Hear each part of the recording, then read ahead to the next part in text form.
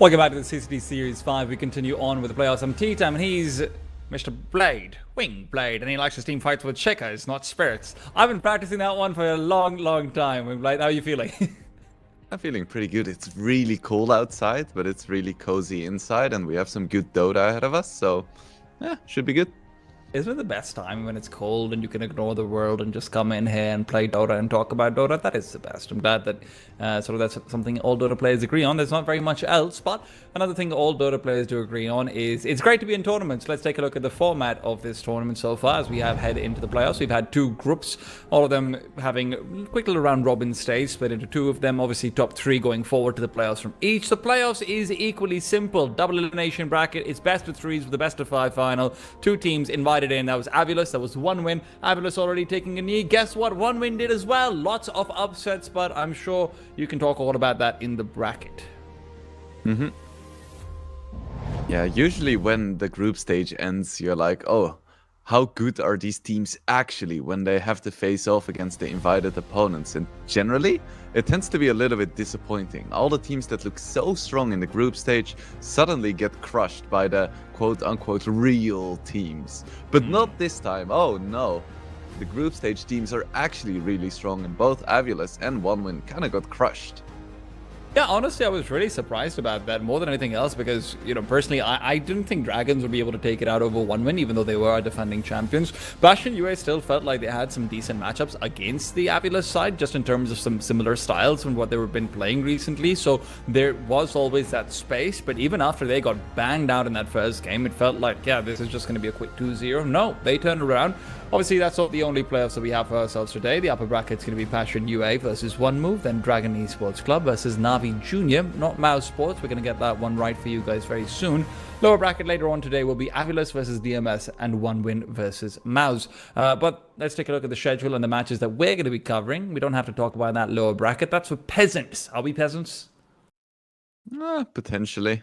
Okay. Depends on what my pub teammates think at that time.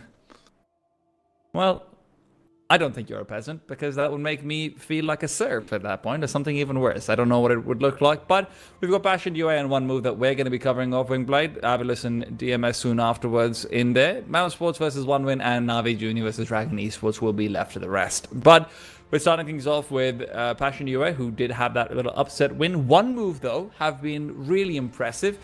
Shall we maybe talk a little bit about them and the roster that they've been bringing to this tournament? Yeah, sounds good. I had some really spicy matches recently, even a 72-minute one. Yeah, they have a WoW difference. SSS, not me and Ryan. A lot of these players are not like particular superstars, but this roster is certainly impressing. I think especially when you consider their record in the group stage, they didn't lose a single game, and the only game they've lost so far, like you mentioned, was that 72-minute series, where DMS comes in with a very specific playstyle, right? They start off with the Beastmaster pick, and they really did actually build off of that really effectively. Even then, the fact that it goes so late when DMS had a Medusa on their side, and One Move was coming in with, what, if I remember correctly, it was a carry Pudge or something kind of weird like that. So it's clearly a team that's coming in, and we're thinking, hey, is this going to be the next generation of superstars, maybe? Is this going to be a team that come next year's TI with thinking, hey, these are some really talented players that can go forward? Or is this maybe a one-off and that one series or so doesn't really come through and translate very effectively to the rest of the playoff bracket? That's something to find out. Passion UA, though, on the other side, a lineup that we're a little bit more familiar with, have graced us in many more CCT series. They also looked very impressive yesterday. I have to say, some impeccable drafting coming out from them up against Avulus. I have to briefly correct you. One Move definitely did lose some games. I think they're one of the biggest, like, 3-game series teams in this tournament, actually.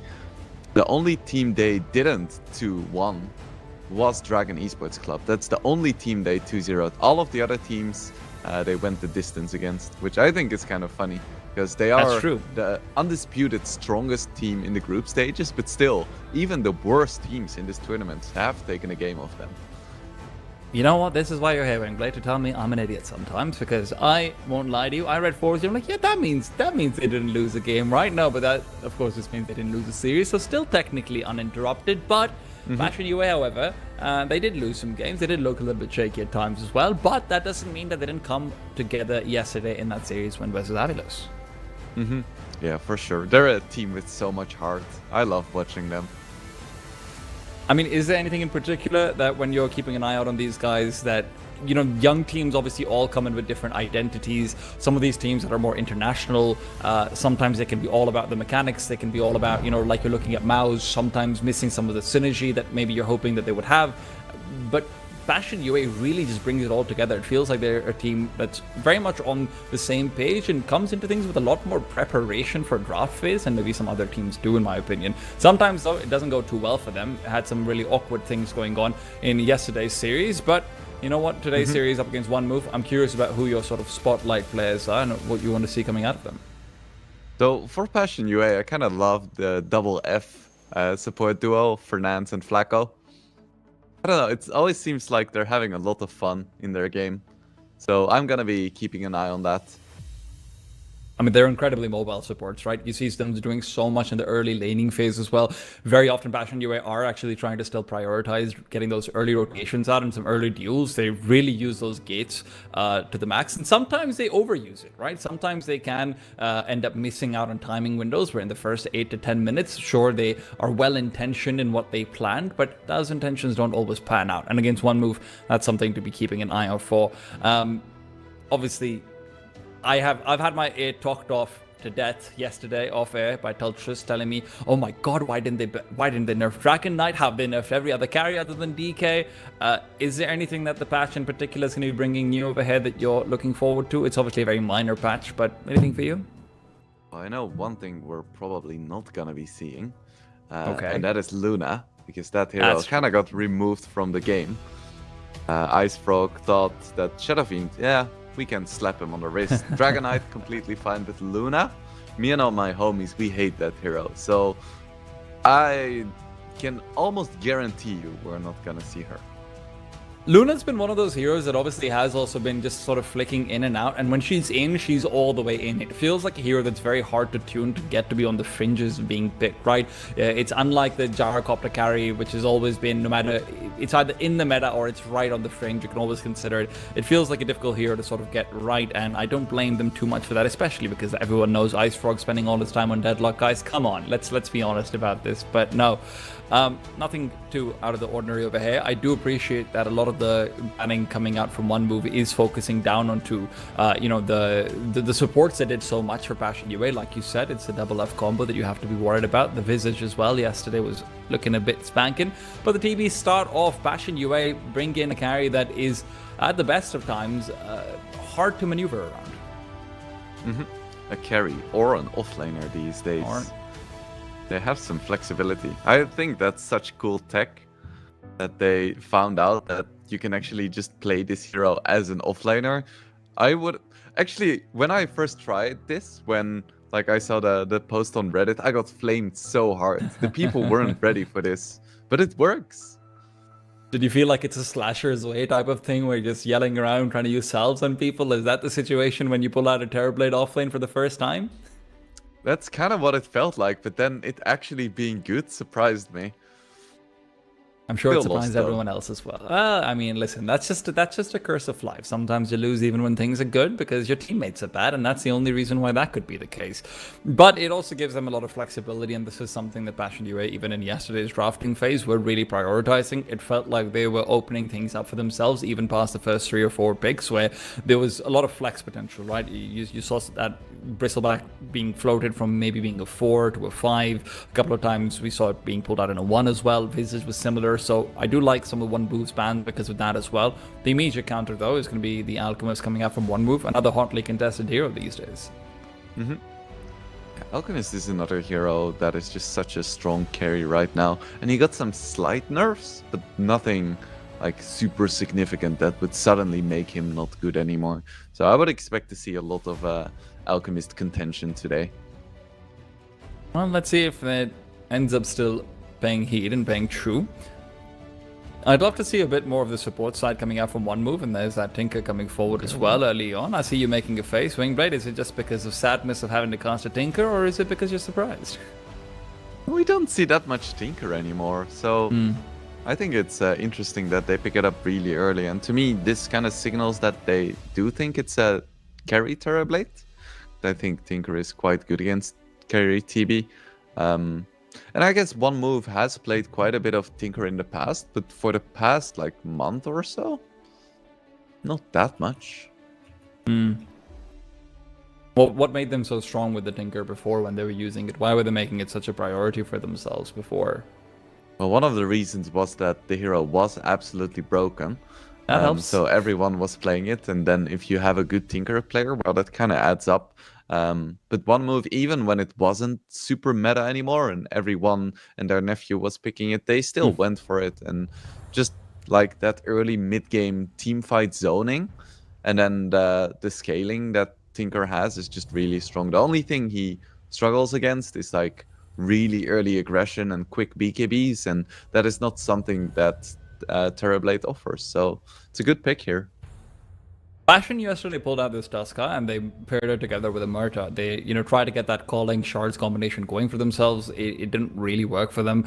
It was kind of weird to me though, because he went for tag team. And this is where I would like to hear your thoughts, because to me, Drinking Buddies just seems like such a massive maneuverability advantage in the support role and everything. Is there a reason for Tusk to maybe go back towards that? Is there something that is more of a choice now? Because Drinking Buddies, any mobility thing in Dota always just seems a bit broken, doesn't it? So, Drinking Buddies got a nerf at some point, which didn't seem that significant. But then looking at the stats of 8k plus pubs, Tag Team is so much better. Like, I believe at that point it had like 4% higher win rate or something like that. These days it's kind of close. Tag Team is only slightly better than Drinking Buddies, but still, like, the meta has shifted and people just forgot that Drinking Buddies exists. So, Pugna coming out to follow that up as well. I love this green little dude. Yeah, he's definitely a bit of a menace, especially up against like the Alchemist and all of these right-click heavy heroes. The Decrepify just goes so far. And look at his face. He means business. He's like a kid coming up with a tuxedo and a tie on to his first ever interview. Yeah, poor guy. Yep. Monkey King on the other side, though. That's going to be less of a tie, more of an open shirt. I'm a startup CEO, venture capitalist founder. But it still feels like there's a lot of flexibility on both One Move and Passion UA side, just in terms of how they want to play these roles, right? You still have that TB, which you mentioned. Maybe One Move is thinking it's going to be carry TB. Maybe this is just mitigating the option of carry TB. Then obviously you've got the Monkey King on the other side that can be played in so many different ways as well. Do you have a feel for how things are going, or what direction they're going in for either one of these teams in their drafts?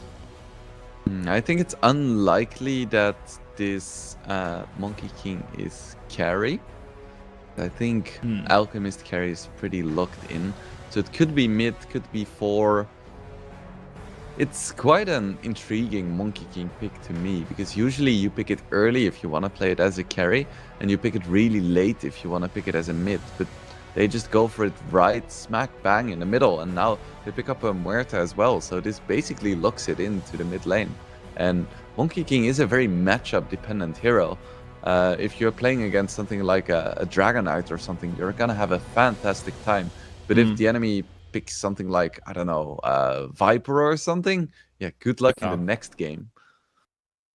Do you think this could be Muerta mid though, considering that it is up against a Pugna, right? And Muerta obviously comes in with a little bit of farm, and her ultimate, it feels like she's an actual decrypt counter over there as well. I know it's a little bit on the fringe, but could that come through?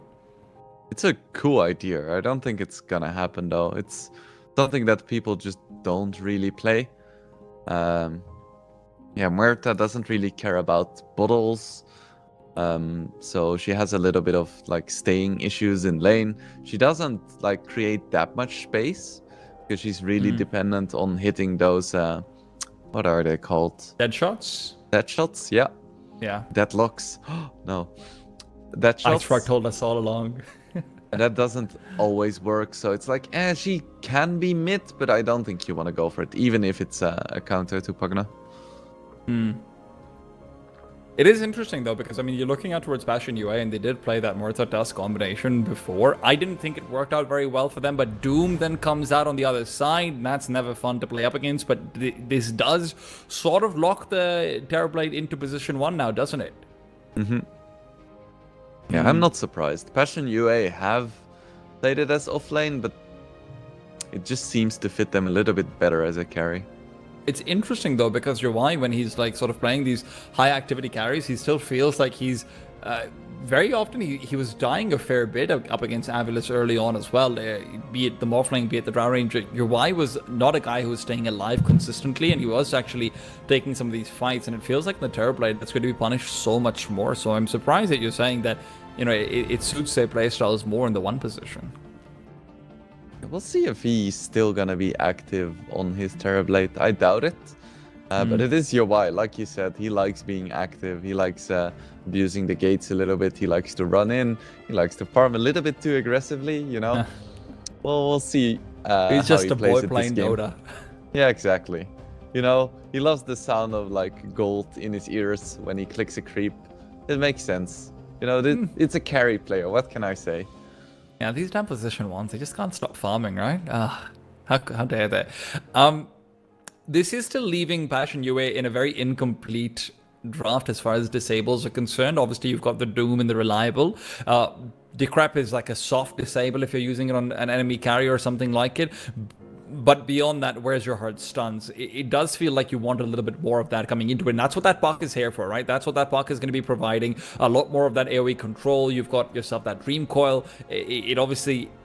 The silence, I would say, is limited in what it's going to be doing over here. There aren't these incredibly high-value silence targets outside of the Tinker, in my opinion.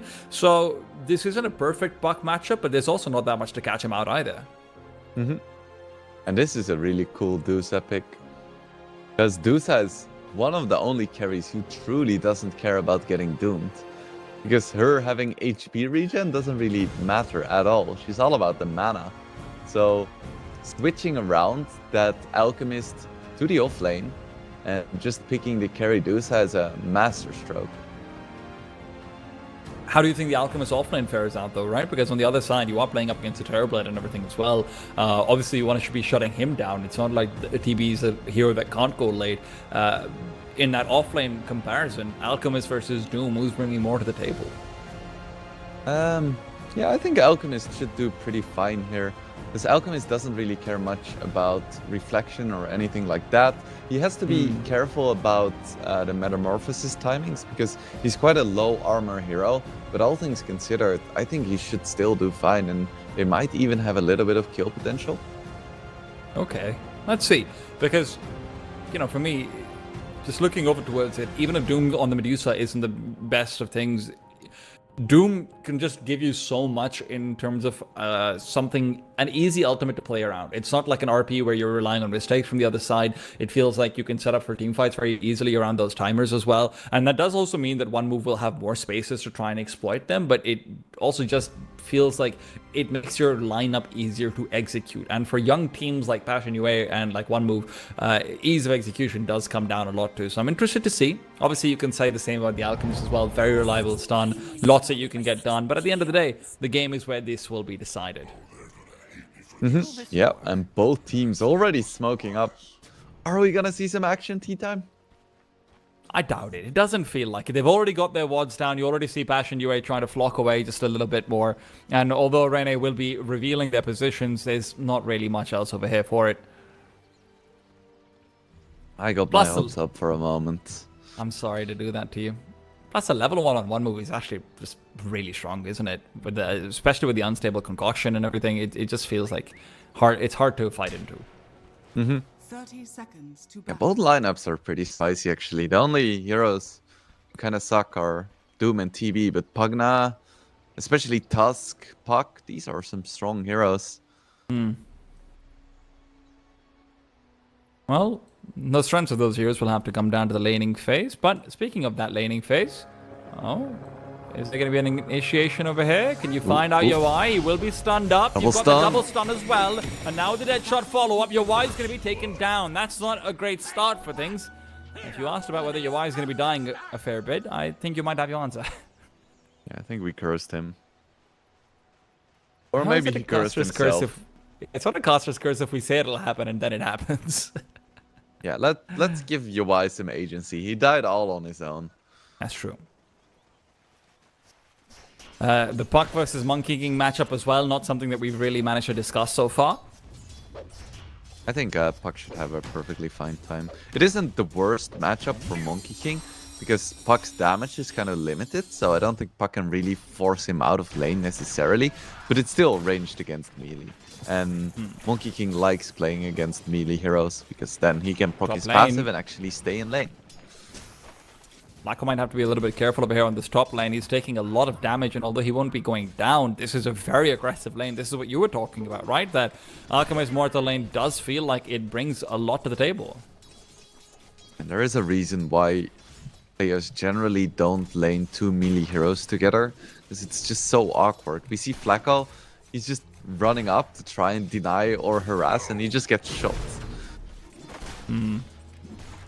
So he's like, oh, I'm gonna hit you, I'm gonna hit... No, never mind. And then he gets clicked twice again, and he has to go back. It does feel like it makes the tag team even more awkward. Maybe the level 2 spike might help out, though, when, you know, you do have that Metamorphosis and the Ice Shards as well to be able to sort of try and chase someone down. But even then, it's not easy at all. I take what I please. So far, Difference having quite a good time in the mid lane. My goodness, 8 and 5 against the 2 and 1 Puck. Of course, this is the melee hero with Quelling Blade effect, as I like to call it. But still, Niche is getting outplayed. Oh my god. It's melee hero with Quelling Blade in mid lane, but on the top lane, it just feels like you can't do anything up against the Mortal Alchemist. And although Triple S is coming in, obviously, without having the highest farm priority, courtesy of being an offlaner, he is going to get away with a lot in this lane. Doesn't matter which lane you go to, if you hit the creeps, you're gonna be a happy little alchemist. That's true. So look at this Squid Doom. My goodness. I do feel like ever since I've come back to Dota, I've seen so many weird sets that just completely change what a hero looks like. Like, this is still not that bad. Top lane, though, it's getting bad, and it might be Flacco to be falling. Instead, actually, UI is able to fight back. There's that Metamorphosis timing we were looking out for. Not Me will sacrifice his life, and Triple S has to be careful. Now, fortunately for him, the Reflection shouldn't be doing too much, but bot lanes where further action's going on. But found out, taken down. Dire's top tower is under A attack. nice kill. Thinking about it, there is also a lot of anti-synergy between Tinker and Dusa. Because Tinker has a lot of healing, and Dusa doesn't care about healing. She just cares about mana.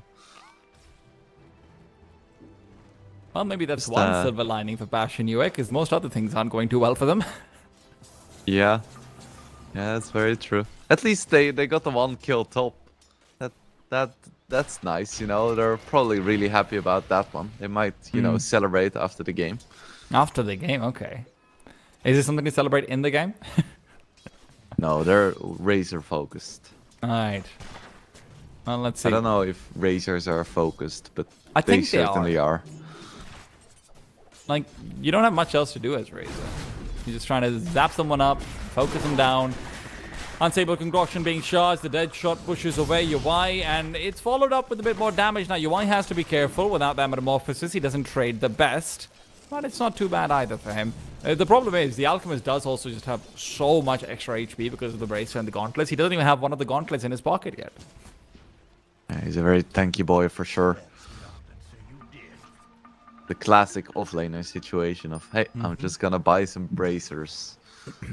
Guys, have you heard of this 500 gold item that means you just never die?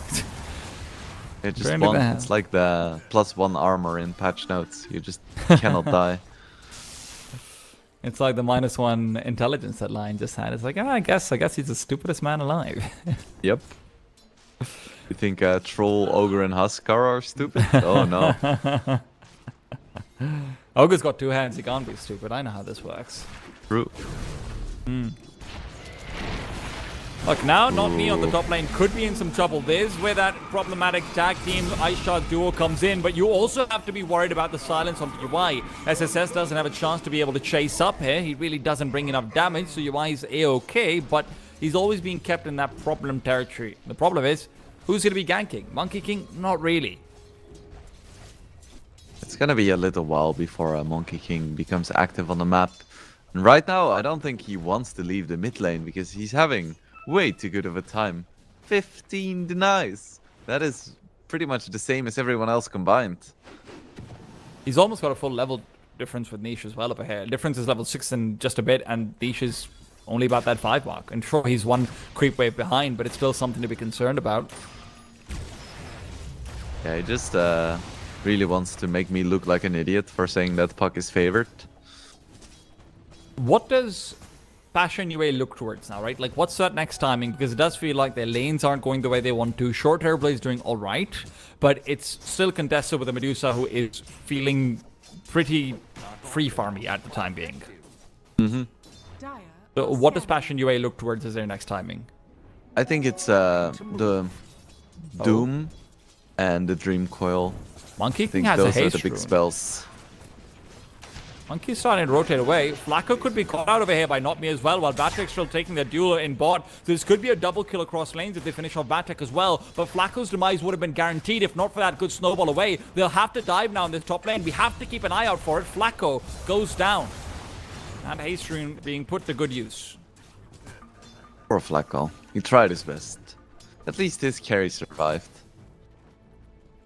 Radiant He is forced away from a lot of farm though. I mean, UI is just going to be pushed back into the jungle right now for a little while longer. He will be able to farm up the creep wave with his Conjure images at the least, but on the bot lane, it's Rene who's trying to contest in for the Wisdom Rune, but it's going to be 3 players that are coming in from the other side. Flacco and Fernand should be able to get away with this one. Rene has to be careful. He can't give up a free kill. Needs at least the Wisdom Rune here.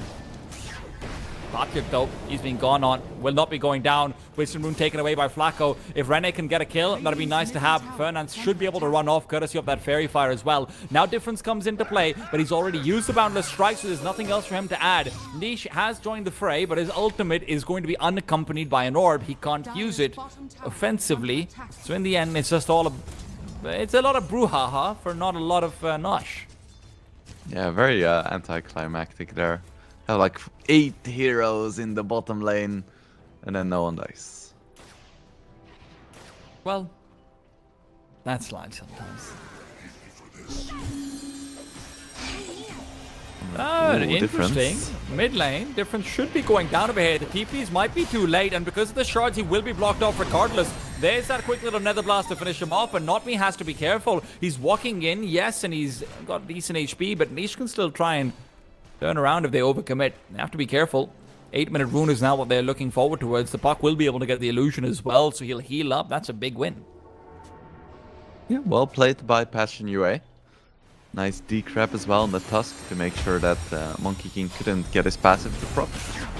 Is there more over here? The turnaround, this might be an overcommitment. UI's Metamorphosis means they want to fight, but Niche's life is suspect. Will be going down to the Tinker marches. Tinker, though, walks away, and now UI's suddenly wondering why'd he come over here in the first place. He's a man who likes a fight, but he won't be given a chance to.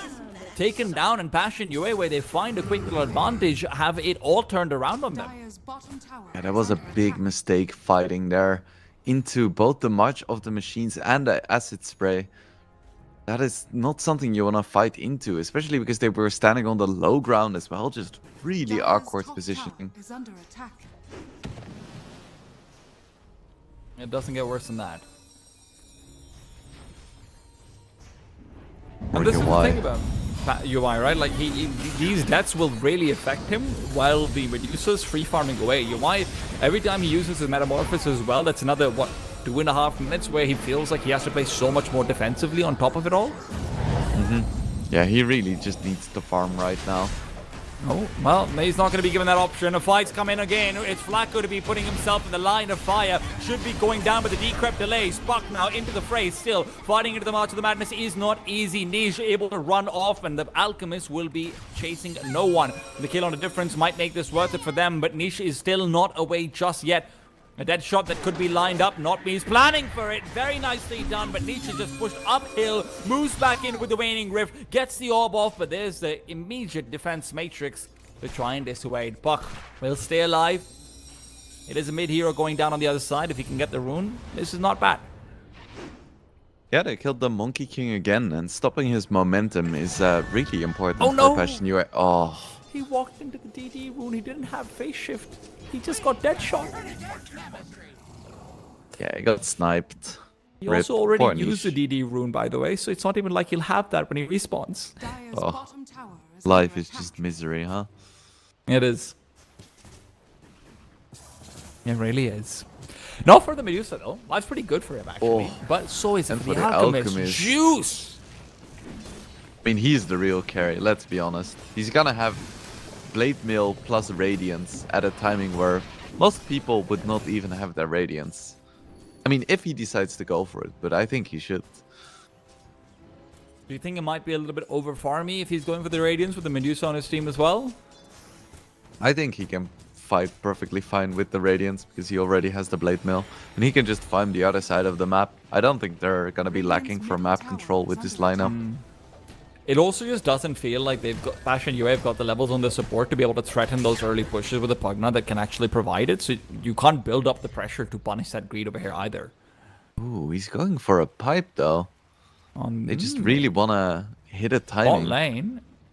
Does Magic maybe want to use this Doom out over here? He's got the Tusk coming in for backup as well, but they don't really overcommit to this one. Worried about the TP responses. Smoke up. Towards mid now. Who are they gonna find? It might be Rene, and that shouldn't be enough. I mean, now they know they will be able to catch him out. No Doom needed at the very least, so that makes this a lot more worth it. But 4 men just to catch out a Tinker, that's a lot of commitment. Dire's Probably bottom gonna be tower quite is pleased under about attack. that, tanking the gank.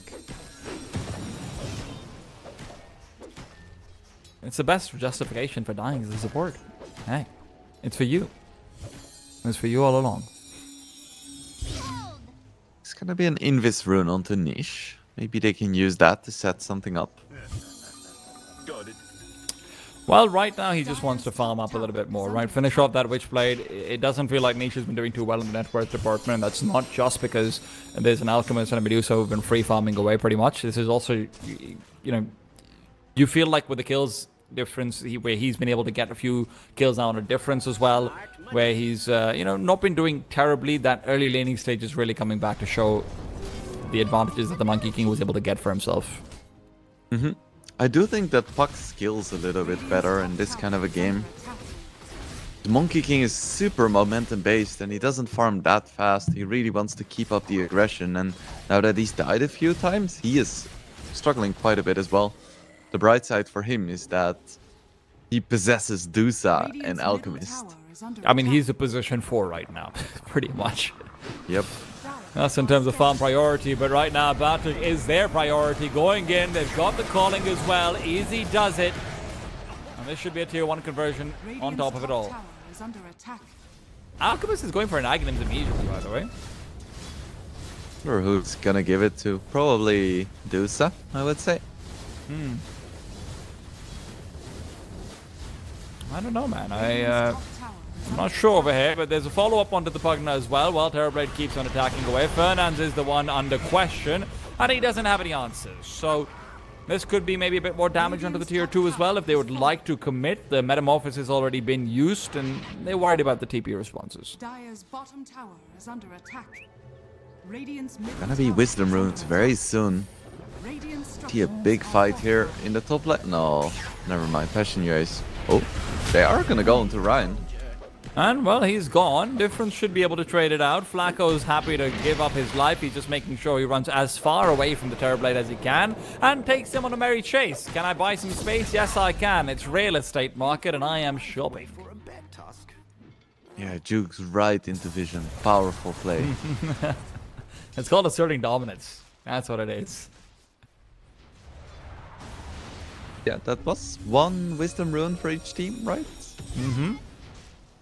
No, actually, no. Both the Wisdom runes were taken up by the Radiant side. It was Alchemist and the Medusa getting them. That's rough for Passion UA. I thought they at least got a successful expedition to the top lane, but no. Radiant's middle tower I mean, is under look at the attack. levels as well on the support. It's a level 7 Pugna, which is not the worst, but the Dusk is still just level 6. And the fights are going down early, and that might be the case for her again. It's the Murtha trying to fight back, but she doesn't know what's coming for her. The life drain's too much to ask for, and Fernandes will die, but at the very least, he got himself involved in that kill. Oh no, sorry, I've counted my chickens before they've died. Murtha didn't go down. Yeah, Martha was just chilling. Is under attack. She has the raindrop. She literally cannot die.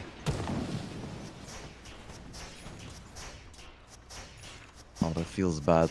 When you use a spell to hit a creep wave and then they all survive with like 50 HP and an enemy hero denies all of them. Ooh, that's a dead monkey, right? You'd hope so. What is that, the first boom that we've seen used? If that doesn't work out, it'll be troublesome. But the unstable concoction onto He's 2 is fine. troublesome as well. And the Doom is A-OK thanks to the defense matrix. Even turns around and sends insult to injury with a quick boundless strike. Nothing for Bastion UA right now is working out. Yeah, this Tinker is so annoying. He's everywhere.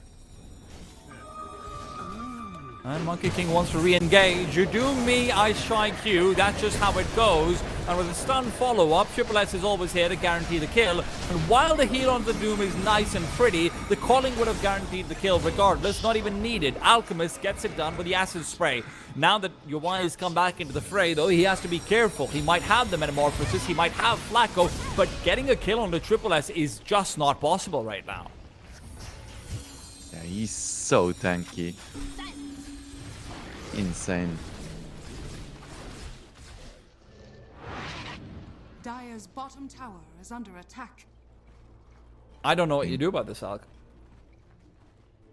Yeah, I guess you want to doom him at some point, but dooming Alchemist means that the Monkey King, the Dusa, the Murta, they're all free to do whatever they want. There's Do you just so think- many threats. Do you think this could be an Aghanims for the Tinker? Because it feels like they're far enough ahead that the Shrink Ray and the Bouncing Laser could be pretty significant, especially if they want to seed some of these towers. It could be nice, but I don't think they're gonna go for it. It's a level 1 laser right now, and you don't want Tinker sitting in the front line. You want him firmly in the back line, just spamming his spells. I'm trying so hard to make this an interesting Aghanims. But it's just gonna Yeah, be Medusa, you know, isn't it? Maybe they'll do the Monkey King to help him catch up in farm and push, you know? It's nice. It's a strong Aghanims. It is, but I don't know. The Monkey King right now does feel like he's been relegated to his support position pretty much. Yep. Radiant's middle A very tower has tanky fallen. support, You could give it to Murta, then they have an extra stun. I guess. All right. I won't lie. I've literally never seen the Murta Aghanims. Yeah, same. And I've played a I lot had of to- Murta. I had to like actually mouse over and read what it does. Radiant are scanning. Yeah, even when you read it, it's still confusing. Oh, that's It's a lot like of you Dota stun abilities. someone, but they can still like do stuff, but they take less damage, and you can use it on allies as well. And it's like, what is happening? They've got the scan out onto the Tinker, and they will be able to locate him as well. But as has been the case, Renee is happy to be the tanker of the gankers. Taken down, and now they turn around. The problem could be Triple S as he's trying to re-engage. It's a Doom immediately stunned up. He won't be able to get his ulti off as well. The culling keeps him silent, so without the Doom, there was never really a world where Flacco and Niche were going to be re-engaging in. Yeah, even with the Doom, to be fair, maybe not a good idea. So ultimately, that is a slight win for one move, but it's not that big of a difference, honestly. It's just so much time being spent by Passion UA, right? And yes, at the same time, UI is farming up, but he's still quite far away from that Diffusal Blade after the Monta style has already been built. Yeah, and somehow he's so far behind the Deuce. I wonder why that is. Crazy. Who knows? I don't know how... Oh, sorry, the Alchemist has already given the Aghanims over to Dusa, right? For a second, I was like, why has the Aghanims... Like, the Alchemist dropped down so much in net worth? What? And no, of course. Crazy. Crazy. Dire's middle could be an engagement to come through over here, but not onto the puck. You can't ever really get that stun out onto Niche. That's basically impossible. Dusa finds a nice little ancient stack. Well, thank you very much. Why don't I take that one away from you? Deuces are very polite, generally speaking, in my experience. They always say thank you after stealing your kills. They always say, we'll come again. Nice to meet you, after they've taken all of your axes and your base. But the bottom lane, the Doom now finally comes out. It's the intended target, but Alchemist got his blade mail off already. It's an 8 toss to try and turn things around from difference. He's going in, and Batiak's demise is all but guaranteed. On the sidelines, though, Not Me stays alive for a while longer, without while is now over. Niche's re-engagement with the Dream Coil might be for naught, though. Dodges out from the inevitable unstable concoction, but in the meanwhile, Woe comes back in, and he is fighting into them. Impossible to take away, and this tier 2, it might have just fallen already. This was the right Doom target, but there really was no follow-up, so that was unfortunate for Passion UA. If Puck and TV were closer, that would have been a really good fight, but now it ends up just being, okay.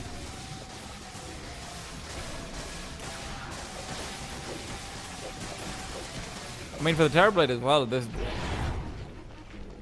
this was a time where he wanted to fight. He had the shard, he had himself the diffusal as well, but like you said, he's not in position to follow up on that. At least one move gets a shard that is not that strong. Like getting some as scaling spell amplification on your support Marta and some lifesteal. She's getting 4% spell amplification. That is crazy.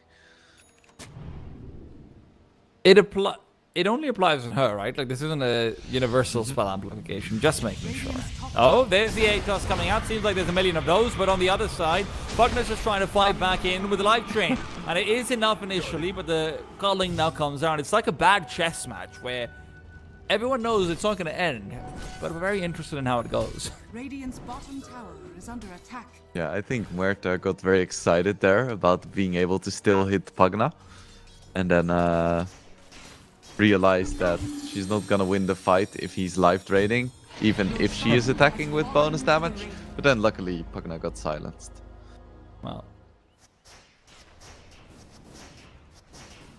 still a lot of hoo-ha about not very much, unfortunately. Just supports fighting, right? Yeah, these two little toddlers in the playground.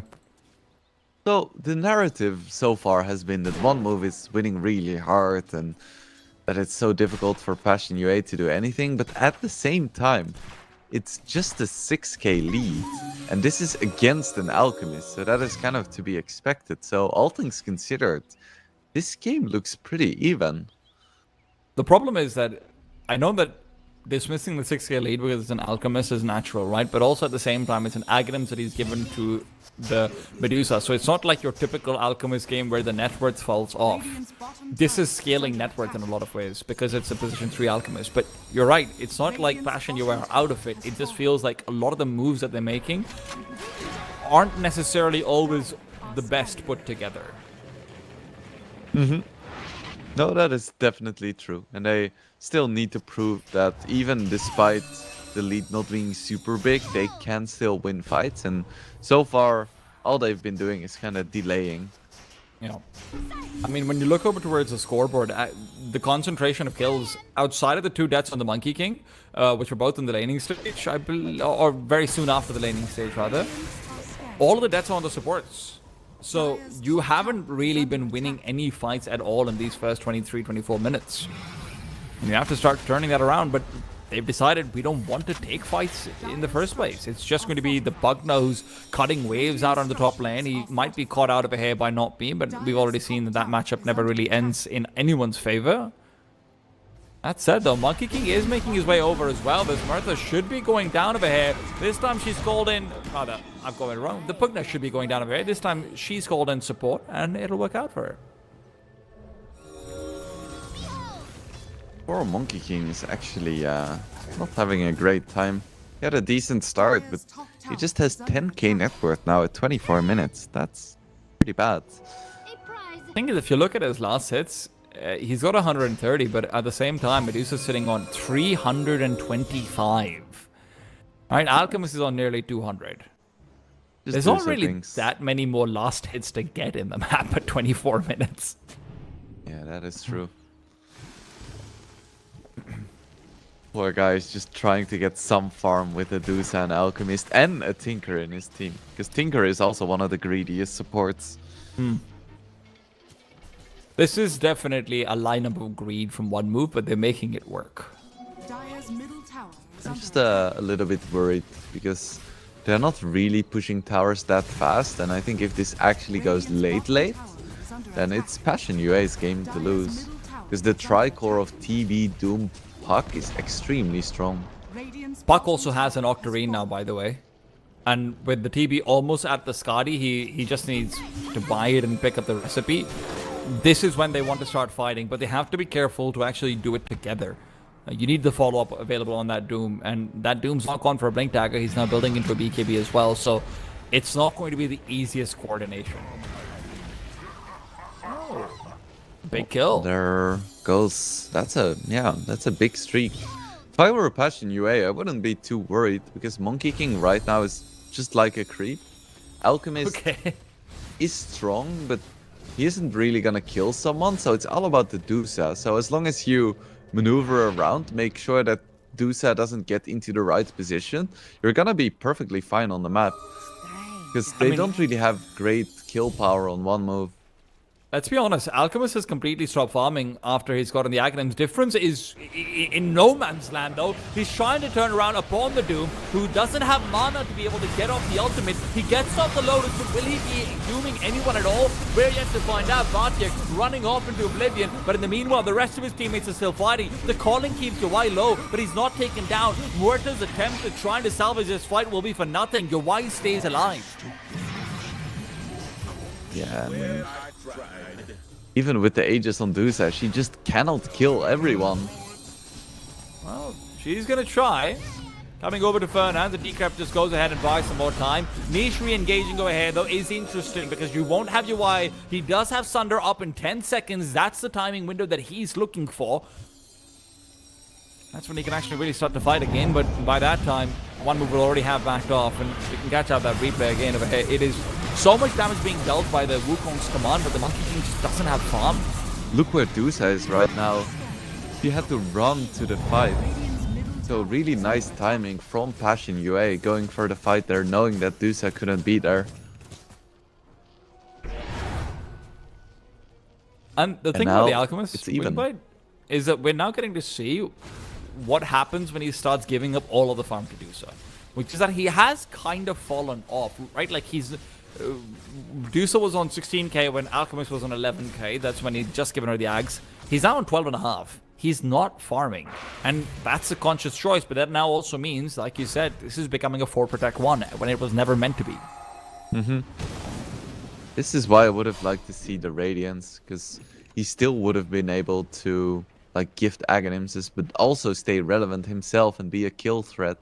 Because that's the thing one move is missing right now. They cannot pressure UI anymore, let alone the Puck.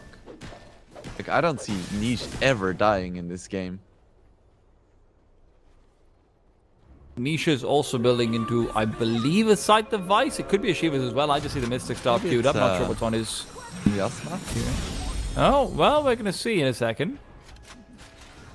Is it? I can't find his courier, dude. I'm bad at this. Where's that courier? It is a Parasma, okay. There you go. What did I say? You Miasma, I think. always... It's an asthma. It's an asthma. It's like asthma. Makes you stop being able to breathe, but on the other side. There you go. Doctors hate this one trick. Seems silly. Just breathe, bro. Dire's bottom tower is under attack. Dude, Medusa's just never there to be able to right-click them. Bro, just be there. It's not that difficult. People are always making it look hard. Now going for a blood taunt, so they finally recognize, hey, we need some way of dealing with the Puck. To be honest, I'm a little bit surprised that we haven't seen more attempts at like a Linken's being bought up over here. Even if it would have been one of the supports on the Passion UA side going for like this long-term Linken's. Because it does feel like Our scan. that Sight of Ice, that Orchid, that Bloodthorn is inevitably going to be coming out to try and counter out niche, and if you can get ahead of that, it just demolishes so much of what one move are trying to do. Yeah, it's insane to me that the 5k net worth Tusk doesn't have a Linken's yet. I mean, I was thinking Bro, more about get the your Pug head now. in the game. Come on, man, just double your net worth, dude. What's wrong with you? There's plenty of space on the map, you know, with the Yeah. TBM puck running around. Just take some time, farm some creeps. I mean, honestly, I'm more surprised that Puck doesn't get one for himself, but, you know, the Parasol just gives you so much more damage. They might still get one at some point, or he's gonna do the classic Puck thing, where he's like, I'm better than this, I don't need a Linken's, and then dies. Well, right now, they're just trying to keep Woe away, and Woe's not really having too much of an issue. He's had a lot of his mana burnt off, but he can back off to safety, no problemo. Meanwhile, top lane, though, there's a problemo. They're trying to prevent the TP Alchemist from trading cancelled. away. The TP has been cancelled, but UI at the same time is being defended. Have to get an eye out on top lane because Monkey King's already been taken down. The Metamorphosis BKB now turns onto Renee, who's being torn apart. The Stone Gaze might not be enough, though, and as they're running off, they've already gotten 3 kills. This re-engage could be massive. There's no reason for Passion UA to stop over here. They can just regroup and refocus down. Yeah, you know, I get why Passion UA won against Avalis and have done so well in previous CCTs. They're really showing their patience and their macro game sense in this game. They're like, yeah, we didn't win the early game, it looked really rough, but we know what we want to do. We have a game plan, we're gonna stick to it, and it's working out for them. It feels like they're always ready to take any sort of small mistake or small decision that derails a plan to the max, right? Like the fact that Medusa is now the only damage dealer, they are consistently punishing it. Whenever she shows herself off, they're so good at avoiding her. They're so good at forcing fights elsewhere in the map. It's been really effective for them so far. Wait, is that a... Yeah, it's a nullifier on Doom. Damn. Damn. No fun allowed. I mean, it is Doom, to be fair. It is very much no fun allowed.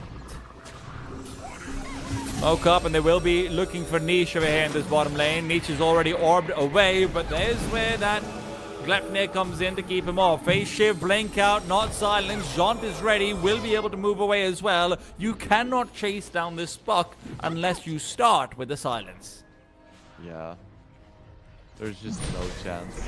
With the Octarine as well. Usually, without Octarine, there are like some windows where you might be able to still catch up, but with Octarine, just no chance. They're gonna go for another Roche, but I'm not sure how much this is gonna help them, because it doesn't solve their fundamental issues. Still, it's nice. Niche Dude, is at the just same, hey, pushing like, a look at how tier much 3. Look at how much damage he's gotten onto it as well. It is kind of nuts, but the Unstable Concoction just feels like it won't do anything. He can just Waning Rift away. There's never that follow-up.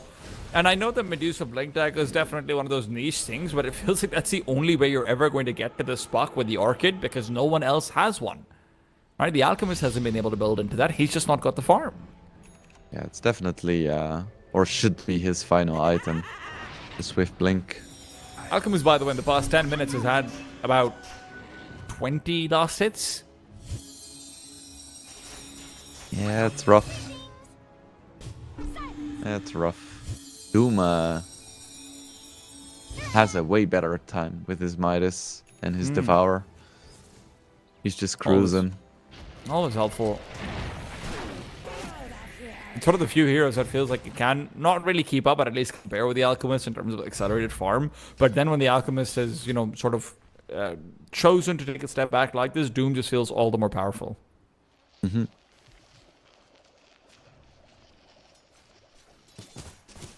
Bottom lane, by the way, in the meanwhile, look at what these illusions are doing to Tinker. Renee's just going to be taken down almost by the illusions, the Demon Zeal, and he follows up with a smack of his own hero. Renee's gone. Tinker has no safety on the map because of a lack of a Blink Dagger that obviously isn't going to be a priority for him. Yeah, and even though one move just got the Aegis, feels like they're gonna be stuck in base soon.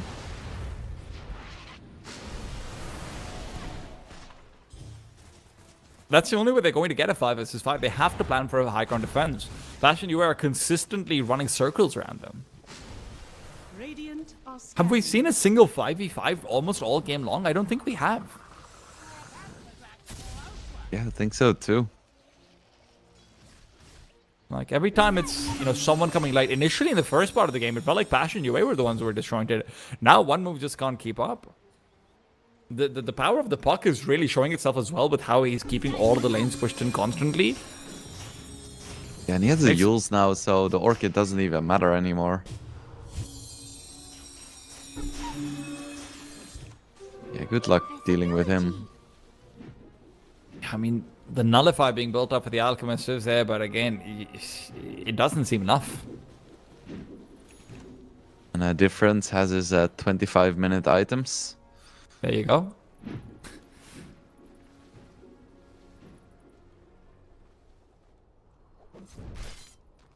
Well, Bachuk almost has his 6th slot. Even sold his Midas already. He's like, yep, got all I need.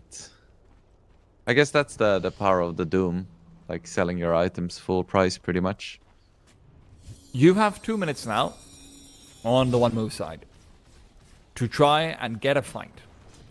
Once that Aegis is gone, Passion, you have no reason to not fight themselves. And while the initiation is certainly being planned, can they actually find anyone to go into? It's a double stun. It's exactly what they needed. The Wukong Drink comes out as well, but the back lines, that's where the Medusa is. She's running out of mana. Ro won't have anything to be able to fight into this at all. He's going to be taken down just by the illusions for almost nothingness, but they have to be careful of the Aegis. It's only support traded so far, and Passion UA would be happy to disengage if they're able to do so. The call is dodged. The blink out is guaranteed. And Passion UA, they're okay with this.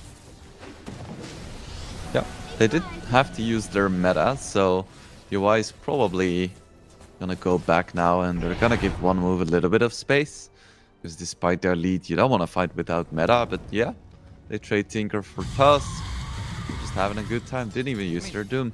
They've wasted the Aegis, right? Like, that's the most important point of it there. And Passion UA, it might look like they're focusing down the wrong hero, but the fact that Medusa's then just kept at bay and she's always at that low mana, because even if she goes down and she respawns, the two-man concoction initiation is just completely worthless if the Medusa can't follow up. Now, not really sure what one move should be doing right now. They're just getting outmaneuvered. And there's even the Bloodthorn almost ready for the Terrorblade. He's 500 gold away from that. He's not even keeping buyback. Yeah, they're feeling so comfortable because they know that even if TB dies without buyback, Buck can just skip the creep waves and there is nothing one move can do. Buck's also got 25, so he's got the Dream Coil Bursting Debuff immunity. That's going to be even more frustrating for the Monkey King, who just got his BKB. And guess what? It's been used now. Dream Coil means he's been stunned up, and Difference can try and Ogre Seal away, but it will not matter. This Monkey King has been a free kill whenever they've wanted it. It's an ATM machine for Passion UA. Yeah, rip. He does have buyback, but you really don't want to use it. He's already so poor. Well, now he has to. Dire are scanning. Oh, there's the Bloodthorn. There you go. Combine that with the Mindbreaker as well. That's a lot of silence, actually. The Terrorblade. Batik can blink in with the Doom over here if he wants to, and that's exactly what he's done. The initiation is perfect, but didn't have the follow-up damage.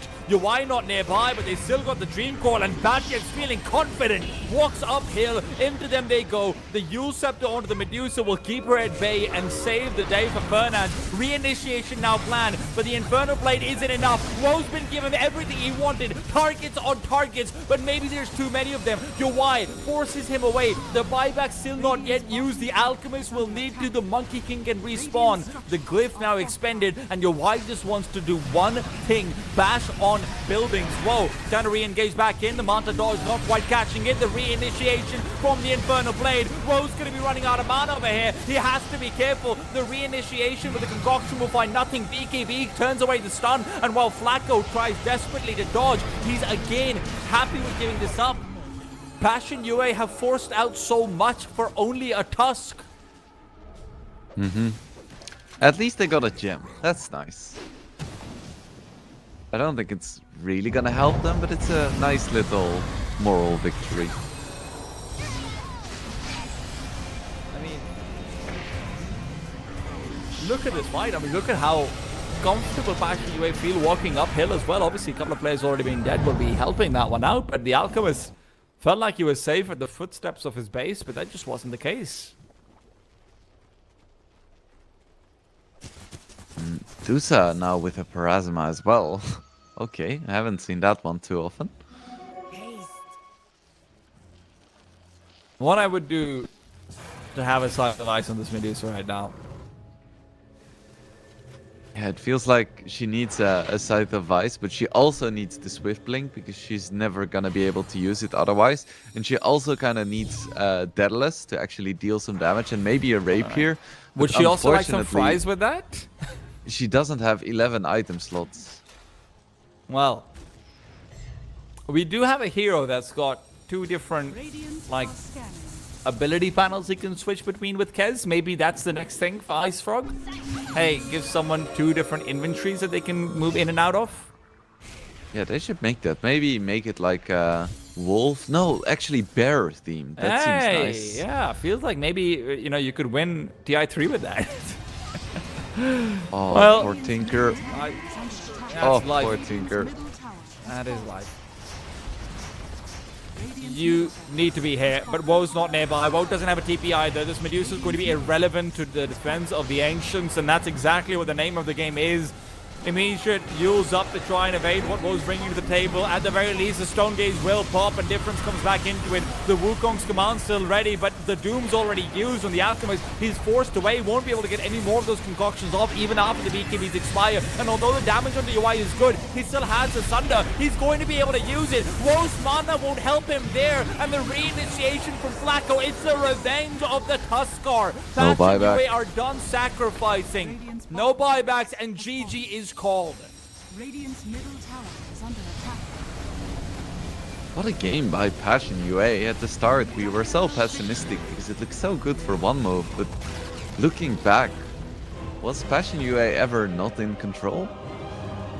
Yes, they were not in control in the beginning. Come on, you can't say that. But you're right. You know, you started talking about it from the mid game. It felt like maybe one move, too many eggs in one basket and everything. And from that point onwards, that basket just broke and broke and broke.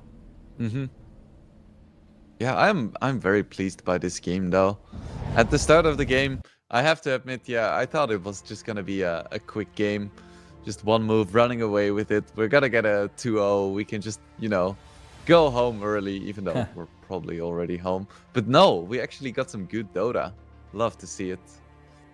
No, I mean, there was some really good macro decision making, and for one move, what I'm really glad to see as well is this didn't feel like a loss in draft, right? This felt like they made some conscious decisions to make Medusa the only farm priority. I mean, Alchemist got what, 20 last hits and 22 to 34 minute mark. Sorry, 22 to 31 minute mark. That just wasn't enough. So unfortunately, not really able to get the right strategy going for themselves, and this is where they lose that one game. But like you said, they are the 3-game kings. Can that still be the case of it? We're going to have to find out whether we see a game 3 or not in the next one. We'll be back after a short break.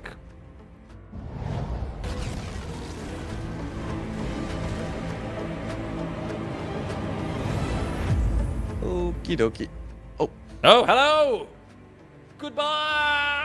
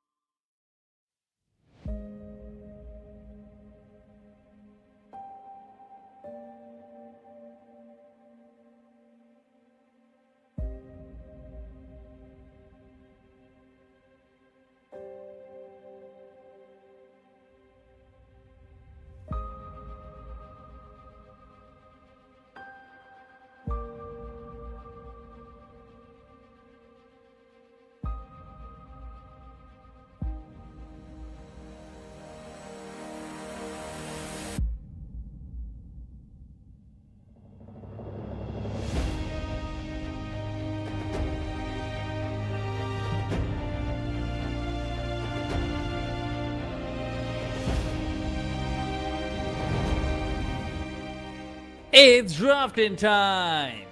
I wanted to bring us in with that one, I'm sorry. CCT Series 5, guys, we're back in with it, and we have Passion UA going up against One Move and a very unimpressed Wingblade. It's not because he's unimpressed with the draft, it's not because he's unimpressed with the teams, he's unimpressed with me. And maybe that's the best thing to be unimpressed with. I feel like you're being very negative about your self-image, Tea Time.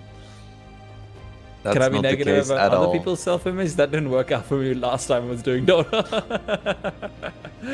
But no, enough about that. Heading out of the last game, One Move obviously didn't have the best of times past the 22-minute mark as well. You raised some questions about their draft. I think we might have answered some of them while the broadcast was offline because our delays work and everything as well. Do you want to quickly revise the points you made about the Monkey King pick from them? Monkey King, not strong. Pick something else, yes. That's a good revision, man. Wow, you must have killed all your exams with that kind of thorough preparation. But yeah, Monkey King, obviously some questions raised about that one. On the other side, Passion UA, not really any solutions to niche, and that was something we saw being very relevant up until the very late game as well. Buck could always keep those lanes pushed out. No matter what happened, you couldn't get a 5v5 until it was too late. At least that's what it felt like. What do you look towards now for the One Move side? Can you hear anything from my side? Because they started drilling here. I hope it's not very noticeable. Well, listen, hopefully, even if they are drilling, we're just going to think it's the machine of Dota going on, right? It's a drrrr. That's what it takes to get a server going on. Valve puts a lot of infrastructure out there, you know? Right. So, we have our first pick, and I, for one, am shocked. Gasp. It's the Alchemist all over again. What? Now listen, this did give them some flexibility before. They pushed it into position 3. But was that flexibility you wanted to see, though, from it? Because it did feel like position 3, then went to position 1 in the beginning, then stopped being position 1 as well. Like, I don't know what I'm actually looking for over here. Mm-hmm. Yeah, it's a bit strange, and it was close to working. And I think it could have worked. So I don't mind them going for it again. And once again, this time they can just run it carry if they want to, because Doom is out. Jawai loves these hyper carries where you can die a lot early game if you're doing something wrong, doesn't he? I mean, he had the Drow Ranger yesterday, he's had the Terrorblade today, he had the Morphling yesterday as well, which he lost on, but now he's pulled out the Morphling again. I know this is one of the staple picks of this patch, but why? Why is Jawai again and again being put into these position 1 heroes that can seemingly be countered, that can be drafted up against? This is a decision that Passion UA have taken quite a few times. What does the Morphling give to him over here? Yeah, that's the question, huh? So their track record on Morphling isn't that great. They just won 1 out of 3 games with it, but there must be a reason, and I think UI is just confident in his ability to carry with this hero. So, I mean, despite the fact that it might not always work out, you have to have faith in your players, and if one of them is like, okay, I'm gonna win the game with this, then you just gotta go with it. That's true, but also, I mean, it feels like he's won the game with so many different heroes. This is one of the things that I do like about UI. First of all, obviously, his ability to come back. Admittedly, it is always tested because UI, every single time I've seen this guy play, by the way, every time, he has died twice in the first 12 minutes. It doesn't matter what he's playing. It doesn't matter who his supports are. He dies twice in the first 12 minutes. Then he goes on a crazy farm spree, manages to avoid every single gank, feels like he knows everything that's going on, and then he somehow got 3 items at 23.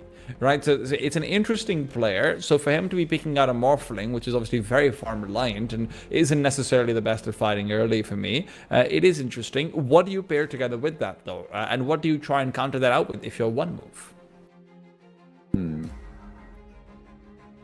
Maybe a Lion? I'm just trying to think of the heroes that are good against Morphling, but a lot of the heroes that have the instant or scary disables against Morphling are also the heroes that get one-shot by his adaptive strike. So it's always a little bit of a double-edged sword. Like, for instance, Ancient Apparition. Really hard counter. If you hit Morphling with the Ice Blast, you're gonna win the fight. At the same time, he waveforms over to you, sneezes once, and you die. So it's like, I don't think you really want to invest too heavily into a Morphling counter and instead just have a nice cohesive draft and hope you beat him with that. Outblink on the other side, though, is certainly going to be useful. Also, just really nice to have that breakup against the Alchemist and have it out for any sort of, Bristleback's already obviously been banned, but it's just good to be able to pull together, right? Marcy on the other side, though, I'm assuming this is going to be a position 4. It opens up a lot of avenues for aggression, but it would also be a double melee combination if they want to send the Alchemist to 3 again, which seems unlikely, but always a possibility with one move. Yeah, so they're definitely not gonna lane the Alchemist with Marcy. I hope so. I believe this is either gonna be another position 3 Marcy or Alchemist, and then they just pick a different safe laner, or they're just gonna run it together with like the offlaner that they're gonna pick now. But the Pugna pick is kind of awkward as well. I definitely don't agree with it here, because it has no synergy whatsoever with Alchemist, who's all physical damage.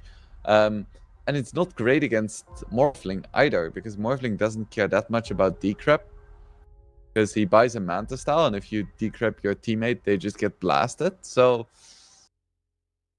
I love my little green dude, but this may not be the game for it. Hear me out. Hear me out. One move, realize they're winning games early. Right? Like, first 20 minutes, they were golden. They're good to go. They run it as a position 2 Pugna. Try and steamroll out what's in front of them.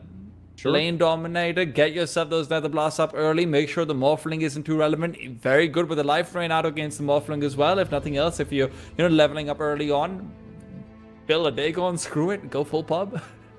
Sure. Like, I'm a big position 2 Pugna enjoyer. I would love to see them make it work. I will also give the disclaimer to everyone. Wingblade didn't finish up his pro journey on mid for a reason, so maybe we're both too biased. Nature's Puck, though, is something that I think no questions asked about. That is a fantastic counter, though. I've been itching to see a Night Stalker being played. It's obviously one of the most classic Puck counters that exists, and it does feel like it also pairs up pretty effectively against a Morphling on top of it all. Yeah, this is a really great Night Stalker pick. The lane could still be a little bit awkward, but all things considered, this is fantastic. Like, in the mid game, once he gets a blink, any Passion UA hero is gonna have to be so careful. I mean, we're expecting this lane to look like an Enchantress Morphling up against the Night Stalker Pugna, right? How does that lane shape out? Because, like you said, the laning phase will be pretty critical. I think Morphling is gonna have a great time in that lane. Like, unless he really messes up with like morphing too low and then getting blasted, but he shouldn't have any trouble with that lane. Even with the early 5-minute darkness talent, if that's what's gone for? It doesn't really matter. They don't have the burst damage to burst you down, and they're both quite short range, so yeah, should be fine. It is interesting to see the Broodmother being banned out, though. They're worried about Passion UA pulling that out for the offlane, which is obviously... it's a tricky hero up against the Alchemist. The 1v1 is obviously significant, but more than that, it also takes up a lot of the jungle, so I do like the ban coming out from it. But you're still missing out on a lot of disable from the Passion UA side. Puck's really your only hard disable to come through, and even that's not the hardest of disables over here, especially with the Night Stalker on the other side. Puck doesn't feel like he can necessarily be the first one to go in. Yeah, that's definitely a weakness for their draft. They need presumably some kind of chunky offlaner. What would be strong here? I wouldn't hate an Enigma, to be honest. I mean, I know it's not necessarily strong and chunky in that regards, but it's a natural BKB builder, which you feel like you do sort of need coming out of it. Passion UA have played it before a couple of times as well. It's kind of greedy, though, so not sure if you want to go full squish up against the Pangolier Night Stalker combination. Yeah, it's also not super great in lane against Alchemist, because you kind of want to play so it. Much money. Yeah, exactly. Against heroes that don't easily just clear them passively. But maybe something like a Beast Master could work. It's not banned out just yet, but they go for Dawnbreaker. Okay, there's your meat that you were looking for. Yeah, pretty Um, meaty. Nice defensively as well when your puck gets jumped by the Night Stalker. I am still worried about the disable coming out from the Bastion UA side though, because it does feel like One Move have got a pretty decent set from themselves across the board, right? Like you've got the concoction, which sure you can dodge out, but you're also relying on Triple S to be the person initiating in with a Night Stalker. Bangalore disables always disarm, sorry, not disables, always something to be keeping in mind as well for non-natural BKB builders. So I am a little bit curious about how this shapes out. I'll be honest, I do prefer the one move draft, despite thinking that the supports are a bit of a weakness. Okay, that's interesting. I also should note that there is no longer a disarm on Pango. It's now just you attack very speed much. reduction. There you go, Yeah, I'm wrong about that one as well. Like, Lucky Shot keeps changing. It's the same principle, because at level 4 it slows by 160 in terms of attack speed, so it's... You know, it still mitigates physical right clicks, right? So, same idea. The same, but different, but the same. That's the thing about Dota. It changes so much, but it really doesn't, does it? Still, it is something to keep in mind for Morphling, right? Obviously, it can be a little bit problematic if he can't get those right clicks off the way he wants to. He is, once again, their primary damage. Passion UA haven't changed out too much of that, though I will say the supports feel like they do more over here. Hoodwink's ultimate gives her a bit more damage. Enchantress, obviously, with the impetus of Flacco, can get a bit extra out of this hero over here as well. You're not as one-dimensional when it comes to the 4 Protect 1 style, but you are more committed to it as well. UI doesn't have a metamorphosis to fight with the rest of his team. UI will not have an early timing to hit with a Morphling. This is not a great hero for TPing in and fighting back out into an aggressive sort of Alchemist, Night Stalker, Pangolier combination. So you are playing 4 versus 5 for a lot of this match in the early, 18 to 20 minute mark? In theory. In practice, UI is still gonna do UI things. I That's guarantee true. it.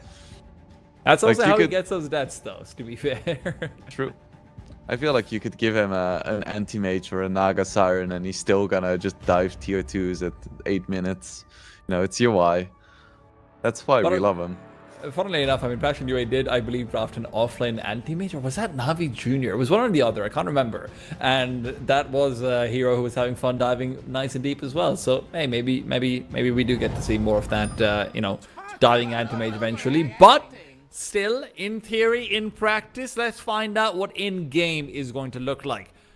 Passion UA have started off with a bit more oomph in their step with the smoke for movement, but feels like One Move just want to play it out chill. They're just chilling. Or they could alternatively also try to go for a kill, because that's when you smoke later. To make sure that the enemy smoke is already broken and then you catch them off guard. On the flip side, they have a Night Stalker and it's daytime because of the facet, so probably not, but you know, it's my job to make things seem exciting, right? Things are exciting. What do you See, mean? they're definitely gonna go for a kill somewhere in this game. It's happening! Oh no! Listen, eventually 8 kills will happen somewhere in the game, right? But it's gonna be a ramp up over here. I don't think too much more. I've never seen this Marcy set before, by the way, and I know that I say this is someone who might be betraying how little I know about Dota cosmetics, but this is just looks like a different person. Yeah, you know, it's Marcy. Yeah, there you go. The battle That Marcy, though, trying to look out for UI, does get out the dispose and the immediate bounty rune. So triple bounties as well. Thank you very much. Easy And game. should be able to TP away. Easy game. Doesn't even have to TP. Just gonna get the ward. And look for maybe the courier. Would be nice. I mean, you are going to be abandoning Triple S, but it's nighttime, so he can be alone for a little while. He's a big boy. Yeah, I said that Morphling was gonna have a fine time in this top lane. I would expect the same thing to be true for Night Stalker. He isn't gonna get a lot of kills, presumably, but he's also not gonna like be hindered in his CSing too much. I think the mid lane is where things get more interesting, though, between that Pango Puck matchup. Obviously, it's a bit of a classic. How do you think this one goes? I know last time your prediction was a little bit off about that one because Difference just felt like he had that melee hero advantage, but is that going to be relevant over here again? Niche has to be careful. That missed auto attack is going to be a little bit frustrating for Difference. That wouldn't have been a kill, realistically. His movement speed isn't enough to allow for that, but a bit more harassal is nice. Uh-huh. I also love how Niche just hit the tower once while the creeps were there. Just, you know, gotta deal that tower damage. Meanwhile, Batchuk. Woe is me, he dies. This is not a lane that we managed to talk too much about. The Fernand's lane between the Hoodwink and the Dawnbreaker had a lot of damage, and it doesn't feel like it's easy for the Alchemist to be able to get away for the Dawnbreaker either. Yeah, and Pugna is okay in lane, but he isn't strong. The decrypt also doesn't do anything to the Starbreaker, right? Like, it still comes through and deals the damage. I think that the Starbreaker is blocked. The Celestial Hammer is not. No, I mean, if the Dawnbreaker herself is decrypt, I mean, Oh, no. yeah. That doesn't matter. But if you Yeah. decrypt the Dawnbreaker, then you should and could be considered a griefer. Well, okay. I have been considered a griefer many times, I'll have you know. Niche is going to be able to at least get out a bit more spam, but Yawai on the top lane is the one who's now being really harassed and pressured out of lane. It should be fine. He can always just come through, tango up, but he doesn't have the stick for the easy big old HP boost that it obviously gives them offlane. He's chilling. He's ready on the strength morph for whenever the silence or stun comes out. Well, Flacco Flacco, might though. not be ready, though, and that's the problem over here. He should be going down. The Night Stalker being able to put that nighttime to good use, and now even Yawai has to be careful to not overcommit. It's not like he's ever going to be threatened in his HP, but you can always miss a couple of last hits when the double wave is coming over your way, and you have to go back and strength morph and all of that stuff, so it's just a bit annoying. Yeah, poor Ench keeps getting nerfed level 1. So the Wisps weren't enough to save her. She still keeps getting picked, though. But bottom lane, maybe it's not poor Ench, maybe it's poor. Whoa! His unstable concoction isn't going to be doing too much. The decrypt will save him. Sabatia can't commit any further. Alchemist, however, will be kept further away from the lane. This continues to be a very successful offlane from the Bastion side. Yeah. Well, still has a decent amount of CS. Wouldn't say he's having a good time. But Flacco, good down again. Also not having a good time.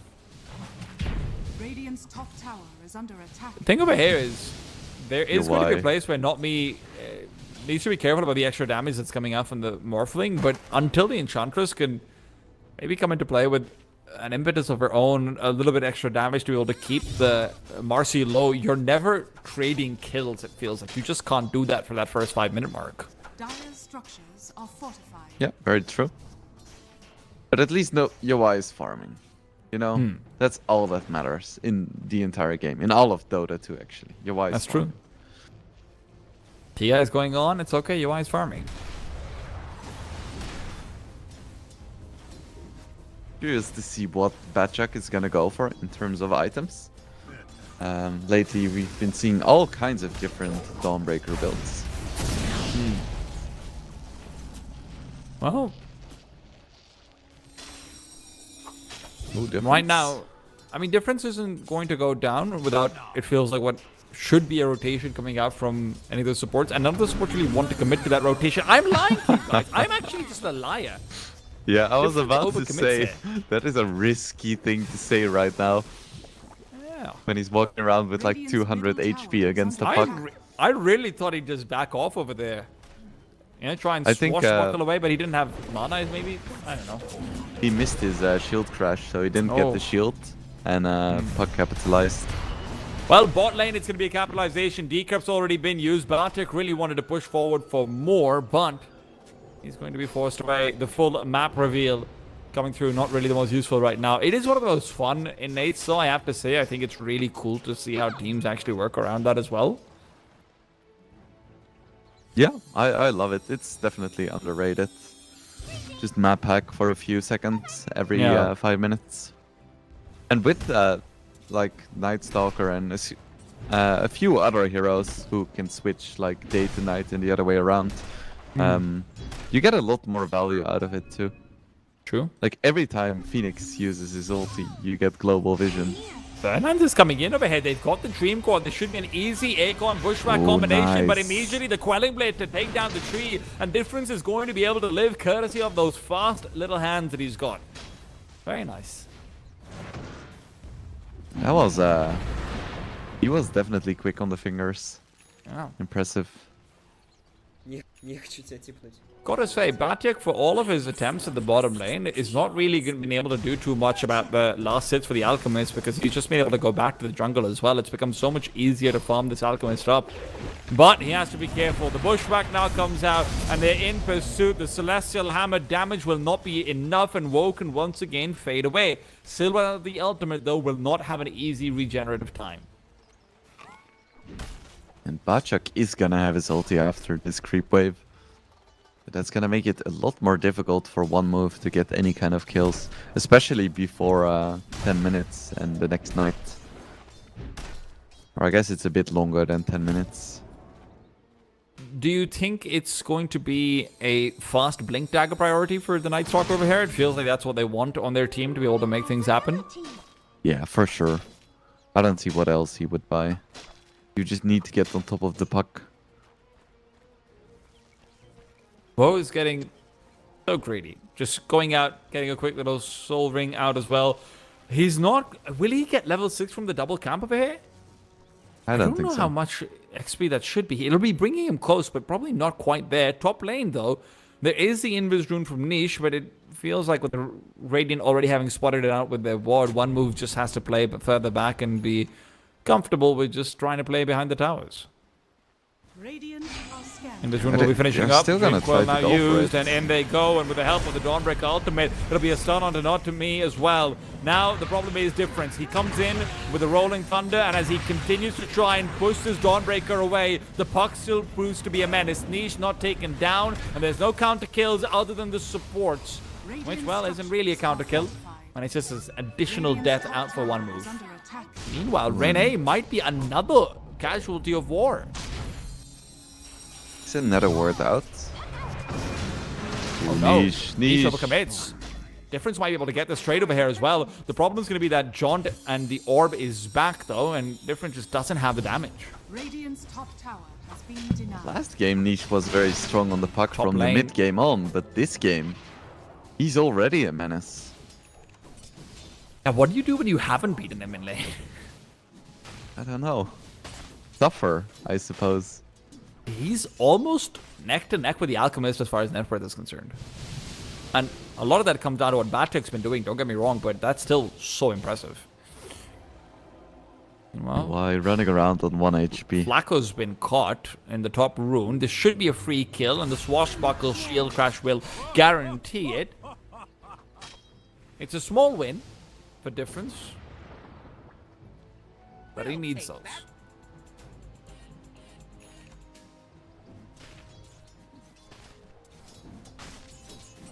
So just one more minute and then we're gonna have nighttime. Then I would expect to see some plays coming out from one move. Of course, they're not gonna have their blink yet on the Night Stalker, but I reckon they still want to make something happen because the game is slipping away slightly. Of course, this time the Alchemist is going in for the Radiance, as would not naturally be expected. So one move are comfortable with playing on a slightly different timing, maybe waiting for that 12-13 minute mark as well. But obviously, the longer they wait, the more ability Passion UA have to pressure this Alchemist up.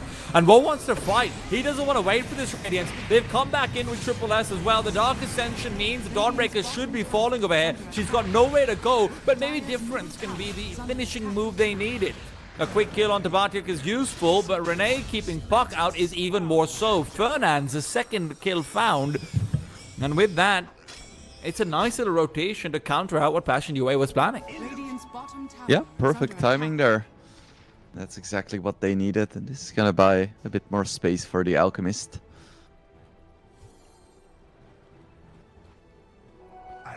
A Blink Dagger is on the menu for SSS. Oh my goodness, Niche has just gone back in. Difference can't catch a break. He's trying to run away, and he will be able to do so, but look at the amount of damage. Even the Acorns tagging back and forth with Renee. There's a decrep out for good measure. But Niche is comfortable with just getting more and more pressure out onto this mid-tier 1 in the meanwhile. Yeah, I think Passion UA is doing really well with their tier 1 pressure. They're using the lane. engine, the creeps really well. Oh, yeah, why? No, Oh. that's the wrong morph, sir. That's perfect. That's Let's- really nicely executed with the advantage of the Night Stalker's vision at night being used for the Mossy stun. That's nice. But this is only his first death before 12 minutes, so I don't think he's gonna die another time before 12. He's bucked the trend, man. What's going on? Niche is winning his lane. Jawai isn't dying twice. Yeah, so now they have to lose, right? No, they're gonna win TI. Oh, damn. You heard it here first. Barty's got the bot tier 1 as well. All in that meanwhile.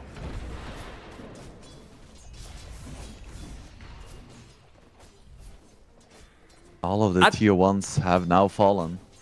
Of course, if you want to follow over to our friends over at Stake, you can do so by CCT.GG/stake. There you go. Easy. Up to a 200% welcome bonus for deposits up to $500. Easy peasy. Check out the banners below. Just a negligible gold lead right now for one move, and they go for a smoke. And right If now, they can Niche find has the been puck. caught out in the bot lane, but the puck is going to be turned around upon. Triple S, though, can't chase him fast enough. Batyek disengages as well, but he won't be able to get away. Niche needs to cut his losses and just get the hell out of here. That's exactly what he's doing. Batyek's got no choice but to die, but again, it's 5 men dedicated. Still, maybe more to be found. It feels like Batyek Fernandes is the magic combination that Triple S has been looking to farm out. And it's been working. Onich.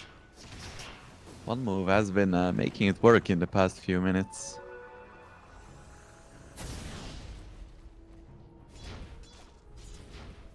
But you know, Yowai is farming too. Radiant are scanning. What does he go for over here after the Manta style, right? Can he fight after the Manta style? Is that an option available to him? Depending on the fight, perhaps. Because he does have the Dawnbreaker behind him. I think they may not want to go... Ooh. Niche just goes in over here. They do have the draw out, though. They push away the Night Stalker, and that means the difference will be the casualty. No! Swashbuckles away and no follow-up. And Niche is being so incredibly disrespectful of this Blink Dagger from the Night Stalker. One move just weren't ready for anything of the sort. This, okay, Butchik is going for Echo Saber. I was confused for a moment, because I was like, is he going for Blade Mail, but then changed his mind to go BKB? But no, there is an item called Echo Top Saber lane. in the game, Wingblade. Not top lane, rather. Middle of topside river. I don't know what you call that position. Point is, Pugna's dead. And so is not me. So Yowai picks up a nice double. Thank you very much. And coming soon.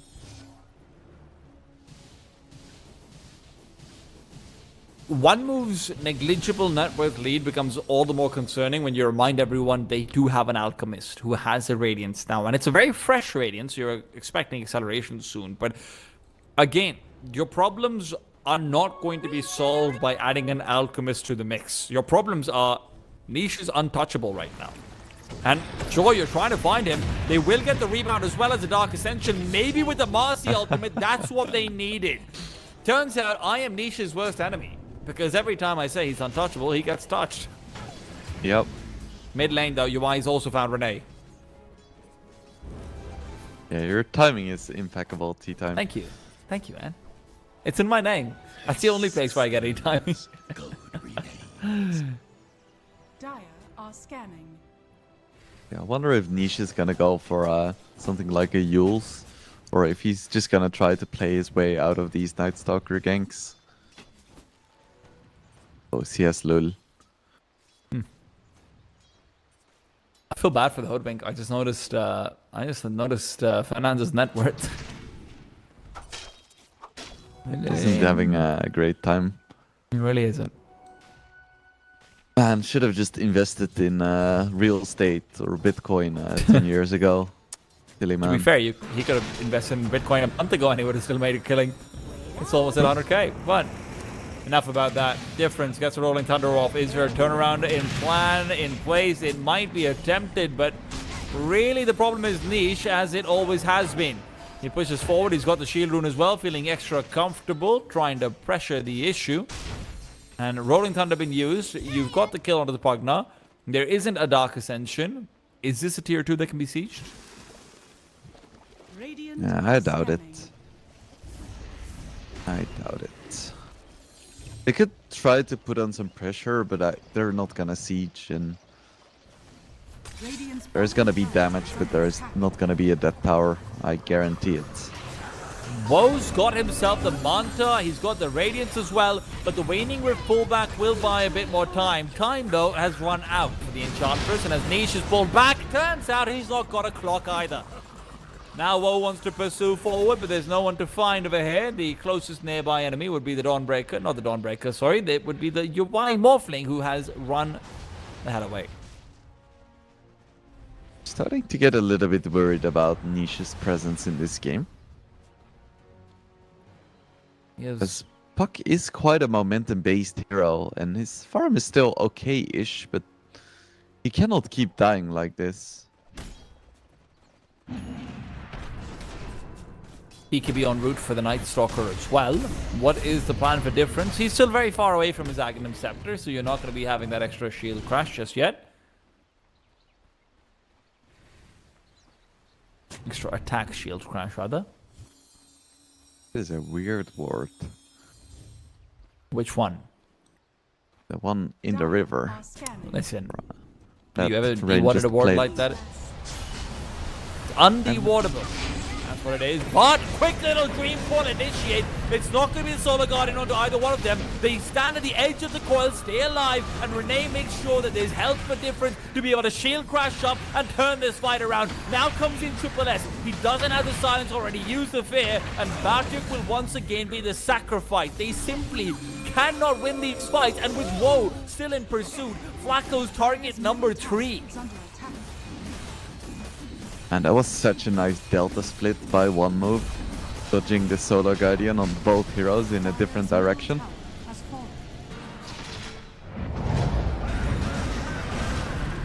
I mean, that's Like, ah, shit.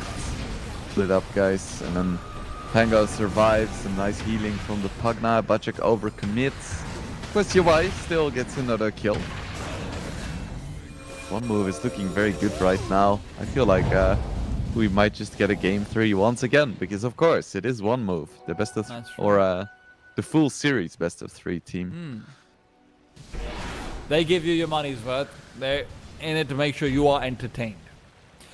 Right now, though, I don't think there's any entertainment for Fernandes. Fernandes, again, the blink out from Woe. He's now revealing all of those extra dual keys. And while I like the fact that Woe's gone for the blink dagger, he is prioritizing a little bit more of the fighting build. And now with the net worth lead really escalating, this is troublesome for Passion UA. Morphling is not going to be able to come to fights with just the Manta and the Vladimirs. Oh, whoa. He just used the unstable concoction to farm and then missed the stun. So just blew himself up.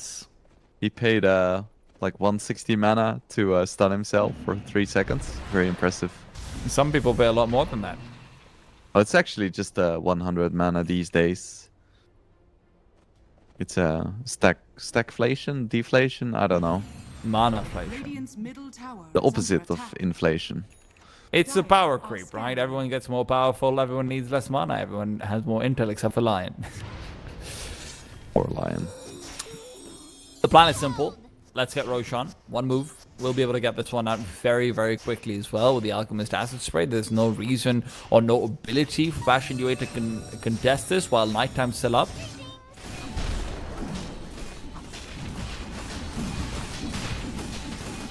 Down goes the big man. You're the big man, Wingblade. Thanks. But you've gone down, At least- so I'm sorry. I assume you're calling me strong and not fat. Hey, listen, you're strong and you are whatever body type you want to be. Cool. That's what I believe in. Bartik, though, is definitely strong, but it's not been strong enough. Bartik's got his Sanjin Yasha Echo Saber farmed up, now going out for that Starbreaker buff up with the Aghanim Shard.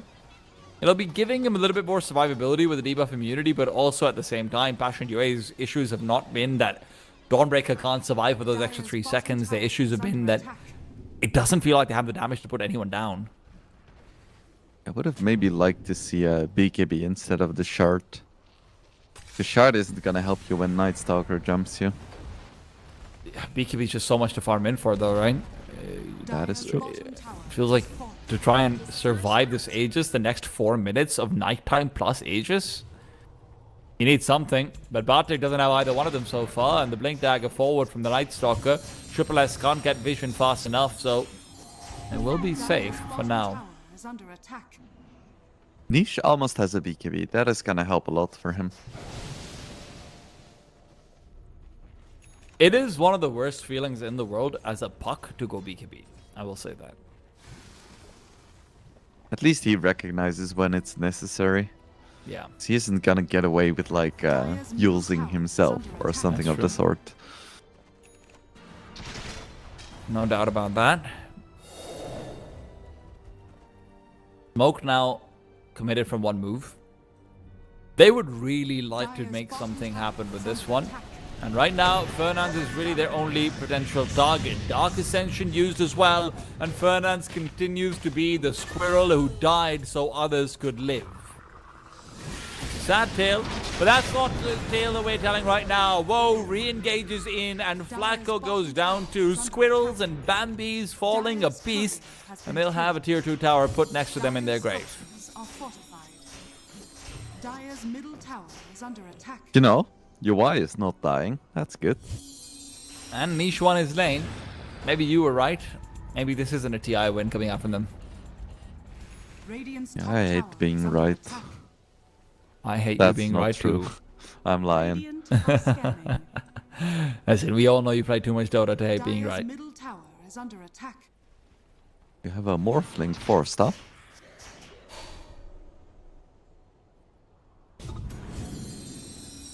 Force is nice, obviously, just to be able to make sure you can get that waveform out, but it's also just, it feels like it's only assisting you in using all of your mobility to escape. Which is fine, but how do you re-engage into the fight? I wonder if BKB would have been better, but you know, carry players, they detest BKB. Everyone does. Woe has to be careful of it. I mean, he wants to try and engage in with the Blink Dagger. He's got the Blood Thought as well, but that's where the immediate Stola Guardian comes back in. Woe's going to be counted upon. Remember, he does still have that Aegis, so it's hard to fight into him. The TP in onto the Shrine and the Rolling Thunder is nice, but the silence means that Woe stunned himself and Difference is slightly isolated. Rolling Thunder will be finishing off in about 3 seconds or so, and it's time for him to back off. So no one lost from either sides, and it's not too bad. Yeah, it doesn't feel like they really have the damage to deal with Alchemist right now, unless UI is there. In which case, I think they have a solid shot. Even with UI, it is asking for a lot, though. Yeah, especially with the Aegis.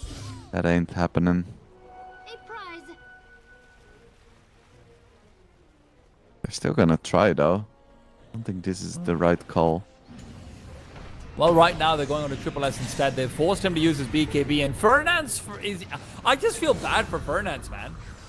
Every single time, he's the casualty. The blink forward double fair is nice, but the problem is really Woe, who's being brought back in closer by the waning rift only to deal more damage. The backlines is where the fight's still going on versus Flacco, who is a dead man. We know that already. UI forced himself uphill, but in the meanwhile, it's only UI and Niche left alive, and they've got nothing to do now. This tier 2 should be forfeit on bot, maybe even top as well. I really don't know why they went for this.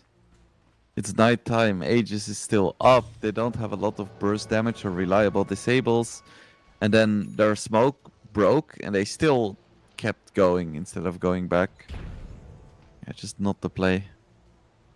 This feels like desperation for Passion right now. Niche, Dream Coil used. Marcy should be has a going BKB. down. I mean, Didn't the use stun it. means that your Y can finish him off. And honestly, it was on cooldown anyway, so it doesn't really matter. Yeah. Good call then by Passion UA. If they can find one more pickoff, maybe onto like a Night Stalker or onto the Bangalore, both of these slightly harder to kill heroes because, you know, Night Stalker obviously has the BKB and Rolling Thunder on difference. Maybe we can see Passion UA have that little change up, but in the meanwhile, it should be a dead Batiak. He's taken down. Bloodthorn now comes into play as well for the Alchemist. He's got the Basher on top of it. It's impossible to do anything to him. Yep. And this is also why the shard on Dawnbreaker is not good this game. Because there are multiple sources of silence, in which case you pay 1400 gold for literally nothing.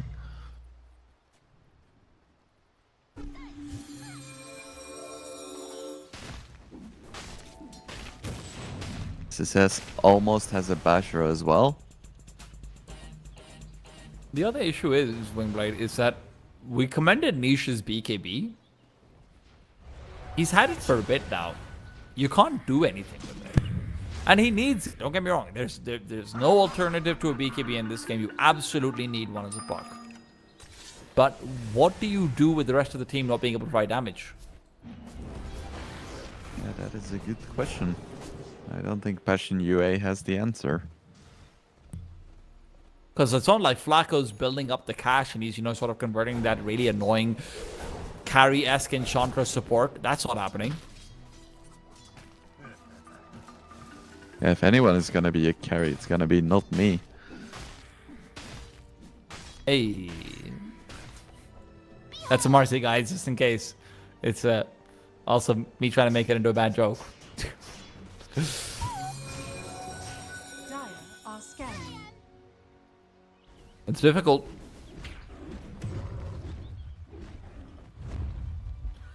Difference actually bought the Aghanims, interestingly enough. I thought he might have it given over to him. I know he was queuing it up earlier on as well, but I was kind of hoping that Woe would decide, hey, you know what, I'm 6 slotted. I'll help you out. The only decision Woe has made is that I've got an Abyssal Blade, I've got myself a Blink Dagger, I want to fight.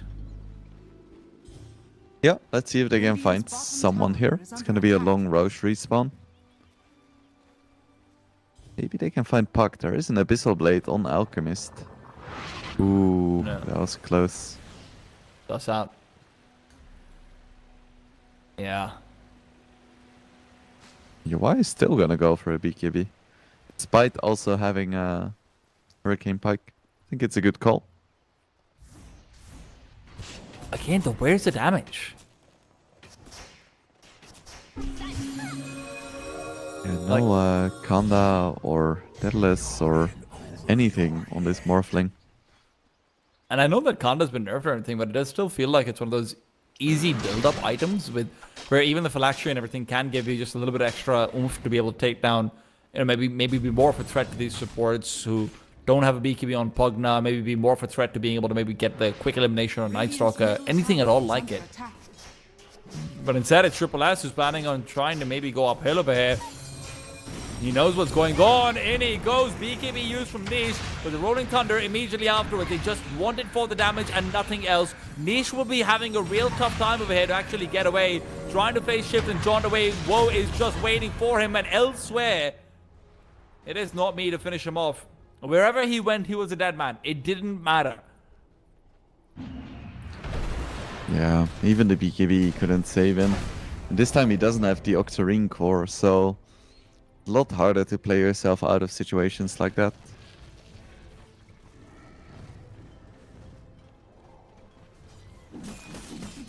You're also seeing the effect of that where because Puck isn't able to farm the rest of the map, push these lanes out, etc., he's doing all right in the net worth, but he's not providing UI that same sort of space. UI is always having to fight, rather farm in slightly more awkward positions. He does have his BKB now as well. Now he's going out for the condo. Sustains, gold remains. Hopefully that will be enough for him to actually kill some heroes. You might need a BKB TP out over here. Triple S, in he goes. I mean, this is going to be a dead Morphling. He's not ready for the Is Abyssal. under attack. BKB not used at all, but it wouldn't have mattered regardless. There are so many bashers. Oh, I didn't even realize Nightstalk had one too. Sorry, yeah. Radiant are scanning. At least there is a BKB on Batchak. It might be too late. Dire's middle tower is under attack. Yeah, does feel that way. And knocking on the tier 3s Dire's with one structures move. are fortified. The glyph has been used. But all in the meanwhile, Niche is trying to push out the top lane. Dire's Mid tier middle 3 tower has fallen. Rax is soon to follow. Waffling, no buyback for 30 seconds. They don't commit to the melee Rax though. Very conservative play, but Roche is up.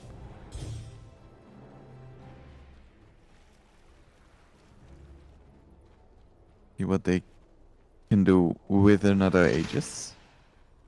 Marcy has a basher now as well. We need more. So Pango is definitely gonna get one as well. It's just the Pagna who may skip out on it. Just maybe.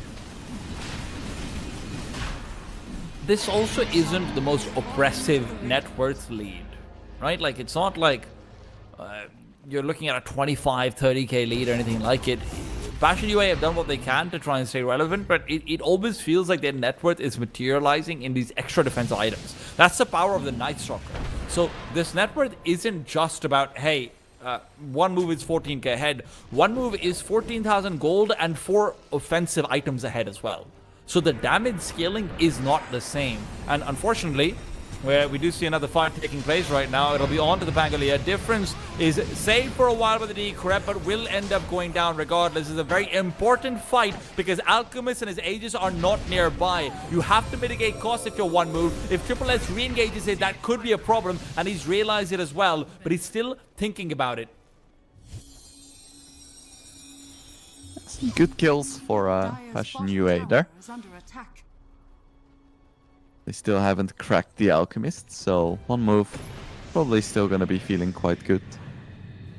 Well, listen, at the Dire's same bottom time, tower Bartik's been is caught falling. out on the top side of the map and he won't be able to live here. Maybe Yawai can get a response skill, but the BKB up on the Marcy makes it even more difficult. They're turning onto Yawai. Look at how worried he is. He just can't find anything. Turns into the Night Stalker, still in hot pursuit, but that pursuit will be finished off right now as Triple S re-engages to the back line. It feels like whenever anything's going wrong, Fernand just goes down. For Fernance, but they get the gem and the kill streak. Dire's I bottom think tower is Fashion under UI made a good trade there. Even losing both Hoodwink and Dawnbringer for Night Stalker was pretty good there. And It's also Alchemist an is extra just 50 seconds to try and burn down on the Aegis. yeah. I think he's just in the wrong place right are now. scanning. There's nothing to do bottom except for farm, and farm is not what he's lacking. I like what Niche is doing, but he has to be careful. He's playing a dangerous game right now. Alchemist could just blink Abyssal onto him, but no! Niche gets away! Waning Rift as well, but the BKB means that he should be able to save his life. Nicely done. He's buying so much space for him. This feels a little bit more like what we saw from him in game number 1. He has his Octarine now, so it's gonna be easier for him to make these wacky plays. Just needs to be careful about getting Blink Abyssal, that's all. Well, right now, that's exactly what Woe was looking for. Will not be able to find it. UI is almost 6 slotted as well.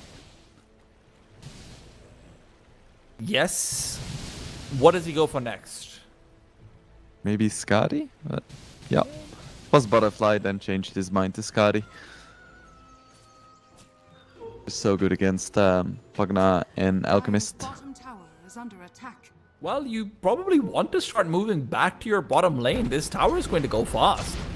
The Y comes in, shows himself off with the adaptive strike, but Woe can just heal it right back up with the chemical rage. And sure, the Adaptive Strike keeps on trying to turn him away, but the rest of the team just isn't nearby enough. They can't do anything to this Alchemist now. They engage, in they go. This Aegis should be taken down, but before it does, Woe will be kept alive for so long. The Pugna Life Drain keeps his carry going. They can just reinitiate if they want to. Yeah, with the ulti and the Rage Potion, he's at 200 HP regen. That's fairly significant. It comes out, Triple S has the Ascension, re-engaging in, it's the immediate kill onto the puck who was found out, and without Niche, it feels like defenses will be lacking at best. It's Batiak who's up next for the menu, and while there's more and more stuns onto So Uri, many he's got bashers. nothing to do but die. There's no buybacks, there's no more tier 3s to defend, this is just... Yeah, that's it. One move too strong. We're going the distance, tea time. Are we surprised? I don't think so. Not at all. Radiant It's You see really one move. nicely played from them here. Yeah, for sure. They adapted their draft, and like when we saw UI not dying twice before 12 minutes, and when Niche had a good lane, I was like, oh, this is so different than the Passion UA we're used to. A Passion UA, come on guys, you know what your formula is. Niche loses lane, UI dies twice, and then you've got it done. But that being said, I have to say, all jokes aside, that Nightstalker pick really felt like it was just such a big difference maker. Niche couldn't do anything with his advantage. UI felt like he had to go for so many of those defensive items as well. And Alchemist, once he starts to get the ball rolling, it was just untouchable. Yeah, for sure. And I feel like the Hoodwink and Eng support duo did so little. Like, Eng just was kind of a range creep, and Hoodwink didn't manage to like set up a single kill in this game. It was tough times for them. It didn't help that they died every single time. But more discussion on this game and what's coming up next after a short break, guys. We'll be back very soon. Stay tuned. Don't go anywhere.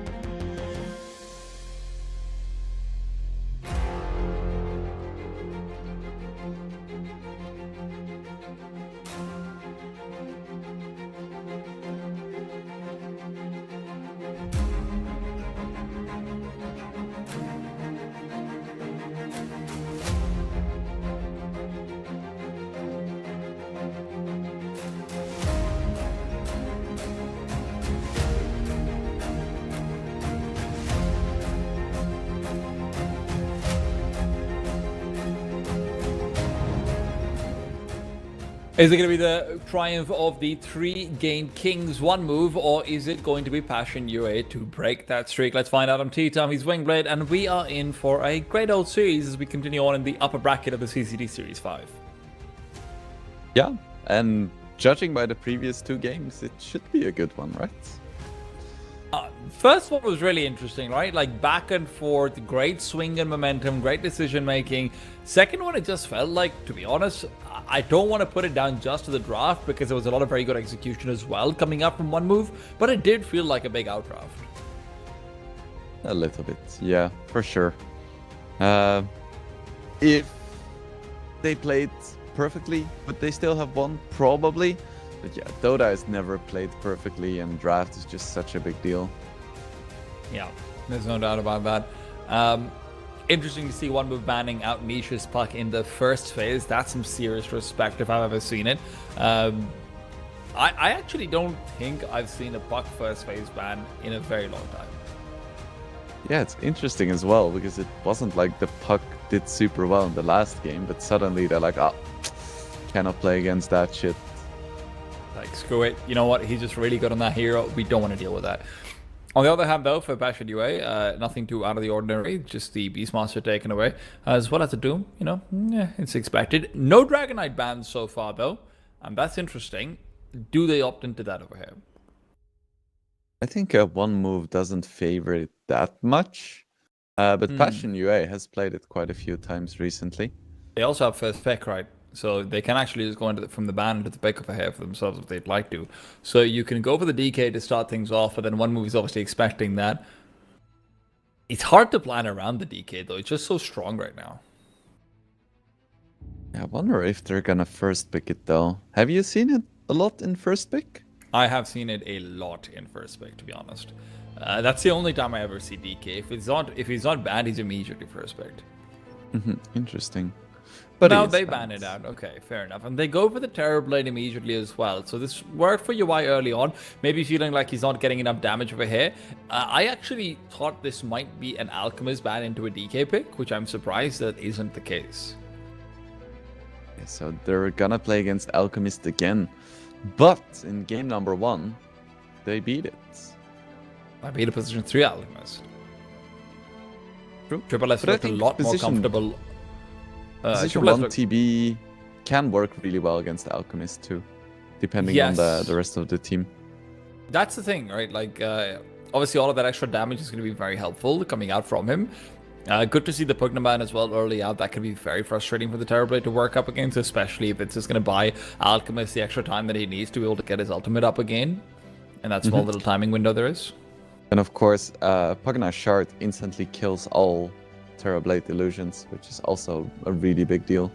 Yeah. For those unaware of how it works, Life Drain instantly kills illusions. And because Pugna Shard allows you to Life Drain the ward, which then refracts into all nearby heroes and illusions, it just kills all of them instantly. So it's a pretty hard counter to illusion heroes like PL, TB, and of course Naga. I am a little bit surprised that we haven't seen much Naga in the series, to be honest. Like, it's been a hero that's sort of been in that. It's very strange to me because I've seen this in this CCT series in particular, that Naga has varied from being just a guaranteed first pick and first ban for some teams to just being completely neglected in the draft phase for others. Yeah, it's very team specific. One move has played a little bit of Naga, but Passion UA just doesn't favor it at all. Ogre's interesting. It has to be position 4 Ogre over here, right? Like you can't play Alk Ogre together. True, but it could still be position 3 Alk again, and then they just pick Shadow Fiend or something. They could, they very well might. They could, but also at the same time, you're looking over towards what happens when the Alchemist isn't able to continue that farm going, especially when he prioritizes the pipe, which, to be honest, in game 1, that pipe just did nothing. Like, it was a very useless 3,500 gold spent over there, so maybe that's just a something we see shifting over regardless. We'll have to see. I wonder what Passion UA is gonna go for next. if they are gonna pick one of those elk heart counter heroes like the Ancient Apparition, for instance, or if they're just gonna try to outplay it. It wouldn't be terrible for one move over here either. The one thing is you have this TB, Ah, and TB plus Ancient Apparition isn't that great of a lane. yeah.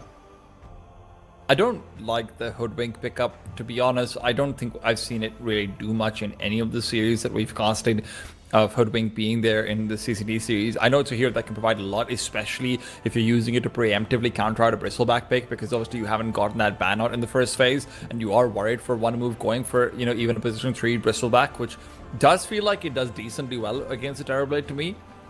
But that just feels really specific to put Fernandes onto a hero that he didn't look the most comfortable on.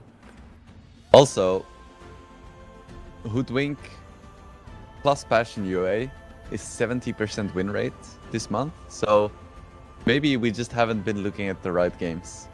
Very possible. I like this. I really do enjoy this one, though, coming forward. The Batrider being pulled out over here, it just gives you so much. We saw Eki yesterday on Avulus just having such a good time on the position for Batrider. If that's what this is going to be, then I would really enjoy like a Fernandes Batrider performance over here. We also have to let everyone know, by the way, guys, I'm sorry for not updating you guys earlier on. Batchik will not be playing right now. He had some issues going on, so they had to use an emergency stand-in of Norma. I won't lie to you, Wingblade, I'm not too familiar with Norma and which team he's playing in from. Maybe you can fill the viewers in more on that, but this is not going to be Passion UA's full lineup, is the important point. I'm just gonna pick my brain, and with my brain I mean Google it. Because I'm also not super familiar with Norma. Apparently he played in 2023 for a little while in some random tournaments, so yeah, I don't really know what to expect from him. All right. Well, we'll find out, right? Maybe this can be a proving ground for him. Yeah. Granny on the other side with the Sand King. This is a very high disable lineup that one move have brought out so far. All four of these guys have a reliable-ish stun. The Cookie is the only one that is maybe a bit more questionable, but look at how much lockdown they have on the one move side. Yeah, I like what I'm seeing here. I think just having the Snapfire on top of all of these stuns is such a surefire way to get kills as well. You're never going to be lacking for damage. That's true. Okay, so it is not going to be the position 1 UI Terrorblade. This is going to be the position 3 Terrorblade that you said that we might be having to take into consideration. Unless it's the old school back from 2020 position 4 Morphling. Sure, yeah. It's really not. What do you think about this, right? Like the Pulse 3 Terrorblade now comes out up against what is likely going to be a reasonably fast farming Sand King that should be getting activations early on as well. Do you think it pairs well into that at all? Yeah, I think it's probably a good call. Because TB against all of these heroes doesn't seem great. The illusions are just gonna get cleared. There is so much burst magic damage, which of course can be strong against Morphling as well.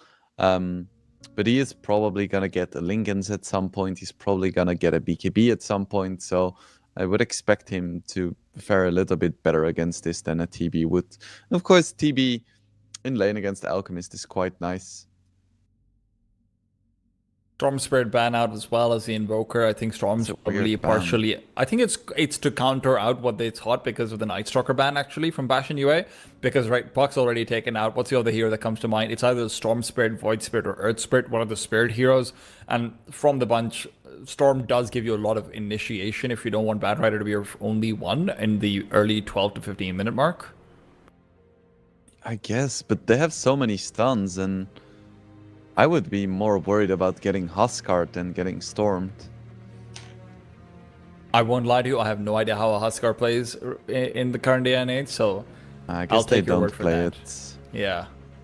They've played one Huskar game in the past month and they lost, so I guess it's unlikely. But this is a really good Huskar game. Like, it's all like strength heroes, all magic damage. It is one You of the have spirits. Yeah, Ember. That's just like the basic mid hero. Hey guys, we need a mid. What are you gonna pick? Well, Ember. No point in analyzing this further. He's a mid hero. What can I say? I wouldn't hate a... I mean, I don't know how well the Void Spirit matchup goes. Oh, it's a Sand King mid. That should be really devastating towards the Ember Spirit over here as well now because of that. Yeah, I was expecting a Sand King mid. Okay. Sand King offlane isn't that common anymore. Because he does really well in the mid lane because the distance is so short and people are kind of forced to be close to the creeps. We saw some really good Sand King offline performances actually earlier on yesterday in the playoffs, which is why I was maybe expecting it to go there as well. But I mean, you're right, Sand King mid can also be doing very well, especially against a melee hero. Yeah, that's actually quite uncommon. It's a shame that I missed those games. I won't lie to you, Wow. I was ready to say it's a Sand King mid, etc., etc., and then it's like often like maybe I'm just wrong about this one. This is how it's gonna go. Dawnbreaker though, the last pick coming out. What are we thinking of these drafts overall? I need you to tell me who's winning out in the drafting phase because I have no idea. So for the viewers out here, whenever we ask these questions in like the transition periods between the draft and the game itself, we don't actually see the draft on the clean feed. So if you're not in the lobby, you actually have to remember the draft, which is why analysts always spend so much time just making up shit in these segments. But luckily I did join the lobby, so I can still see the drafts, but it's just a little bit of insight. You decided I to really make up like shit this, anyway. Okay, fair enough. I really like the Passion UA draft. Right. I feel like... No, actually, I got them switched around. I like the one move draft because they have a lot of stuns, and stuns are good. I agree. I mean, one moves just have so much disable, and it feels like you do still need some ramp-up time. I know that the Position 3 Terrorblade is going to be doing maybe a little bit better than what a Position 1 would have done so in this situation, but it still feels like Passion UA wasn't planning for a Morphling pick, right? They had to pivot into one. They were still planning for the OIA Terrorblade is what it felt like to me, because over here, what is your Position 3 Terrorblade looking to accomplish? What are you disrupting? You don't really have any larger disables like what the Night Stalker would be able to provide to you, other than maybe an Aghanim's Batrider if you ever get that one out, right? There's no multi-target interruptions of the sort, and you look over towards the one move side by comparison, it does feel like a heavy outdraft to me. I am inclined to agree, but we shouldn't underestimate the power of a Batrider. I feel like Bat can do so much in this game, just create so much chaos, and if it gets to a point where Alchemist maybe doesn't get off the ground properly, then one move really doesn't have much of a backup. Because Sand King isn't gonna solo carry a game, nor is Dawnbreaker. So a lot of their eggs are in the Alchemist basket. So if that basket turns out to be a little bit faulty or leaky, then I could definitely see Passion UA still taking this game. Well, hopefully they build that's a good smoke. baskets. That's a And smoke. And We're gonna see action. I've learned my lesson. Late smokes means you have intention. 30 seconds Yep, and to both battle. teams. Very excited right now. Come on, get some. You're gonna run into Alchemist, that's what you want. But it's just 3 heroes. Aww. Fucking Morphling players AFKing. Yeah. It's also just not the easiest initiation, to be fair, right? Like, who are you going in with unless you find someone right next to you behind a tree? The battle Renee and Woe, though, they don't have those problems. A Reflection to try and help out in the fight on the top lane, but it is not really going to lead to the most. Woe pushed away, just a bit of extra damage being dealt out towards him, and it's all good. Also, do we have time for a little rant? Of course. We do, right? So Yeah. one of my biggest bloody pet peeves in professional Dota is Morphling players who like walk up to the rune with 200 HP. Like Morph is like attribute shift is almost free at level 1. You can just be a 1200 HP hero contesting the bounty rune, but they're like, no, I gotta make sure that I have 68 base damage so I can attack twice before I feed first blood. It's like so stupid. I don't get it. I really don't get it. Just morph up to high strength and then go to high agility when you're actually in the lane and need it. My goodness. Okay, thank you. No worries. Listen, remember, guys, Wingblade is 11,000 MMR, so whatever he says is probably right. Yeah, we'll just say that that's true, but that's definitely a lie. Really? Damn. I was really relying on that. I'm actually 12k. There you go. It was actually Wingblade who was asked to be the stand-in for Bartek in this game, and he had to decline because he said, "I've already committed to being a caster." Yeah, it's like And it that's would make an it too unfair easy. advantage, you know? Yeah. I don't want to win the exactly. tournament for you guys. It has to be on your own Exactly. merit. Of course. Otherwise, you know, you never know who could have issues with that. Like, oh, we wanted Wingblade as a stand-in. Damn it. It's actually funny because once upon a time, and we've got time, guys. We can go on a bit of a storytelling situation.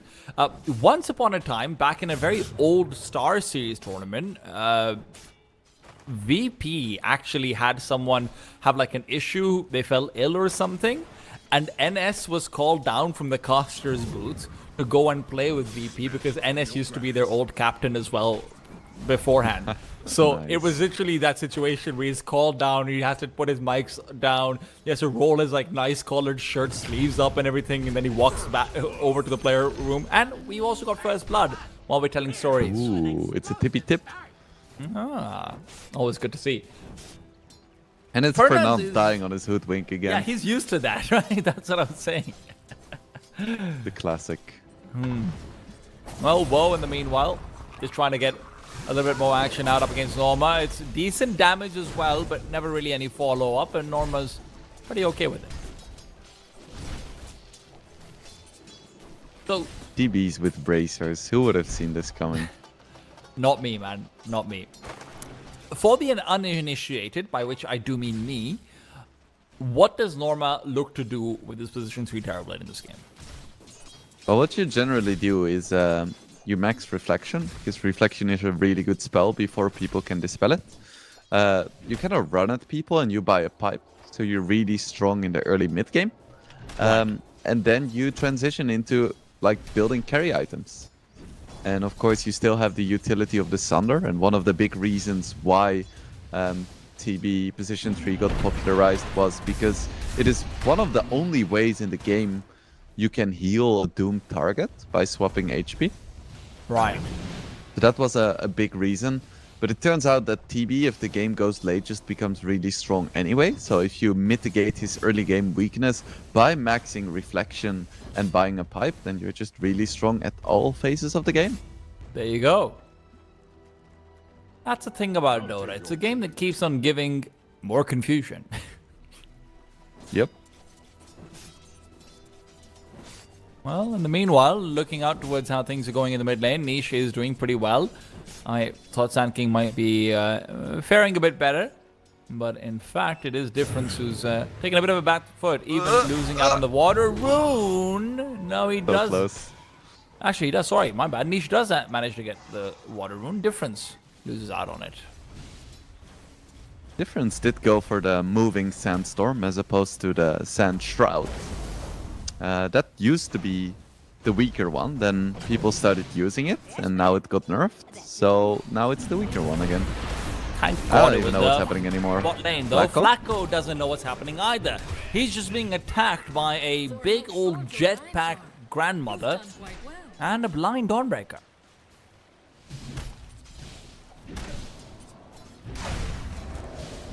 UI has to be careful over here, not because he's at risk of dying, but because he's at risk of losing a lot of farm. In a situation like this. Man, I really look forward to some UI goofiness this game. Seeing him make some amazing plays and then die because he presses the wrong button. Those are the best kind of players to watch. You know, Nice I being- miss Envy. You're a boomer as well, so you remember. Dude, I was actually about to give even more of a boomer reference. I miss Havos. Oh, yes. I mean, that was kind of the same era, right? No, Havos peak was like 2012, 2013. Envy was more around the 2015, late 2015, early 2016 mark with the KP and then Cloud9. God, Yeah, good Havos, days, man. my favorite 4 out of 10 carry. Good days, good days. But enough about the old days. We're in the new. We've got extra heroes. We've got talents. We've got facets. We've got position 3 Terrorblades. And 4 spirit heroes in the game now. Epicenter used. Flacco is a target. Flacco will not have Firefly skill just quite yet. Niche needs to be careful though. He does get cookied up and just being brought down a little bit low. He's going to be relatively safe, but again, it's just all of that extra damage, and difference is just hunting for a way to punish on it. Won't matter Man, though. I wish I was TP back. cookied up. That sounds delicious. It does. Yeah, can Wingblade come to the phone? Nah, he's cookied up right now. He's blanky mode. Well, one day. Fernandes would have loved to be cookied up in the previous game. Unfortunately, he just kept getting killed. You guys, in the Very meanwhile, sad. if you want to join in on the fun, don't forget you can go over to ccd.gg/stake with our boys and sign up using code CCD2024 for up to a 200% welcome bonus on up to $500 deposit. Niche trying to contest for the Wisdom Rune, but because they don't have anything to cut him off, he will be able to get away. Flacco finds Renee in the meanwhile. Nice to see him get something else Radiant's after middle all those tower deaths. is under attack. Every time I look at the kill feed, I'm like, did Fernandes die again? Oh no, it's someone else. Nice. Well, unfortunately or fortunately, I don't know which side of the fence we're on. We probably shouldn't see UI on the kill feed for a while. Ooh, be careful with what you're saying. I've been really bad about it so far, right? Every time I said Niche should not die, he died. Don't worry, Niche, It'll I'm not be talking about you this fine. time.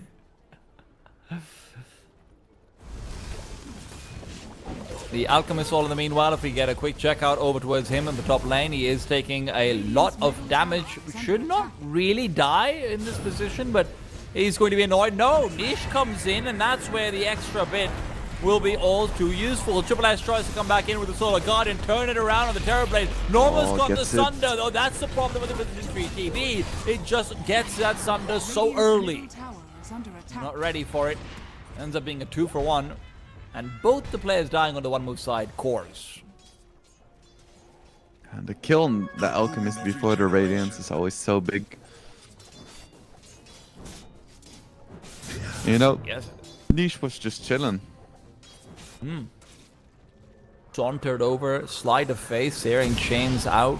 Yeah. Dire's middle Top tower lane is though. under attack. Niche comes over one more time. It's not a saunter, it's a TP. But whoa, trying to fight back might be a mistake. Reflection slowing him down. Difference is death is guaranteed, and he's realized it a bit too late. Niche pushes through. He's dodging the concoction. I'm going to follow it along to see if it's going to deal enough damage, but I seriously doubt it. It's just level 2. And no, he's even dodged it in mid. Nicely done, Niche. Looking pretty good for Passion UA so far. All of their lanes are doing well. Dawnbreaker is having a good time in the bottom lane as well, but that shouldn't matter too much. Yeah, that one extra death won't hold her back, but it's also not going to help her out when she's going for that armlet where you really want to get it as fast as you can for the big buff. It's also another 30 seconds where they're trying to pressure on because they know there won't be a Solar Guardian. So this top lane Alchemist is really going to be in trouble. The Bushwhack comes out, but he can still get the Unstable Concussion off because the illusion's nearby. Niche now re-engages. There isn't the ultimate available for another 3 seconds, so he didn't have the extra sustain. And again, the mistake of the Solar Guardian. He's just coming back to fight them so much more. Passion UA continue to punish. Yeah, one move really isn't ready to fight, but they keep trying. They should just chill for a moment, let their Alchemist farm, make sure that Sand King doesn't die to every single stun, and then they can maybe try to go for some moves. Also, like, where is your damage without Snapfire Kisses? Dire's top tower I don't know, has man. fallen. I don't know. Radiant's bottom tower is under attack. All those extra kills on the Alchemist are racking up. Hopefully, And in the now meanwhile. UI is out farming him. Yes. He is going to be accelerating more and more, so it's also very hard to kill him with the safety bubble. It's just such a useful item on the Morphling, especially, it feels like.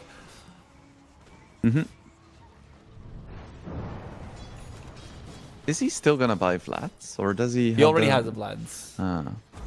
Because I was gonna say you don't really need it as much You have the safety bubble, but you know, he just likes the Vlads.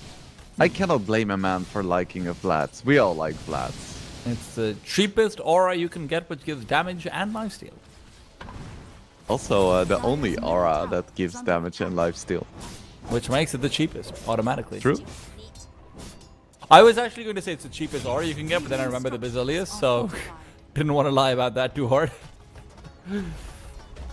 Niche going forward, will not have the Sleight of Fist now, pulls it out with the Bolas. It's searing chains onto the Sand King, just more and more damage. All of the meanwhile, Norma is farming, having a good time. Yeah, Norma's just chilling.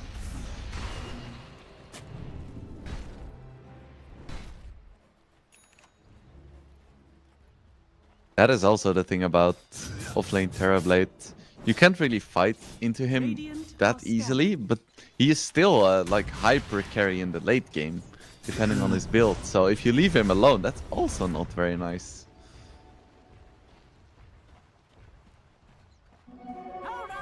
What can you do? Level 6 is almost up for the one move supports. It's gonna be very nice. I mean, for Ogre it doesn't really matter because he already has his ulti because of the learning curve.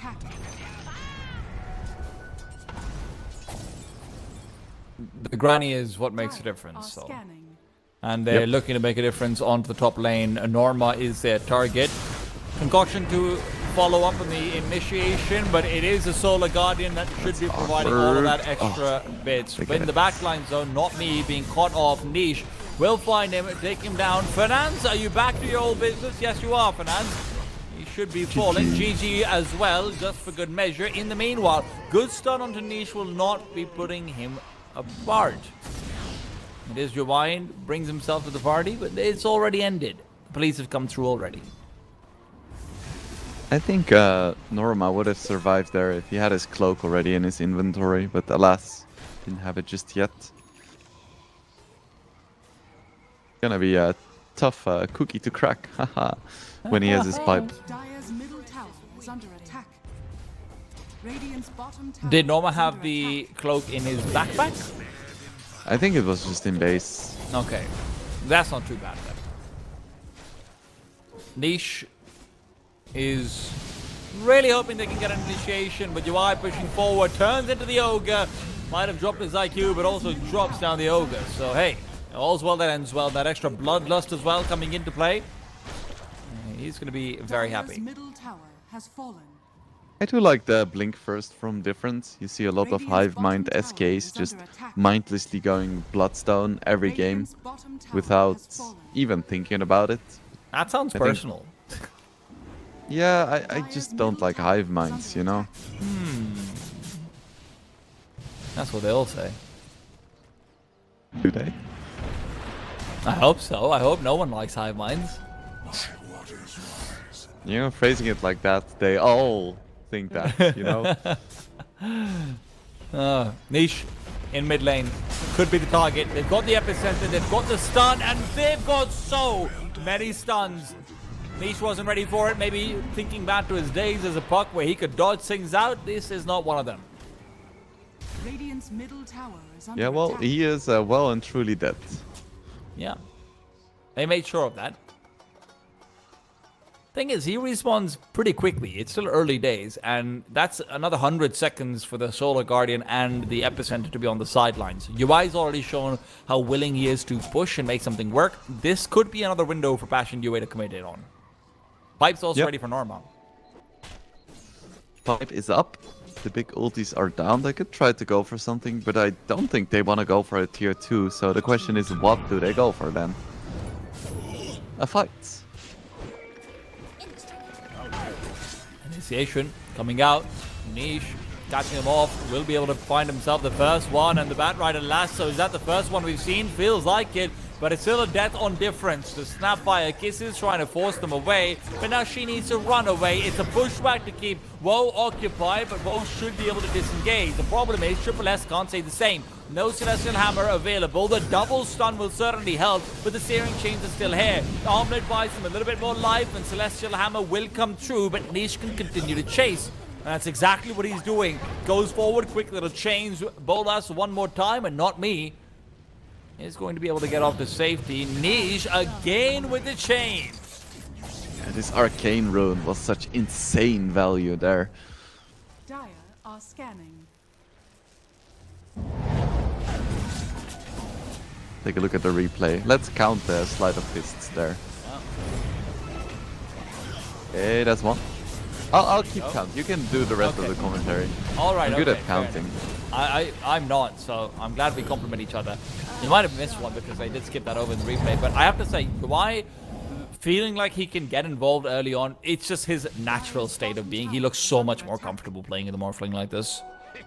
I lost count, by the way. Okay, damn. I also stopped commentating, so I guess we're both bad at what we said we're good at. Feels bad, man.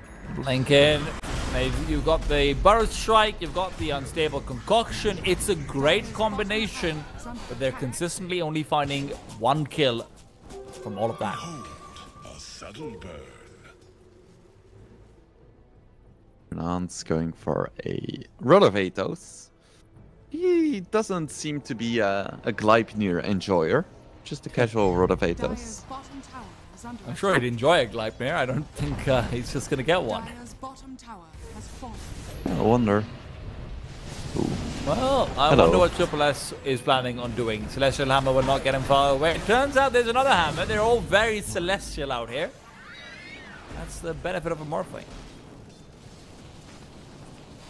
Yoa is having a pretty good time. Dire's bottom tower is under attack.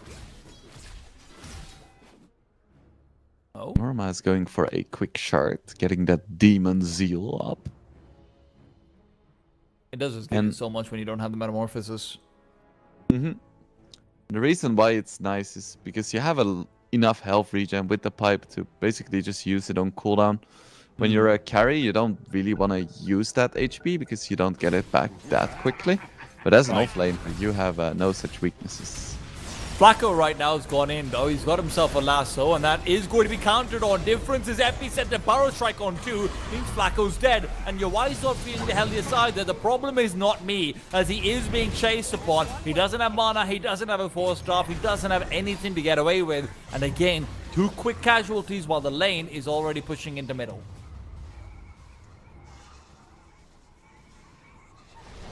Yeah, you know, it's still a small gold lead, but that is the Alchemist effect.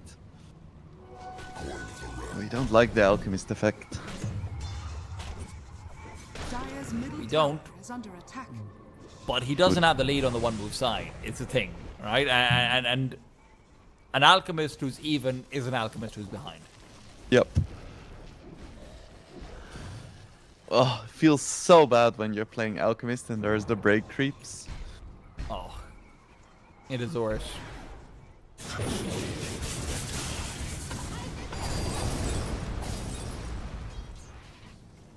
UI also is now building in towards that butterfly, so the alchemist feels even less threatening. The fact that UI feels comfortable buying into a butterfly when there's this many stuns ahead of him, it just shows you how confident Passion UA are feeling. Yeah. Normally, like back in the day, I say this like it's really long ago, but like a few months ago, Morphlings would just buy like second item Kanda. But it seems like with the nerfs, it's fallen out of favor a little bit. I mean, Kanda's been nerfed so hard. Feels bad. The item that does everything no longer does everything. Oh no. You get magic damage, you get crits, and an easy build-up. Oh. The same with Gleipnir, which is now actually a situational item. That's pretty cool. What did they change to the Gleipnir? Because I don't they- remember that. They fucked everything. It's just weaker and more expensive. Radiant's middle All tower right, well is there under you go. attack. That's all you need. Make it weak and expensive. Difference right now almost is has very his close Bloodstone. to that Bloodstone, so maybe it is Hive Mind. No, he didn't go first item, that's fine. Okay. All right. I'm glad that we've come to a conclusion on what is the acceptable Bloodstoning. He thought about it for a moment because he had his Yule's queued as well, so I don't mind anymore. It's a well thought out decision. Yes. Yes, it is.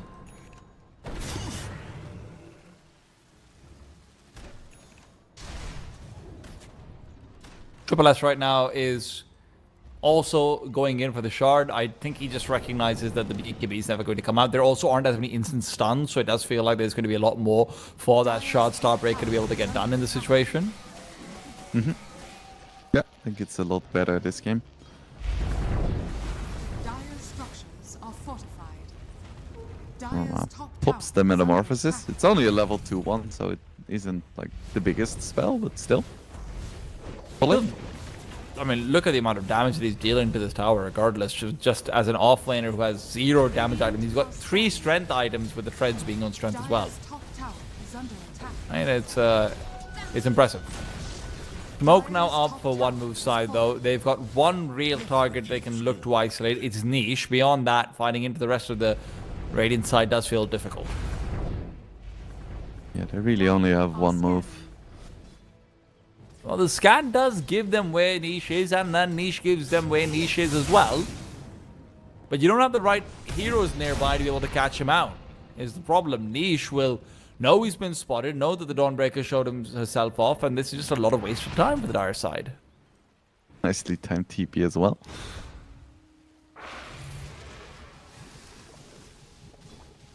The demons have been sealed. Indeed. Or have the Zeals been demoned? Isn't that the eternal question? Yes. Yes, it is. Joe Y has his butterfly in 400 gold. It's gonna be quite nice. I still don't think it's the best item. Because it's like... Dire's Would you rather have a Yeah. Kanda? is under attack. I think he Dire's could have just gone structures are for something like a Daedalus and be fine. Okay, bot lane though, they've gone for Difference, who has been caught out. And that's your main initiation. So in mid, now you're suddenly hoping for a cookie situation. You're looking for some sort of Ogre Magi stun. Ogre's not even nearby enough to be able to go for anything like it. Instead, Triple S goes in. You've got the silence as well. This Morphling can just manta and go away, though. Flacco is the target they turn on to instead. He won't have the lasso here, and there wasn't a Sunday used either. I thought maybe you'd see a quick little save to try and turn things around with a lasso, but that would also be a little bit silly for a support Bad Rider. There is already an Orchid up now, so... It's gonna be a Bloodthorn soon, and then the Butterfly is gonna be kinda eh. I mean, he does have a manta. That's true. But I feel like the Orchid is gonna be saved. Well, bot lane, you can save an Orchid, maybe, but you can't save an Abyss Spirit when you've got this many people going in on him. Niche has had a couple of these deaths like it. He doesn't feel the worst in the beginning, because obviously Solar Guardian's cooldown seems like it's so much more significant in the early parts of the game, but now when you're going into that 105 seconds, it doesn't matter that much. If Difference dies though, it's all the same, and look at that damage. Man, his Bloodstone almost saved him there. Radiant are scanning. I'm kidding.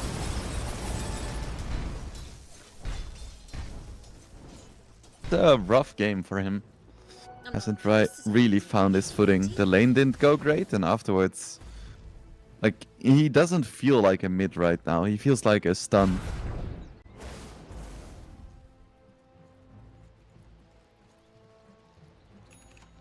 And What now... does one move need to do over here? Because it still feels like they're just constantly on the back foot. They're finding some good pickoffs, don't get me wrong, but what's that next objective to look towards? I think they need another big pickoff, and they need to somehow get the map back, because they find pickoffs, but if you look at the lanes, they have so little of the map to actually move on. So you want to get a pickoff, you want to get some map control back, and then you want to start thinking about maybe taking the Roche or taking the remaining tier 1s, but first step is just getting vision out on the map. I think it just speaks so well to what Norm has been able to achieve in this top lane, that even with the Dawnbreaker, which is generally a hero that's good at pushing in lanes, even with the Dawnbreaker on the one move side, they can't actually keep the lanes pushed in. Obviously, it doesn't help that you haven't killed any tier 1 tower except for the bottom one, let's not forget.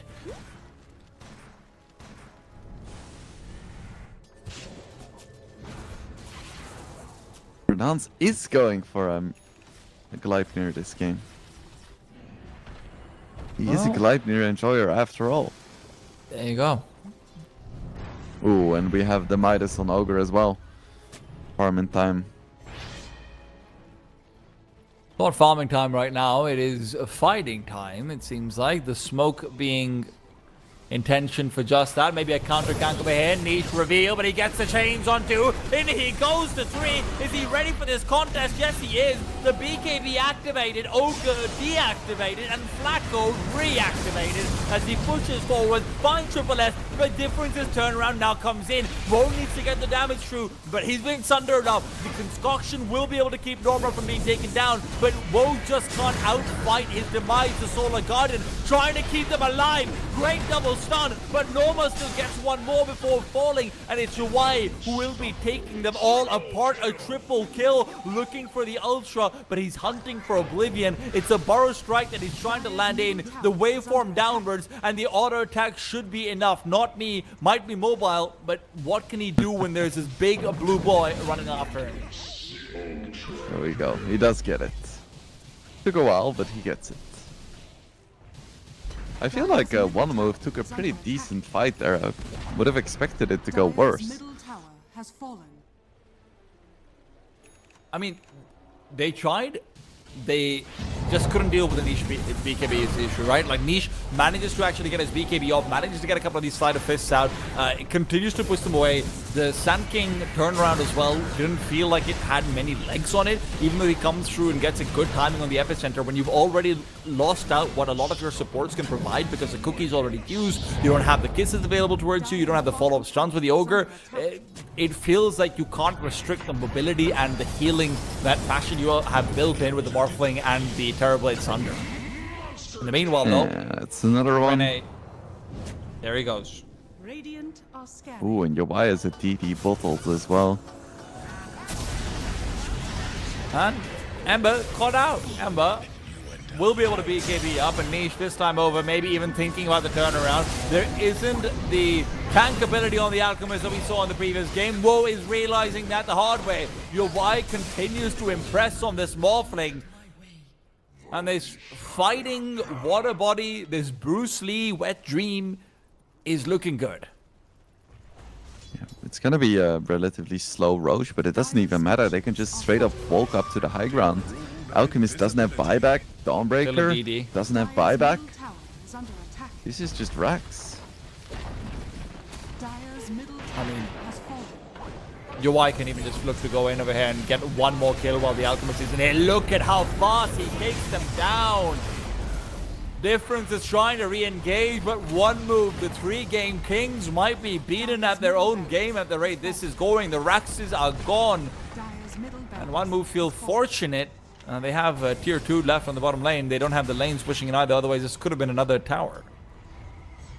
There is a reason why Passion UA are previous CCT champs. They're pretty That's good. true. Yeah, pretty damn good. That is Rex down. Roche respawning in 35 seconds. That's going to be the next big objective. Yes, it is.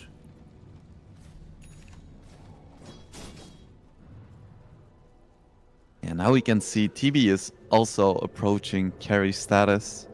Once he has his Skadi, he's a legitimate threat in these fights.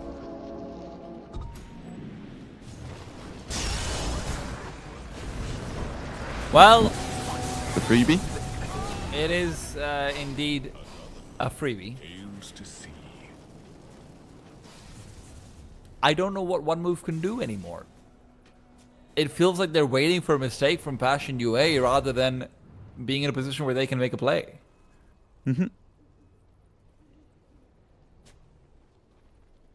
Let's hope it works out for them.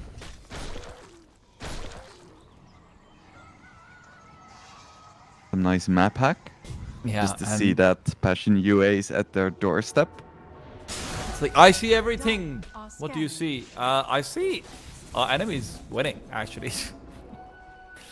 Maybe stop seeing that. I've never seen Fernandes look this happy in my life, by the way. He's got 1.5 items. 1.5. He's having a great time. There you Redemption comes to those who wait for it. He is finding that out. Roshan currently being bashed up by UI all alone. He's going to be able to pick up the Aegis over there as well as Banner. So if you want to try and have an extended siege, this is everything you ever wanted. Top lane though, Niche is initiating in on the difference. They do have the counter with the Solar Guardian. Woe as well comes in. They want to take advantage of the big bag Waterman being away, but he's going to be rejoining the fight pretty soon and comes with Norma as well. Is the disengage possible for Woe? It should be. You don't have the follow-up, you don't have the chains and the slides, but there comes your Y. Triple S is gone. No, he lives for just a while longer. Not me is the one chased down. Instead, it's Triple S turning around, maybe even getting a kill on the Flacco. It's your Y to miss the kill on Triple S, but the armlet toggle means the Morphling is gifted up just another. In the meanwhile, Ogre Magi, another casualty of war, one that seems to be guaranteed. They know that Snapfire didn't have buyback, and they're about to be told that Woe's at the Tormentor. If Woe kills his Tormentor, by the way, that just gives them the go call Dire's even more tower so. is under attack. Dire's Yeah, top there tower are buybacks on one move. We're gonna use at least the Dawnbreaker one. They've also Now- used Glyph. Yeah, I don't know what they can really do to stop this push. Let's take a look at this fight. It's insane that Sand King healed up like that, but then he still died. Yeah, it really just goes to show you how much passion you are working with, especially that Ember BKB really feels like it's turned around even the small picks that one move could try and go for in the past. Without perfect spare up, without everything working out for them, Ember's not going down, and even with that, it doesn't feel like Ember's going to be going down. Tormentor picked up. It is a shard out for the Sand King. Doesn't feel like it really helps you too much more. Flacco's caught out. Whoa, that is a disaster. Look at how fast he goes. Immediately calls the GG. He knows there's nothing that one move can do but try and bring it back in the lower bracket. Radiant Beautiful stuff from your Y in this game, showing us exactly what he's made of. Yep. I love how Woe just called GG when he got picked off. His team wasn't aware of it yet. Usually in a team, when you're in a pretty important series, you discuss it with your team, like, is this game over? Yeah, we should probably call it. But Woe was like, no, I die, game is over. We tried our best. Yeah, he didn't have buyback, he didn't have anything. It feels like we got everything from Bastion, right? We had game number 1, where they lose the early game, they win the late game. We have game number 2, where they lose the early, rather they win the early game, they lose the late game. And we have game number 3, where they win everything. Wayneblade, what did they do right? Is it everything? I think that draft just worked really cohesively. But at the same time, I feel like a lot of it is on one move, trying to fight a little bit too early. Because we discussed in the draft that their lineup is actually quite strong at fighting early, but they just didn't wait for their timing. So when they hit their level 6 on Snapfire, they were already behind. And yeah, as a result, you just get into this positive feedback loop where you're weaker, so you lose fights, so the enemy becomes stronger and you're even weaker, etc. Yeah. Well, listen, guys, we're going to be done with the upper bracket for now, moving back down to the lower bracket. And in the upper bracket, Passion, you will be moving forward to the upper bracket final. You're going to be able to watch more of that later on. They will be going back and celebrating for now. Coming in up next, it's going to be Avilis versus DMS. We'll be back after a short break.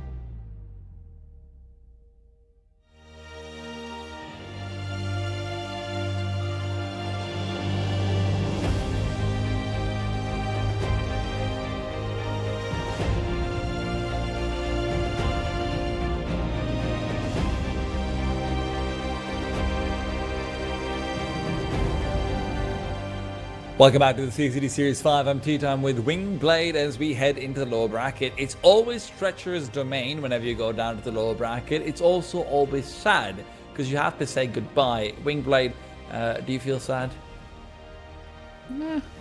All the time, but that's unrelated.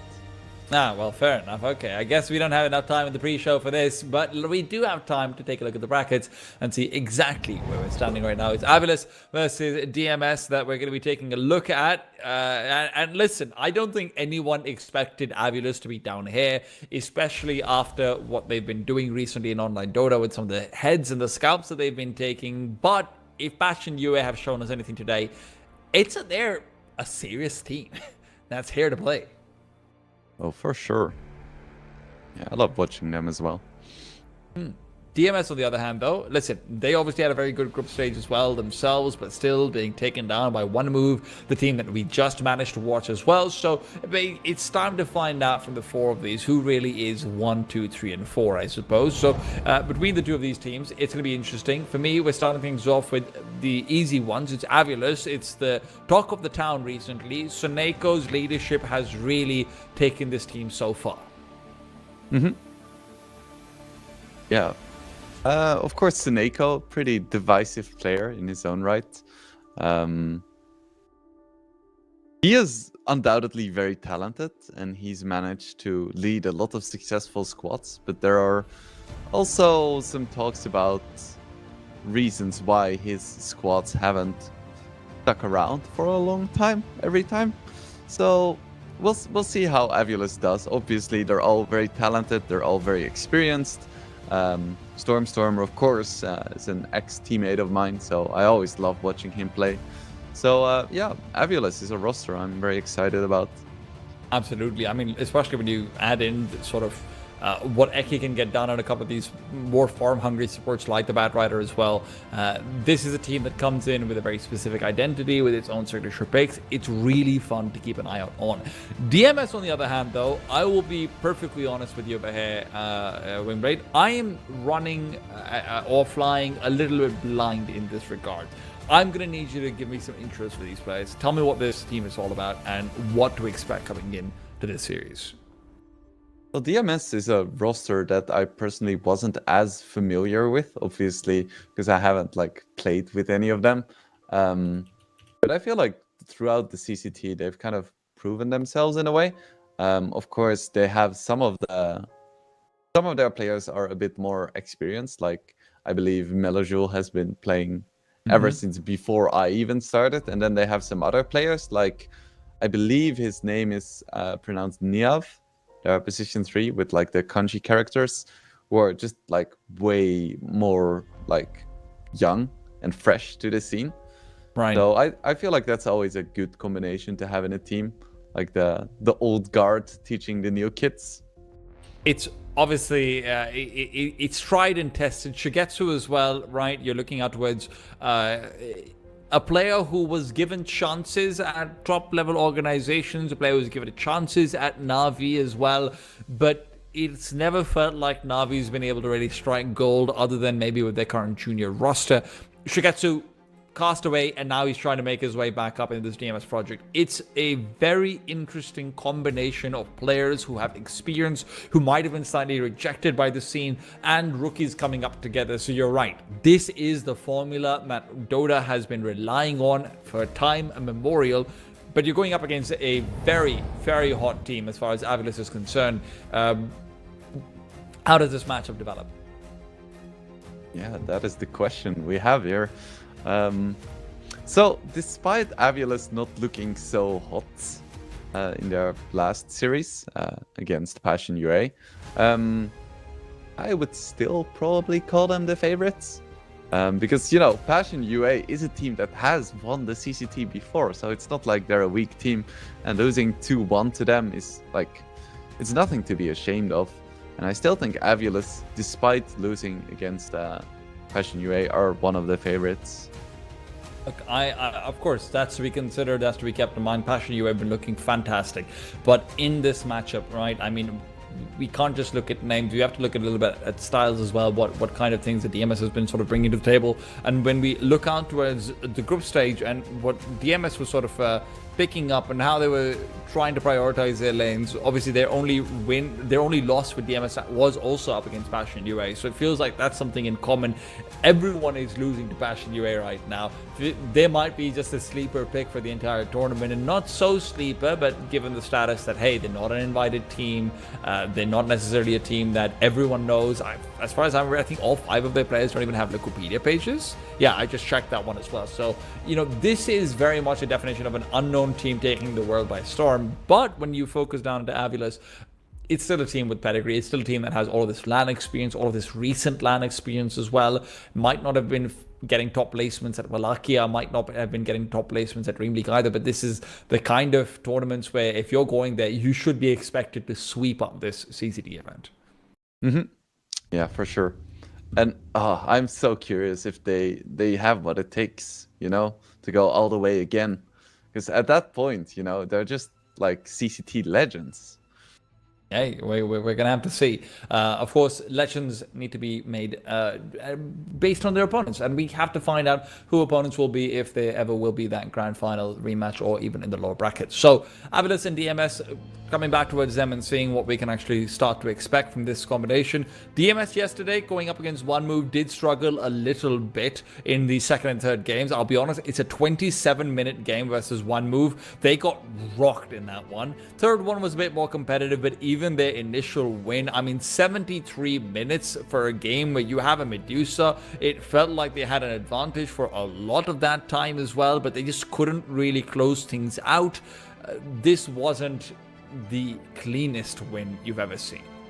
Yeah, they're definitely a little bit shaky, so I guess they have that in common with Avilas then. Hey, there you go. As far as their second game, though, was concerned, which was where One Move managed to actually just sort of run away with things a lot more so. And when I say run away with, I mean they didn't lose more than what I think maybe 1 or 2 tier 1 towers in that game. That's how one-sided it felt like it was. None of the lanes were really truly won. It felt like the puck pick in the mid side wasn't really giving them too much either. This was just a lot to ask for from a team like DMS, which sure, they've had some nice wins here and there, but it's not really enough to take apart someone like One Move. And then you're thinking, is it going to be enough for Avilas, who come in with their own unique style, who come in with Stormstormer, you know, always being able to pull out that Earthshaker if he wants to have that extra, you know, sort of pocket pick of his own. Eki's got that. Bat Rider you want to try and disable. There's so much that you want to take away from Smiling Knight as well. Who do you even start to ban out? Who do you focus on as an underdog, as DMS on the Avilas side? Yeah, I don't even know at this point. There are so many specialists on Avilas. Like, so many pocket heroes. I feel like you just try to play the patch and hope it works out. So in recent times, Avilas have been playing a lot of Lion. That's also one of their signatures. But of course, Lion got nerfed into the ground. Now the dumbest hero in the game. So you may want to let that one through. Hey, who knows? Obviously, that's one of the Suneko heroes, right? But maybe not necessarily the only focus. Even if you're just playing the patch, is there something that gives you a better chance as an underdog team, right? Considering that DK is probably going to be banned out. You know, you're probably not going to have some of these flash farming carries that can help you out that much. Even just purely looking at this from a patch perspective, what's your strategy? So I don't want to sketch a wrong picture here. I don't think DMS is like a super underdog and they have no chance. There is a reason why they're both in the lower bracket in the same tournament. I definitely think even if it comes down to just normal Dota, quote unquote, they still have a solid shot. So I don't think they have to do anything crazy. And I also don't think that DMS is the kind of team who does a lot of cheesing. Like, they don't have the last pick Meepo, Huskars, whatever.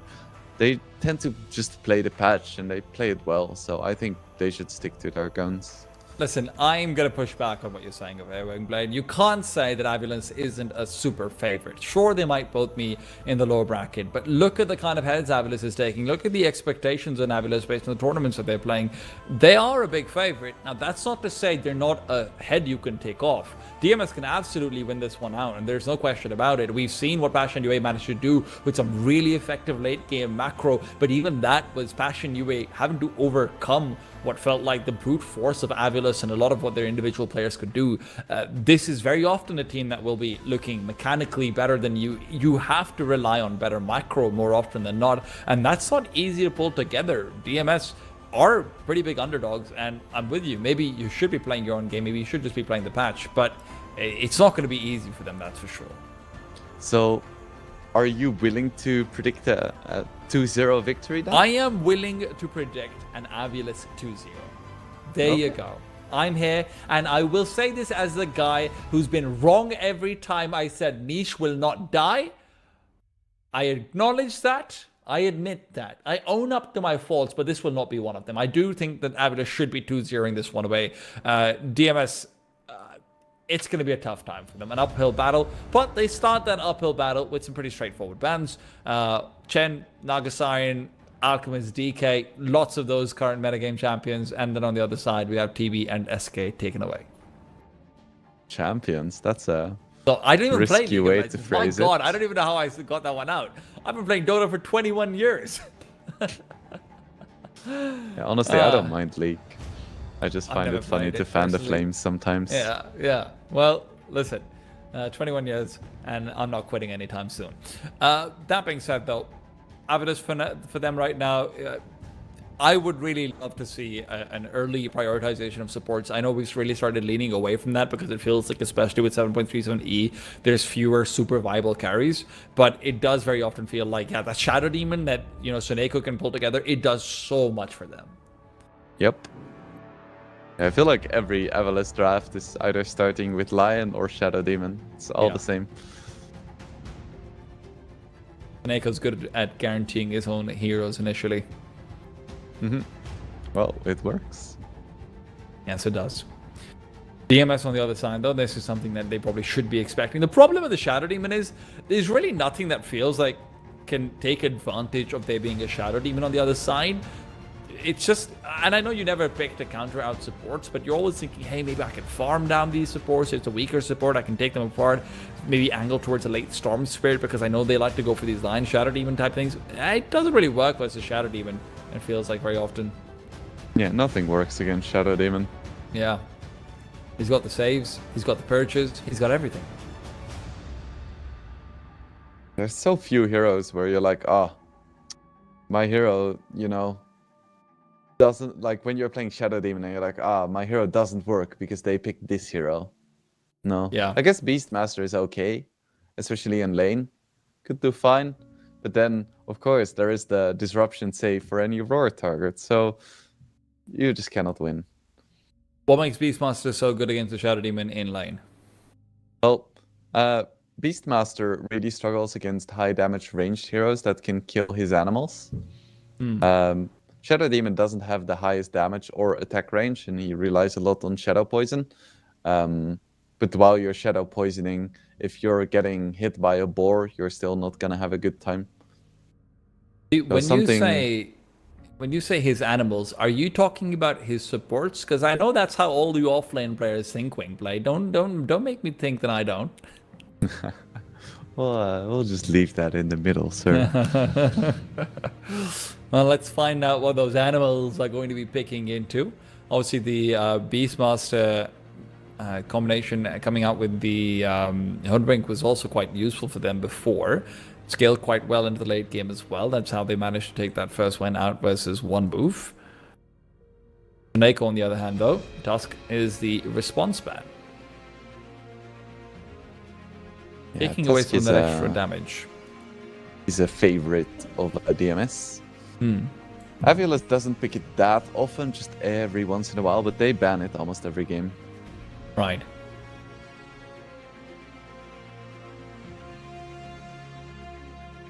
What is next? Lion ban. Okay, that's another hero that DMS enjoys. I would be interested to see what DMS want to angle into for their carry, to be honest, more than anything else. It feels like the windows are closing down, and one of the heroes that doesn't feel like it's really particularly been nerfed very much, and I was of the opinion that with the 7.37E nerfs so heavily focusing on carries, I thought Juggernaut would be given more priority overall. I felt like he was, maybe going to start moving up in the world in some ways. I like that. I like the level 1 buff to his spin. Very optimistic, thinking that Jug will come back. I want me my Yurnero. Yeah, sure. I don't think we'll see it here. Just to manage expectations. I'm very sorry. Man, you always break my heart, Wingblade. Yeah, that's what analysts are for, right? Or did I That's misread true. my job description? You got a job description? I was just sent here to shout.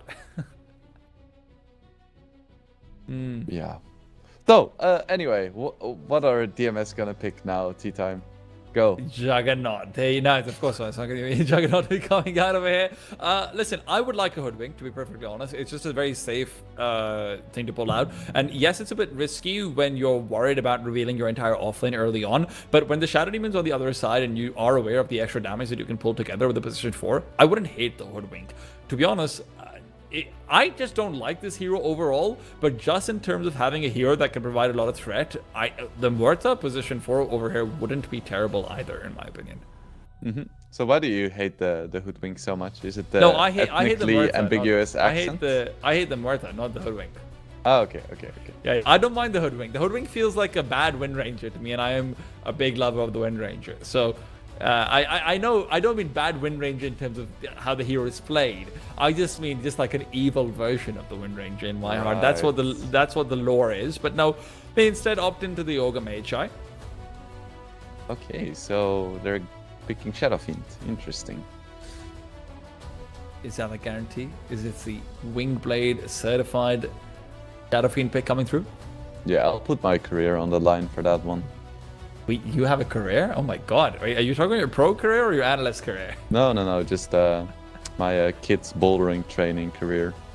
Okay, fair enough. That's the actual risky one.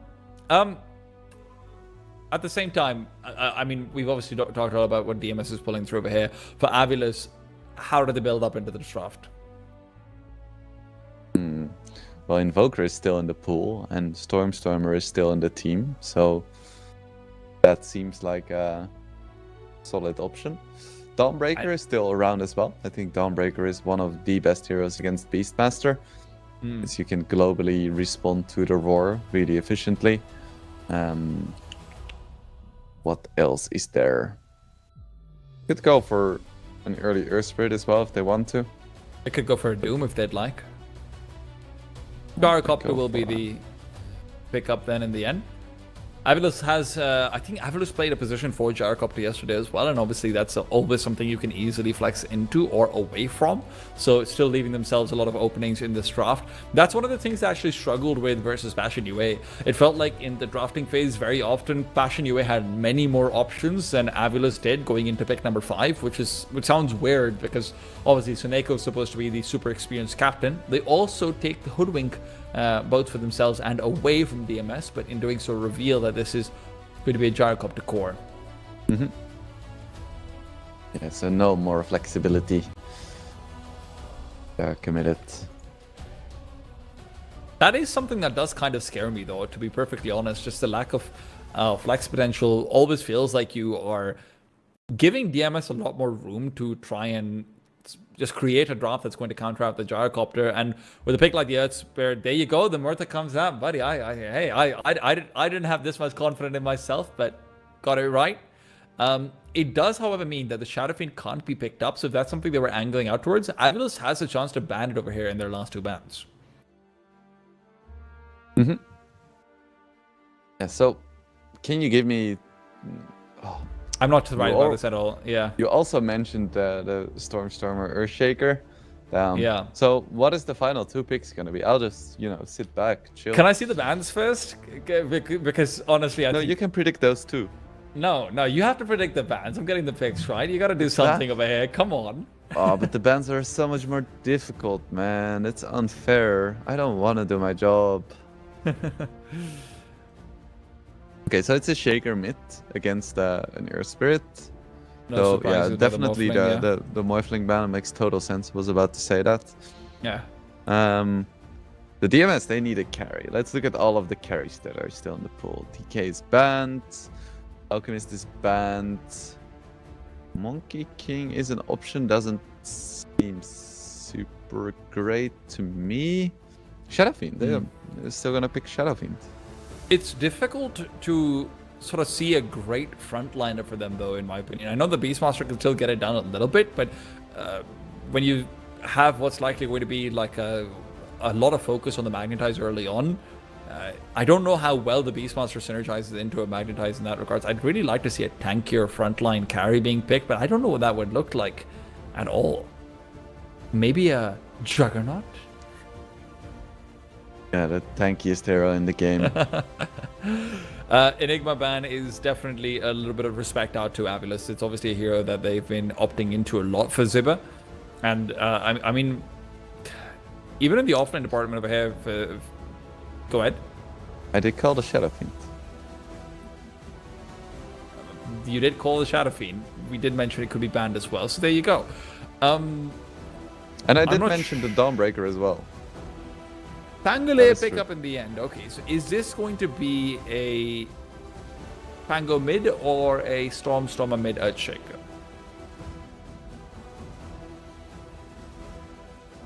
I think we need to wait for the carry, but I think the mid shaker is more likely. Feels like it. Oscar, last pick. Do it.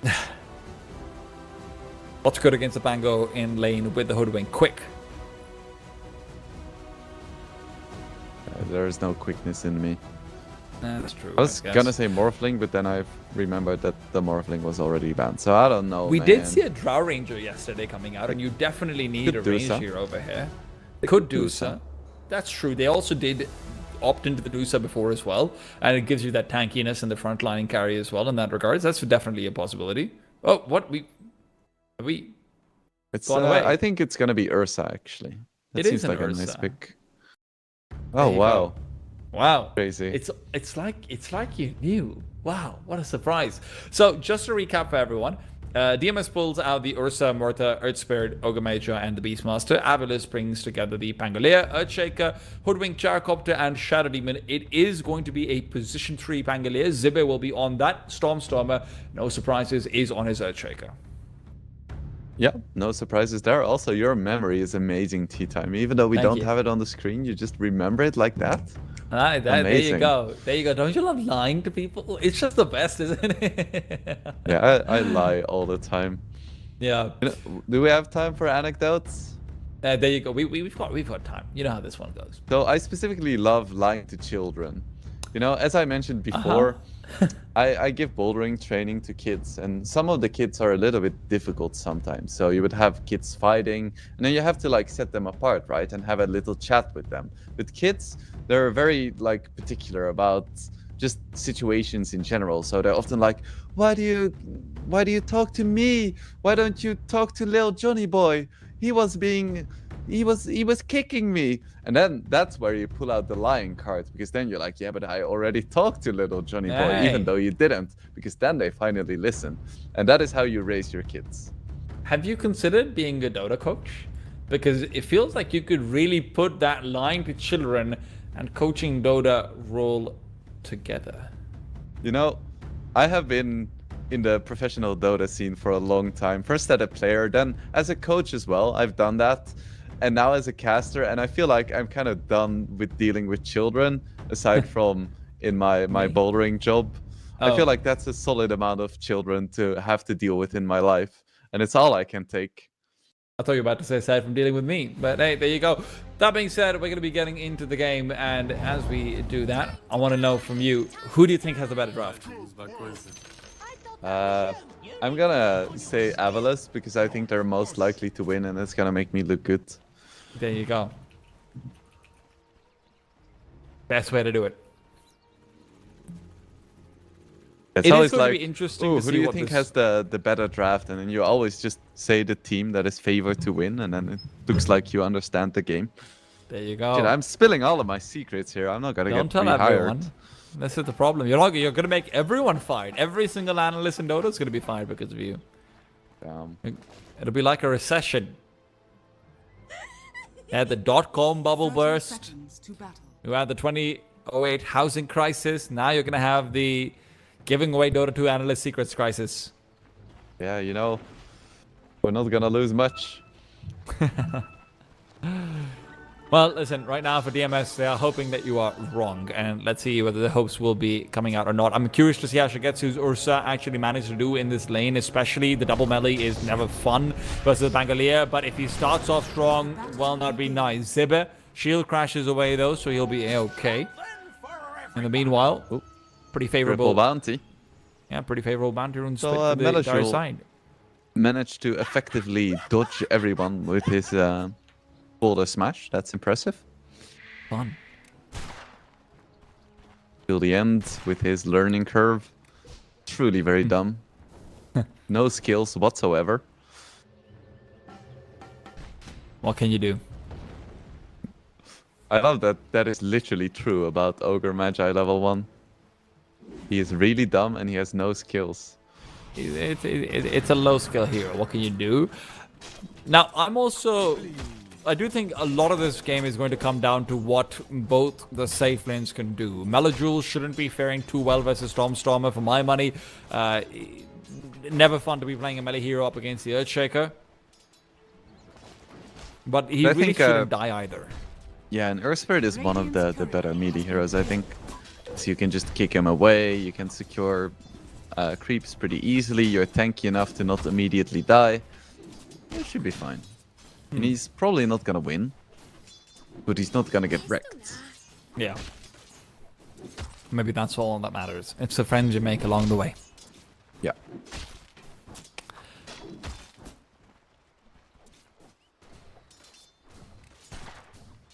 But like Yeah, I said, What Go did you ahead. say? no, I want to hear what you say. No, I was about to ask for your prediction on First Blood. I Listen, want a I've already predicted for timestamp, the game. I want the I've lane, already, and I want the heroes. I've already predicted the game. I can't predict more than that. Maybe if you give me some time, I'll predict the first blood as well. Just a little bit. Okay, 3, 2, 1, go. That's not okay. It's gonna be a bot lane first blood with an overextension from Avilus as they try and find a kill on it till the end, and Shigetsu's going to get a few extra Fury swipes in. Okay. Mid lane, Melajul might be the first blood. Nah, not even close. I'm joking. He's chilling. Oh. Never mind, he's not. We're both wrong. Stormstormer taking away Melajul, and it's never fun to be a meta hero versus an Earthshaker. This is what I get for saying that he's not gonna get wrecked. He gets wrecked. It's so deceptive, that facet.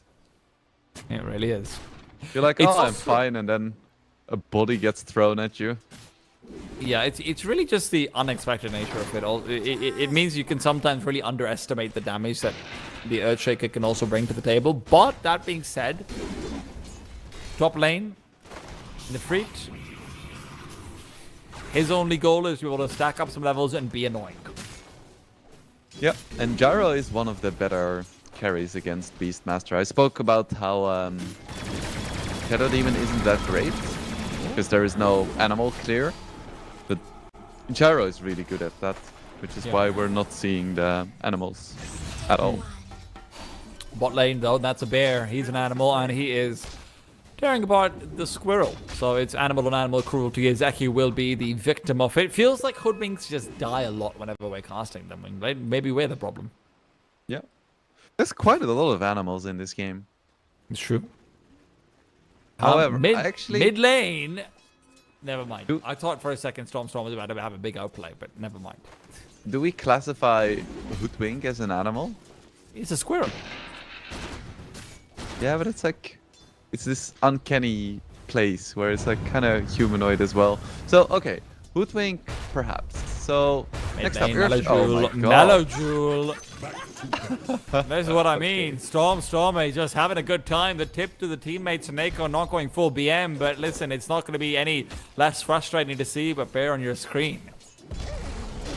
In the meanwhile, Eki Radiant's is middle really tower is under just hoping he attack. doesn't end up being the second casualty. Yeah, the level 3 ogre with the learning curve is quite spooky.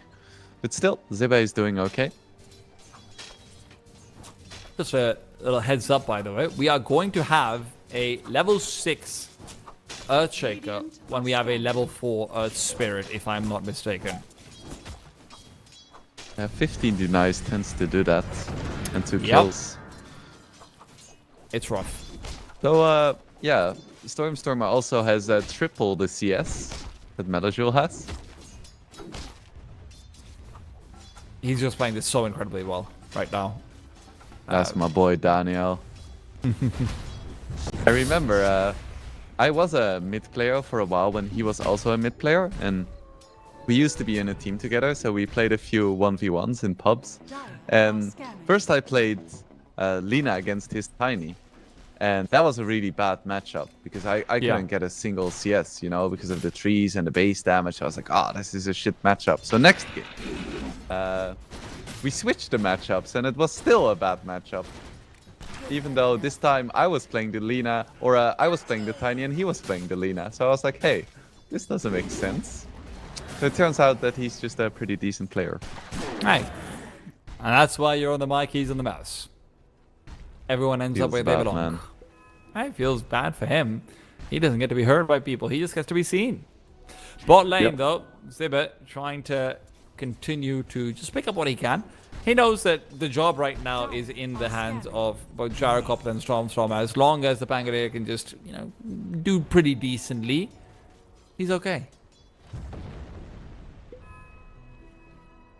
Or what Stormer is going to build with all of this money. It's probably going to be a quick Aghanims for now. Oh, actually, he's going for a quick Blink instead. Cool. Yeah, I'm not too surprised about that one, even if the Aghanims is nice, but also you have to just, I mean, you just have to remember how much like a 10-11 minute Blink Dagger can do when you've got the lead like this, just in terms of extending it. Yeah, it's even going to be quite easy to get like solo kills on Shigetsu. Hmm.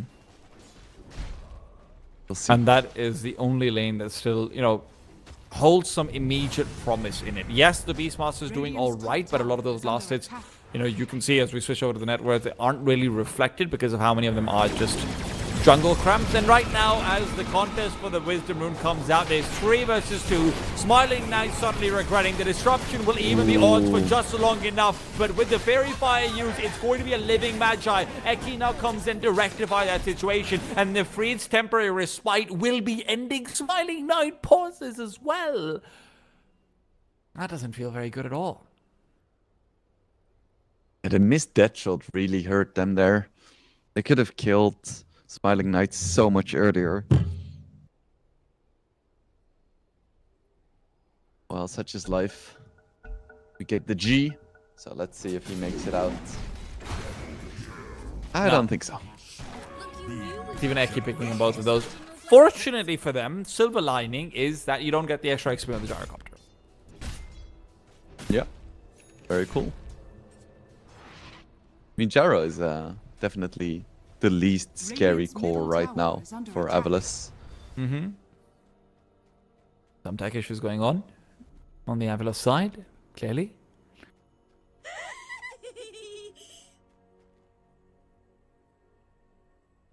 Gar might be the least scary core, but at the end of the day, right now it's just about mitigating damage, I suppose. And it feels scary to say 7 minutes into things, but you know, when you're going in for that Ursa Battle Fury, all you want is just get out with as few pain points as you can, and then hope you can bring it back around that 25-minute mark. Mm-hmm. Yeah, it's all damage control. Absolutely right. Because poor Melajul still at half the net worth of Stormer. And keep in mind, heroes start with like 800. So in reality, Stormer like managed to get like 3 or 4 times as much out of the lane. You remember that fast blink dagger I talked about? It's not 10 minutes, it's 8. That's pretty fast. Didn't have ulti, so didn't even get the kill. What a noob. Yeah. What a scrub. All he did was keep 3 people occupied. Yeah, could have been 4. That's the thing about Dota, it can always be played better. Now Stormstormer though, Seneko gets to enjoy the mid because, you know, he's pretty close to the net worth of Meloshul. Let's not exaggerate. Poor Melo. it's a fair fight now, I suppose, if nothing else. Malajul will be getting some respite over here. They are hoping to be able to maybe even get a kill onto Seneko, who's been pushed back, but with the disruption, it does feel like he can walk away. No boots, though, which doesn't help, and the long-range dead shot then comes into play. But even the Magnetize being used, Seneko is going to live here, and now they're turning it around. But Stormstormer is now the new target. The calling keeps him silenced. He still doesn't have the ultimate. This is a big, high-value kill that's going to come in, but not before he gets one of his own. Even the death on the problems, Stormstormer will fall, but it's a lot of damage dealt before he does. That was insane. He almost made it out. But still very nice for DMS. Even though they lose 2 heroes, they lost 2 supports for a core with his streak. So that's good. Cold and sweet. Radiant's bottom tower is under attack.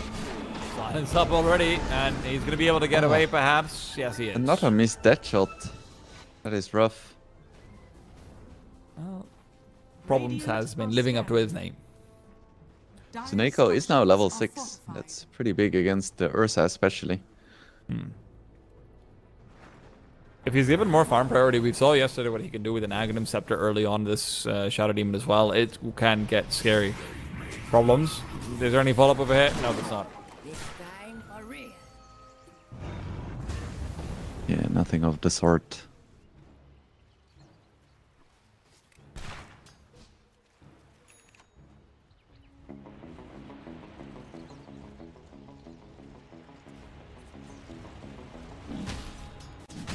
Meladrul, listen, that Blade Mill's not coming till about, what, 13, 14 minutes?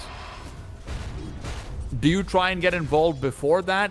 Do you even look towards Stormstormer and say that you can contest at all?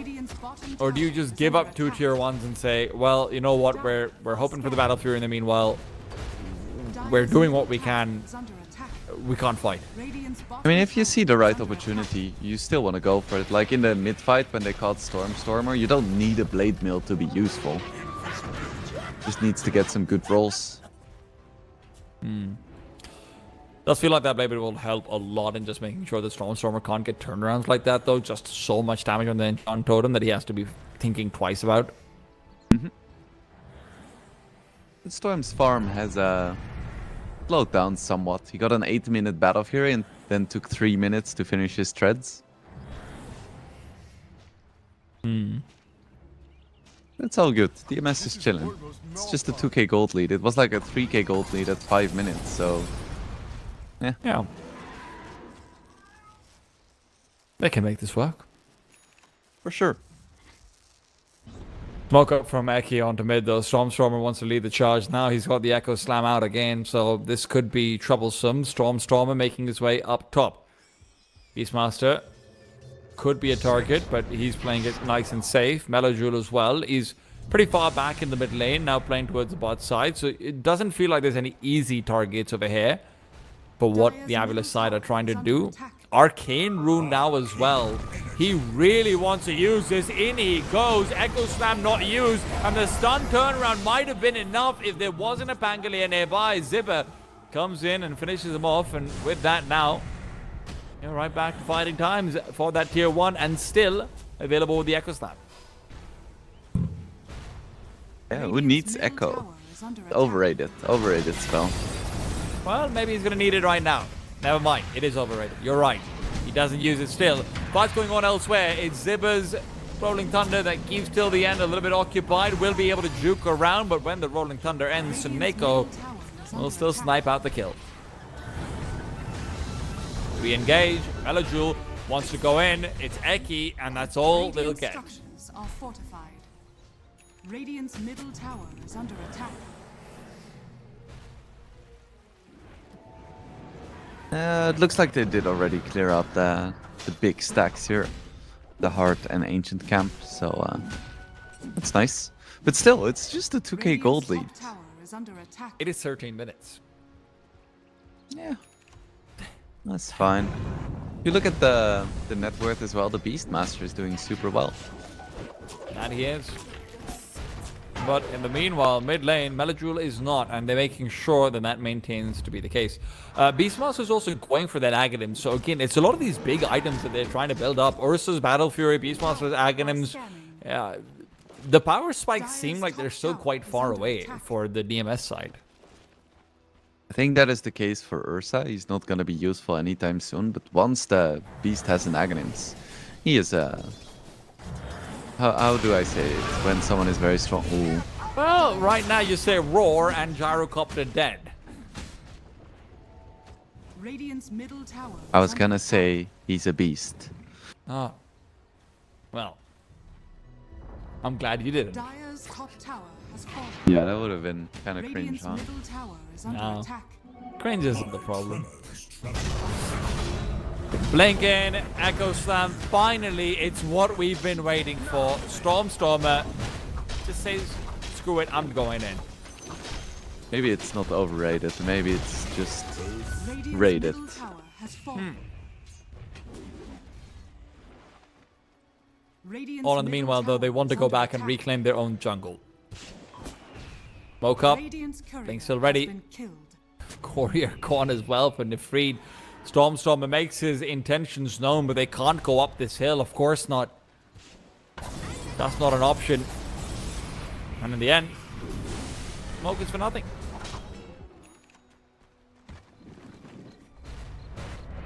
Battle Fury is up now. Precious bounty. Ursa was starting to lag behind a little bit in net worth, but now with the Battle Fury, I would expect him to shoot right back up to the top. And in fact, he's gonna start it off by taking the Roach, and Ogre is gonna do what he does best, which is just be stupid and tank damage. Look, this is still looking to be something that they might want to contest, but by the time they find out, it's already going to be an Aegis picked up, and it's not to the Ursa, it's to the Beastmaster. They've realized that Ursa will just want to farm for a while longer. Beastmaster is the fighter from the bunch. Yeah, Beast is way stronger right now. I would rather have 2 Beastmasters than 3 Ursas, I think. That's an interesting way to put it. A good ratio. That ratio hopefully will be tilting back towards Ursa's favor, though, as time goes on. Yeah, for sure. He just needs his bullshit to come online.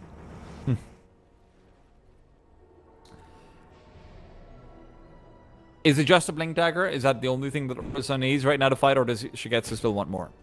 He definitely wants more. You want a Blink Dagger, you want to get a BKB so you don't immediately die, and then you want to have a shard so you don't always have to use your BKB when you jump. Top lane.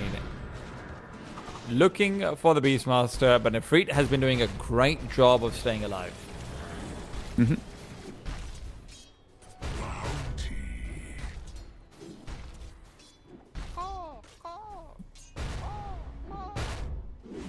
Stormer quite close to his Aghanims now. Gonna help. I feel like the top net worth is fluctuating so often. It was Beast, and then it was Shaker again, and then it's Gyro, and now Ursa is close again. Like between these 4 heroes all the time. Pango, by the way, a hero we have kind of neglected, does have a Blink and an Orchid. That's very big. Tower is under Oh, attack. Blink Orchid. Interesting. Yeah. That is It's a one different- way of dealing with the bear. Yeah, it's a different direction. It's very clearly identifying one of the few things that can still fight back against them. And that very bear, meanwhile, in the mid lane, is asserting force. He's shown off his Blink Dagger, showing that he's happy to take some fights and try and still force around, even if, honestly, he just wants to farm. Yeah, if he can find the right target, though. The thing is, Doesn't mind a fight. they are smoked off, but they don't have the Aegis holder with them. And it's not like Nefrit is aggressively pushing forward and trying to reveal anything. Now, it's only one target that they're looking for over here, and Zibba right now might even be able to blink away. He's now realized what's going on, threatens out the Rolling Thunder. Blink's still not used. Zibba's feeling a bit too bold, and he's realized that too late. Radiant's middle tower is under attack. Yeah, maybe he should have gone for the roll TP out. Just maybe. Suddenly, Nefrit looks very big brain, still being in the top lane. Continues to push forward, keeps them being brought back in, and bot lane, although they look to initiate onto Shigetsu, it's just a false initiation, forcing him back, making sure he doesn't feel comfortable farming. Yeah, just the supports. No cool big boys. A pleasant Wacky. Rip. Rip indeed. Is that a hoodwink? Took a while, but they get him. Look, it just feels like with how much space Nefrit is getting in this dire side jungle, even the roar onto Smiling Knight, who's just not got a chance to live it. He'll get the cooldowns out, but how much will that matter? It doesn't seem like at all. Stormstormer as well is cornered out. He can't do anything over here. His Echo Slam still not used, and now the dead shots are landing. Zibbe looking to fade away. The blink is ready, will not be able to use it. He's brought down, and so is everyone else. Fabulous. Are really getting maybe a little bit too big for their Dire's pants. middle tower is under attack. Yeah, that was a 5-0. Dire's middle tower has fallen. Just So, tea time. How are you feeling about that 2-0 prediction? great. I can't wait for DMS for 2-0 outlets. Dire's No, bottom listen, tower is I'm under with you. attack. This is definitely surprising. And I really think this comes down to just Avalor's overestimating how much they have because of Stormstormer's early lead, Dire are scanning. and underestimating what Nefrit can do. Dire's middle tower is under attack. Looks like Avalos is kind of just a little bit disconnected with how they move and what they want to do. And they're just completely underestimating the importance of this Beastmaster. I feel like they are aware that Ursa is gonna be strong, but they just completely disrespect the strongest hero on the map.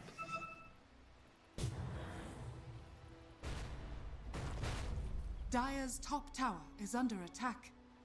Dire's structures I are am fortified.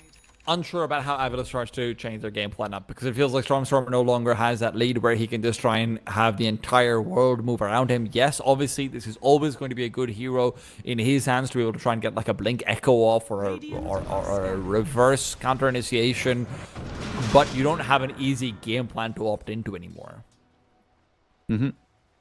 Versus BKB Yeah. is almost done too. And at that point, the Orchid on Pango is Radiant's just bottom tower useless. is under attack. It's not like there's another good target to go on either. Even Earthsphere, he's reasonably tanky, and he's got his BKB around the corner too. So it does feel like your offlane net worth just drops by 4,000 the second these BKBs come out.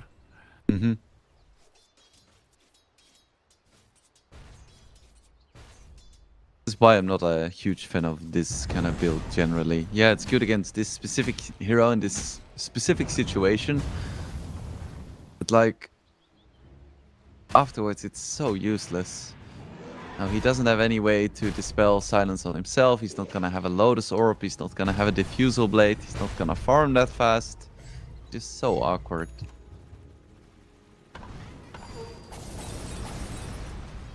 Positions revealed. Shigetsu spotted. Atos is there. BKB. Turnaround. Stormstormer. Nowhere to go. But remember, he still has that Echo Slam. But an Atos, a roar. They don't want to let him slam a jam it off. And with the silence still continuing, he just can't do anything. The fight's getting messy. But the banish will save Shigetsu for a while longer. Stops him from being able to bash down on the rest of Suneko's teammates. But the Magnetize is what's finishing them all off. Eki taken down so low. Even with one extra rock, Stormstormer looks like he should fall as well. They spot him out. They boulder forward. Shigetsu still in pursuit. And Stormstormer's Fissure is allowing him a path of escape backwards. But they're still walking back in shame. And they just lose the 2 supports, so it isn't the end of the world. They still have all of their spells, and that was the big Ursa BKB reveal. What was Avilis was hoping for? Where is Zibe standing, by the way? Does he see Nefrit? He should now. Yeah, Nefrit is in full vision. Do they want to re-engage? No, of course not. That would be crazy.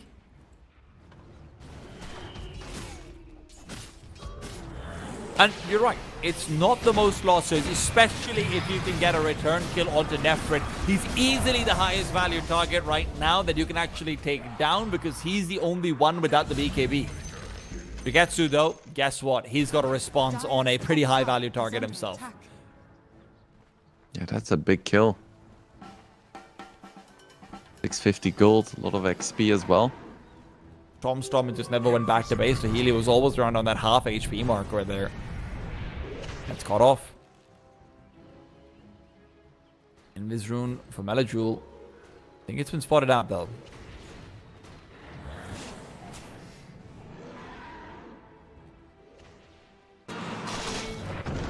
Debate now working towards an Aghanims. It's gonna be nice. It's still quite far off. Dire are scanning. Melajul. He's got Suneko nailed down as well. Bot side of the river as they try to fight for runes. He was still invis. Shigetsu comes in and he's the one to get the kill. Eki's reasonably good start with those early double kills and everything still has only amounted to an ATOS, which feels like, again, it's a lot of net worth being expended into items which are going to be pretty useless when the triple BKB comes out inevitably. Dire's bottom tower has fallen.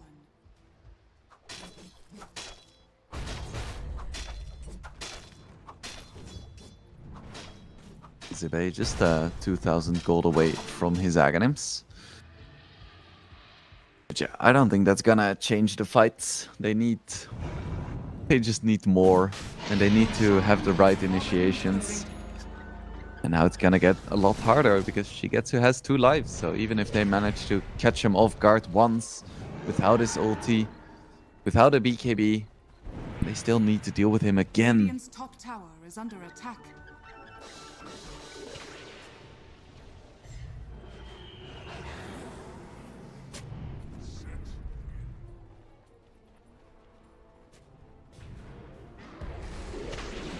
Yeah, this is where you just watch your towers fall. Radiant's top tower Stormstormer is trying to trade away with the top tier one as well, but you cannot fight into this Aegis. It's so difficult to get the perfect positioning, and all in the meanwhile, Melajul feels comfortable enough that he doesn't even want to stay near his team. They're pressuring with 3. This isn't even a full 5-man. They're just going to keep on farming up elsewhere in the map as well. Zibe continues to try and do what he can to push these lanes out in the meanwhile, but how do you fight Avilis on these tier 2s? Yeah, I don't think you want to fight them at tier 2s. You want to fight them at tier 3s if possible. Oh, Stormer is gonna steal it. Oh, that's cool.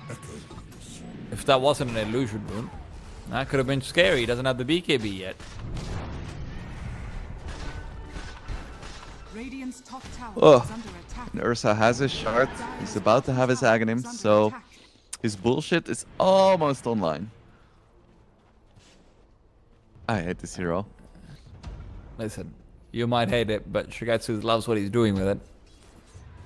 And what he's doing is making Avila sweat. Till the end, pushing forward, looks for the stun, finds the stun. If Suneko is going to be casualty number 1, that's exactly how you want to start the fight. But Stormstormer and his fissure will keep him alive for a while longer. Stormstormer, keep these away, uses the life of his support to guarantee a swift escape, so it's not the worst. A lot committed, but it's a very deep fight. Shadow Demon is going to respawn soon as well. It really is just stalling. I wonder who that really favors, though. Because Ursa is one of the scariest heroes in the late game.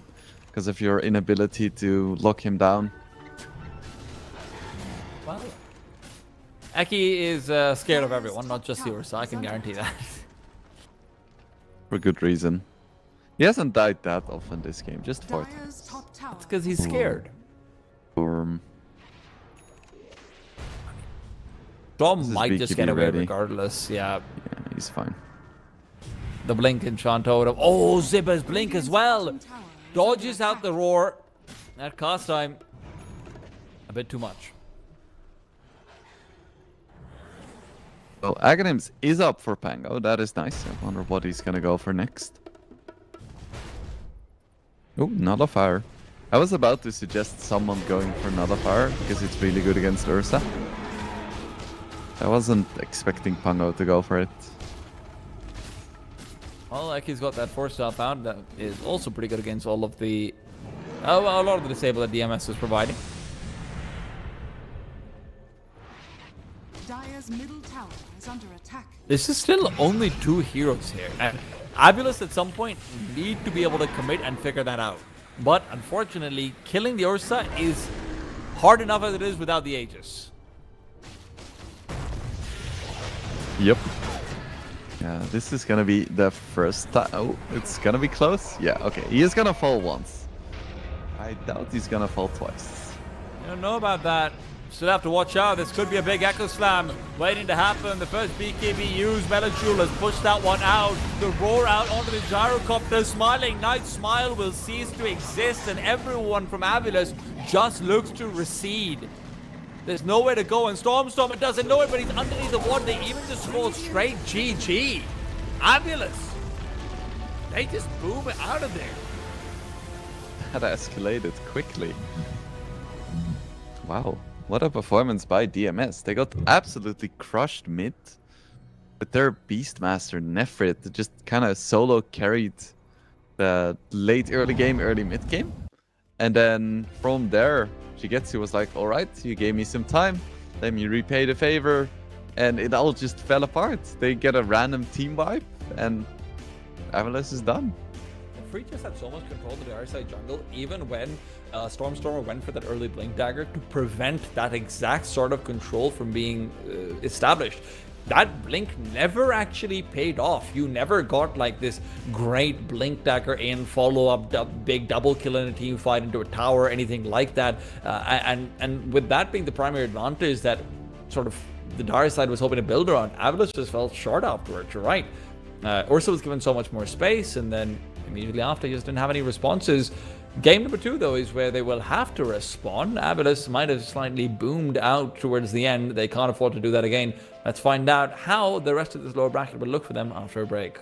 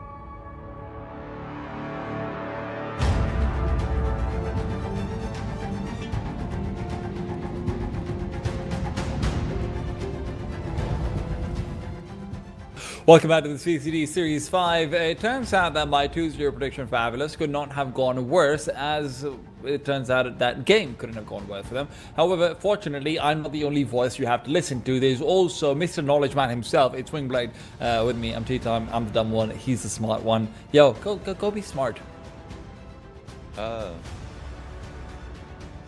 Damn, I broke him. It always happens eventually. It's not gonna work. I'm sorry. Damn, I can only state the obvious, unfortunately. Well, you know what? Twitch chat will love you then. That being said, though, we should maybe look back towards what went wrong for Avilas, right? Because it didn't necessarily feel like a draft problem. To me, it did feel sometimes maybe overconfident in what's going on and everything. But maybe I'm wrong, and maybe it was a draft issue. Tell me more about that. So I am inclined to agree with you that it wasn't a draft issue. It felt like they had all the tools, but then couldn't bring them together. And I said this in between the games as well. But yeah, it feels like Avilas is very good individually. Like all of the players play very well, but something is missing, like a bigger game plan, like the trust in the teammates that you can just stick to the plan and win. It felt like at some points, like Smiling Knight was doing his own thing, Stormer was doing his own thing. The supports were just in kind of random places on the map. And you need that strong voice, that strong game plan that tells you just stick to the plan, you're gonna make it. On the other hand, DMS had a very strong game plan that revolved around Beastmaster. It's so strong, in fact, that Avilas decide, why don't we take it for ourselves? There you go. Dragon Knight being picked up by DMS, as that has been let through. Beastmaster allowed to Avilas. Yeah, okay. Well, if you can beat it, take it, I guess. They do have to face a Dragon Knight. Yeah, this is a big risk though, right? Like DK on the other side, one of the few unnerved heroes. Yes, it's a Beastmaster. It's great. We've seen what it can do. Is it enough against a DK? I think the laning matchup isn't that bad at all. Like, DK can become a difficult hero to deal with later on, but his laning isn't super impressive. Like, yeah, he's quite tanky, I guess.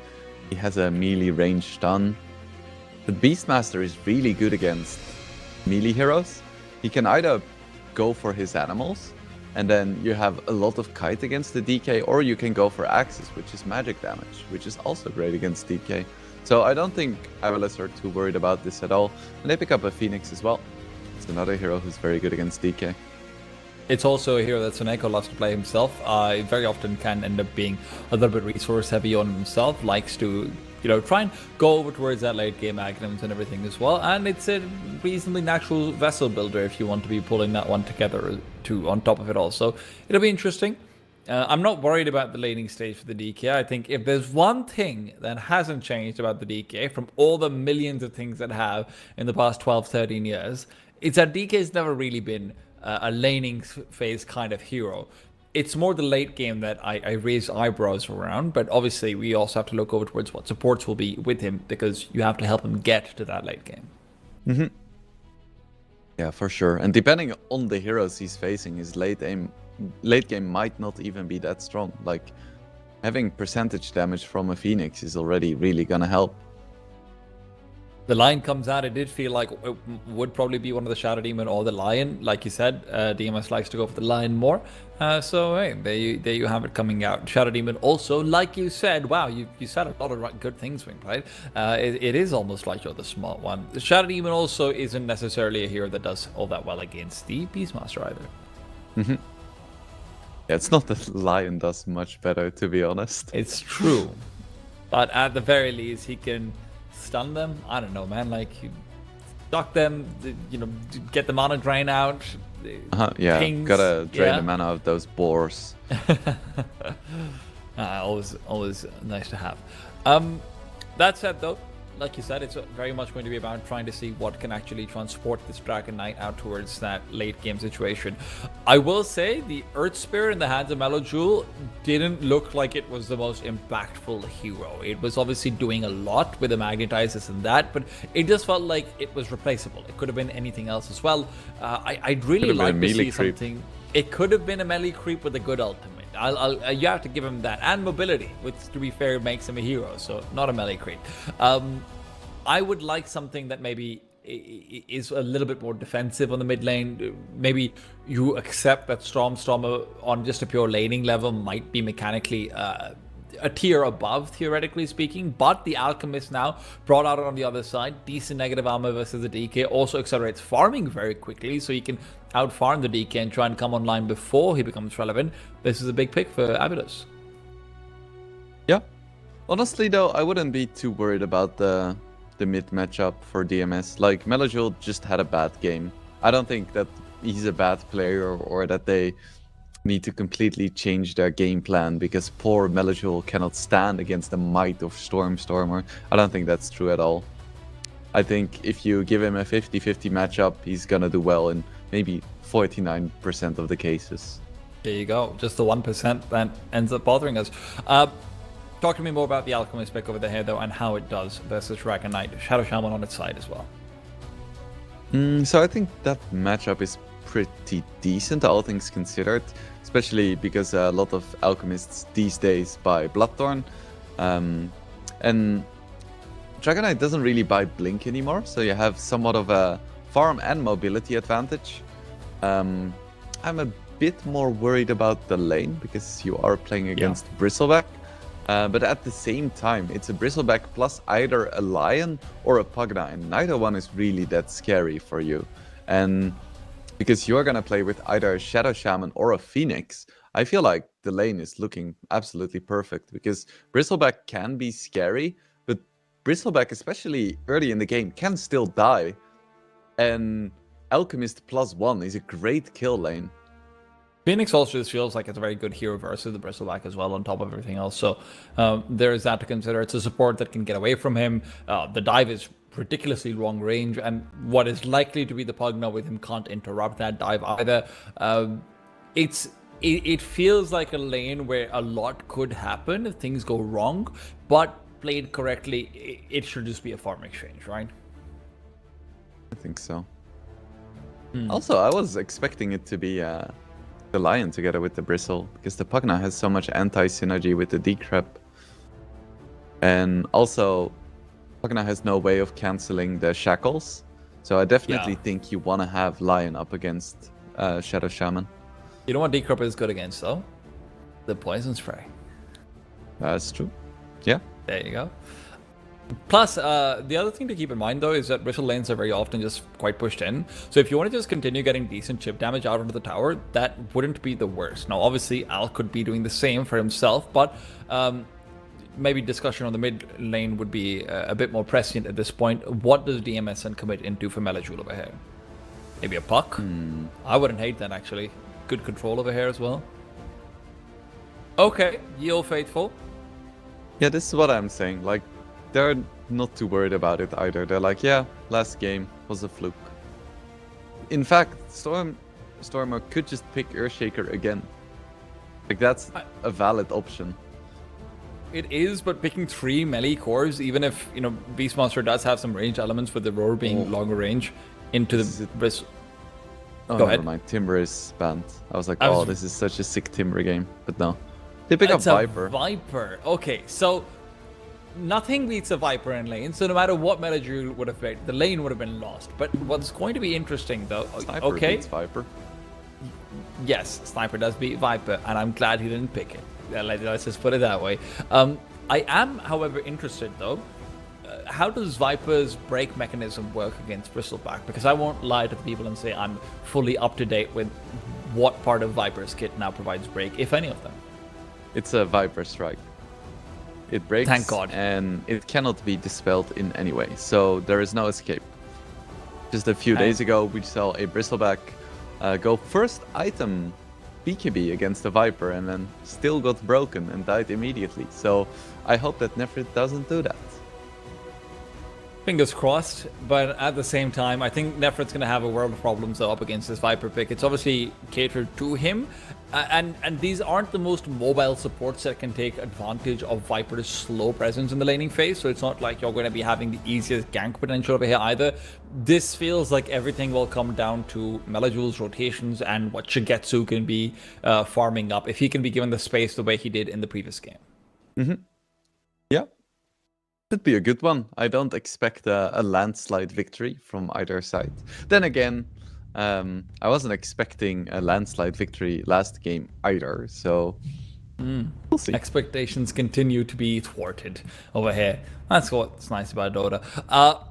It does feel like the Viper pick does pretty much break the DMS composition to me, though. Right, like, you're making the offlane effectively what should be useless, and you're also making this mid lane feel very, very bad in Melajul. So, yeah. Funneling a lot of resources into a carry that is inevitably going to be outfarmed in the form of the DK. Yeah, and I don't think Avilas is going to struggle with scaling either. Because you have a lot of games in which Viper wins the lane, then loses the game. But I think that if you go later, Avilas isn't going to mind that at all. Just look at their lineup. They have like a Phoenix, Alchemist, Shadow Shaman, Beastmaster. All of these heroes scale super well. That's one of the things I like about Avilas, is that very often you'll see them picking very heavy scaling supports, which can really shore up some of the weaknesses that maybe, you know, some of these mid heroes might be bringing in, like a Viper or so.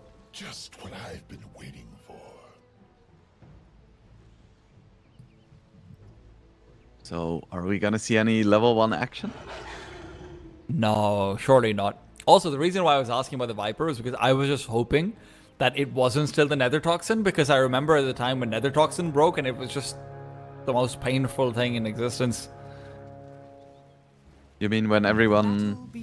like when it was the strongest spell, or when it was literally broken? When it was the strongest spell. Yeah. Shigetsu, Those were however, dark times. is going to be first blooded. I am wrong. And that is a tendency. That's a good start for Avilas once again. And I feel like once again Melajul might not enjoy his mid lane matchup. But this time it's not gonna be in his own hands. It's just life. Yeah. As an Earth Spirit, is there something you can look to do? Can you easily maybe flash farm up some camps that are stacked up with your abilities and maybe just look to get a really fast gank out even before level 6? Can you do anything to mitigate this? Well, he can do what he's doing right now. He's getting a lot of denies and CS in. And Stormstormer is using a lot of mana to try and punch him out of lane. So Melajul is doing really well right now. Just being annoying. As long as he doesn't die, this is totally great. Of course, that's not to say action can't come through in any other lane. Bottom lane is where Suneko will be joining Smiling Knight, and it is in fact the Lions, so Wingblade, you just keep doing it again and again. Being right. Yeah, but now they went Shadow Shaman top, so they still managed to get the lane they wanted on Avilas. Because they wanted to avoid Lion against Shadow Shaman. Because now if you get the shackles on the DK, there is no cancel. There'll be a fair bit of damage as well coming up from that Beastmaster. So yeah, always something to be worried about. Meanwhile, bottom lane, Nefrit has to be slightly concerned as well. This is not going to be as much of an easy lane to just bully your carry out. Alchemist can always just acid spray and farm out underneath the tower, push the lane out himself if he'd like to. So what do you think Nefrit is concerned about? The state of the economy? I think he should be. With the way the world is going, that's a good concern to have. Yeah. I'm concerned about that. I'm concerned about stakeholder profit. That's what concerns me most. Yeah. Got to maximize shareholder value, right? Yep. I can tell you're a finance guy. I knew it from the day I looked at you. Like whenever like the ice caps will fully melt, I'll be like, damn, what's gonna happen to my shares? What's going to happen to the Ancients? I think that's the only question that really matters. Shares can go up and down, but Ancients inevitably only go down. Feels bad. And it's canon as well that they keep dying. That's true. There you go. I am not really going to see too much action going on across the map over here, am I? I'm saying this to instigate that one kill that I've managed to miss out on every time. So far, it seems like no. I would be very surprised if we saw no kills at all bottom. I feel like that's such a... Top as well, actually. There should be so much kill potential in this game. At the same time, it's mutually assured destruction. When both sides have so much power, they both just back off and respect each other. Oh man, if only. If only. If only. Mid lane, though, going just as expected. Continues to be a good time. But top lane, however, it is going to be Shigetsu just farming up continually. No real questions about that. That felt so bad. Eki used his shackles, and then Shigetsu still gets the range creep deny. Sometimes it do be like that. Speaking of denies, a lot of denies for the Beastmaster, though. Zibba on 9 right now. And that feels like that's going to be the big difference maker between what the Alchemist can provide. And that Alchemist is providing on that bottom lane. Smiling Knight able to stick up as well. He's still got a lot of Quill Spray charges on him. And with the extra man going to Freet, wants to continue pushing forward. But underneath the tower, not that bad. Ooh, Elsewhere. that is unexpected.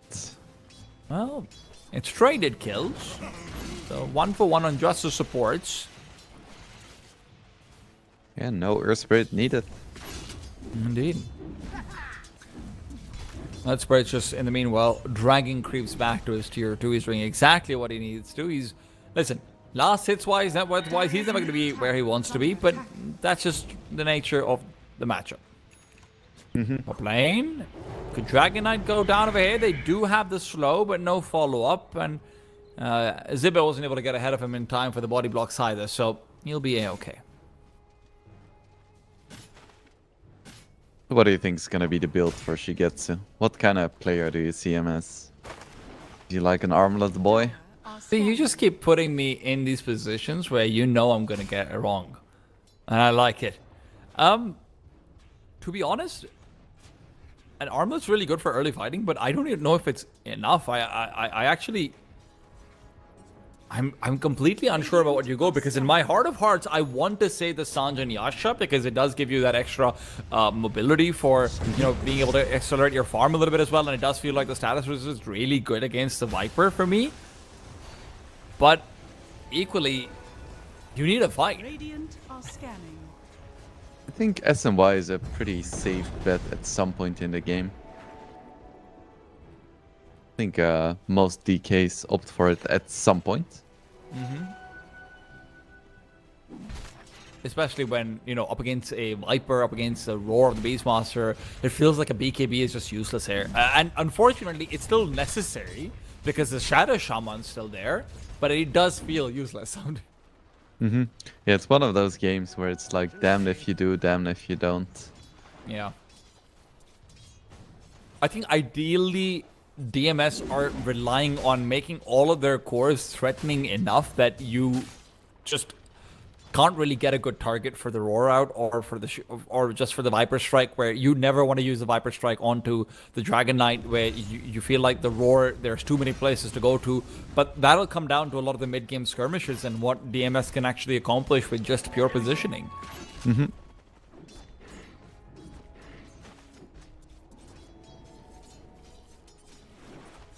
So far, small lead for Avalis. I think that is mainly down to the Alchemist effect. If you look at the rest of the heroes, it's pretty even. 2k on 7 minutes, man. It's not bad. Even the difference between Earth Spirit and Viper isn't that big. Yeah, that's true.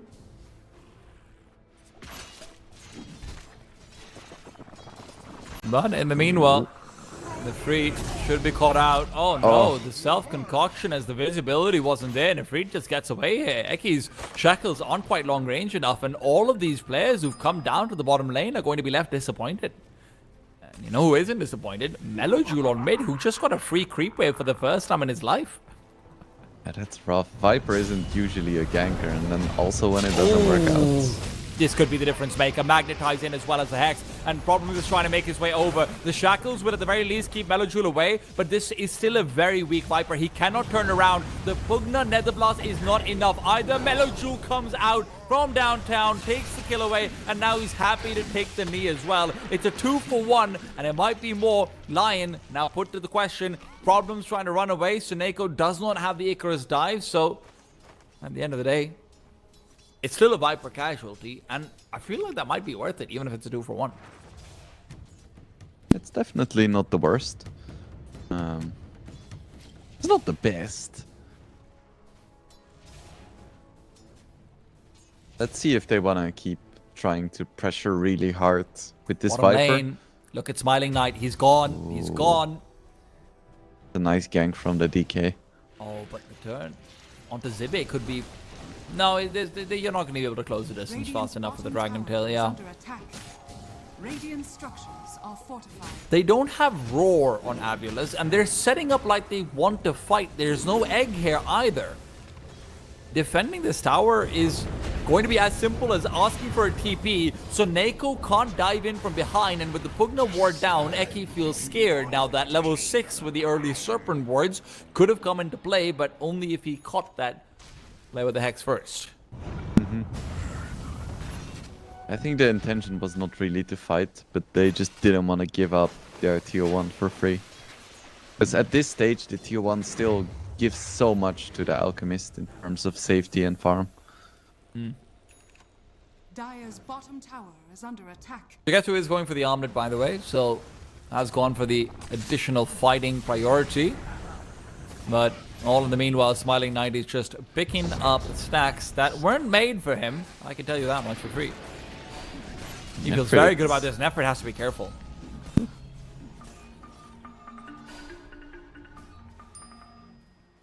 The end also isn't level 6 yet. Also, this Viper build is quite something. Yeah, I was wondering about the boots of travel. I didn't say anything because I didn't want to be wrong, but do you want to tell me where it's different from the norm? Well, generally, Vipers... Sorry to interrupt you, but it's interruption by death. Zibet caught out, and he is very much brought down, but they're trying to fire back. It's Dragon on Dragon action, and right now it's Viper to come out on top. Dire's middle tower. So generally, Vipers focus a little bit more on the early game. They get a few Wraith Bands, they get a Dragon Lance. But Stormstormer is preparing for the long game. He just wants to be farmed, to be active on the map. That's his game plan. Bot lane, Smiling Knight has been pursued for a while, and Melojoul's immediate response to the Dragon Knight kill was to come down bot. Now, he doesn't have the boulder in time, and I do wonder that if Nefrit had just moved out of the way, he'd been able to get closer. But even that's a big if. Perhaps, but good call on the TP. Debate going straight Aghanims, no HOD interruptions. That's the way you like it. Meanwhile, Avalus is trying to pressure this tier 1 top. The wards are still up. Pugna. Well, he's a poor little sheep. He's trying to fight back with the life break, but it is just Shigetsu to get the trade onto Eki. It's guaranteed for now, but they also should be losing this tower. Eki manages to stay alive with foul play for a while longer, makes this with problems. He's the one who gets the kill spree and buys time for Zibba to rotate in. A quick roar, a faster wild axis, and that's an easy kill. Yeah, well played by Avalus. At the same time, Smiling Knight still farming.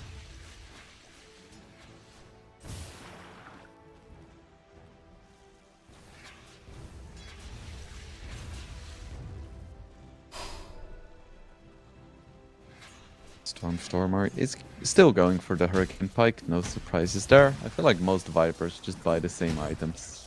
Even if it's in a little bit of a different order now with the BOTs before.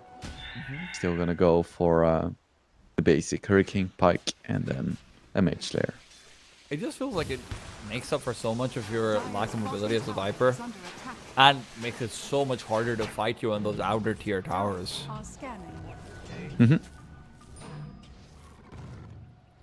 Of course, last game at this stage, Avilis was also winning, so That's true. doesn't have to That say means- anything. That means they're gonna lose from 18 minutes onwards. Is that what we were saying? For sure. Okay, I'll keep that in mind.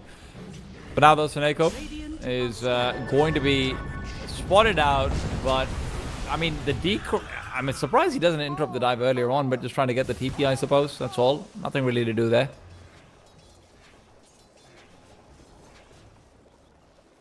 He almost has a blink. That's gonna be a big timing Dire's too. middle tower is under 'Cause he's maxing Shackles and Hex. He has no Yeah. damage with all the disables. Well, you can see it put to use. And right now, it's Stormstormer to be the trade. Now, this is a bit too much. They're going to be getting all of the Serpent Wards as well as these 2 kills, but they lose a mid-tier 1. Can they respond with one of their own? Shigetsu certainly wants to. Radiant's Let's middle see if tower Avulus is wants to under defend attack. this. Roar is up and Radiant so is the egg. structures are fortified. Still, Dire's DMS bottom is strong. tower is under attack. Alejandro's just trying to get Seneko to be pushed back, but little does he know, Seneko doesn't even have the dive in the first place.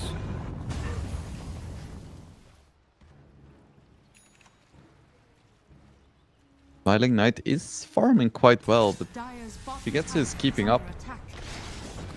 And is there an attempt of ahead to be made? No. Problems, of course not.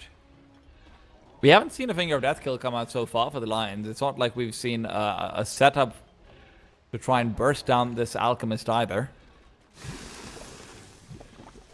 it's a difficult kill.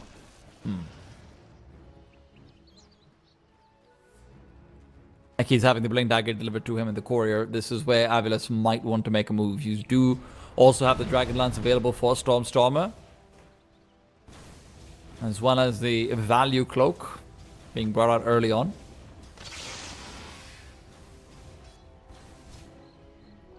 What have we here? Lo has his Blade Mill, now working towards a BKB. He did a lot better in lane against the Viper than against the Shaker, funnily enough. Dire are scanning. Well, let's see if he can do a lot better in the game as well.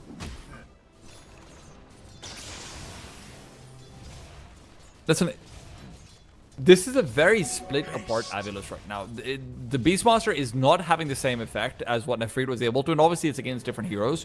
But Zibba, without that HOD, can't take over the enemy jungle as easily, even. And maybe that's because he's letting Stormstormer do that, but it's not the same map control maintenance. It's not the same overpowering, stifling presence that we saw from Nefrit. DMS still has space on this map to farm.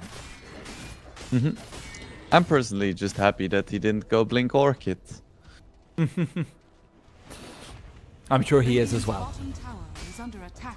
Less happy though is still the end. Bot lane, Nefrit also quite low, but he should be okay. No, Blink is ready from Smiling Knight, and he's now in pursuit with the concoction as well. Nefrit asking for denial, but the only denial here is Zibe on the shield rune.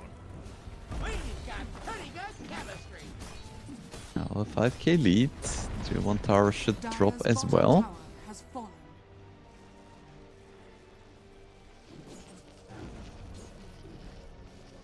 It's just going from bad to worse for DMS right now. Dire's bottom tower is under attack. Shadow Shaman working towards an Ether Lens as well. It's gonna be really nice.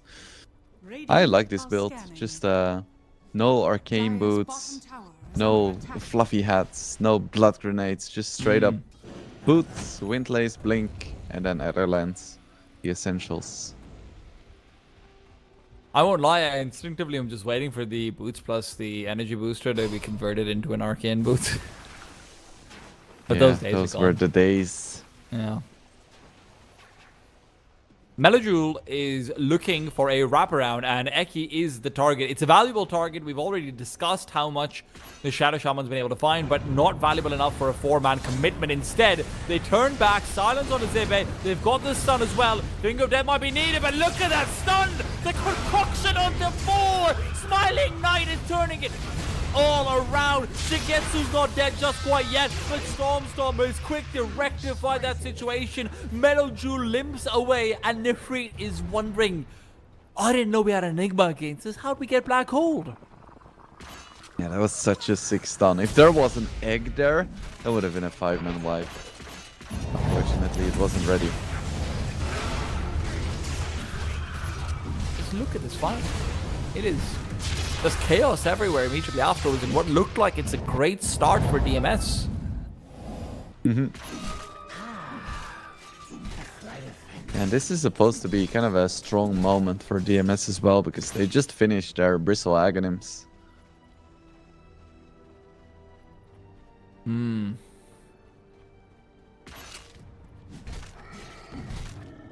Now Shard as well.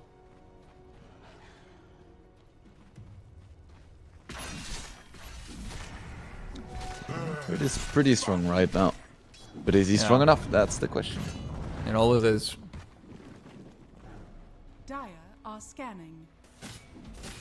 Roshan contest is not going to be easy with Suneko having the egg. Does Lion have a blink yet? I don't think so, right? No, he has drums. Which is interesting. I won't say I agree with it. Dire's middle tower Blink is line under is attack. always just feels so strong. Yeah, needs another 1,000 gold at least. It's just not in the cards right now. Well, without that Blink Dagger, they can't really do anything about this Roshan over here either. It'll be going down, Radiant's bottom likely going to be... tower No, it is Ziba actually to pick up the Aegis. No, the Beastmaster, the primary Aegis carrier for the series. Radiant's top tower is under attack.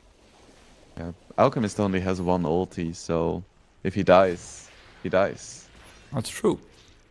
But DMS also are trying to burst down pretty quick. Problem is, I don't know if they have enough. BKB 9 seconds on the Alchemist as well. Yeah, it's a hard time. Radiant There was a are point to be scanning. made for Aegis on Viper as well. For sure. He's quite tanky with the Mage Slayer, to be fair, but you're right. It helps you siege a lot more effectively. In the meanwhile, though, I feel bad for till the end. He will get the Tormentor, but he will also be tormented. Tower is under attack. Yeah, Pugna is one of the heroes who can solo it. Dire's bottom tower is under attack. So I think he's gonna be reasonably happy with that. The downside is that he got the shard. Are fortified. And on the support downside- Pugna, it really isn't that useful. Well, he can be even more worried about so many downsides over here because Shigetsu's been caught out as well. He already had 2 more deaths over there. Shigetsu tries to use a Dragon Form to turn around, but instead of getting a kill, he'll just have that on cooldown for 100 seconds. That's a lot of time for an Aegis lineup to start pushing up into all of your tier 2s. Oh, I feel like we're approaching a 3-game series time again. I feel like we're already there. Oh, that's quick. Yeah. I wouldn't go that far just yet. We've seen how Avalus can turn games around. What does DMS need to do over here to win? Dire's bottom Right? tower is Because under attack. genuinely, I'm not sure what direction they go. I think if Avalus just overcommits into the Dire's base, bottom tower has fallen. like they all dive in, DMS pops fortification, they have a nice 5-man impale. That would help. Well, the roar into the bristleback. They are looking for follow-up. Ziba is asking for it, but instead he's asked for too much. Bristleback turns around, brings down the Aegis, and maybe this is the overcommitment they were looking for. Certainly doesn't seem that way, but the Glimmer Cape onto Nefrit will keep him alive. Ziba reinitiating over here. The toss back from the Earth Spirit, and Smiling Knight will only settle for Melojewel. A nice little bonus kill.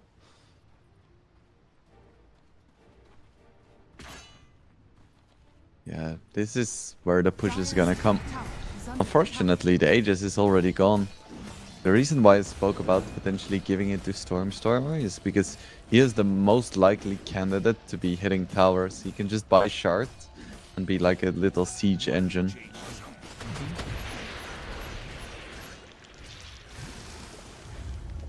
Never middle fun to be tower trying to take is down a under Viper attack. over there who's already so tanky and has that much backup anyway. Dire's middle Meanwhile, tower Dragon Knight, has who fallen. is still figuring out what his path to relevance will be, is now hoping that it starts with a BKB. I hope so too, for his sake.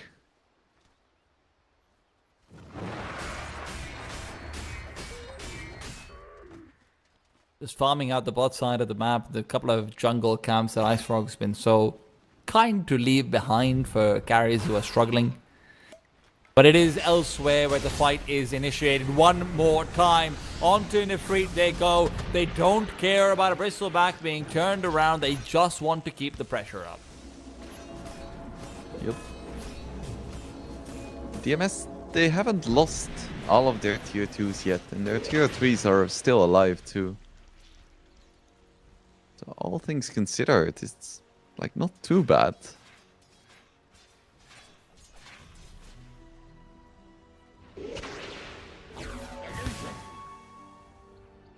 Maybe Viper is gonna fall off soon, right? Right? Yeah, right as he gets his BKB in 200 gold. That's when the Yeah. fall off begins. Yeah, Viper doesn't scale. Beastmaster, you know, who cares about Beastmaster? Yeah, Elk is it's already all- 6 slotted, so... That's true. You can't get more slots than 6. Except for, you know, when you put Aghanims into your teammates. But that's not a slot. That's not really a slot, right? Like, that's a fake slot. Yeah. If it doesn't show up in the inventory, it doesn't matter. Everyone knows that. Dire's bottom tower is under attack. Yeah, it's all good. Yeah. It's okay.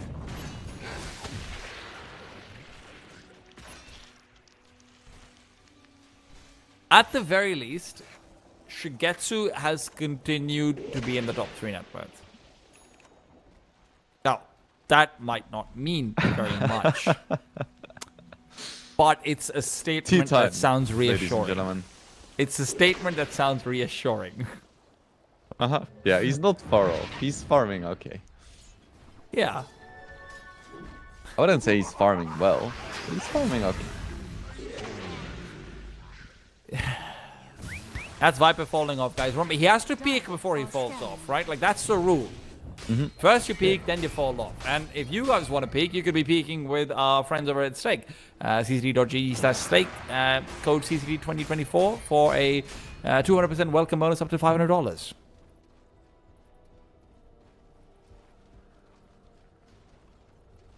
Poor Bristle keeps being turned into steak. He's not used to that. Yeah, the break is just so punishing, and there is literally no way to avoid it. I believe Amar went like Yules on Bristle to try and avoid it. Well, you can't avoid the roar over here either if you're Melajul. Dire's top tower is under attack. You're always playing with 4 heroes alive as DMS, unfortunately. As soon as one respawns, the other goes down.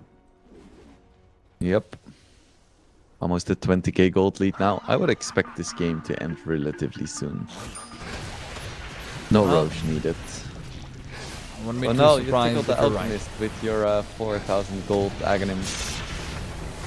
Well, Viper Strike has already been used, so maybe Nefrit can feel more comfortable going into the fight. He really needs to at some point, though, because he's lost his Pugna. And he's lost any real hope over here. Shigetsu now makes his way back over to the fountains. Nefrit is still unsure about what exactly he can get done in a situation like this. Dire's top tower has fallen. Storm with his shard, dealing really nice damage to buildings. Well, Melajul now goes in with the BKB. The Finger of Death helps finish off the Phoenix before the egg is used. So if you want to fight, this might be it. Shigetsu trying to pursue forward, but with the BKB from Storm, Storm means you can't stand him up anymore. Remember, that Roar is going to be coming off of cooldown in just about 2 seconds, and Zib is looking for that exact timing. And as Melajul comes forward, it sucks to be him because he's about to be roared over one more time. No, the Hex is all that's needed. Zib is not even using it. He's maintaining it. He's holding it. And Alchemist also just being held down till the end, healing up. Roar finally comes out, and it's not going to be enough to save this Alchemist. Eki's the next casualty. Stormer TP's away, and there's that overcommitment that you were so worried about. Okay, okay. No Rex fallen. You kill the alchemist. You shave 5k gold of the gold lead. That's a And start. Dragon Knight stays alive. Yeah, that's pretty nice. It's also really just... Look at how fast he sniped that Phoenix. So Neko never had a chance to use that egg. If he gets a Supernova off, that's a very different fight. Even Zibba's second roar didn't feel like it's going to be that impactful over there either. Radiant are scanning. Very well executed fight all in all. And to be honest, I know we were memeing, but the Viper's fall off looked like it was there. If he, admittedly, he'd already used the Viper Strike, so he couldn't re-Viper Strike up the Bristleback, but yeah. Radiant's middle tower is under attack. A Viper with 18k net worth has no chance fighting a DK with 17k net worth. Maybe without the BKBs, but even then, like, eh. But at least he's gonna become a universal hero at level 25, and then he's gonna get like 30 extra damage. That's pretty cool. It's also such a fun way to like phrase the talent tree. It's just like, oh, become universal. Feels like Viper should be a universal hero anyway. Because he's universally hated? Dire Yeah, you're are right. scanning. Nice. I workshopped that one. Listen, this time, I don't think they're giving the Aegis to Slitter. I can tell you that much. Storm is already getting closer in towards it. It will be him picking it up. That's a quick rush. Yeah. This is They're something all gonna smoke I to the wrong kinda side of the map. Yeah, if DMS had been able to fight into Avilis right now, I would kind of like this. They're choosing the right time. This is right when teams generally tend to split up immediately after they've gotten the Roche down. You can find one or two players over here. It's going to be the Aegis to initiate on, but on the side, the Finger of Death used on Zibi instead. He won't have a roar in this fight. And now as you look to fight back into the Alchemist, he's also charging up an unstable concoction without targets. The egg does go off though, and the 3-man stun is too much to deal with. It's Alchemist being given a chance to tear down on every single DMS member. Shigetsu's TP guaranteed as daylight comes too late, and problems will blink away, but he's blinking to delay the inevitable. Death beckons. And he doesn't know it, but he'll be answering its call in about 20 seconds from now. And if they killed the egg, that would have been a different fight. Maybe Bristle would have been able to make it out, and it would have just been a quick and easy pick off. But no. Dire's top It also just took them so much time to take down the Beastmaster as well, even though they got the initial initiation on him. You used up most of your disables on him to make sure he can't turn around on that roar either, and you couldn't really follow up from that. So, Raxes are gone. These will always forfeit. 15 seconds till the Bristle is back. You have the Glyph as well. Dire's middle tower is under attack. Dire's Now used, but structures Stormer even still has his Aegis up. Dire's middle Nice nether tower blast from has the fallen. Pugna. Always love to see that. 5 men up. It's time to fight. But what are you fighting with? Metal Jewel just moves back for now. Smiling Knight has got the Raxes. And it will just be them getting out of here scot-free. Blink away. Metal Jewel without the Remnant down couldn't have closed the distance regardless.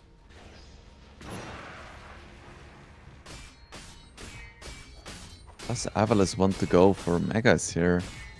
They'll have the Aegis for a few minutes. Doesn't look like they're too hasty.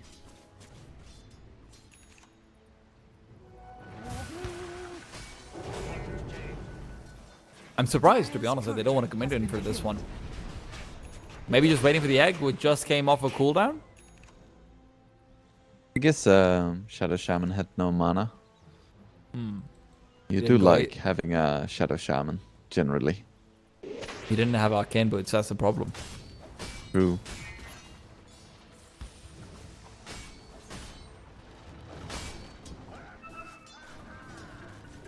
Makes all the difference.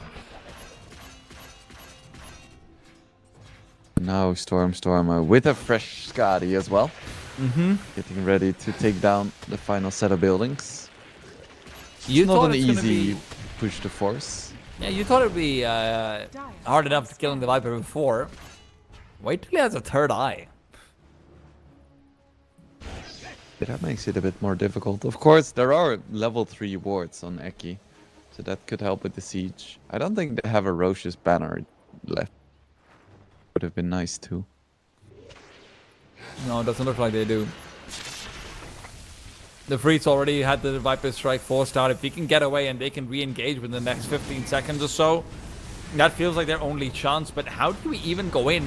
Melajul's getting ready. He will get the stun toss backwards. It's an initiation on the Stormstormer. Melajul might give up his life for it, but Stormstormer's just been forced away. He should live here, but the Magnetize will finish him off, only to bring him back in the Aegis. Roar onto the Dragon Knight. Shigetsu trying to fight, but it's not a chance for him. Back into Invis he goes, as the Glimmer Cape does save him for a while longer. Double Earth Spike from Problems keeps them at bay, and maybe they can stop Megas from coming through, but Stormstormer now comes back. BKB's up, turns around, he's fighting them all down. It's a dead Raxus, it's Mega Creeps, and it should be GG. It's called there and then. Well, that was a bit smoother from Avilis there. They won the early game, and then they also won the mid game. So that tends to help. Well played by them. Again, it just felt like that Viper draft completely mitigated 2 of the DMS lanes, and then you're just relying on a Dragon Knight who wants to farm anyway. It was a bit of a masterclass in that drafting, just using that last pick so effectively. Yeah, I think it was just beautifully done. I was getting ready for another Earthshaker game, but somehow this worked even better, despite it not being as dominant in the lane. Stormstormer just played it really nicely, and yeah, with playing it really nicely, I mean, he just kind of right-clicked and then sometimes used his ulti. Impressive Viper performance. Well, let's see what he will impress us with next. I've got no doubts about, you know, his ability to impress, but does Avilis have the ability to close out the series? We're going to find out after a small break.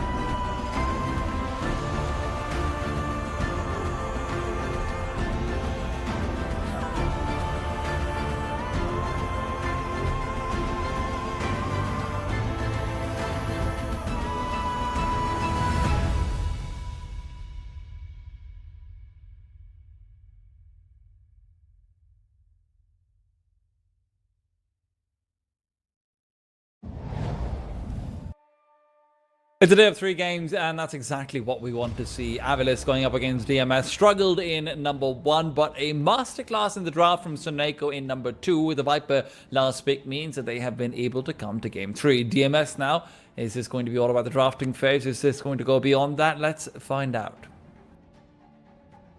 Yeah, let's.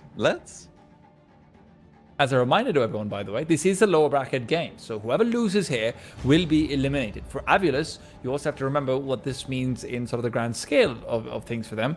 This is one of their last, if not their absolute last tournaments before they set out east for a $1 million event in Bangkok. To lose over here would be a travesty for this team, to their confidence at the very least. You know, you don't feel very good going into that thinking, well, we got invited into the playoffs, we just got knocked out of there immediately, not winning a single series. That can't feel good. But for DMS equally, it would feel pretty good to do that to them.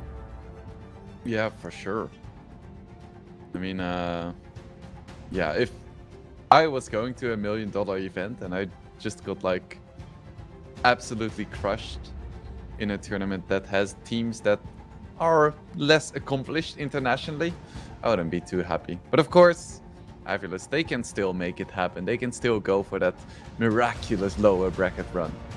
Hey, who knows? You know, to not quote the famous words from Liquid, lower bracket is for, don't quote it. That's the point. Don't quote it. But we all know what it is. Here's some heroes we've seen before. It's a Beastmaster, so far 100% win rate in the series, and the Bristleback on the other side from DMS is so far 0% win rate in the series. Yeah.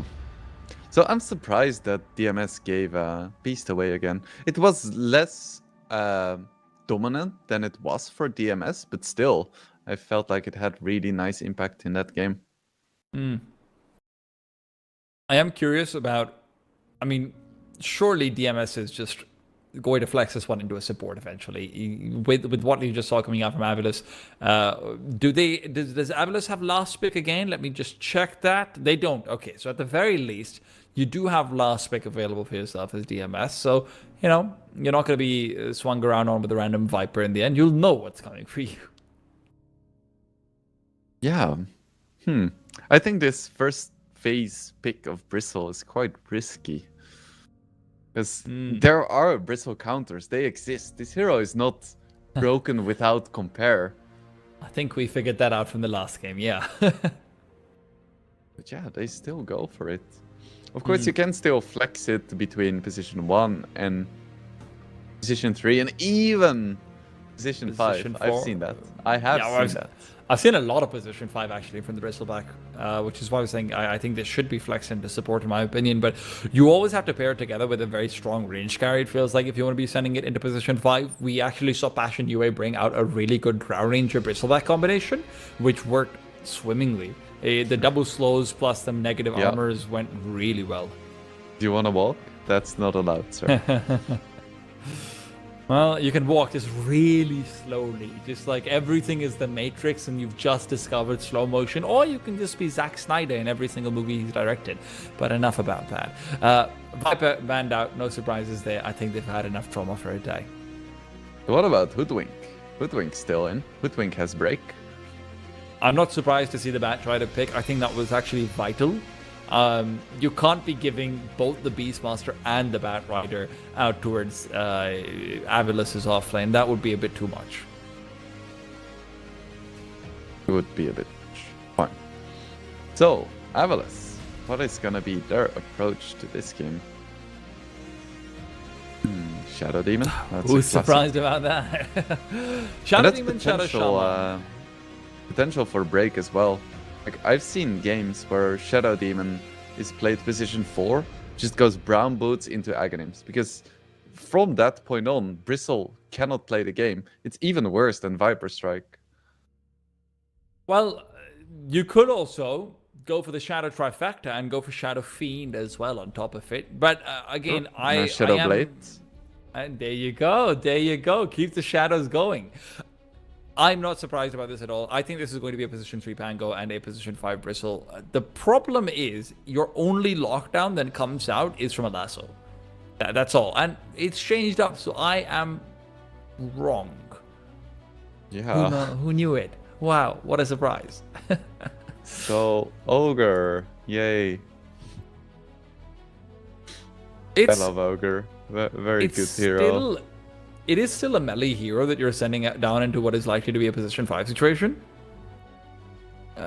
Makes it a lot more cagey what you can pick with it. The Morphling is likely going to be banned out by Avulus if they don't want to pick it for themselves. Just to remind everyone, DMS does have the last pick, and although that's normally seen as an advantage, it also means that DMS will likely have to ban the Morphling themselves if they aren't absolutely sure that Avulus won't be picking it. And Morphling does look really nice for Avulus as well. Okay, interesting. They prioritize Stormers here first. It's a good puck game. There is like no super reliable disables. There is the roll, the fire blast, and the lasso, all of which are kind of conditional. Even though lasso and fire blast are single target stuns, they're quite slow and they're really short range.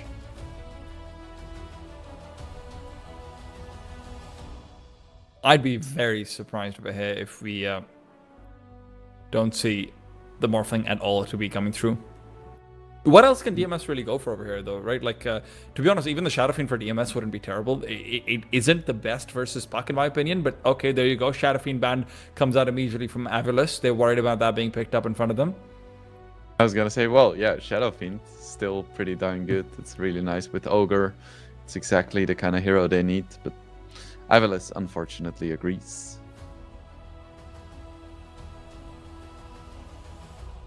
There's a Morphling, there's a Shadow Fiend. What other range carries are there available right now? Avulus doesn't have the same restrictions. They can obviously still go for something like an Ursa if they want to, but the Medusa ban obviously takes that away from themselves and DMS's hands as well. I think Dusa wouldn't have been good for DMS, because Dusa is so slow and she's just gonna get danced around. And then there's also gonna be Shadow Demon illusions, the potential for break, and like all the boars. It's just no fun. That is true.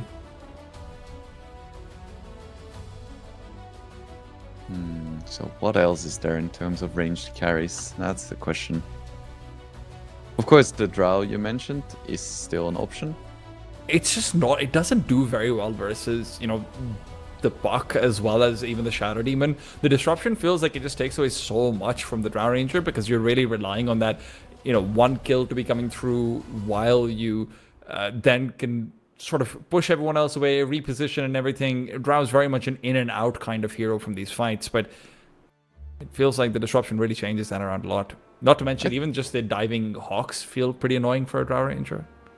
I think it's not too bad because you already have 3 frontline heroes and you provide a little bit of silence on top of that. Like, if it comes to a situation where you get disrupted, your team fucked up. Doesn't matter which hero you played. No, sorry. So I mean like just disruption to save an enemy hero right now. That extra 2.5 seconds where Drow Ranger then doesn't feel comfortable positioning away or positioning back into it. You're right, though, with the amount of frontliners, there is still that to consider. That's obviously very, very good for the Drow Ranger, but yeah. They have painted themselves into a corner on the DMS side, though. As far as Avulus's pick is concerned, though, like I said, I would still love to see an Ursa from them, to be honest. I think that an Ursa would be fantastic over here. I hate Ursa, but it's good here. Just not because he's weak, but because he's bullshit. The right reason to hate a hero. There you go. But can we see the return of the sniper? It doesn't seem too great here. Yeah, I would of rather course. pick Gyro, maybe? Gyro seems nice. That's true. Also decent against the boars and everything as well. Yeah. Gyro seems nice. Get it. Come on, DMS. Ban it You know out, you want to. Avulus is gonna ban Gyro, but no! Okay. Wraith King. This is a smiling knight hero, that is true. It is kind of just like the Ursa, right? Pretty heavy damage dealing melee carry that likes to frontline a bit as well. You know, Buck can dance around him quite a lot. It can cause a lot of chaos, but it's also without all the brokenness. Yeah, like imagine Ursa, But worse. but worse. Yeah. Has a To stun, be honest, though. I actually think Drow becomes better now. Because he's going to need a lot more on the Wraith King to be able to sort of get to that Drow Ranger as well. Yeah, I still really like Drow. I think Gyro is still absolutely fine. What else is there even? Luna doesn't exist anymore. Murta Yeah. seems meh. I'll just check out my carry list. Arc Warden, mediocre. Things, eh. Roll, meh. Definitely not sure. Blades. That's not going to be an easy hero to pull off, though. But I think DMS might be having that conversation right now, to be fair. Terrorblade into the Shadow Demons, never fun, because you can get the illusions immediately out and actually bashing on you as well. It's also not a great lane with the Ogre Magi versus what it's going to be probably a Shadow Shaman plus a Beastmaster lane. It's gonna be There you go. I called it from the beginning. I got it right Nice. somehow. There you go. I could see why they had to think about it so much, but it did feel like they just didn't have too many other options at this point. Yeah, I'm inclined to agree. I think it's a good Drow game. Your silence is gonna have a lot of value. You should do okay in lane against the Beastmaster. If the rest of your team does its job, then you're gonna have a good time as Drow. Do you think this is going to be a Silver Edge game for the Wraith Knight to be coming true? Because I'm also thinking, obviously, you're looking over towards Wraith King and saying, hey, what's the item build do you want to go for? Do you want to go for like a Battle Fury for acceleration of farming? Do you want to be going for the Silver Edge, be much more fighting, but then you also want the Blink Dagger at some point because that's just what Wraith King wants? How is he going to itemize this? I don't think he's going Battle Fury. I'll say that. He might go for Silver Edge, but like as a third item, I think it's gonna be like Armlet Radiance, that kind of stuff. Maybe just a straight Radiance. You're That's the way expecting you want to build heavier farming? Smiling Knight. Are you expecting it to be largely heavier farming from him in that case and not as much early involvement? He's still gonna be involved, but he just likes farming. So I think it's just gonna be a Radiance at some point. Maybe it's gonna be something completely new, special, but I think Radiance is just kind of what you need on Wraith King. It'll be not the easiest matchup to get to work as well for him. Of course, we have to remember it's going to be Shadow Demon plus a Wraith King going up against what is going to be a Bat Rider and Bristleback lane as well. One good thing is this is the ultimate lane to buy sticks against, right? So you're never going to be running out of mana. You're always going to have all that extra regen up for yourself as well. So kills will have to be from 100 to 0, which is always hard to do on the Wraith King. Yeah. Yeah, for sure. Don't flame my brother. There. Well, I won't, I guess. I'm sorry, Melajul. Yeah, I'm still gonna flame his brother. Melajul's brother is not as good as Dota as he is. Ha. I bet his brother is not the same age. Ha, what a noob. What a loser. Different This is ages. some 30 interesting seconds to approach battle. from Avalis. Can they find mean- something here? Oh my goodness, that smoke's giving them nothing. Till the end is just That's a wondering, wait, scary wait, smoke. so the Batroid is smoked, but I'm not. Where are they? What's going on, guys? Guys, my smoke didn't work. I do like that you cosplay the Ogre Magi every time as well.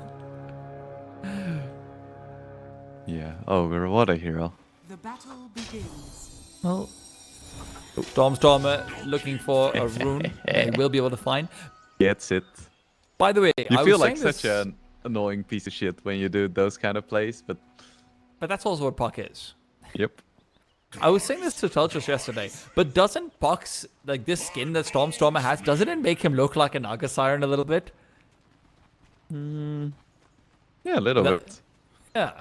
It's very Just- flappy. Yeah. Looks a little bit like he's swimming. Still, though, like I said, I'm curious about this top lane. Less curious, I think, about the Pango versus Puck matchup overall. The side lanes are, again, once more where I'm interested to see how these ones will be going. Yep. I would expect some nice aggression once Ogre hits level 2.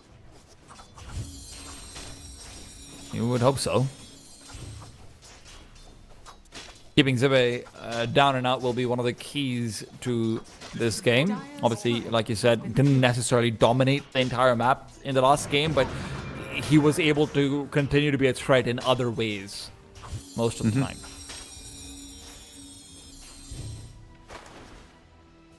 I am a little bit curious about this mid matchup because we've seen Stormstormer dominate 2 out of 2 games so far, but both of those matchups were heavily favored, I would say, or at least a little bit favored. Ooh, Sneko. Neko Rip. gone. Is that blood grenade really helping out?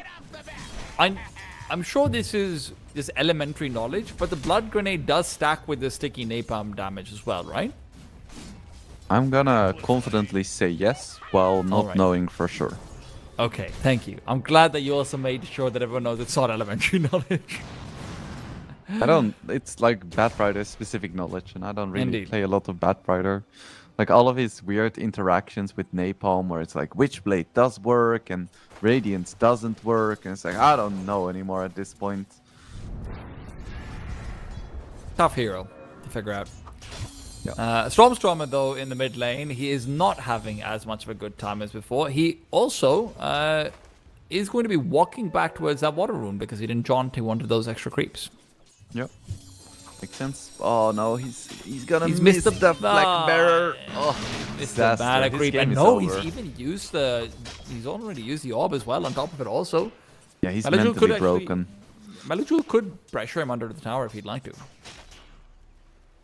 The game is over. It's a DMS 1. I see you're a North American Dota fan. Actually, Stormstormer is one of the most untiltable players I know. He's German, right? Mm-hmm. The reincarnation of Fata, then, maybe. I'm not sure if Fata is untiltable. He really isn't. Even so, legendary mid from Germany, there you go. Still, it's Stormstormer being pursued down underneath that tower. Always a risk when you've used that phase shift already. Melajul is just trying to force out the orb. Yeah, there are some high-level mind games going on in this mid lane. I'm enjoying it a lot. I feel like either hero could die at any second. Well, Stormstormer is not having his case helped. Is there a reason why he's not using the phase shift? Is it because he's trying to save it for the shield crash specifically or anything like it? Or he just wants to have it around? Yeah. He wants to save it for the shield crash. And it really sucks that Melajul is constantly pushing the lane, because one of the best ways as a puck to sustain yourself is by tanking 2 tower shots. Which, as weird as it sounds, means that you can disjoint both of them with course. either your orb or your phase shift, and then get back a ton of HP and mana. But because Yeah. Melajul is constantly using his skills to CS and then damaging the creeps in the process, the lane is never pushed. Well, it's pushed now, but even then Melajul does continue to keep Stormstormer just a little bit away. Stormstormer, you can tell he really wants to jump into tower range, but he just can't. Really well played by Melajul, but you know what? There's some assistance coming in. It's going to be the rebottle up, and sometimes you just got to cheat in a 1v1, make it a 2v1, because Dota is all about the 5v5. But that being said, Melajul just continues to keep the pressure on. This is kind of insane to see. Like, Stormstormer owned games 1 and 2. But like I said after game number 1, I don't think Melajul and DMS have to be too worried about the mid, because it's not like Melajul is a way worse player. The odds were just stacked against him, and now the matchup is more even, and we can see in the last hits and denies that the matchup is or like the way it's turning out to be is a lot more even. Last hits are certainly even, that's for sure. Meanwhile, though, it feels like everyone is trading farm evenly across roles, right? Like, offlane is maybe the only place where we have a pretty big disparity. Ziba has been punished out and actually forced backwards. He's even TP'd back to Fountain. So he's a sore thumb right now on the Avilus side.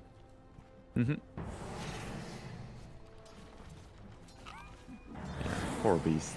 No fun. Dire's middle tower. Storm is not having any fun in mid lane either. He is just being pushed back. The Rolling Thunder already used. Puck will be hoping to maybe come back in with the Dream Coil and see what he can find. In the meanwhile, though, Eki will be saying good night. And, well, maybe he's going to take some time with those sheeps that keep on coming out, but he will eventually still say Is it. under attack. That innate is such a pain in the ass. I didn't realize that's also on cooldown, actually. Oh, a nice big rotation. kill. That's also exactly what they needed to, you know, level up. The difference is just a bit, but the differences will extend in bottom lane. Ziba on level 4 is just being pressured away. Eki's rotation back in is going to be providing more fodder for the cannons of DMS, but those cannons aren't getting kills.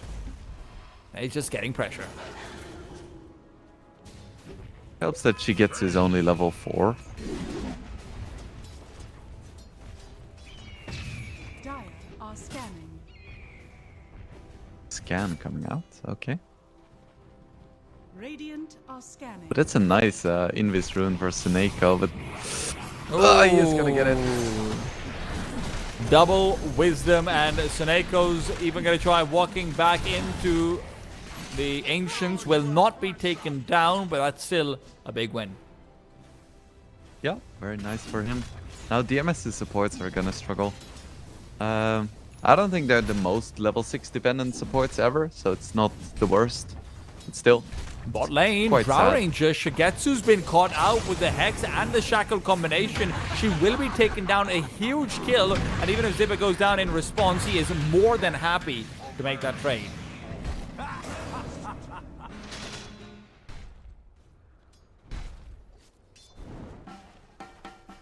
Dire's bottom tower is under attack.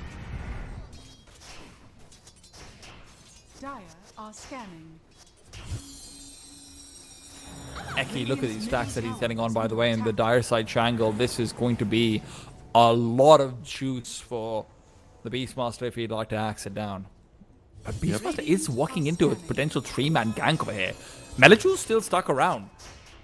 Ziba's got no way of getting away, but maybe it's just a little water loft to the distance that'll help him.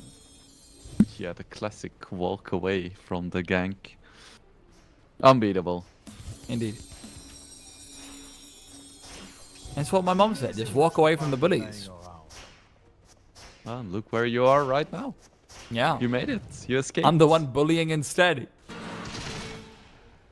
Natural progression. Bottom lane, oh my goodness, this Drow Ranger just keeps getting caught out time and time again, and Smiling Knight's rotation will find fruit. In the meanwhile, that fruit is just continuing to be harvested till the end. Will also fall. Dire's top tower is under Looks like it attack. is indeed gonna be armlet, but then there is a blink dagger queued up Dire's middle afterwards, tower so is under attack. looks like Smiling Knights wants to be a bit more aggressive. Yeah. Radiant's Don't think I'm bottom the most tower is surprised under attack. about that one. Dire's middle tower. Maybe more so the fact that actually they've got this lead against a Drow Ranger and he's still going in for that, right? Drow Ranger having died twice, really just taking away some of that net worth. That's where it feels like the Radiance could be brought out even more so, but obviously you can argue Radiant's just bottom push the tower advantage. is under attack. Yeah, just keep jumping her. Don't give her space to get back into the game. Radiant structures are fortified. That space feels like it Radiant's has bottom to tower come is through under Nefrit. attack. Nefrit and Melajul. And it looks like Melajul isn't going for a Blink Orchid, so that helps. It always does. One day I'll drop it. Dire's middle tower is One day. under attack. One day, both these mid laners will be at the rune in time as well. It's a DD in the bot side, and Avilus has rotated their supports over to make sure that it can be guaranteed. Melajul might be taunting, but he will be taunted as well.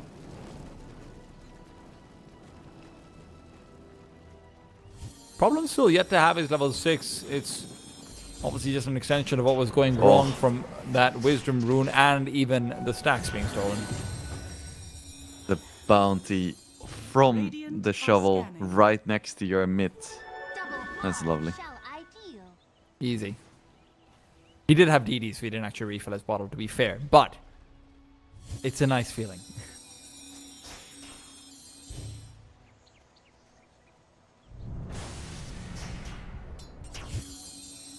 Eki's in trouble over here. The flame break actually brings him further back into the lasso, and Meloju will be able to get the follow-up as well. Sure, there's a double hex to keep himself alive for just a while longer, but a while is not long enough. And Shigetsu has been struggling a little bit in the farm department. Dire's middle Let's see if tower he has can been get denied. back into it. This Drow isn't the fastest farmer, all things considered. But she gets around once she has a few levels. Dire are scanning. So both teams just kind of chilling right now, completely content to just farm up their items.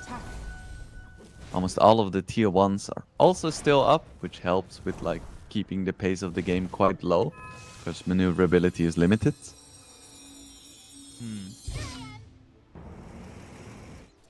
Eki, scared off by the Rolling Thunder, and scared off by the fact that he has no teammates nearby.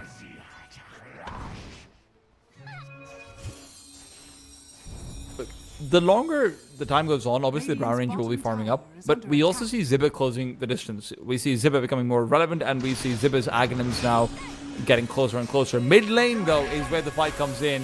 Melajul not too worried, but maybe he should be. The wards are making it worse. Gets the Rolling Thunder off in time, and that's where the turnaround comes in. Decent damage onto the puck. He's actually got them between cliffs. On the other side, there's even the lasso. Problems anticipating the cliff. And the upwards trajectory of the puck is now turned down. Eki, who continues to heal up inside his own madness, will once again be forced to double sheet. 2 big kills for DMS. I have my doubts about that kill attempt, because the Pengal even had a regen rune. But at the same time, Smiling Knight gets a solo kill. I don't know how. I think won't he lie to you. probably right-clicked him a bunch. I'm sure that helps. That Linked up said, now as well. Phew. yes, indeed. And the immediate smoke as well with that blink dagger. They want to try and make something off this. This is definitely one advantage of Wraith King over Ursa. Once you have the Blink Armlet, you can be so aggressive. You don't necessarily need a BKB as badly. And you have a lot more solo kill power. As well, you have a stun. Radiant's middle tower Oh my goodness. As we can In see. goes Smiling Knight. Immediate shackle out onto Melajul as well. He is gone. There's the power of the Blink Armlet, man. Radiant's middle tower. Tower for himself as well. So, let's take And a look. the What is stack, next on by his the way. menu? It's gonna be Deso, so no Radiance. He just wants the big damage. He's also just stealing their stack. Also, the Death was great against the Bristleback as well. Yeah. I have to be careful. Flame break forward, but the only lasso they get is a poor Shadow Shaman, and they're really not content with that being the only kill they get. You lose out half of your stack. You can't really punish out the aggression from the Wraith King, where he feels like he can take a triangle. Now, It's hard times. despite everything, Zibe is second in net worth and has a 15-minute Aghanims. That's pretty sick. And the man who I was saying has a lead is still 2 items away, soon to be just the 1, from his own Aghanims. Dire are scanning. They're freed, by the way, just in case that wasn't clear. Radiant are scanning. I'm not sure how much that Aghanim's gonna do, but it's a good start. Shigetsu, in the meanwhile, is still going to be uninterested in being a part of a fight until he has at least that Manta style. Meanwhile, though, kill comes through elsewhere on the map. it is Suneko's demise.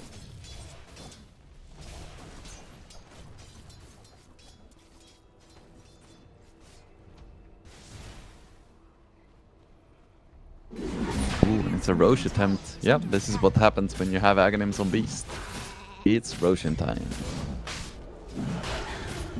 Well, I'm wondering No wards if needed even. Is under attack. the only word they need is Smiling Knight. He is giving them all the information in the world, also just denying it all from the other side. It doesn't feel like DMS have any idea of what's going on over here inside the pit. And is that gonna be the third Radiant's top tower series is under where we attack. have an Aegis Beast? Roshan has fallen Yep. to the Yes, it battle. is. 100% win rate, 100% Aegis rate. Are they correlated? Probably not. Seems good. Puck's not too far away from his Blink Dagger either. He should be getting it in about another wave or so.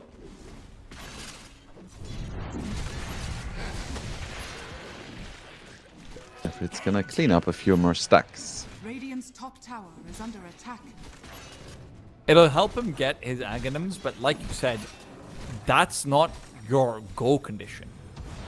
Pango has his Diffusal, and now you already have Smiling Knight trying to invade the triangle. He will find the Ogre kill. The earlier Observer ward that they planted 5 minutes ago now finds food. A really nice spot. Doesn't get de-warded that often. Bot lane, Ooh, and silence. Stormy. Malajula is going to be in a world of hurt over here. He's already used that Rolling Thunder to try and run away. Smiling Knight with a smoke up to try and accelerate forward. Malajula just decides to TP. He's not taking that risk at all. It still could be a Smiling Knight stun onto the Bat Rider, though. It's going to be a quick catch onto Problems, and Problems will fall. It's Free just so kill. many random kills that he's finding, even if it's just the supports. Yeah, you don't need Radiance to farm creeps if you can just buy items that farm heroes. Well, he's farming more of them. He's found the Bristleback. Bristleback facing into the Wraith King just makes it all the more easy. And I believe that's his Deso now complete. 17 minutes in, he has a Blink Deso armlet. That's pretty fast, huh? Radiant's bottom tower is under attack. Yes, it is. All of the cores for Avilis are really farmed. Top lane again. It's till the end, caught out. These supports can't catch a break. And right now, all they're catching is hands. Your elements return. Interesting. I feel like we haven't seen Radiant's anything top tower is from under attack. DMS in the past like 5 minutes. They're just dying and losing map control. Yes, they are. AC next for Smiling Knight. Picking up on that lack of armor. Spooky, scary skeleton. Also, it makes the Bristleback feel a lot less effective as well.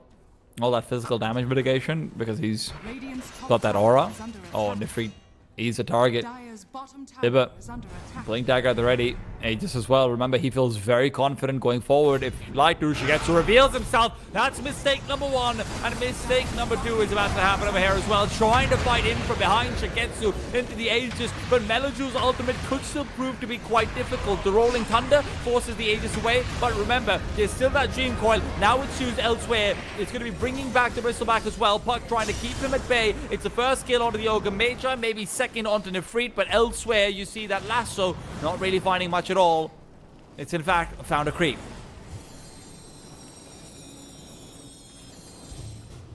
Problems. Can he juke his way out? Nope. Gets 2 shot. Radiant's Oh. middle tower is under attack. This is a symphony of disasters for DMS. They cannot catch a break. And it looked so good in game number 1. Yes, it did. Unfortunately for them, Avilis then comes up, turns around, some great drafts, some great plays, and consistently some great leads. 10,000 up now at 20 minutes. Top lane, fight continues. It's going to be coming in once again. Maybe the Wraith King can go down. Remember, that reincarnation is not there yet. He's actually not skilled it, funnily enough. But no, holding the point over here. Smiling Knight will still be able to get one more. Radiant's middle tower is under attack. When are we gonna see the next kill for DMS? Are we gonna see the next kill for DMS? It's been like almost 10 minutes at this point. Under attack. It's another one onto Nifrit. Oh, and this is gonna be a tier 2 falling as well. Drow Ranger is trying to catch up in the jungle, but she's still so incredibly poor. It's even worse for the Bristle, and Bristle is not a hero who plays well from behind at all.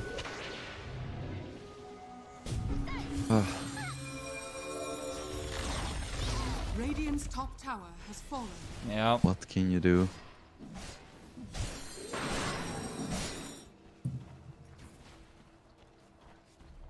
Radiant's is- Till the top end. tower is under He has his Bad Pavis that may help. Dire are scanning. Said there's a 10k net worth lead at 20 minutes. Now there's a 15k at 21. That's quite a lot. Of course, you know, their ancient hasn't exploded yet. That helps. I've heard.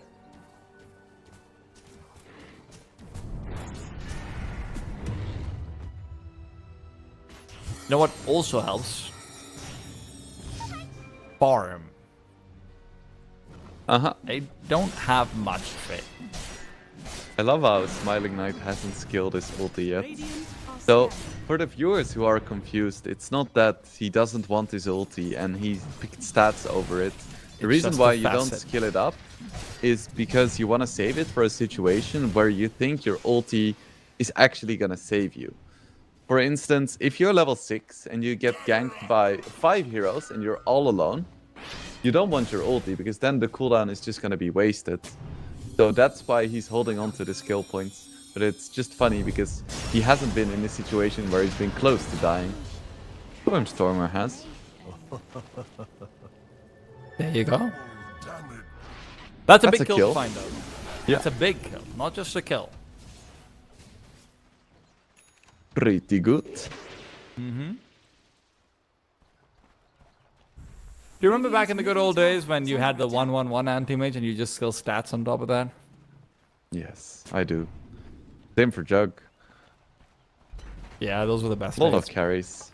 I feel like it's That- coming back somewhat with a lot of the meta heroes having useless third skills. Radiant's middle tower is under You attack. have the Luna with the Glaives, you have the SF with his attack speed. That got buffed. I actually like the buff that I got over there. It feels like the extra 5 souls just to make sure that it doesn't just get taken away from it. It's not the Radiant's worst. bottom tower is And then under you have attack. Sniper take aim that you kind of want to have one value point of. And of course, Dusa Volley is also something you generally don't max. Yeah. Few times.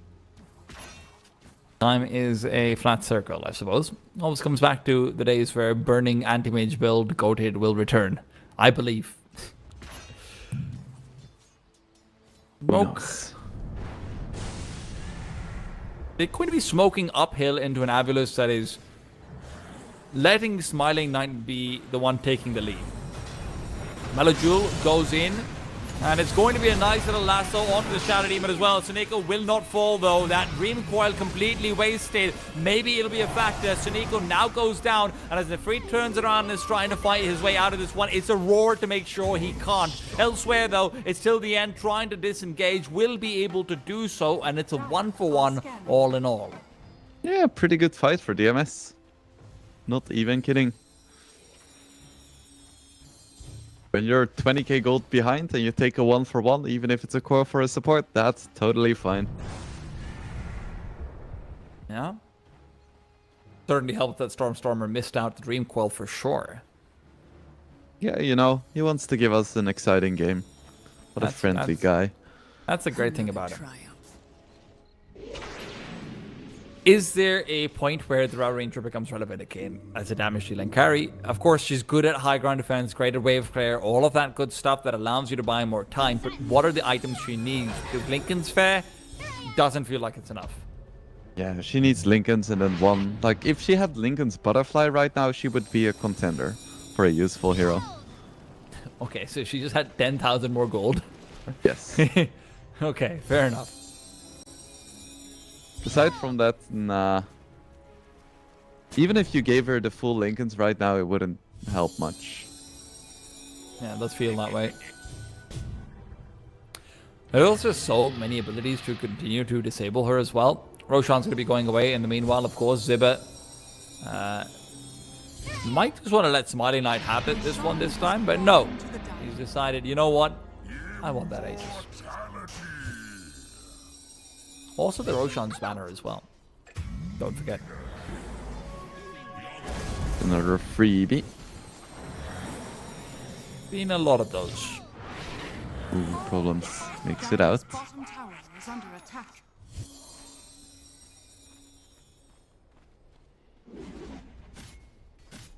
You have the Solar Crest now on the Ogre. It always feels bad when you're playing Ogre and you're the poorest on the map. Ideally, you just want to get the Midas. Get that gold coming in. Become relevant, but no. Never get off the ground. Especially, I mean, that's especially unlikely to be the case, right? With a Batrider next to you who wants to soak up even more of that farm, get that 4-stop Blink Decker up, and unfortunately for him, 4-stop's still about 500 gold or so away. Mm-hmm.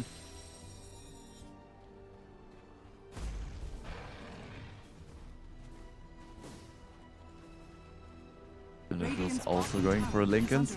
Kind of feels bad to have to build it, but they have no choice. Because otherwise they're just gonna keep dying to Wraith King and Beastmaster. So many good single target spells. Yep. I haven't even talked about the Shadow Shaman yet. Radiant's bottom tower has fallen. Fortunately for them, Again. Agnes is still quite far away for the Shadow Demon though, and it feels like maybe that's the timing where they can hope for mistakes. Initiation though comes out and it's on to Nefrit, whose life has been forfeit again and again. Till the end, I can say the same for him. He will be fallen. Oh, another 60 attack speed. Phew. Dire's bottom tower This has guy, this Wraith King, seems pretty strong to me. Dire's top tower is under attack. Yeah, it's a good pick, isn't it? Yeah, it's like, we didn't believe, but Smiling Knight, he loves this hero, and it's for good reason. Melojoul is caught out by a very lonely Suniko, and he can't TP away because the disruption will stop him. He no longer has a TP on this top lane. The top side of the map, Melojoul's gone. Even the Hex comes in, it's just supports. Look at how much damage that is with the Shadow Poison. Yeah. Dire Poor are scanning. Melojoul. That humbles you as a mid player, you know? Why did Stormstormer just drop his bottle to pick up a bounty rune? He didn't want it. I don't Man, need this... mana. He's too good for mere mortals to understand his decision making. That is true. Never doubted it. Blink forward. Waning Rift. Dream Coil. And although they're trying to Manta dodge out that Dream Coil snap, it's not going to work out. Shigetsu taken down. And Zibba, well, he's wants more. Till the end is always the fries, right?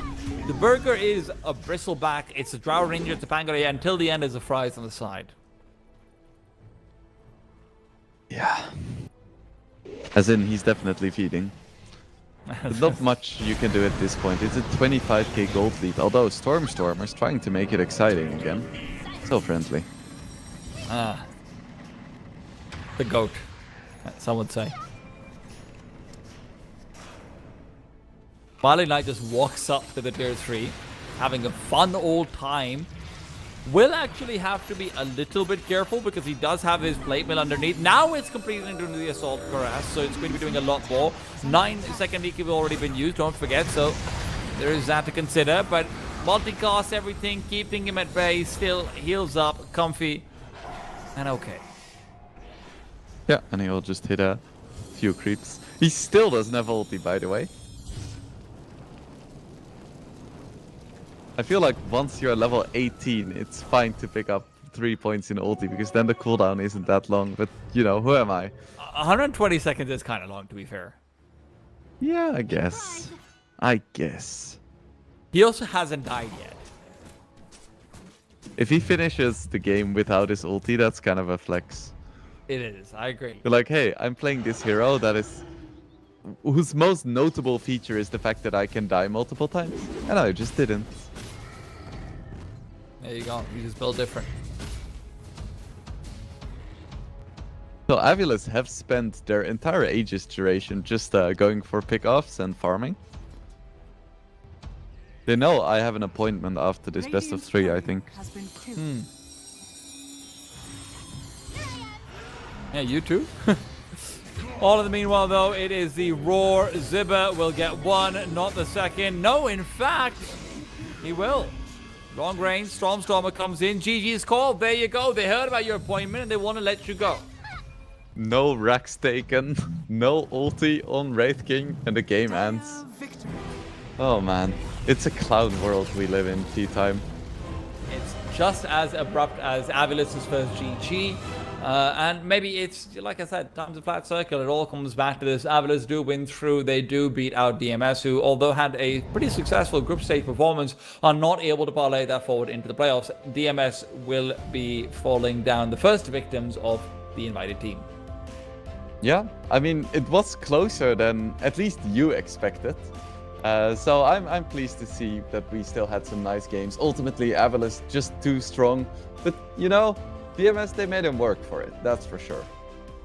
Absolutely, but listen, there's still work to be done, and there's work to be done in the third and fourth series of the day. That's a nice thing about the CCT series. We always have more Dota coming in for you guys, and of course it's not going to be too fast who is talking about it, but we can talk about the series coming up next. It's going to be Mouse versus OneWin, Navi Jr. versus Dragon Esports. Any predictions for you on those ones before we send it off to the ones who matter?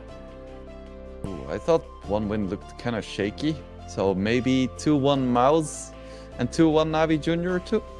You heard it over here, guys. It is a 2-1 for Mouse and Navi Jr. Find out whether he's true or not in just a bit. We're going to be off to a break, and when we're back, it'll be different faces and different voices guiding you through all the action.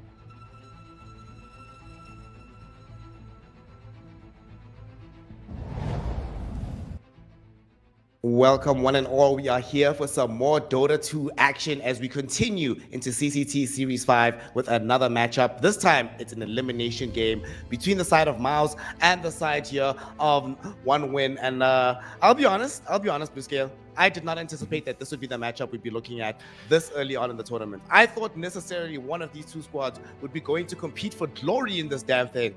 What do you think has happened? Why are they so low? Why are they facing elimination right now?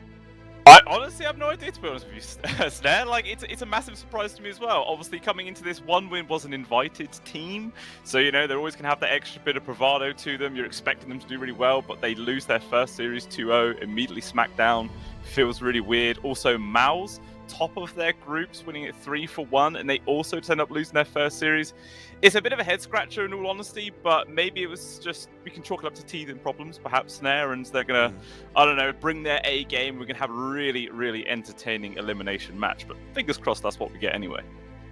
I like what you mentioned there about the fact that it's teething problems, given the fact that One Win does have a new mid laner that they're playing with. A long-time member, Chiro Jr. is no longer with them. Miles has changed, not just one player, but two, both of them being supports. And also, Toby has moved for the first time from the off lane into a support role. So they're experiencing a massive degree of influx of changes. So must be a little bit kind to them, give them an opportunity to really develop their team, see what's been going on.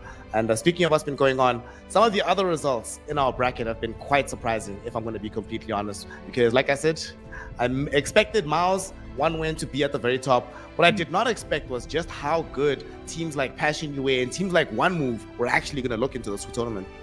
Yeah, at the start it was looking a little bit dicey, but it really seems like they've sort of come into their own towards the end of the group stage. They're performing really well.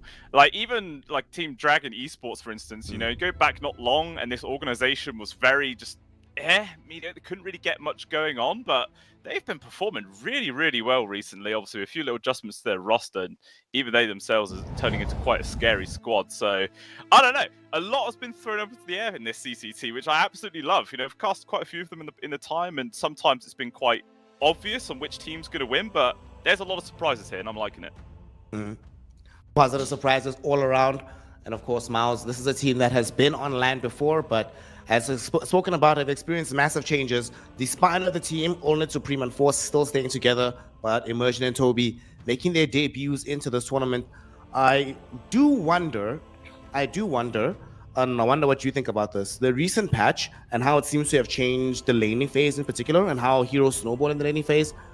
Will it benefit a team like Miles more, given that they have a player like Toby who he's playing 5 now, but he's also been playing off lane for so long? Do you think he's going to be better able to acclimate to both sides of the lane, given that experience?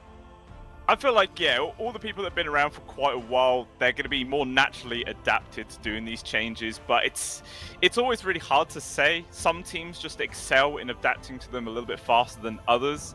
And it's not like any super serious changes are coming with this E-patch. It's all been like a few little tweaks of numbers here and there. For instance, like in the last series, we saw Wraith King come out, even though Wraith King only received nerfs in this patch, we weren't seeing him anyway. It's like, I don't know, people always come out with heroes, which I think are potentially going to be something when new patches come on through. It's always an interesting little mix, but I don't know, I find it always hard to chalk up which team's going to benefit from a patch rather than others, and it kind of feels like the fastest team to adapt is going to be the one that's going to come out ahead.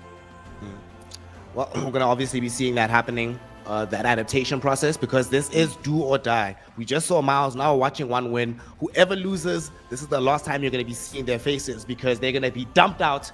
I mean, you know, it's not the worst thing in the world to find yourself in a situation where you end the tournament with a top 8 placing. Not bad, but you certainly didn't come all this way, certainly to end in a top 8 finish. So they want to do their best, achieve their utmost, and that starts with the draft. We have the Radiant side for One Win, Dire side being played up by Miles. Naga Siren, please ban it. I'm really tired of this hero. Even with the changes, it's still a bit busted.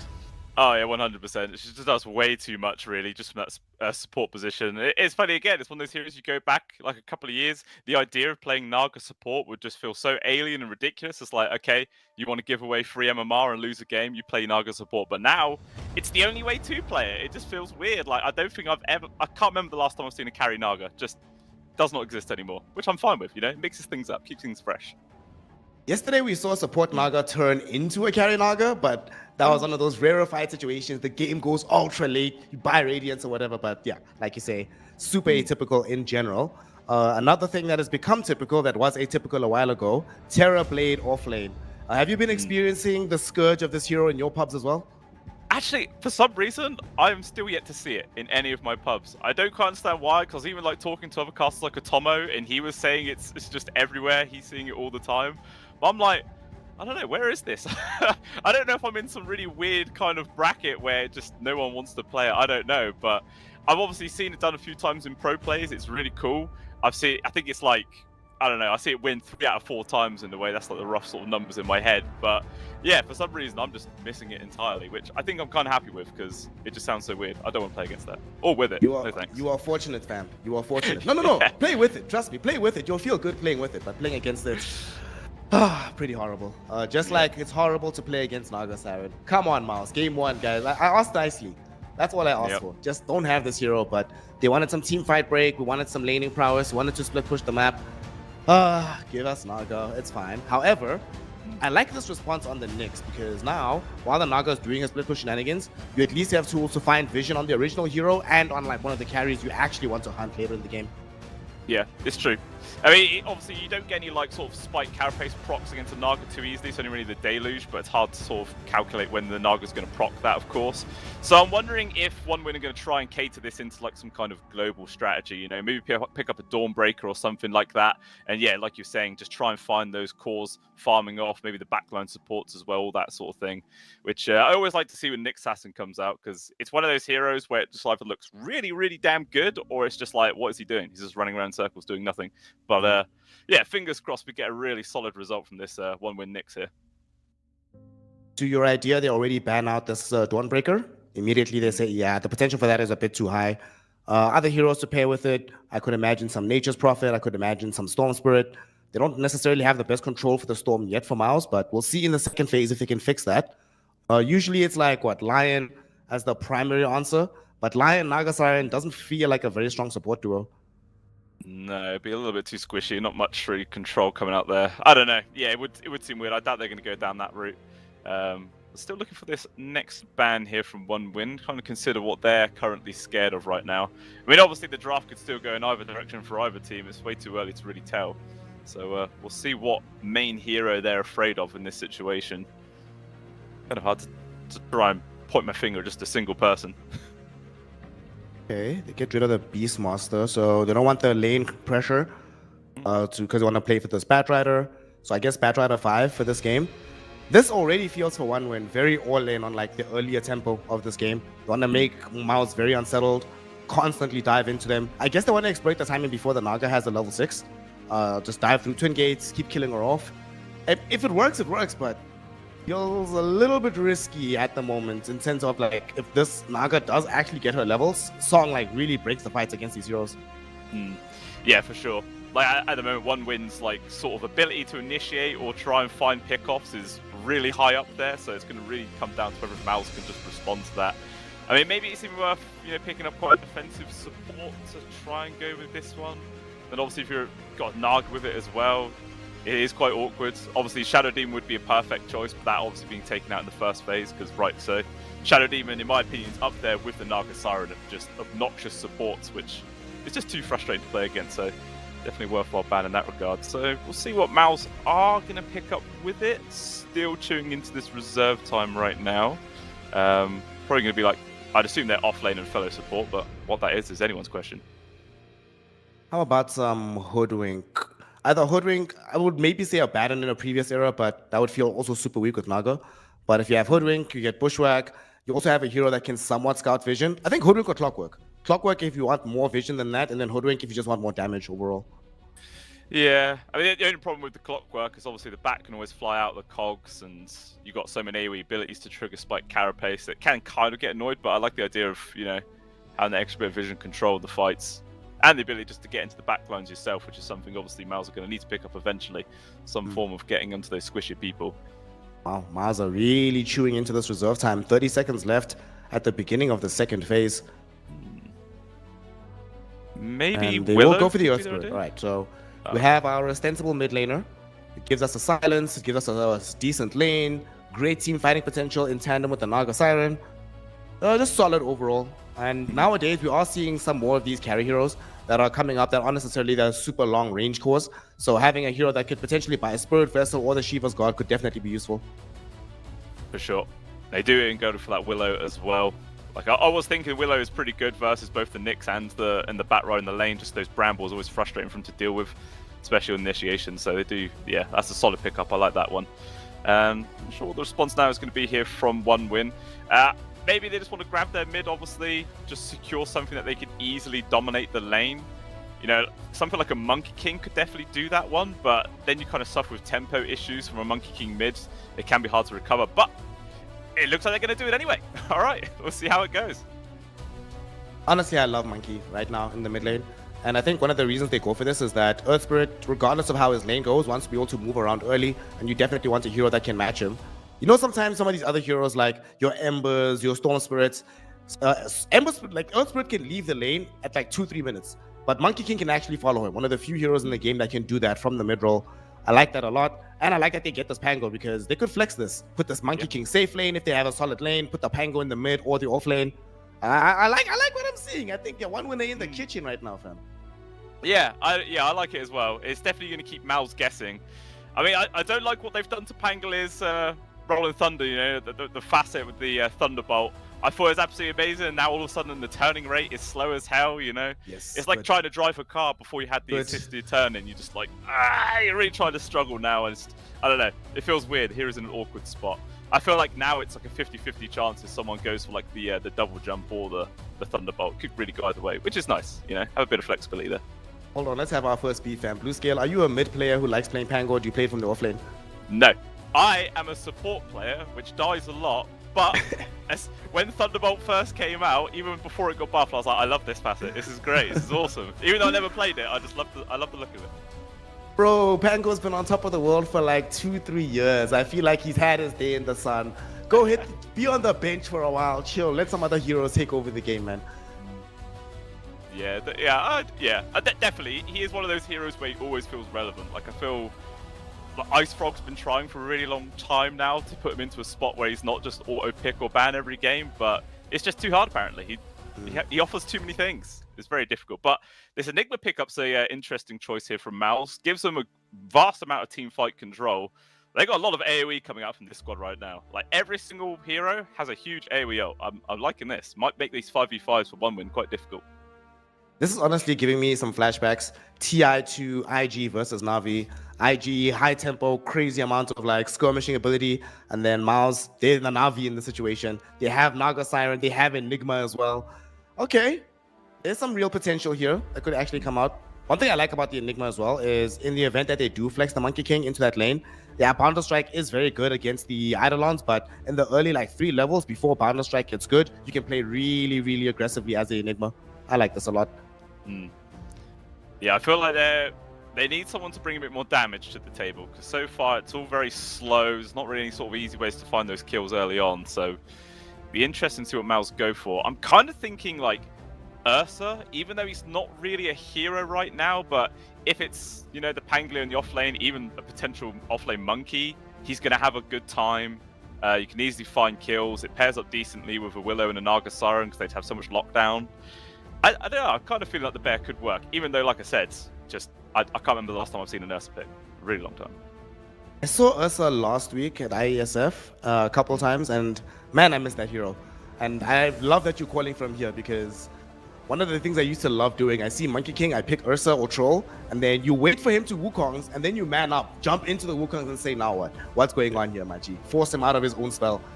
Very, very fun to play with. I hope they go for it. They probably won't. They're going to go for like some Medusa or something. There's something safe and standard. So boring. Actually, but then they might not, right? There's a Nyx and a Pango. They might not go Medusa. Yeah, I mean, it might be a little bit awkward, but it's not like any super hard Medusa counters. That's potentially what they're considering now for this final ban. I mean, if they could be thinking about just banning anti-mage and picking it, which could definitely be a choice. Actually, all right, they're getting the Medusa themselves. A little bit too afraid of it. So they're thinking this is, off-lane Pango with mid-monkey, stuff like that, but Bloodseeker's the hero of choice. Classic Pangolier counter. Classic Pango counter, very annoying for the Monkey King to play into before he has access to a BKB. Nyx Assassin can't escape anymore with the invis. You actually have to use it offensively. Really annoying for the Bat Rider after the jump in, because you're like, as Bat Rider, when are you ever buying Lincoln Sphere on this hero? You always can easily get caught by this Rupture. Pairs super well with the Bramble overall. The lane is, two high armor heroes in the lane, Bloodseeker speeding around. This is fun. This is fun. I like this a lot from Miles. Yeah, you really don't see Bloodseeker come out very often, and you know when he does, he always hits that draft in a very niche way, and that is cool. But the response from one win's going to be the Sven also coming out. All right, maybe this little E patch has really mixed up some old heroes here, Snare, and we're starting to see some come back to the surface again. I'm liking it. I mean, they nerfed all the range cores, right? Literally every single one of them. I know for a fact because I've been losing MMR trying to play them in this new meta. So you gotta go back for some of these melees, the Svens, the Bloodseekers, the Monkey safe lanes, the Ursas, the Trolls. Okay. Adaptation. I mean, yesterday we even had a Faceless Void here in this tournament. So it seems that teams are cottoning on to the fact that things are different at the moment in the game. Now that all is said and done, though, fam, what do you feel? Who are you favoring for this first game? I mean, just the sheer amount of team fight coming out of the way of Mouse here, just like they've got ways to reset, obviously with the Nagasara, and they've got control with the Black Hole, as well as the Terrorize coming on through, the slow sustained damage with the Magnetize. I do quite like it, but at the same time, One Win have got such an in-your-face draft. Like, two very aggressive supports, Squadex on this Monkey King 100% getting involved quite a lot as well. I don't know. It's a really hard one, isn't it? I'm not too sure. I feel like I'm going to go Mouse, though, purely because the fact that Sven doesn't like being countered, and if he gets hit from the Rupture from the Bloodseeker, then he might just be forced to stand still, and the Sven definitely doesn't like that. So, yeah, I think I'm going to go Mouse. Yeah, this is like, the Sven has a pretty hard time ahead of him, and they don't really have that many tools to deal with the Bloodseeker. They don't have anybody to, like, hold him in position either, unless it's the Bat Rider that jumps him first. I'm with you. I do think I favor Miles a little bit more, but I do think One Win in the first 15 to 20 minutes of this game have the opportunity to completely break this wide open. Constant aggression into the other side of the map could net them the result that they want. So let's find out together as we're in for game one, an elimination game. Loser, well, you don't go home, but you stay home. Nothing else happens for you. Oh, no, that's true. You got to keep in this one. I think that you got to win this series and then the next one. I think that is when you're able to hit the in-the-money area for the tournament. So still a lot of ways to go before it starts getting profitable and start managing to fill up your pockets. But definitely both of these teams have the capabilities to go the mile in this tournament. But like you're saying, being an elimination game, sometimes the nerves can get some teams. Some people excel under this kind of pressure and they actually just play like an absolute demon and just win somehow. So hopefully we're going to get some of that action in this game because no one likes a boring stomp here, Snare. Absolutely nobody. Well, the team that's winning, they love that. I don't care about their opinion, though. I want it to be entertaining. Smoke up from Miles. Not able to find anything just yet early on in this game, but they just want to get down some vision, secure these early runes, and off we go. Let's talk about some of these lanes, right? So the one I'm most worried about overall is this Earth Spirit lane into the Monkey King. What do you think? How bad is the mismatch between these two heroes? I mean, 100% the Monkey King's going to be coming out ahead in this one. But then again, you know, we've seen in Dota 2 history that even if somebody has an unfavorable matchup, they just somehow play out of their minds and win it. But it's going to be very, very difficult here for Supreme because Squadex ain't no slouch either. He's a solid player. He's in a favorable matchup. Supreme is definitely going to struggle. Now into the game. Top lane will also have Toby and Allnets. This lane is not fun. It's one thing if you also have a range hero, but you're playing this with double melee. Bloodseeker Naga with double melee heroes. Man, this just sounds like the stuff of nightmares. It does. You can already see that Cloud's struggling to get anywhere near the creeps. Just Toby zoning him out. And where's the Nyx Assassin? Sweden strong. He's off. He's going to start cutting the creep wave, so that's something. But in the meantime, Cloud was just suffering really badly. Where is he actually taking these creeps? Like, Sweden strong at the top of the map, okay? Kills some neutrals. I guess he's going to drag 2 full waves behind the 2 towers. It's going to be a lot, but Toby might come over to punish him for this. He feels like he has no real other option, but Toby making the interrupt, trying to get his own creeps back. Only manages to pull half the wave, but he interrupts the pull of the rest of the wave. So only one gets accomplished by this Nyx Assassin. All right, decent times as we look towards bottom. Nkushi and Respect taking on Immersion and Force on the Sven Bat and the Dark Willow Enigma respectively. It feels like there's not really all that much they can do against this Enigma. Sure, you do have the cleave from the Sven for the Eidolons, but it's been a long time since the Eidolons were super weak enough that they died to a couple of hits early on. Takes a while before you get to that point, so Enigma should have a fine lane. Yeah, it's dangerous as well. If you commit to try and kill them, like one Bramble connection into the crown or something like that, and then a Malefice on top, like you could 100% just see Munkishi dying in that situation as well. So yeah, it's not going to be easy for him at all. He's definitely have to keep his distance. But this mid lane, it's looking like how we were going to guess. 11 and 5 against the 5 and 1 right now. Supreme is really struggling to get involved, but Immersion, that was a lot of damage. Does have the Shadow Realm though, throws the damage in back towards Respect. And the two of them, yeah, just a little truce that they're having. Hey, I can do lots of damage, you can do lots of damage. Let's not kill each other. Violence has never solved anything. I mean, well, in Dota 2, it solves everything. I don't think I've ever seen the game win where someone had 0 kills. That'd be something. Oh no, here's gonna be some more violence being thrown out in the bottom lane. They want Respect, the Shadow Realm hit will get him. Immersion with the last sliver of vision manages to secure the first blood, making this lane even easier for the side of Mouse. Like, that is what you want. I mean, as a support player as well, there is no better feeling than getting first blood as a support. Like, that's just instantly boots. That's such a huge upgrade. He loves that. Speaking of supports, top lane, okay, Student Strong. Bails Cloud out of trouble, drops the Impale. Honestly, dude, top is not going as bad as I thought it would. The fact that he's behind on the Spangolier, but he has actually managed to find CS in this lane. Sure, some of it is going to be from the neutral creeps, but still, it could be worse. Oh, it definitely could.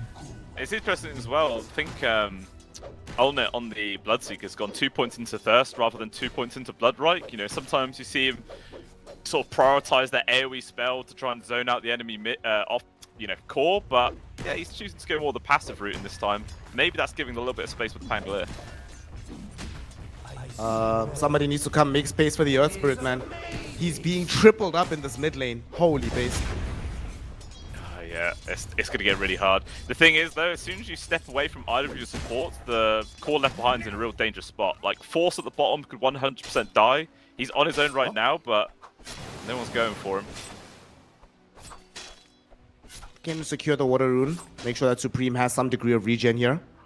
In the meantime, Toby and them, at this point, they feel like, you know what, there's not really much point in us parking this Nyx Assassin top. I expect them to start like stacking up some camps, coming in once in a while to manipulate the lane, but I don't think we're going to be seeing much more presence from him in the top lane. Not the same as we're seeing down bottom, as Immersion, yet again, leveraging the aggression of the Dark Willow, finding the kill. And this time around, they put Munkushi into an awkward position as well. The Malefice stuns will be there. He's heading in towards the Lotus Pool, but they know that they're out of damage. They have no mana left on the Dark Willow, so the aggression will end. Munkushi TP's back to safety. Yeah, he TP's back, but, you know, doesn't have a TP anymore, doesn't have any regen as well, so he's in a very awkward spot. You will actually have to buy up a salve and everything for Respect to drop him as soon as he TP's in, so even though they don't get the kill, they've still forced him all the way back to his tower, and he's just not finding any farm now. And actually, it looks like Toby's come on in. Toby reels him in. He's in the brambles at the moment, and he gets killed off again. And unfortunately, even though they brought him a salve, the salve is still sitting in the backpack of this Batrider. They didn't actually put it onto the Sven, so he did not have the sustain necessary to survive that play. Yeah, a little bit of whoopsie on the micro there. And the fact that now his TP's on cooldown, he's going to have to make the walk of shame back to this lane, which is always the worst feeling for Cause. Unless he actually just decides to go jungle, because I mean he has 2 points integrated cleave now, so it wouldn't be the worst thing in the world, and it does look like trying to find any farm in that lane now just feels nearly impossible. You know, I'm glad you said that the walk of shame is only really for Cause. Yeah. Like you don't understand. Yeah, support's just like, whatever, you know, it's just a standard Friday evening. They don't mind. They need to do something about this mid though. Like now it's become a real serious problem. Earlier on they came to secure a rune for this Earth Spirit. Now though there's an arcane rune being kept away from him. His bottle is completely depleted. This is not great. This is not great. Yeah. he is severely struggling right now. 4,000 gold behind. Actually, the farm of immersion, he's actually like this support Dark Willow is 4th in net worth apparently. Like how the hell has that happened? Like immersion with the 3 kills, he's getting so much value. When my Dark Willow has a killing spree at 6 minutes, life is good. Yeah. Life is even better though because they got the tier 1 tower. And you were mentioning that the Sven could potentially go jungle. Now he doesn't really have an option. This is the Enigma's part of the map. You have no place here, my friend. Yeah, you know, you hope that you can last long enough that in that situation you can rotate to the other side of the map. It's not going to happen. It's up top. Hope he's going down. Does not have level 6. Allnut also has 0 interest in helping him. He's already expended the rupture, so very nice kill. And they might not be done just yet. Squadix, he is underneath an observer ward, so they know he's coming through the twin gate. Force does not have the level 6, so can't really realistically kill him off. They are bringing in support though. They're keeping this vision out onto Squadix. A TP is coming in from the Nyx as well. So that everybody is aware that some action is going to take place in this bottom lane. Supreme, he finds the Sven. Munkushi eats the full damage from the Magnetize. He needs to be very careful. He needs some help, but it's not going to be arriving in time. One more rolling boulder, which misses. However, the reapply of the Magnetize will still be enough to find the kill. In the meantime, however, they end up losing their Enigma. The fight's still ongoing as they find the net onto Squadix. Rupture there as well onto the Monkey King. Blood right for the silence will be enough. There's no level 6 as well to worry about with the Wukong's command. Very nice impale. It turns into a ravage, but it's not going to be enough. They end up losing Squadix. It's 2 for 1 down bottom. And another successful move by Miles. Do you know the saddest thing about when that fight started?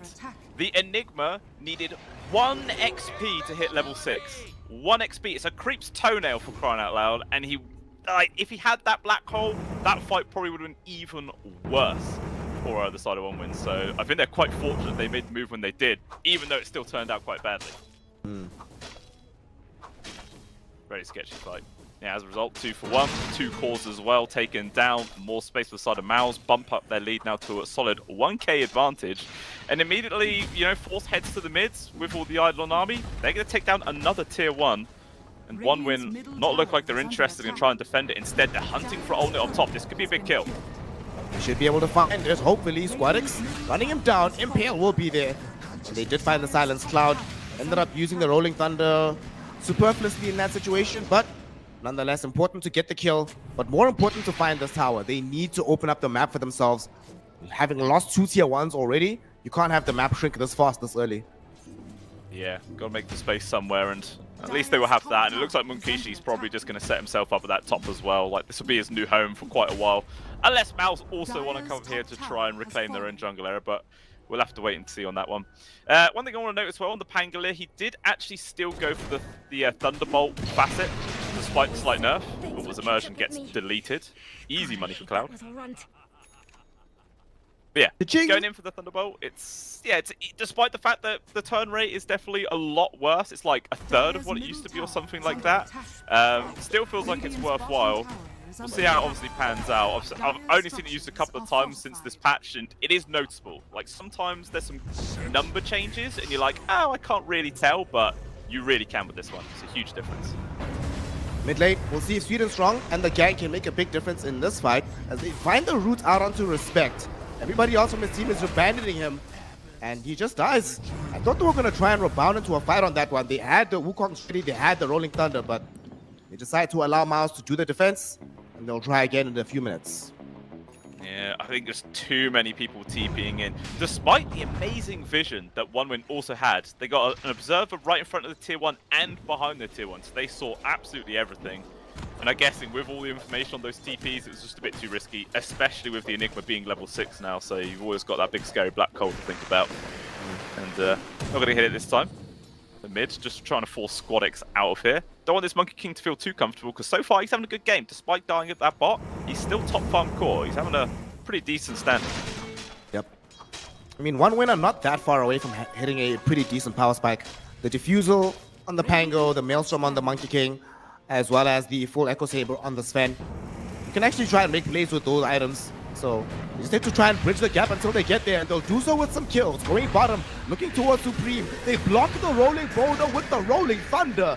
That was a pretty sweet play from Cloud. Can they finish it off though? Supreme has the rolling boulder available. This time around he's not blocked. He manages to survive. And now here's the full turnaround. They get the net out onto the Pangolier. The rupture as well onto the Nyx Assassin, preventing his escape. Both heroes will end up dead in this fight. And they came so close to killing off Cloud, but the Earth Spirit rolls away and is now skating to victory with this team. Yeah, that's one of those changes where the fact that regen runes no longer get cancelled when you get hit is massive. Supreme, sure the regen, amount was reduced, but he was still getting that like extra 10 HP a second, which kept him alive for that entire fight. So very, very fortunate there. And it's like you were saying at the end of the draft, like OneWin's team, it's a very aggressive sort of draft. They want to be looking for plays, they want to be looking for action, and they are doing it, but somehow Mouse are still coming out ahead, just playing quite reactionary.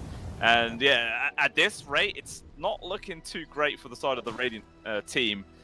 They have to start really shifting their momentum very, very soon, but I don't know, it's going to be difficult. At least Munkishi's finally got space to work with.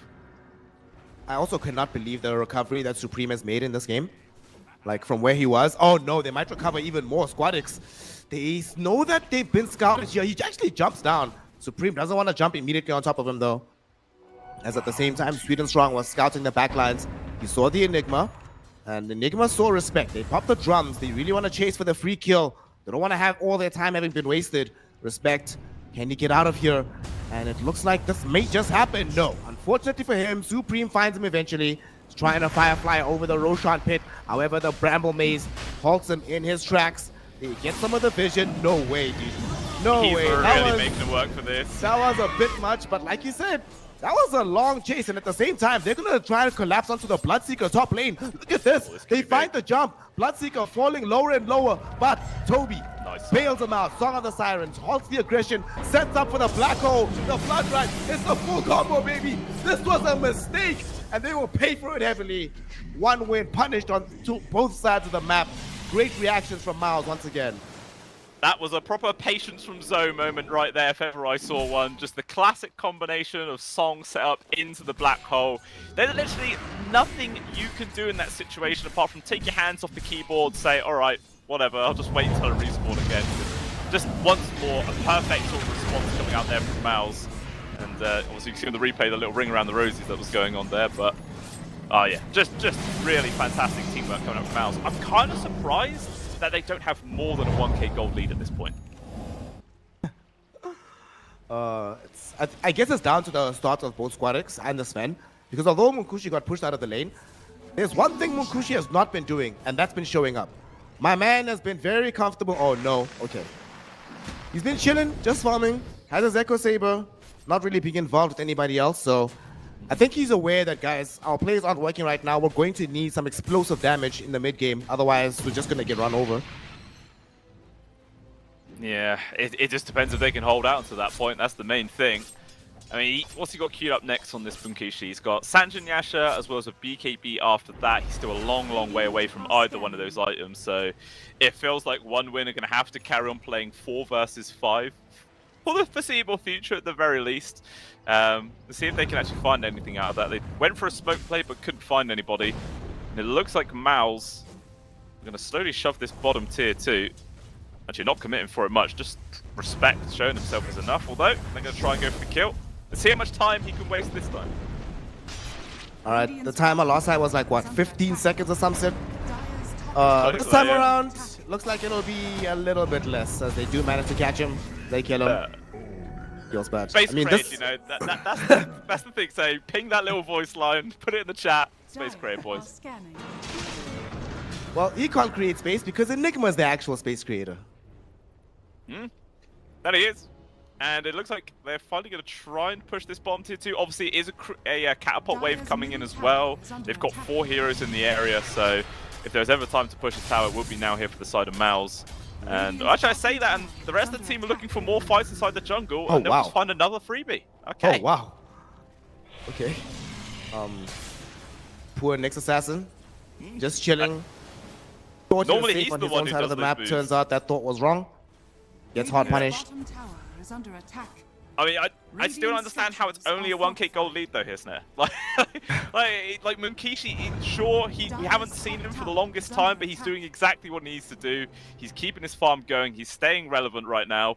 He's about 400-500 gold-ish ahead of the Bloodseeker as well, so Bro, he's honestly, doing his job. this is exactly the kind of Dota I want to play. I want to be Munkushi.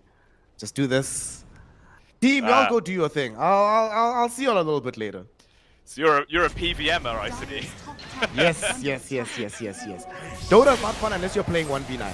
As bottom, Seen Strong gets jumped inside the jungle. Didn't he? I'm getting an overwhelming sense of deja vu. Didn't he die exactly here on the previous life? He did.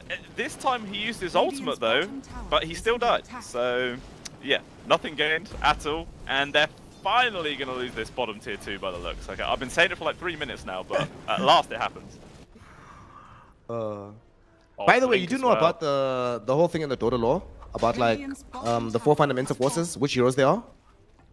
I tried reading up on the Dota lore like a couple of years ago, and then I was like, I don't have time to read a book right now. I gave up on it, but please enlighten me.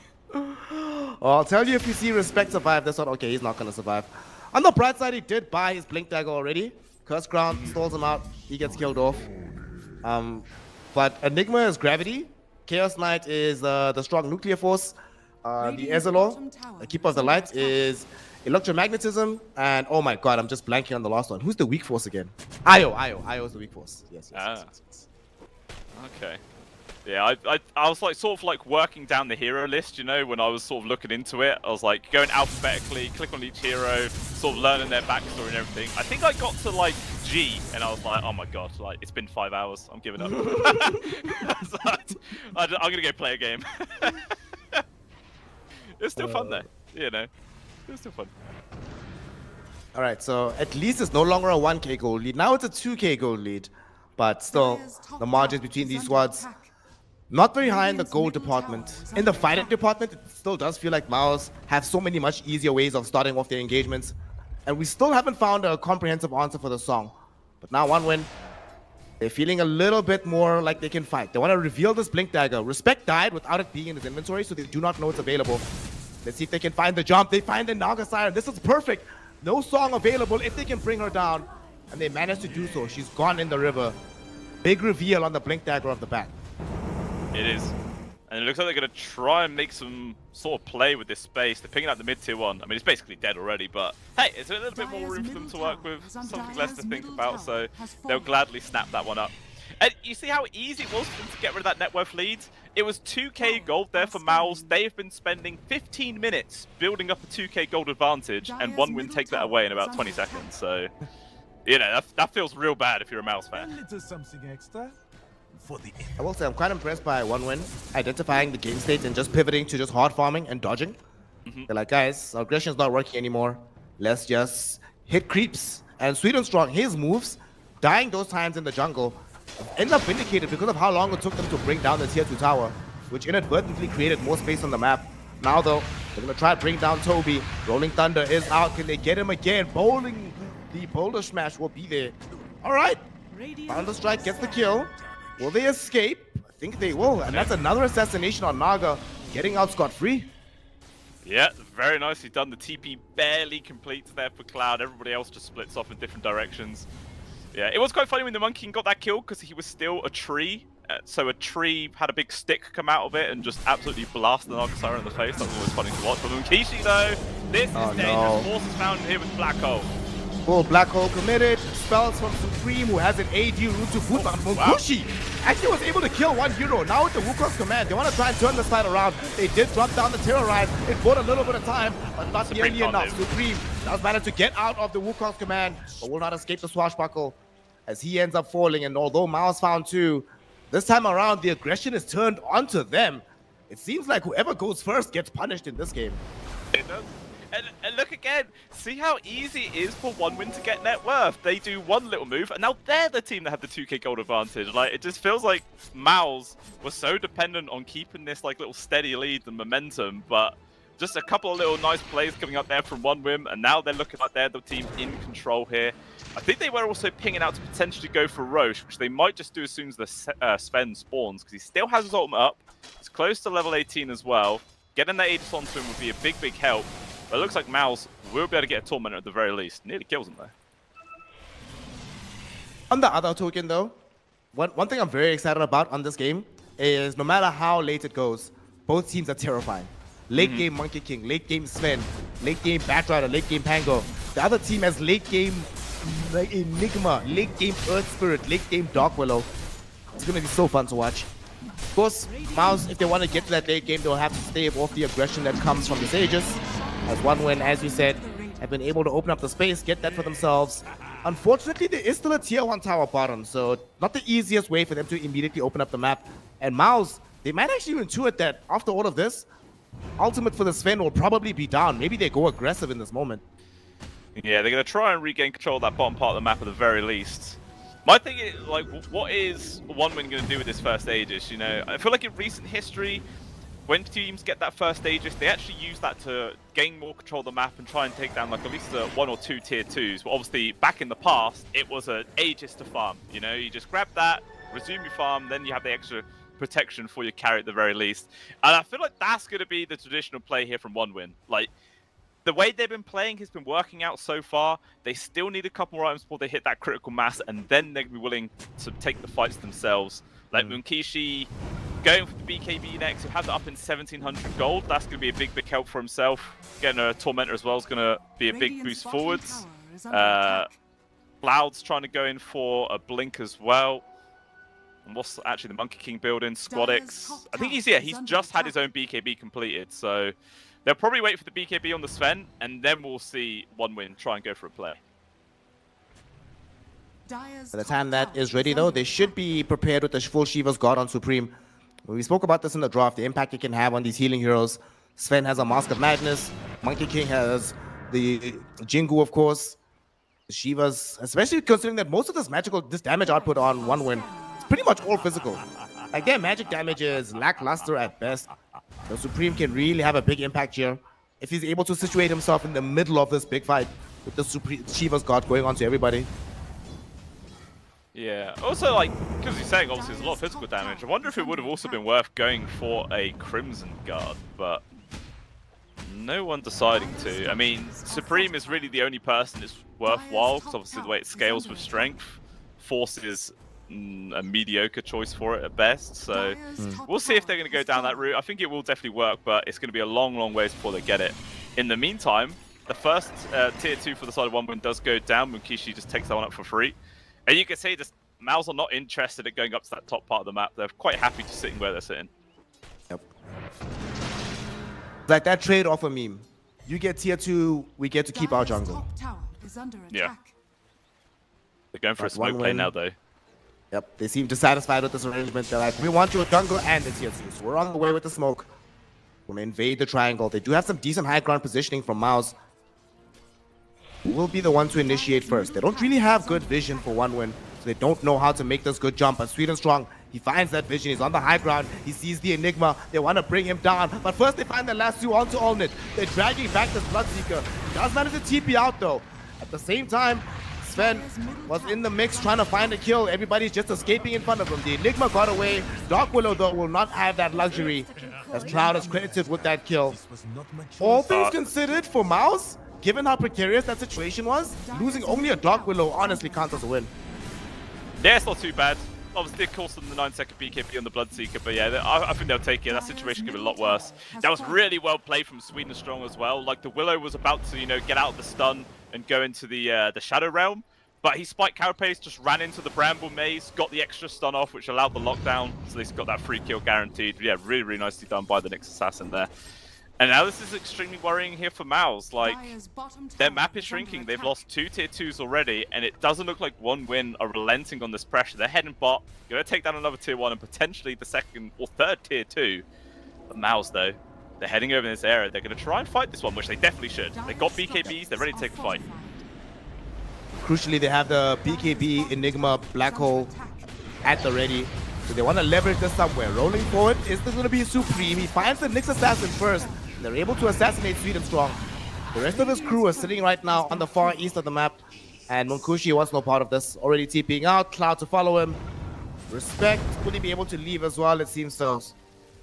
Only losing one on that retreat, not too bad. No, not too bad at all. They will take that one for sure. You know, Nick's assassin, he's an expendable hero. He does his job. He gets the information. He tanks the gank. It's exactly what the Doctor ordered in that regard. And yeah, now we are looking at 5 to 6 gold lead right now here for 1win. The Aegis, though, is about to tie him out. And you can see Mouse, they go for another immediate smoke play. I mean, this is exactly what they need to do. Their timings are right on the money. Oh, might be able to find a free kill on this Cloud. Could be close. They're trying to go onto him, but they're missing a lot of their spells here. He manages to get off the Rolling Thunder, and instead, they're the ones in danger. Rupture will be out. He gets off the Lotus Orb, but he gets it off too late. He's forced to try and just keep himself safe. Bloodrite will barely miss, but the Magnetize will not. He's in danger, however. Wukong to try and turn this fight around. Toby forced to pop the song. He feels like Supreme is in too much danger underneath the Wukong's command. Wants to get them out. Magnetize will not be there in time, and they drag it back with the lasso into the Wukong. He ends up dead. Supreme stuck around, hoping to lay out one final rock, but pays for his greed with his life. You could see that entire fight force. He really wanted to blink beacon black hole, but the Wukong's command was in the perfect spot that if he did hit, he probably just would have ended up dying to the physical damage anyway, especially being underneath the tier 2 tower. So it was just right place, right time there for the side of 1win, and once again getting another kill on towards this Earth Spirit. Really has stagnated his game. It's like you were saying early on, Supreme did a fantastic job to recover after his laning phase, but since then, you know, the momentum has been lost and he's just really struggling to find anything here. Yep. Done his best, but they needed a little bit more punch. I do feel that part of the issue is that they messed up the initial initiation. If they'd found Cloud on the high ground and killed him before the rest of the team gets involved, 1win just probably retreats. Not even happy to take that fight, but he gets to the low ground, gets off the roll, and even him tanking the full Rupture without dying is a huge win for the fight. Yeah, it was quite funny just seeing him not cancelling the Rolling Thunder when he had Rupture on him, but he knew he was going to live either way, but I don't think Supreme's going to live here. He's going to try his best, but his best will not suffice as he gets brought down. The whole gang of 1win is around him. They just jumped him. It's almost like he owed them money or something. Yeah, mugged at knife point in that situation. Just continues to get worse and worse here for Supreme. Bottom farm core now. But he's trying to at least get into the BKBs his next fight, but he's so far away from that. Not going to be seeing it anytime soon. Probably going to be another whole Roche to appear before that. But Sweden strong. Look at this. He's managed to find Allnet. Proper stalking after him. But the scan actually lands there from Mouse. Good game sense to realize that they were being stalked there. Yep. Also amazing play from Sweden strong to back off before the dust hit him. If that does hit him with the additional slow, they probably feel comfortable jumping him. But plays that extremely well. That'll keep him alive. Yeah, I really feel like Miles are going to struggle to kill Monkishi soon. Like, this Sven is starting to hit that sort of critical mass point. Satanic, BKB, with a Sanjin Yasha as well. Going in for the Harpoon next, just for a bit of extra reach into these team fights, which is always good. Because like we were saying earlier on, Sven is a hero that can easily get kited. But obviously, you've always got to be careful of the Rupture. But the only problem is, who does this Bloodseeker Rupture? You know, there's so many other prime targets. It's a hard choice. But yeah, it definitely feels like this Sven is just really getting free reign now. Smoke up by Mouse. It's Supreme moving around with immersion, hoping to catch somebody. Do have the whole gang with them now. They would love to leverage out their spells, but yet again, they're just lacking the vision. Earlier on, Sweden Strong made it a priority to try and de-ward as much as possible. He bought a gem for Cloud, and Cloud has been using it to make this map very dark for Mouse. So this smoke looks like it might not connect into anything. Yep, wasted time for the entire Mouse lineup. Yeah, an unsuccessful hunt this time around. I'm sure they'll probably try again very soon. But second Roshan has now respawned as soon as the daytime hits, so it's going to be a Radiant one. And we'll see which team's going to be able to get down there to claim it first. Sweden Strong, though, is probably going to break a few smokes here if he carries on this angle. Just sees Toby for now. Could just be a free kill, because 1win, yeah, they're going to go for this one. Jump on it. That's a dead fish woman. Okay. That did cost 2 ultimates to accomplish. So they might feel that without the Rolling Thunder or Lasso, maybe we re-engage, and indeed they do. Supreme makes the first jump, finding the next assassin with the Magnetize. They're able to find that kill. They want to chase for more. Allnet has the Rupture, throws it out onto Cloud. The Pangolier can't run away. He ends up dead. Force still holding onto the black hole, finally deploys it onto Munkushi, who just has to stand there and take it. Does have the BKB going though, he can evade the terrorize, and now he's just going ham. Look at the damage. He's the strongest hero in this fight, despite being black hole, and he just cleaves through the Enigma and the Bloodseeker, finding an immediate triple kill. Supreme trying to clean up the backside of the fight, but Squadix yet again has his number, forcing him to try and retreat. He's trying to TP out, no mana for the Pounder Strike. Squadix cannot cancel it. However, they still feel very strong. Munkushi holds his ground, eats the full black hole, eats the right leg of the Bloodseeker, but it does not matter. Still deals out 6,500 damage in the end. Yeah, it's just their physical damage is severely lacking right now on the side of Mouse without, whilst the BKB's up to Munkishi, because the only aggressive item that this Bloodseeker has is a Mjolnir, which, it's all magic damage with attack speed, which is not going to help at all. Definitely going to have to start building into that physical section now to make any difference, because that didn't even look close to Munkishi going down there. That is the easiest fight in the world for him. Pressed a couple of buttons, right-click people, and just sat there and watched them all die. That's as easy as that. All right, bro. I think we're at the stage of the game where Enigma, you need to prioritize getting Aghanim Scepter, my friend. We need that percent-based damage as they catch Sweet and Strong. This time around, the pest will be eradicated. Try to take Dark Willow with him. Will fail in that endeavor, but still, a valiant attempt. Free Roach, though. There's no response to this. This is going to be another Aegis going to the hands with the banner. And, I was kind of thinking they might consider giving it to Squadix or something like that, because Munkishi dying feels nigh on impossible, especially with the rest of the team around him going to be nice and healthy. Like, he sat at 4.6k HP with the Satanic as well, and the BKB if you so need it. Immersion, okay. That's sad. Oh no, Force, so Immersion. I mean, it happens that your support sometimes die taking the Tommy, but you're off-laner, bro.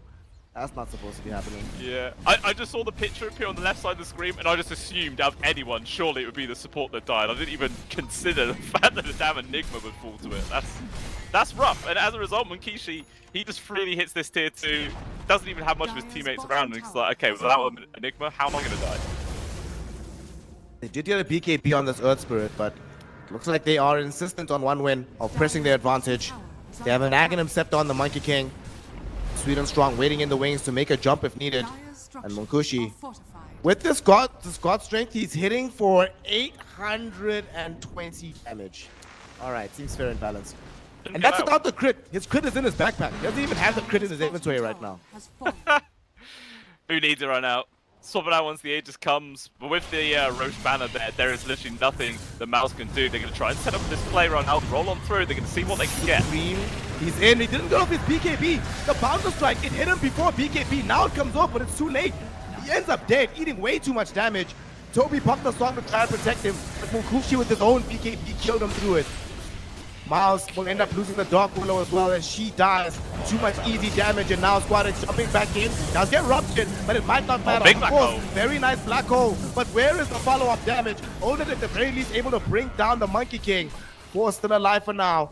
And Olnet has been regenning through this fight. He's got massive attack speed, but there's Munkushi dragging him back in with the Harpoon and the Stormhammer. Respect. Maybe this is not where you want to be, my brother. Gets back, Olnet tries to heal up, but while he's doing that, Munkushi just clearing out the lane of Rax, solidifying a further advantage for one win. That was actually hilarious. That black hole came out, landed on the 3 cores, perfect placed by Force, but the right clicks from Olnet actually pushed the Monkey King out of the black hole, which is why he took so long to die, so Olnet couldn't go in to try and help finish off the other cores. That is a very unfortunate interaction of abilities there, which does punish Mouse quite a lot. And as a result, yeah, they lose a full set of barracks. They can try and poke on towards Munkishi here, but I do not see them finding this kill at all. Still has the Aegis. He's going to have, Satanic's off cooldown. BKB's back up in 15 seconds as well. They have no chance of killing this guy. And it looks like they're going to try and go for a fight themselves. Nagasai and Illusions are scouting out for some vision. They jump in with Supreme. Throws out the Shivas. They find that nobody is here. Just get them some quick D-ward action. Okay. They only lose one set, which it's terrible, it's bad, but could really have been much worse. Honestly, I do think in retrospect, the Sven made a big mistake not having the Daedalus or the Chrysalis in his inventory instead of the Power Trades. If he had the crit there, like on the first 2 hits, before Supreme even got the turnaround, before Olnet even got the Rupture, these heroes could have just died then and there. Yeah. It really could have. But, you know, fortunate for Miles, that didn't happen. But it was still quite sad for Supreme. Like you said at the very start, he didn't pop BKB before he went in. And just a single Boundless really screwed him over. He had no chance of dealing any damage. And that was a big thorn in the side there of Miles of that fight. And they're going to try and set up for another sort of maneuver here. But Mukishi, he's bored of hitting creeps. He's going to go straight back into the high ground. Still another 70 seconds on his Aegis. Losing some of his HP here, but they get the last two out of the toe. The Naga Siren is dead without buyback being available. Supreme was in the middle of the fight with his BKB active. But how much can he really accomplish here? Trying to reset the Magnetize as much as possible as Olmec. That's managed to get the Next Assassin, squishing the little bug, trying to chase onto the Bat Rider, but his BKB is now expired. The Gleipnir holds him in position. Boundless Strike will miss, however, so he will not die off the back of this. And they are still waiting for this black hole to emerge. In the meantime, Mukushi was able to clear out the melee barracks, going back in for more. He wants the full set. Still 30 seconds, Blue Scale, with this Aegis. What the hell, bro? I know. They're just using this timing perfectly on the side of one win, and it looks like they're not even going to relent. Going to try and set up for this top set of barracks, and they're saying, Mals, you guys are going to have to commit and take a good fight here. It wasn't the worst engagement there on the side of Mals by any means, especially now with an Ags picked up here on Olnit. The damage output is definitely going to go through the roof. But it just depends if they can actually stick on the targets. Like, you know, in loads of games, when the team's behind, you say, oh, if they can land a 4 or 5 man black hole, you can see how they'll win. It is one of those situations against Nair. Like, Force has to land a big ult. It feels like it's the only way now. I really feel he should call Aghanim Scepter. I don't think this Aether Lens is going to make that much of a difference. But the Ags with the additional damage, that could actually change the game. Yeah, definitely could. I'm not sure what the lens is all about. I guess the extra bit of cast range for the black hole could be nice in certain situations, but yeah, it's not going to be the big difference maker. You know, they definitely want something a bit more impactful than that. We'll wait and see what he's going to go for, but yeah, just Monkeys is so far, man. He's about to hit 30k net worth, where Olnit's only 22. Yeah. 17k gold lead for the side of one win.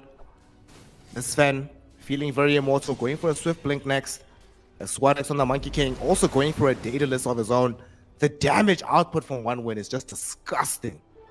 Double damage. Yeah, it's not a good situation to be in for Mals. Like, they know they can't just sit high ground, because the times they try to do that, it's gone really bad. It's been strong, starting off the fight. Strong. He showed up to clear a creep wave. It turns out he's the one that gets cleared out, as they jump him instantly. And what's weird about it is that he knew these heroes were there. Oh my god, Munkushi, okay, they're gonna try. He gets himself black hole. Mouse, can they kill the Sven? Yes, they can. Expensive, but they get it anyway. Oh, it was so close to Olnit pushing the Sven out of the black hole again. Like, he's got to be really careful about this interaction, because that can 100% bite him in the ass later on in this game. It is funny to see that happen, but getting a free kill on towards Munkushi like that is massive. It really does show this Ags pickup on the Bloodseeker is huge. Yeah. Big difference being made by the Enigma there in that situation. It did have to fire back on the Earth Spirit. Well, they didn't have to, but they postured for those buybacks. Was not an absolute win for them overall. But still, it is something at that moment in time. And Olnit, he is now the full level 25. So we have the double rupture charges with the Aghanim Scepter as well. We're feeling pretty good on this Bloodseeker. Radiant's middle tower. Yeah, he's starting to hit that point now where he feels like a scary carry, you know? 5-10 minutes ago, he was just sort of kind of mediocre, but definitely has started to hit his stride now. And where I was saying early on, Force needs to land a big black hole. Well, you know, that's not always the case if a Sven is just on his own. Like, a one-man black hole is definitely more than enough in those situations. They take down another tier 2. The Sweden Strong once again on the stalk right now. And they're going to try and set up for a fight here. Yep, Sweden Strong finds the vision. They get the Wukongs out onto Olnit. He is trying to be forced out of this Wukong's command, but it's not going to be enough. He will end up dead. The Dark Willow attempting to escape herself. She's on the high ground. She gets out. Will anybody else be able to do so? Toby trying to TP right now. They get the lasso out though. No escape for our Naga Siren. And although the Bloodseeker does have fireback, okay, Naga doesn't go. Alright. Not the end of the world on this one. One Ren probably want the Aegis first before they go high ground. But still, very nice catch, especially onto Olnit. Yeah, for sure. That third Aegis is going to be the big part, and that's going to be the scary time here for Mals. I feel like they might even be forced to contest it. Like, in the last two situations, they've kind of just given it up for free, not really tried to apply much pressure, but they've got to fight next time. And rightly so. With the sheer amount of AoE spells and abilities they have, in theory, Roche fights are actually going to be in their favor. Despite the fact they're up against Wukongs as well as Rolling Thunder, but they definitely have a few more tools in their belt, as it were. But regardless, 1 win, they're not waiting for ages. They're going for another high ground push. And they did manage to force the buyback, so now would be an amazing time to leave if they can do so. Supreme, BKB committed, but can't even keep up with Sweden Strong. They've gotten out with the Nyx Assassin, they've gotten out with the Sven. And that is buybacks expended for absolutely no reason. 1 win, even by not fighting, they've ended up winning. And although they smoke on the high ground, they smoke underneath an Observer Ward. They know exactly what's happening on the side of 1 win. They are prepared for this one. Yeah. Well, you can see the Monkey King, actually. Scottix. I thought maybe he might try to do some sort of cheeky play, like solo push the racks, expecting, obviously, the entire Mouse team to be outside of the base, which they were. He's just going to hang about here as Mouse are going to try and invade their own Mighty Minds area, but MK is just a little bit too cautious. 20 seconds, though, for this third Roche. It will be on the Radiant side for quite a few minutes, and Munkishi's already down here. Like, they've got to do something here, Mouse. They have to contest this. Scary, though. Fortunately, their heroes are not really in position to be able to make an immediate beeline down bottom. And the fact that they've left Squadix, okay, Squadix is going to retreat as well. Sweden Strong going to go for some further forward scouting. They see this Observer Ward. They know where Olnit is at. If he doesn't get caught here, they can actually set up for a really nice play because Munkushi is on the way with Cloud. Who can they jump? He does get scouted. Okay, they decide to retreat. Cloud, he's going in though. They found the stun onto the Enigma. There's going to be the black hole though. Directly onto the Bangle here. Cloud is going to be in danger and should end up dead. Sweden Strong cannot save him with the Impale. Squadix sitting right behind, waiting in for the Wukong. He gets himself ruptured instead. He does drop the Wukongs, but they still want to chase him. Alright, we'll see there, putting in the additional damage on the rupture. And that finds the kill. All it on a double. On the meantime, Impale going back in onto the Naga Siren. Not going to be good enough though, because there's more than enough allies to kill off Sweden Strong. A 3-for-0 exchange. Mouse find a decent engagement. And that was some miscommunication from 1 win. Munkushi went back whilst Cloud went forward. Ends up completely messing up the engagement. I can see why Cloud went in. Obviously, they had that high ground ward, so they had all the information to work with. But yeah, like you're saying, they weren't quite on the same page. And Mouse has come out with a big win, and now they're going to take this Roche as well. Unless they want to do some crazy 2v5 fight. But Force, with the Refresher Orb, already has his ultimate backup online, so that would not be a safe play. I think they actually saw him use the Refresher as well underneath the Observer, so they know what they could potentially be running into. And it will be a big, big upgrade. Also Refresher shards and cheese. I wonder who they give this shard to. Like, do you want to have 3 black holes or maybe 2 magnetizers, 4 ruptures? There's a lot of possibilities. 4 ruptures, 2 songs, 3 black holes. It looks like and the a partridge answer... in a pear tree. It's too early for Christmas songs. What we're doing? I can't. I feel ashamed. I feel ashamed. That might actually be the most quintessentially British joke I've ever heard in my entire life. Well done. That was amazing. I aim to please now. I do my absolute best. Oh god. Well, looks like the answer is going to be the additional ruptures. I mean, given how impactful they were in the previous fight, the Monkey and the Pango do not die if they're not ruptured in that situation. So, completely understandable. As Nyx, yet again, doing his thing. They find Munkushi. They see where he's at. There's a Cursed Crown on top of the Sven. Olnit, will he be able to get here in time? Force was raising his hands, doesn't go for it just yet. They do manage to get the Harpoon out, and they eliminate the Enigma in one swipe. Olnit comes in, but without the black hole, I don't know about this one. They do find the rupture. At the same time, the Wukongs. Look at the damage from Squadix. He's the one putting in this damage. Supreme trying his best with the Blade Mail, with the Magnetize. Not going to be good enough. Bloodseeker on life number 2. What can you accomplish? He refreshes, gets off the BKB, but it's certainly not enough. Munkushi is still too damn strong. He chases forward with Cloud. They find a double kill for the Pango. All of these heroes dead without buyback, dead without prospects, and Mao's throwing the towel. GG, well played is called. 1 win off the back of 1 random fight. They managed to secure this game and get themselves the leg into the front door to proceed in the tournament. That was some serious overconfidence coming up there from Mouse. They took a decent fight, they got Roshan, then all of a sudden they thought, hey guys, we've actually in a really good spot here. And then they split up. I was looking at the minimap before that fight started, and there was one over here, one over there, one down there. They just completely went in different directions, and it was just such an easy capitalization that came up there from OneWin. Of course, the God Strength crit from Sven, one hitting the Enigma is very, very sad. You know, you can't really predict that a lot of the times, but even still, OneWin showing why they were in the lead this entire game and just closed that out so easy. Yep. One thing in that last fight, right? Force was so close to triggering a black hole. He thought about it, but he's like, well, Bloodseeker's not really here, so there's kind of no point to doing this. If Bloodseeker was, hell, 300 units closer, maybe in range of a rupture, we probably have a very different fight. But Dota 2, often a game of fine margins. This margin favorable for the side of OneWin. But I must say, they did a really good job from the laning phase. The lane mid especially went extremely well for their favor. And even though they weren't necessarily able to translate that into direct kills on the map, they recognized, guys, we're not strong enough to fight just yet. So cool, play the shell game. Sweet and strong, go die, my friend. It's on you. Go tank everything that we need you to do. But you're going to make the space for Monkuchi to just keep farming, because carry to carry, even if you hold me in position as a Sven versus a Bloodseeker, I just have to change that position once, hit you once, and the fight changes in my favor. Oh yeah, it was just perfect understanding of the game. You know, we said it from the draft, OneWin wanted to play aggressive. It was not working, and as you said, they just swapped their game style, and it really did pan out. It's like Mals were ahead for like 20 minutes, but the most they were ever able to get was a 2k gold advantage, which is absolutely pitiful.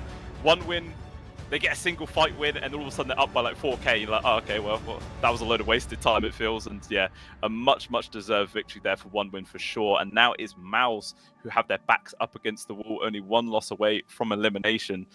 I don't know. I mean, it was it was close at some points, but OneWin definitely looking like the more solid squad here.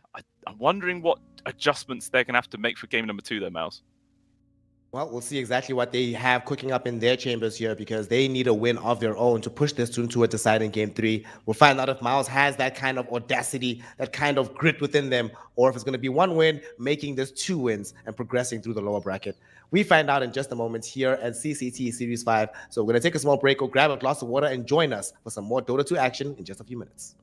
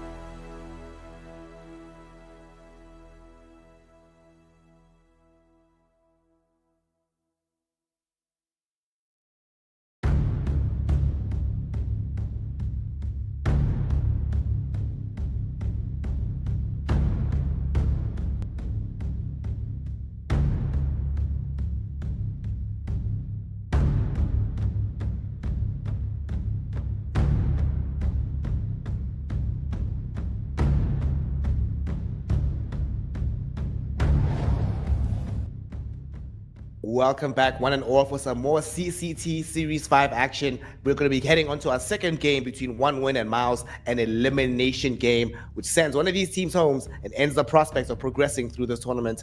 We are back again. It is Blue Snare bringing you this broadcast. And this time around, Mr. Blue Scale, what I want Miles to adopt the same strategy that One Win did.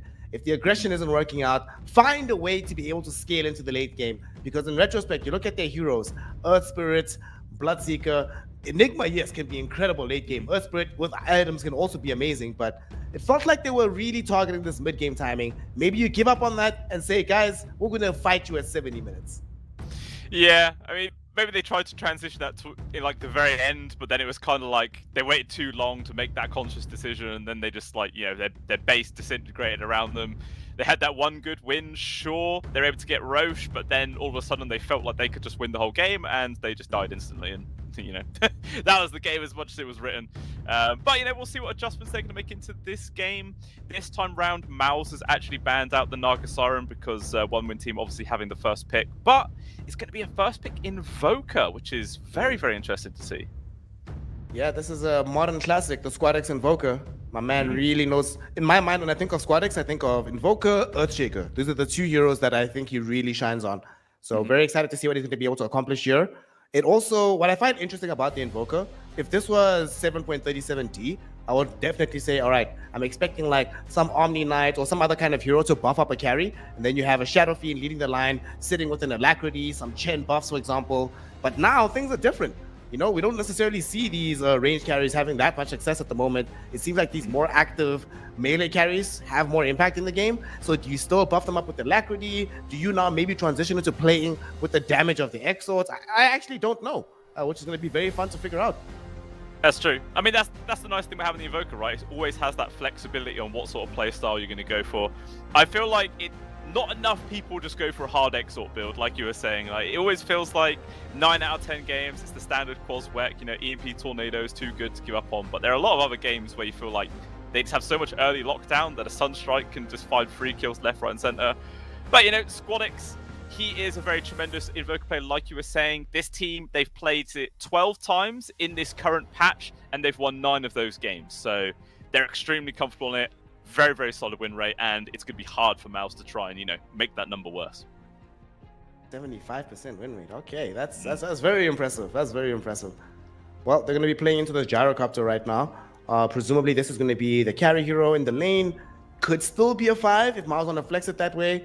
But I think this goes into what we were talking about a little bit earlier. Yes, Gyrocopter is one of these heroes that generally peaks in the mid game, but he does have tremendous late game scaling as well. So he can be the one, instead of being one shot by the Sven jumping on top of you, perhaps by the time the Sven gets to you, you 2 hit, 3 hit him, he's down to half HP himself. But that's if it's a carry. If it's a carry, we don't know just yet. Yeah, I mean, that's a nice thing. There is that flexibility, you can move it around. I feel like carry Gyro is a lot better than support Gyro. You know, obviously Gyro is fantastic for in the lane. Rocket Barrage, ridiculous damage. It's just very free. Feels like you have a good time. But then after that, it's very hard to transition to being actually useful. Unless, of course, you just build a pseudo carry style yourself. But in which case, it takes a long time and you grief the earlier game. Yeah, it's a weird spot. But we'll see what direction they are going to go down. One Win team, though, looking at these next set of bans, continuing to get rid of offlaners right now. They're really hating this position 3. You gotta do this when you're playing up against Force. He's one of these offlaners that can sort of dictate the game for his entire team. So make it difficult for the team to be able to do that. I especially like the Beastmaster ban. You want to make sure that Gyrocopter has 0 access to attack speed buffs. This hero with attack speed buffs is kind of insane. So remove that from him. Take away some control as well, which is where we see the Pango ban and the Beastmaster ban as well. No BKB piercing disable. Yeah, still no Sanking actually been touched, which I find very interesting. I mean, was he actually touched much in the last patch? Because, I mean, normally he was always either like first phase banned or picked material, but he's been kind of ignored both this series. I'm just having to have a look at the patch to see how he was changed. Sandstorm duration decreased by 4 seconds at the start, 7 seconds at the end. Okay, that's kind of annoying. Damage rescaled, so it's actually better early levels. I don't know. It's a weird spot, but kind of interesting he has just been dodged entirely. Yep. Everybody just giving up on our old Sandy boy. They're like, Sauce fam, we don't want to see you around anymore. It's probably just take a little bit of time for people to figure out like a new optimum build for the hero. As for now, we'll get a Clockwork. If this is the lane together, this is a pretty powerful lane. But maybe I'm skeptical because it's somewhat atypical to see teams opening before they even see an off laner, before they see a position for having their full safe lane available. And it opens them up to be countered. The Muerta already makes things a little bit complicated because of how low range both the Gyro and the Clockwork are on the lane. Yeah, it is very weird because, like you were saying, the Gyro had that flexibility to be the position 5, but you grab your clock, it's just instantly, this is our carry, guys. This is our position 5, advertised just everywhere. So one team obviously knew they're playing up against, and I've seen this Muerta Ogre Magi support duo several times, and it is very deadly. So much aggression, control. You got fears, stuns, silences. You really do tick a lot of boxes. You've got frontline as well. I love this one. I feel like One Win are already off to an incredible start this draft, and Mouse, they're gonna have to bring something special out of the bag here, Snare, to make up for the difference because it's looking dicey. Hold on. Is this not Carry Muerta? Yeah, this could be Carry Muerta. Could be. Carry Muerta with Alacrity plus the Bloodlust. You outrange the Gyrocopter, you shred through him. You have the calling, so you don't really care about the Clockwork in general. You always buy the Hurricane Pike, so in the rare moments that you get hooked into, you get away from him, turn on him, destroy him with the right-click damage. Honestly, this actually might be the Carry Muerta that we see right now. It could be. I think the times that One Win have played it's always been as support. And actually, according to the stats, they've only played Muerta 3 times, and they've actually lost every game. So, ooh, well, not great statistics there. So maybe that's going to be something nice for Mouse. They respond with a Ember Spirit pickup, though. I like that versus the Invoker. Yeah. Ember can move around the map. It's also a way to get on top of the Muerta on the far side. You can jump over the calling. You buy the Mage Slayer, which is obviously very useful against the Muerta and the Invoker. I'm fine with this. So you always want some like easy catch when you're playing with a hero like the Gyrocopter. Yeah, start padding out this draft a little bit. Probably be their position 4. It's actually going to be a Pugna pickup that they go for in the end. Okay, interesting. I mean, that does, in theory, increase the probability of it being Carry Muerta, because, you know, Decrepify Save is no longer a thing, and Muerta just pop a ult and just destroy you either way. So it could potentially seem good in that route. Mars also picked up, so they are sort of leaving it flex, you know. Could go either way. I mean, there's no lose condition here, right? If I have to play for Muerta, I'm playing it with Mars. Amazing lane together throughout the game, also very good. The dead shot into the arena combination. If it's carry, now I have a hero to hold heroes close together so that my gunslinger procs goes on to absolutely everybody. I'm liking what they're cooking here. I do like the Pugna though, because before the Pugna, if you look at their drafts, where was the push? Like their ability to siege towers was wholly reliant on winning a big fight first and then transitioning that into putting in tower pressure. Now there's a little bit of poke with the Pugna Blast. Not the best in the world, but at the very least it is something that they didn't have beforehand. Yeah. It's a very interesting choice. I do like the Mars pickup, guaranteed. I feel, you know, I was saying it in the draft, I feel like there's potential this could be an Exhort Voker. Because if you think about it, you've got Mars, Muerta. If this is obviously position for Muerta in the off lane, there's a lot of control there, damage, 1 spear with a Sunstrike, the cool and a dead shot. The Clockwork's just dead. With 100%, he will just die. The Gyro as well, if he ever steps out of position. So that's going to be very, very hard lane to play against. And the fact that sometimes, you know, because the Invoker's up against an Ember Spirit mid, the EMP's not going to be as useful because he can always just Sleight of Fist dodge the connection. So you won't even get that much value out of the skill. It's potential. I'd love to see it, you know. Just mix things up. Give me the Exhort Invoker. I love it. See, now you've convinced me. If they don't do it, I'm going to be angry at them. I'm going to be sending angry DMs and be like, gang, come on, bro. Why are you disappointing us like this? Up your game. Well, they are scared of the buff up happening onto a solitary carry. So they're reading that they still do need a carry which will receive all of these additions, but not intuiting that it might be the Muerta, ban Medusa, ban Shadow Fiend. And for One Win, they can see the lack of an offlaner for Miles. So there's no Primal Beast. What else could they remove here? They need some initiation quite badly, right? And there's no Pango, there's no Primal. Perhaps they have to ban Centaur, maybe? I mean, Centaur... It's always awkward playing a Centaur against the Mars, though, isn't it? Like, if there's an arena connection, your Stampede does absolutely nothing. Like, you just end up bouncing into the wall either way. It's an awkward one. But it's always nice getting a distance if it is like a carry Moetta or something like that. Gets people out the cooling because you don't care about the movement slow, the ignite slow as well.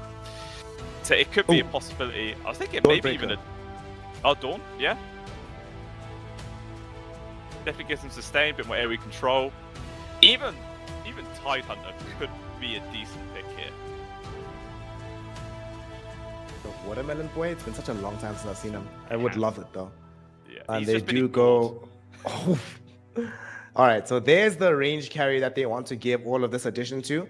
It's going to be the Nature's Prophet. Alrighty, that's going to be fun to see in this kind of game because it also means that he's going to be able to show up a lot earlier. This could also potentially lend credence towards your idea of more Exort because this is an additional way to keep heroes in position long enough to bring that spell down. Gyrocopter that doesn't really want to be buying Quelling Blade, so you can almost guarantee that that spell will land flush. Yeah, I'd love it. Definitely are setting up for it to be a possibility here. We'll see where it ends up being. 3 seconds left. Mouse. A Broodmother's actually going to be the final pick. I like that one. Obviously, you can always just run through the Sprout, so Nature's Prophet can't just use that and TP out. It's always in a dangerous spot. It's just going to be laning against a Nature's Prophet and Ogre Magi, so Force shouldn't really be threatened at all. Yeah, I quite like it. It's a very interesting direction, but it doesn't really answer their AoE control issue, like you were mentioning. Like, where are their stuns? They've got Homing Missile, takes ages to get there, and Cogs and Battery Assault, Steering Chains as well, but that's just a route, you can react to that. Yeah, there's not a huge amount of lockdown for the side of Mouse, which I do find worrying. Yep, they're pretty much intending to just overrun the game through the prowess of their laning phase, constant and complete aggression on the map. And they don't necessarily have the best way clear in the world from one win. Like, what do they have? They have, what? God's Rebuke from Cloud on his Mars. That's pretty much it to try and deal with these battlings. Everybody else, until you get to, like, the Mjolnir/Sleipnir on the Nature's Prophet, you don't really feel super strong in that department. That being said, I'm with you. I'm also very worried about how they initiate those fights. How do they put that pressure out onto the enemy team? The one thing I do like though with the Brood is that she has the option in this game to build in for the auras. So if need be, if they're rolling the early game hard enough, they can just say, guys, we buy all these auras, we become uber tanky with like some Pipe, some Crimson, we put the Mage Slayer onto the Ember Spirit, enemy team just completely loses all their damage, and we just win the game in 25-30 minutes. If that fails though, it starts to look very complicated for this lineup. Yeah. I mean, it's similar to how they tried to play the last game, right? They were playing very high tempo, they had that early lead, they had tons of map control, but they weren't really able to gain a big advantage from it. This time round with the Broodmother instead, I could definitely see it working out quite a lot better. But maybe it all comes down to how much space one win are able to make for Munkishi, because sometimes, you know, Nature's Prophet could just appear and all of a sudden tear people to pieces, and it's very frustrating to play against. But I don't know, I feel like the odds for Mouse are definitely better than game number 1 in this situation, but I feel like one win, I feel like they're the team to take this one. One win on the ride of momentum and they're feeling good. And I am with you on this one. I kind of do feel one win should be able to secure the 2-0. However, they have to execute the strategy because nobody deserves a win in Dota. You have to go ahead and earn it. So we're going to be witnessing the second, potentially decisive game of the series. And this time around, we have immediate action. Both sides smoked up. 10 heroes invis. We might have a mini brawl to start with. Well, you know, one thing also to note is that today we've only had 2-1s so far. First 2 series, both 2-1. So, if the script, which so many people believe there is one, is followed, then it's going to be another 2-1, right? It's just guaranteed. You've got to think of that. But this is when you have to like throw a curveball, you know, surprise the audience, be like, oh, twist, we didn't see that coming. So this might be the 2-0, who knows? It could be. I don't know. No matter the outcome, someone's going to be mad. Yeah. That's Dota 2. That's a nutshell, that is. Always love to see it. Look at Supreme middle, cutting down some trees so you can see where Squadix is at, revealing some of the vision. That was very funny to watch. Oh, Force runs into an ogre, but what can he do? Absolutely nothing. Gets clubbed. Sad to see that Squadix is obviously taking Quaz first, but obviously, you know, level 1 Cold Snap makes a lot more sense than Sunstrike. So we'll see if he goes the Exalt route once he hits level 2. Fingers crossed we do see it. Oh no, my lord. Mouse. Oh, bounties. 4 bounties picked up at the start of the game. We don't get to see that all that often, and this time around, it occurs, and it's quite favorable for Mouse, and they're the ones that wanted a super strong laning phase, so this is certainly going to be going in their favor in that regard. Yeah, for sure. Especially, you know, Squadix, you know, on this Invoker to here, we don't care about buying a bottle, but Supreme would definitely want his as soon as possible, and those 4 bounties helps him tremendously there, so he is extremely happy about that outcome. Yep. I think it's 1 win, or just fortunate there wasn't an Alchemist in this game. My boy Alki would have been cheesing with all that additional gold, but we'll still have to play a bit more honestly. 1 win though, although they might not have gotten these bounties, it's not like they have weak lanes. Clockwork, we're not going to be able to super harass out an Ogre and a Nature's Prophet in the top lane. Bottom lane, you're dealing with a Mars and this young Muerta, also a very strong lane. And of course, mid, we have this Invoker. I think that's another thing to note for the side of Mouse, isn't it? Technically, they've got 2 position 5 heroes. Like, Clockwork, not normally ever a position 4, doesn't really get a huge amount of value out of that, like, vast amount of resources given over to him. So he does feel quite alien in this off-lane role, going up against the Ogre. It's quite an awkward spot. But hopefully, having the position 5 Pugner instead means Olnitz can have a lot of space to work with right now. So far, it's doing fine in terms of CS. It shouldn't really be threatened, at least until like level 3 comes out for the side of 1 win on this off lane. Then it's going to get scary. Immersion has been doing his job though, has manipulated some of the creep equilibrium and allowed this Broodmother to farm very safely. Down bottom, Toby will eat some harass, but this is a Pugner, of course. You know, whenever this hero, it's either in the meta or it's not, right? It's almost never just like a fringe pick. Either great or it isn't. So this will be a good showcase of whether or not it's back in that place where it deserves to have a prominent place in the upcoming meta. Yeah, I feel like most of the times you see him as well, he's just like a mana battery or something, you know, for like a Medusa or something like that is when you tend to see him, but just kind of plonked on into this draft. We'll see how it does end up working out. I myself, even as a support player, I hate playing Pugner. I don't find him fun. It's just kind of, you stand there, you just press R and you suck things and die. Feels bad. You know who's definitely having a lot of fun in this game? Supreme, having an actual laning phase against Squadix. Really enjoying himself. Yeah, he is. I mean, respect as well. He's just diving this top tier 1 against Force right now. You know, the power of a position 5 Ogre is scary, man. These right clicks hurt. He's a tanky boy. Yep. Hero comes to the lane with 7 armor. Seems fair and balanced. I mean, look at this. He has tangos, 4 branches, and a blood grenade. And he has 850 health with 7 armor. Nice and fair, bro. Yeah. And learning curve, so he's basically level 3 as well. Like, 2 points of ignite is ridiculous. Does get ran back now, but as soon as that, you know, bloodlust runs out, he'll just go in again. Satiable hunger.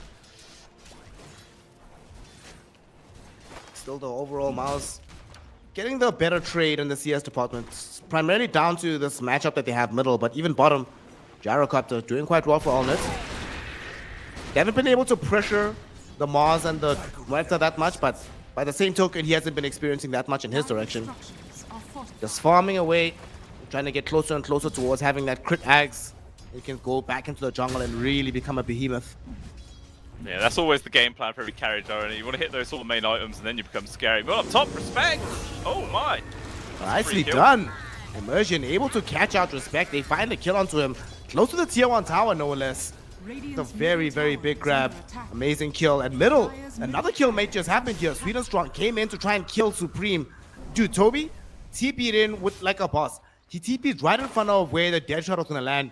Maybe he didn't know exactly what's going to happen, but nonetheless, he takes the bodyguard hit for his boy, keeps the Ember Spirit alive, and ensures that Supreme does not lose his advantage in this mid lane. Yeah, that would have been exactly what 1 win needed in this mid to try and, you know, make Squadix actually feel like he's having a game right now. But still, Toby's hanging around in this mid, poking a prod and being very, very frustrating indeed. But even still, I think Supreme is just generally happy. And I wonder if you know, this was the Exhort build, Squadix, with the possibility of getting the Sunstrike global kills, but then also with the Forge Spirit, he'd be having a much better time in like CS-wise. I don't know. But again, these guys have such a strong win rate with this hero. He knows what he's doing. He's a professional. Yep. Also, maybe the part of the rationale is that Ice Wall is really good against Brood. So you want to prioritize that. And speaking of the Brood, she is now in action yet again. She tries to go with the clockwork onto the Ogre Magi, but this time around, the Sprout from Onkushi ends up saving the Ogre's life, forestalls the aggression, and ensures that the lane goes back to just a nice, calm farming pace. Yeah, that's all they want to do. They just want to hit creeps. They don't really care. I mean, I'm an Ogre Magi player myself, so I understand respect's need just to run at them and want to hit them, you know? You want to use this insane power at the start, try and bully people out. Obviously, it did cost him his life earlier, but you still just make so much space for your carry. And in terms of actual CS, Force is actually there at the bottom of all the cores. Like, kind of surprised he's not finding any more.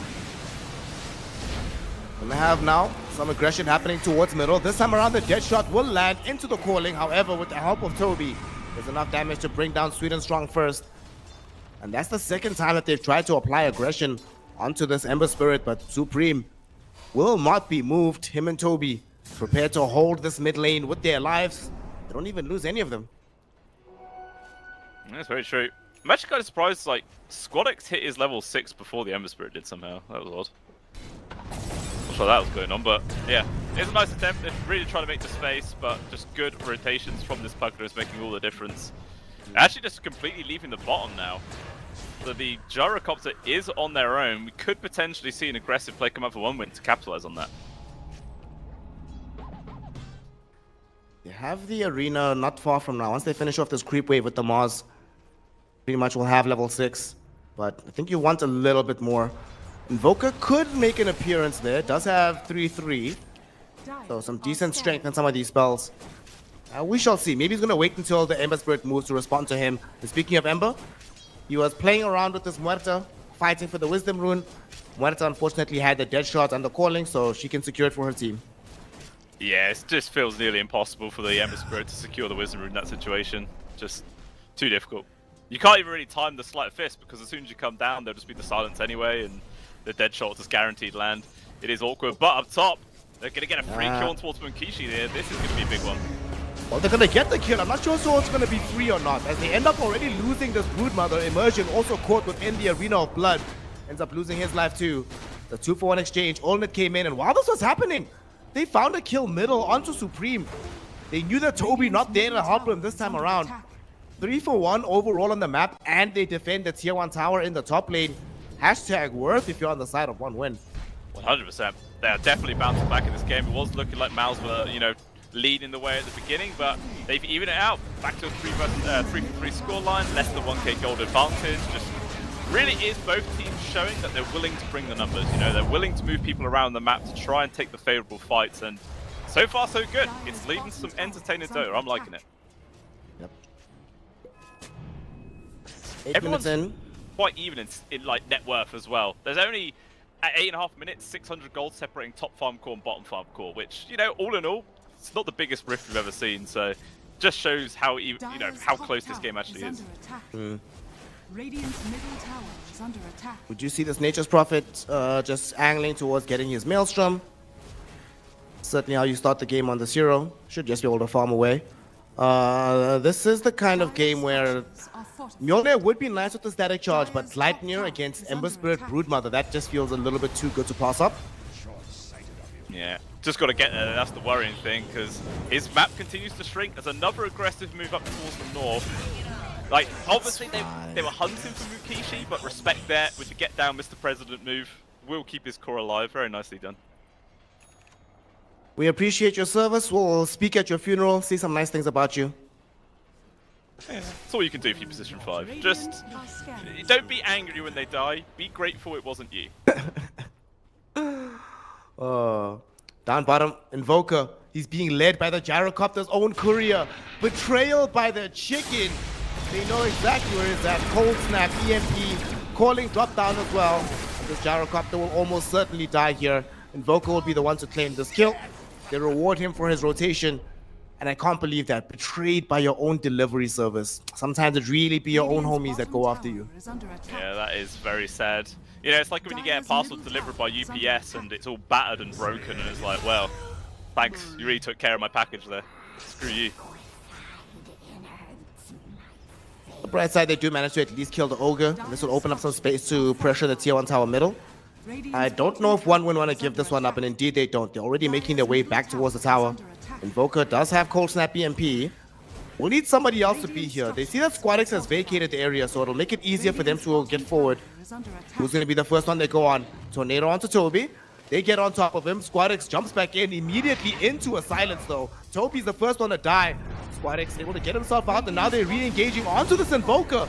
They jump in because the Gyrocopter is here as well. They managed to find the kill. The 1-for-1 exchange, and with the Sleight of Fist, they managed to find 2. All Nets with a double, the flak hit making the damage happen. And that was so smart. He got the flak cannon hit while hitting the tier 1 tower. So he gets both the kill onto the Muerta and the tier 1 objective in the mid. Efficiency at its finest for sure.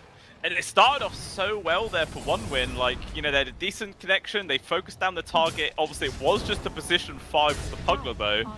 And then everybody else just came in and sort of cleared up, got all the objectives they needed. So it did turn into quite a big victory there for Mouse. But again, it's both teams willing to bring everybody to the party. That was a 5 versus 5 fight at 11 minutes in, which we always love to see.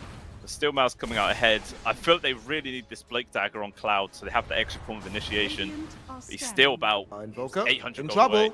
He's inside some power cogs right now. He might get brought down. Force is trying to beat him in. Tornado does push them back. The Spear of Mars getting him away, but unfortunately Ember Spirit jumping the backlines will be able to find the kill onto this Invoker.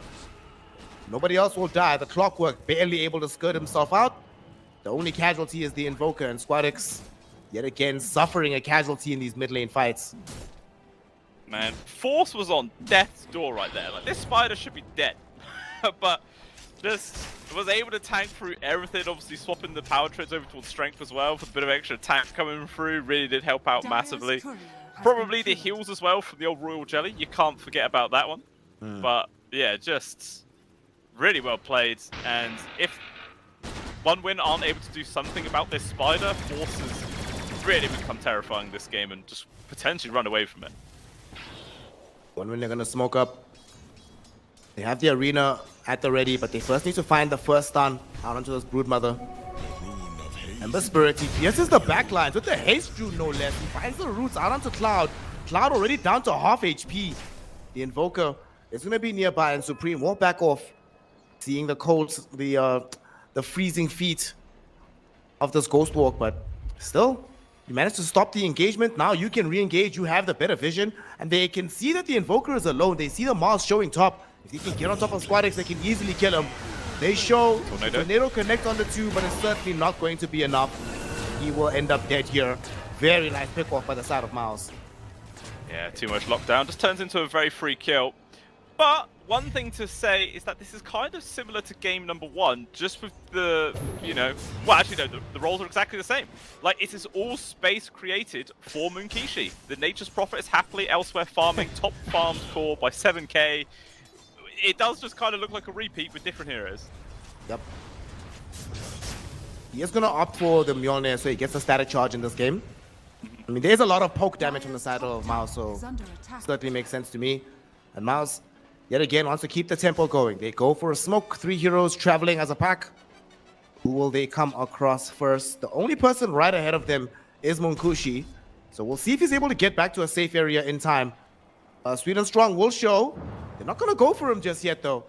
They're like, nah, fam, we've wasted enough time in these series killing off you. We want the bigger target. Munkushi, though, he's going down to the south. He's still safe and alive. He denies the Wisdom Rune, and then he TPs out as the smoke breaks right in front of them. Munkushi with the split map plays like a boss. That was perfectly done. He even drops the scan. The only tell was the fact they broke the smoke onto the Clockwork, and then he sort of filled in the gaps himself, and he was able to get out there. Like you're saying as well, feels rough denying a Wisdom Rune, but, you know, better to make sure that the enemy doesn't get one, so only the one Wisdom going into the hands of Mouse. But they're continuing to play very aggressively. They're just constantly poking and prodding, trying to find entries right now, this time heading up towards the north side where Cloud is hanging about. But in all honesty, this feels exactly the same as Game No. 1 Snare. It's mirror movements, the same thing. We're even at that 2k gold advantage. We'll see if Mouse are actually able to beat that or not. You know what's actually crazy about this play that we just saw? They walked underneath an Observer Ward, him and Sweet and Strong. right there, they were in vision. Not only did they TP out, Miles brought 4 different heroes to the side of the map to try and deal with them. They find nothing, and like you say, Munkushi, he's farming away, but this time around, it's not just Munkushi that's farming, it's also Squadix on this Invoker. He's finally started to just delve deep into his farm bag, not concerning himself with too many fights, but now they may find one. Gyro and Clockwork, they're somewhat isolated from the rest of the crew. Fortunately for them, though, 1 win, not aware of this.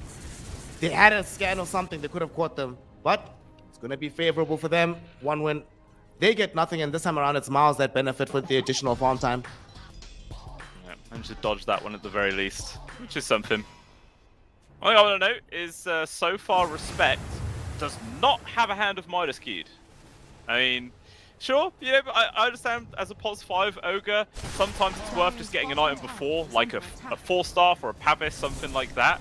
But then you just got to go for the Hand of Midas. There's just so much value out of it. It feels nearly necessary to really make the hero worthwhile. Potentially going in onto this Ember Spirit. Hookshot though in onto the Mars. She's here. They're trying to interrupt the fight. They're putting in damage. Immersion though inside the arena. He will find himself falling low. Not dead just yet. Finally dies, but they take Mankushi with them. He was trapped too far forward. They also managed to find the slide of Fist Chains into this Invoker on the backlines as well. And although they found what looked like a decent arena, it was only onto supports, giving free reign to the cause of Miles to rein in the damage and demolish 1 win in the blink of an eye.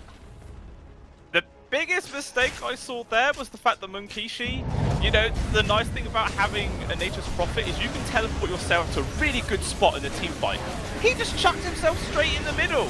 Like, in the face of everybody, Toby just decrepifies him, so he's just stood there AFK for like 4 seconds waiting for the decrepify to end, and by the time it does, all the damage in the world just gets dumped onto his face and he dies as if he's made of paper.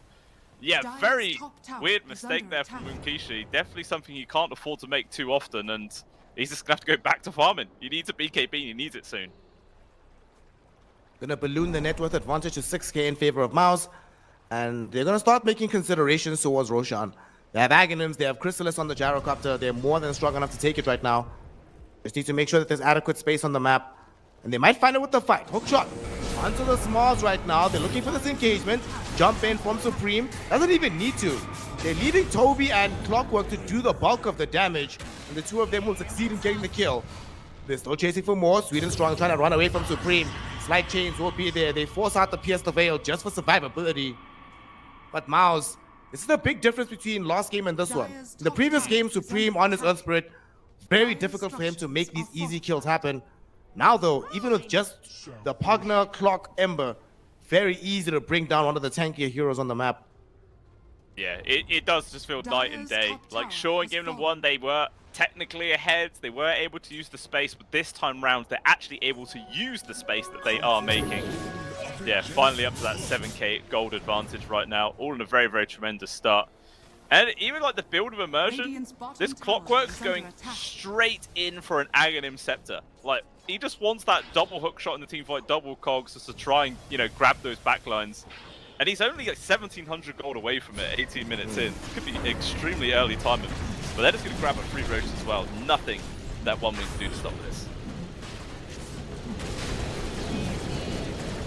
Yet again, for the bright side of 1 win, they do have some late game scaling here, but certainly not the simplest thing in the world. As now, find ourselves losing out onto this Aegis. They tried to pressure bottom, but you know, the Ironwood Tree is helping Munkushi farm in the jungle, not necessarily pressuring the lanes.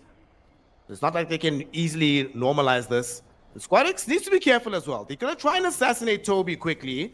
I don't know about this one, gang. I don't know about this one, gang. I think you let this one go. In fact, Squadix, I think you've gotten yourself killed, bro. And indeed, he's dead. I don't know why he revealed himself there. Blue Scale, explain. What happened? I saw, you know, Munkishi fake pumping the teleport. Maybe he just like full on debated his teammate. He's like, go on, start a fight. I'll come in, I promise. I'll help you. Like, we can take him. And then he saw somebody else appear. He's like, actually, no, I changed my mind. Sorry, mate. And then... and then it was just Squadix basically feeding, and he's like, oh, thanks. You know, you're a really good teammate. And yeah, just unfortunate, another death for the Invoker, keeping him bottom farmed core out of everybody. He's just really struggling to find any room this game.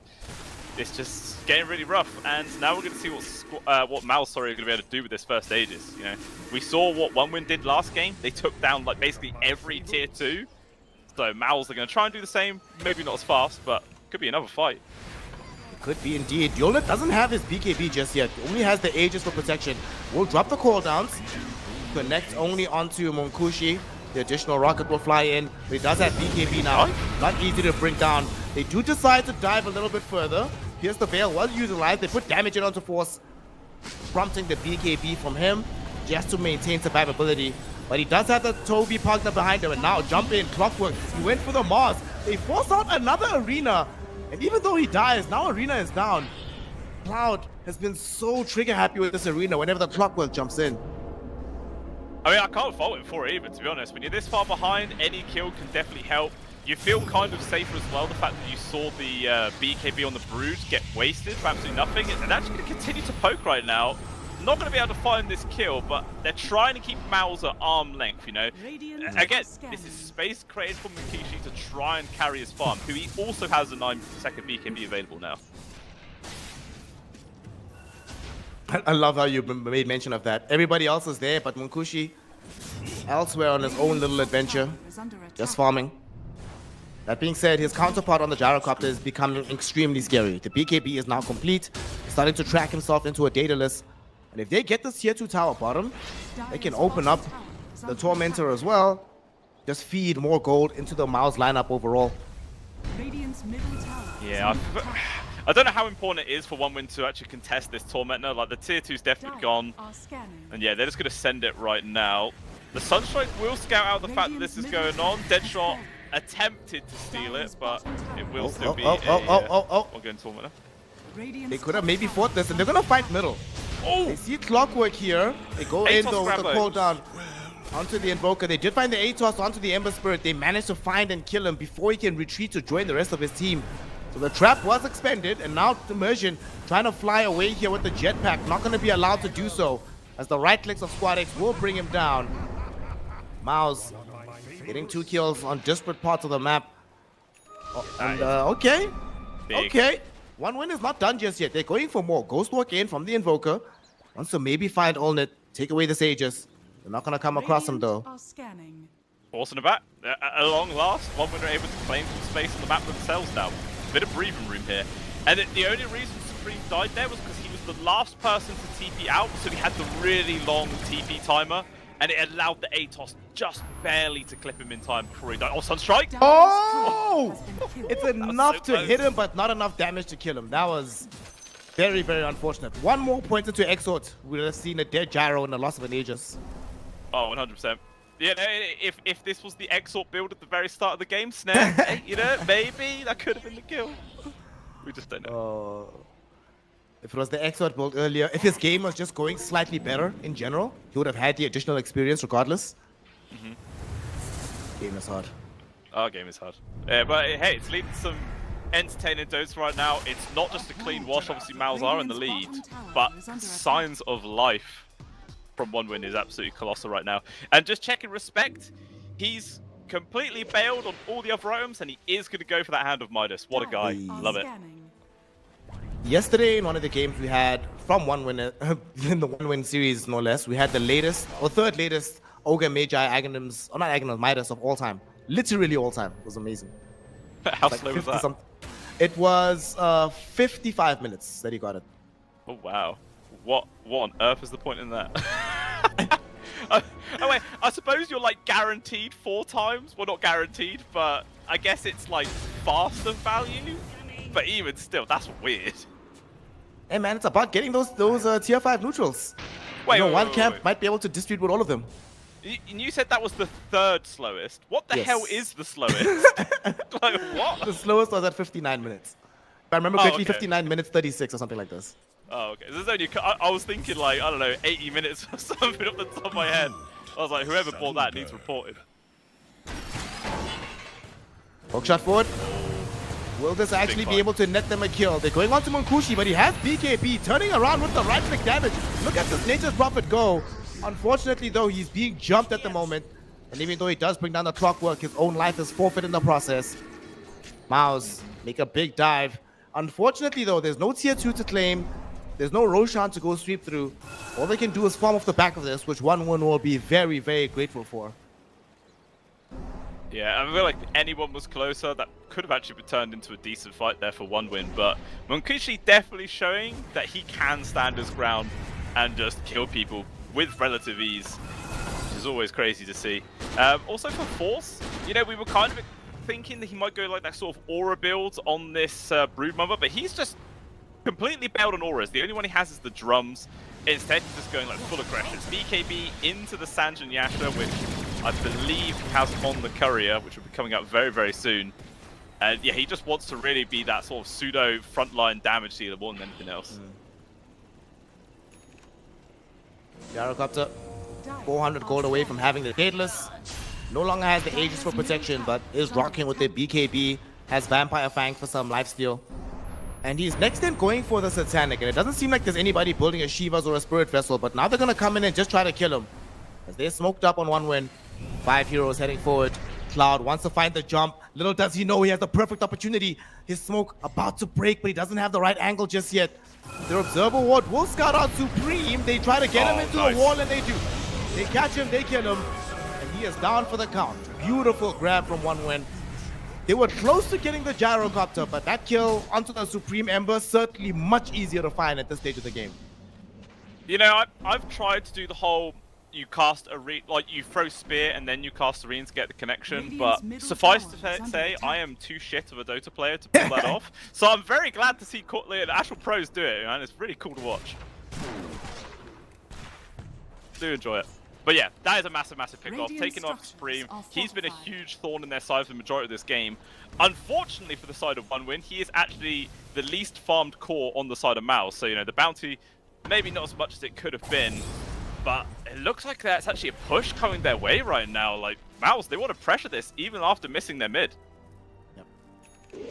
Unfortunately, though, Munkushi does have, at the moment, access to a buyback, so jumping him won't necessarily guarantee that you can just push the high ground. As the rest of 1-win, secure the tier 2 tower down bottom. And this is a very big deal. Roshan is going to be up in the next 15 seconds. If Miles cannot get it while he's still on nighttime, 1-win by de facto have control of the Radiant side of the map, so they will have access to the Radiant Roshan. And here they are, trying to force Miles back. They understand the assignment. Get Miles into this position, get them as far away from the top Rosh as possible, and perhaps even smoke for the fake back. Look at this. Clockwork is down bottom. Ember is inside the triangle. So if 1-win were able to find somebody here, it would have been big. But Miles also understand this. They retreat safely towards the western part of the map. Yeah, both teams always trying to get the upper hand here, but just can't get the full lockdown. Instead, really, they just trade equal damage of tier 3s on opposite sides of the map. So, yeah, just mirror movements all the way. Well, Supreme actually jumped onto his Remnant. That could have been dangerous in the mid, but not going to get caught. But still another 2 minutes of this Roshan on the Dire side, and by the looks of it, Mao's going to try get this one, which is always going to be huge. Obviously, Daedalus plus Ags in the hands of Olnit. It's not going to take long to get, but it looks like 1-win are going to try they and have to know about this, right? They Sunstrike now. They are aware, but they're not necessarily immediately in position. They're heading over there right now. They don't have a smoke popped just yet. They will find the D ward first, but it's too late. Roche is pretty much going to die. So fast. I really thought that 1-win were going to be prepared for this. This felt like the move they were trying to set up, but they get outplayed by Mouse. Now they have to play into another Aegis, this time with a Roshan's banner to boot. It always makes trying to defend the high ground quite more frustrating with that banner in play. We'll see how much of an impact it has. Obviously, another upgrade for Munkushi has the Parasma online. And even though there's an Aegis, they're actually pushing into the Radiant side of the map. Always an aggressive way of playing, but scouts there from the rocket. So much information given there from Immersion. I would like Munkushi. He's building into the Hurricane Pike next.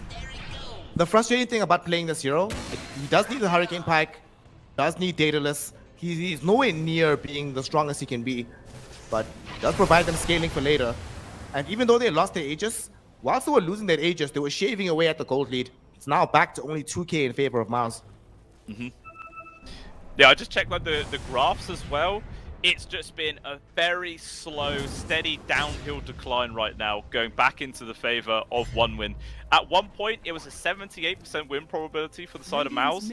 Now it's down to 53. Like, Gaben believes this game could go either way, and I'm inclined to believe him, to be honest, here, Snare. Like, OneWin are just doing a fantastic job at really mitigating how much success Mouse are getting.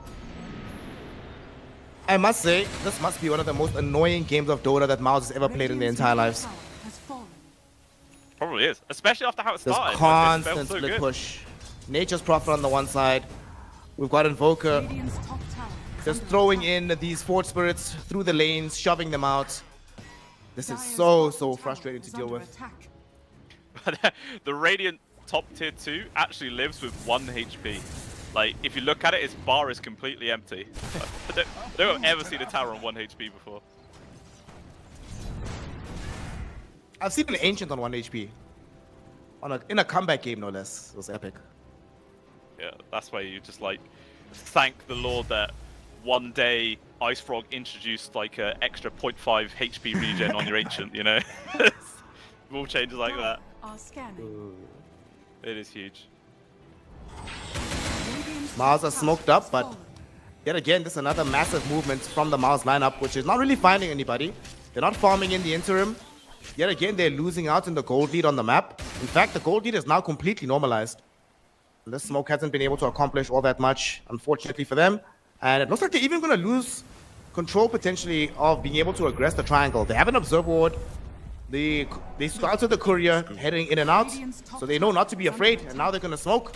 OneWin try to exploit this information asymmetry. They're going to come across the Gyrocopter. He's the one that gets seen first, but he's a terrible target because he's sitting with this Aegis. They see that he's getting a Satanic flying in towards him. They would love to destroy it, but they don't want to reveal themselves. Instead, they're going towards Supreme. He's underneath an observer ward. They have the vision. They catch him. He's leashed in. There's going to be the disables. And before he can even think about doing anything, they kill him. No BKB available. It's still being finished on this Ember Spirit. Nice little catch from OneWin. Yeah, that is huge. 50 seconds as well without buyback. And you'd think they were considering trying to pursue for a fight there. But Mals actually looked like they were ready to take it. They were still holding their ground. But yeah, those are the pickoffs that they need to carry on getting here on the side of OneWin. Definitely makes all the difference. I mean, maybe they might try and pressure this mid tier 2 as soon as there's a wave coming in. We'll see how quickly they're going to get it. Another big item that's coming up pretty soon is actually going to be a Cypher Vice on Cloud, which I think he's only 800 gold away, and then that's just going to be an extra form of lockdown to grab that, you know, Gyrocopter, the Broodmother, sorry, or the Ember Spirit. Like, it's going to be a huge pickup. Dude, this play that they made from OneWin is actually game winning. Because of the way that they wrapped, they found themselves on the other side of the lane. And which push are you more afraid of? Nature's Prophet Invoker or Gyrocopter Brood at this stage of the game? We already see top tier 3 down to 400 health. So Mouse found themselves very much on the bad end of that trade. They don't even catch up to the Muerta. Deadshot manages to push these heroes away. She does have Force Staff to try and get closer towards her team. And they look like they really want to chase this. Pierce the Veil will be there. She's being slowed down by the rockets. But there's no way they go this far forward. And they are going to be forced to abandon their pursuit and let OneWin yet again get away with murder. Yeah, just continuing to split the map, just wasting the time of Mals bit by bit. And sad to say, I've already mentioned it a couple of times this game, but it does feel like a copy of map number 1. But even, you know, slightly more tragic, because Mals actually were able to build up a decent lead. They were like up to 8,000 gold, but just the same playstyle here from OneWin has made all the difference. Sure, they're not ahead, but they're still in a very, very comfortable position. Just look at the amount of farm on Mukishi, man. Like, this Nature's Prophet is so damn fat. He's a full item ahead of the Ulnet, which is terrifying, because the Nature's Prophet can do a heck of a lot with those kind of items. Oh my god, look at Munkushi's build. He's actually so smart. He's going for this Revenant's Brooch because he understands that Toby's going to be on duty to try and save heroes with the decrep. But if I have Revenant's Brooch, you're just making it easier for me to kill those heroes. And now top lane, might have a fight here. Munkushi TP's out in front of them. Respect was able to tank the hook shot. He's going to tank this big gank, but maybe not actually, because Squadix here to try and turn this fight. They've already lost out on this Ogre though. And with the death shot, they're going to try and force a retreat. Sweet and Strong has forced off Cloud, waiting in the wings with the ultimate at the ready and the BKB. Munkushi also has teleportation up online, but they're not going to take the risky play. It's 4 versus 5. Why force yourself into a difficult fight? Squadix just going to try and hold back this Ember Spirit. Squadix is actually putting quite a lot of pressure onto Ember. Forcing him back, forcing his team to respond there. He still has Hurricane Pike of his own. They're trying to chase him. Doesn't seem like they can catch him. In the meantime, BKB activated by Toby. Toby has a BKB. What the hell? So does Force, who's running forward onto the Munkushi, but Munkushi turning around with his own BKB, laying in the right-click damage onto the Broodmother. Unfortunately, that BKB will end, so Allnet runs in on top of the Munkushi, ends up killing him off. However, Squadix comes in on the backlines, hoping to try and finish off this fight, finding himself a triple kill. They've managed to melt these heroes down, and now Allnet, can he play this 1 versus 3? Can he make the reverse jumping happen? It doesn't seem like he can. Without the BKB being at the ready, he cannot keep up with all the spell output damage. It ends up being an ultra kill for Squadix. He turns this fight around, and Munkushi, him standing his ground, turns out to be the necessary agent to draw in all the attention and turn around this massive fight. Yeah, that was huge there from Squadix. Played to perfection. Obviously, the double 4-star to keep him to safety as well was massive. And just a few minutes ago, he was the bottom farmed core by a large margin. But after that fight, he got like 2,500 gold. He's up there. He's going to be able to buy Lunar items. And now, all of a sudden, he's a very scary hero indeed. I mean, you can see that fight though. It's very, very hard for Munkishi just to man fight up against the Broodmother, because Insatiable Hunger, it's a pretty good ability snare. You just basically don't die. It's a free satanic almost. And I imagine that's probably what Munkishi's going to start queuing up after he completes this Revenant's Brooch, which he now has done. That's a big upgrade. Revenant's Brooch done for Munkushi. We're building into a Hex for this Invoker right now. Bro, Squadix did 9,000 damage in that fight. That's disgusting.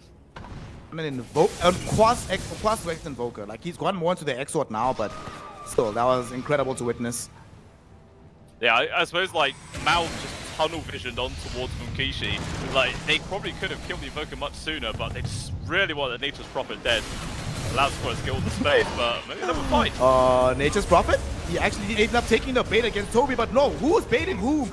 Immersion jumped in thinking he's saving Toby. Instead, he ends up dooming himself. Ends up taking a tumble here. Supreme, he's going to turn this fight around. Speedus Rock doesn't find the dead shot. Cloud moving forward, hoping to find a spear onto somebody important. Supreme popping his own BKB, trying to get the damage out of this fight. And with the help of Allnet, they succeed. Cloud will go down. Supreme remnanting deeper into the fight, trying to pierce the backlines. However, Force, as his BKB ends, Squadix is just untouchable at the damage output. And there's also no BKB on Allnet. Look at Munkushi go with the Revenant's Brooch. Too good. They've managed to bring him down onto Allnet. Now with the stun disabled onto Supreme. Do they have enough to kill him? He remnants all the way to the north. He's trying to stay alive. In the meantime, Stoby gets taken down closer to the bottom side of the fight. Another 4 heroes have fallen in this engagement. 1 win, only end up losing the Mars. And the big thing about this fight is all of a sudden, here they are, the high ground beckons. They can try and put some pressure and get the first tier 3 tower of this game. I tell you what, this last pick, Nature's Prophet and build from Munkishi is perfect right now. You saw in that fight, he was able to get the Sprout route on towards the Gyrocopter. He popped Satanic, he wasn't close enough to hit anybody to heal, so he was stood there AFK, doing absolutely nothing. And yeah, this Revenant's Roach man is so damn short. He's gonna find a Freeman Supreme! It's just getting worse here for Mouse. He needs to buy back almost immediately, but even if he does, they don't have Allnet, and the Sunstrike prevents the escape from Immersion, catches him as he's retreating into the base. Mouse, they were in command of this game, they were in control, but all of a sudden they're staring down the barrel of elimination as 1 win, quickly clean up 2 lanes of racks. They're not going to go for the jugular, they're going to make the safe play, go for the 3rd one. Mouse will have at least 4 heroes in the next 5 seconds. As the Gyro respawns, Ember has buyback. Unfortunately, Immersion does not have that option. However, it doesn't seem like 1 win is fully aware of this. Oh no, they do know, because he died back. So they know that he doesn't have it. So they can go in onto Toby. Supreme buys back, Allnet, trying to put in as much damage as possible. But now, Kushi and Squadix are just too damn strong. With the help of Speed and Strong as well, they kill off Allnet. The Gyrocopter is gone, no buyback for him. Can Supreme do it all by his lonesome? Squadix was able to do so. However, it doesn't seem like Supreme has that option because Munkushi also brought back. Nature's Prophet wants to be involved in this last fight potentially. They clean up the racks, they get the 4 megas. Now 1win, they want to get out. Squad X is very low on the HP department. He begins the TP attempt. He succeeds. Munkushi's not going to die either. And 1win, though they had to sacrifice the life of the Nature's Prophet, they had to commit the gold for the buyback. They ultimately succeed in securing Mega Creeps and almost solidifying a second and successive game here in the series. Yeah, very ballsy play to commit the buyback there from Munkushi, but it pans out in the end. Just all-in style play, fantastic to watch. And Roshan's even respawned now, so they could technically just go and get the Aegis for Munkushi as well if they were feeling particularly scared about him dying again. Yeah, they're just going to go for it. There is no way Mouse can respond to this. They've got the threat of Megas constantly running at their face. This is just a free objective once again. It's even another Refresher Shard and Cheese. I guess you're giving the Shard towards Cloud. Double Arena, double Scythe. Just so much easy control. And I don't really know what the prospects are for Mouse here, trying to keep themselves alive in this series. We were saying how the other series today have all been 2-1s. This is looking like the first 2-0. This is too hard to play against. Well, there is a big option. If we click on this gyrocopter, Olnit understands the assignment, understands there's only one path available that leads to victory. It is a Divine Rapier being queued up by him. Nice play as well. Sneaker free little shard there for Toby. Unfortunately, it's a pretty dog shard, so it does nothing. like what kind of Pugno is ever going to use this? Just, yeah, it feels real bad. Waste of time almost. But even still, they had to do something. And here it comes, potentially the last push of the game. Cloud waiting in the wings with the dunk, jump in, they find the arena, they catch on to Toby. BKB was enabled by Supreme, but he's already lost half his HP to this Revenant's Brooch of Munkushi. 2 BKBs already triggered, Olnit trying to hold on to his as much as possible, but now he gets hexed up. They're trying to close him in. At the very least, Emergent able to break up the fight, finding the hook onto 4. At the same time though, on the backlash, Cloud jumps in after the refresh. They managed to find the kill onto Toby with no buyback. Supreme feared back into the base, Olnit finally able to get off the BKB, but it does not matter. Munkushi with his own BKB, focused on the Ancient, focused on the victory.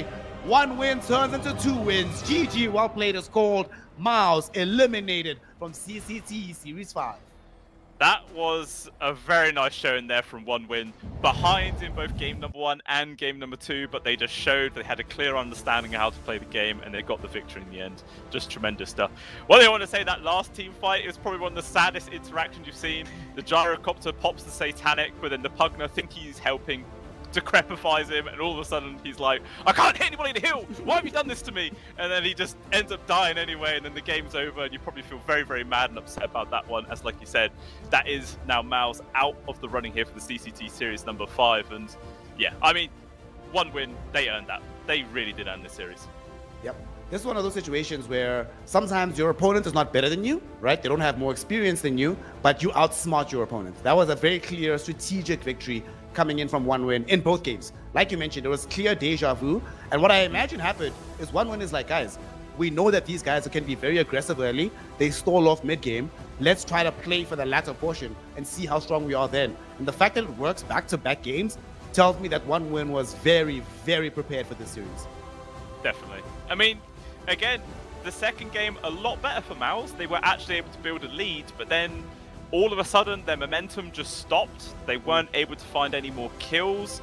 Space created for Munkushi just never ended, man. This Nature's Prophet had the entire map. It almost felt like he had 2 maps to play with. Just so much room, and yeah, really does excel. It just proves why they last picked him, this Nature's Prophet. It made it look flawless. Yep. Invoker ends this game with 39,000 damage being dealt out. Munkushi 45k hero damage. So certainly some heavy hitters coming in there from the side of 1win. I mean, they did this in game 1. They recognized that we just have the rest of our lineup controlling. Our 1 and our 2 will dish in the damage that we need, and ultimately it ends up winning them the game. So 1win get to progress in the tournament. They get to keep another hope alive.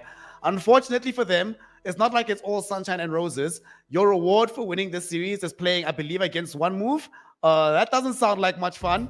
That's not an enjoyable thing. It's like, yay, we won. Now I have to play one of the best teams. The team that pretty much, in my opinion, based on some of their performances, have to be rated as top 3 in the tournament from what we've seen so far. So, yeah, fun times for 1win going forward.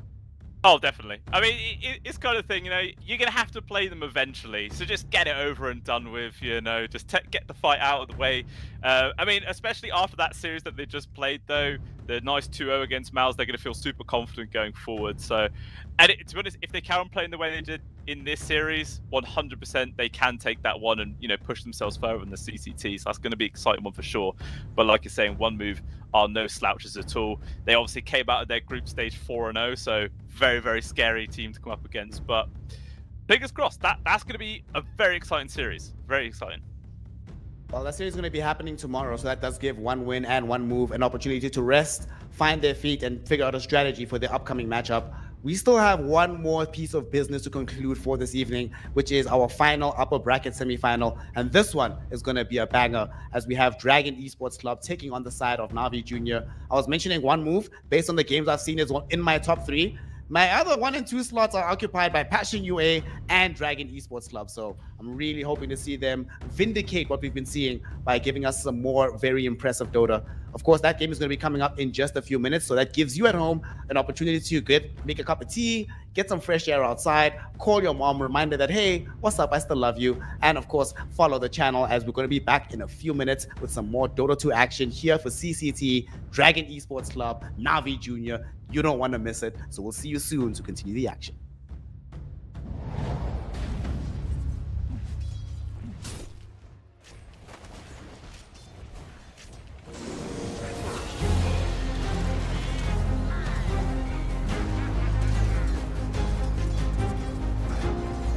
Radiant's middle tower is under attack.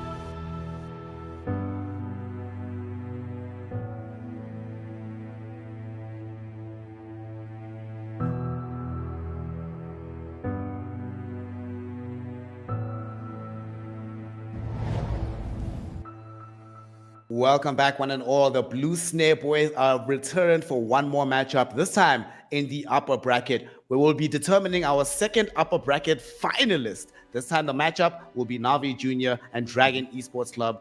Genuinely Blue Scale coming into this tournament. I know that Dragon Esports Club won CCT Series 4. I know that they look good. I did not expect just how solid they would look coming into this one. The competition level overall has increased, but they've managed to keep pace with that level of gameplay. And genuinely, I do think they are favored in this matchup. But what do you think about what Navi Junior has been doing in the tournament? Do you think they have what it takes to take this game towards Dragon Esports? Oh, 100%. Like, guaranteed. Even just going off like their performance in the group stage, Navi Junior did actually end up having the better time. I believe when they actually played up against each other as well, was it? I think Navi was the team actually came up. Yeah, Navi beat them in the group stage 2-0. So that is also something to note. So maybe Dragon Esports are cooked something up in response to what Navi Junior like to play, and they're going to come back into this one fighting. But already in the opening start of the brackets, Dragon Esports 2-0'd 1win, who we just watched, and 1win are a solid squad. So the fact that they're able to beat them in such a convincing manner as well is also very, very important to note. So I 100% feel like this series could go either way. This is not going to be a 2-0, or it shouldn't be. Yeah, this does seem just on paper extremely close. Both of these teams having done some pretty miraculous things to get here. Like you mentioned, 1win getting 2-0'd by Dragon Esports. But the team we just witnessed, Miles, got 2-1 by Navi Junior. So given that matchup, in the sort of like a rock, paper, scissors type of situation, we would imagine that Dragon Esports might be stronger than Navi Junior because Navi Junior struggled against Miles. Miles got blown out by 1win. So things can also change very quickly in Dota, right? Not only is there a new patch, we've had a day for people to sit with it, figure out where this meta is going. And this Navi Junior team, I must say, honestly, in my opinion, even though everybody is lauding Western Europe as overall the strongest region, I do believe when it comes to the youth teams and the young up-and-comers, the next generation of Dota 2 superstars, almost all of them at the moment are located within Eastern Europe. So Navi Junior, these names, even if they don't necessarily find success at this tournament, I have no doubt in my mind that in the future, we're going to remember every single one of their faces. 100%, I agree. I think the oldest one on the entire squad is 19, and that is it. So it really does show you these guys are fresh blood. They're ready to get into this game.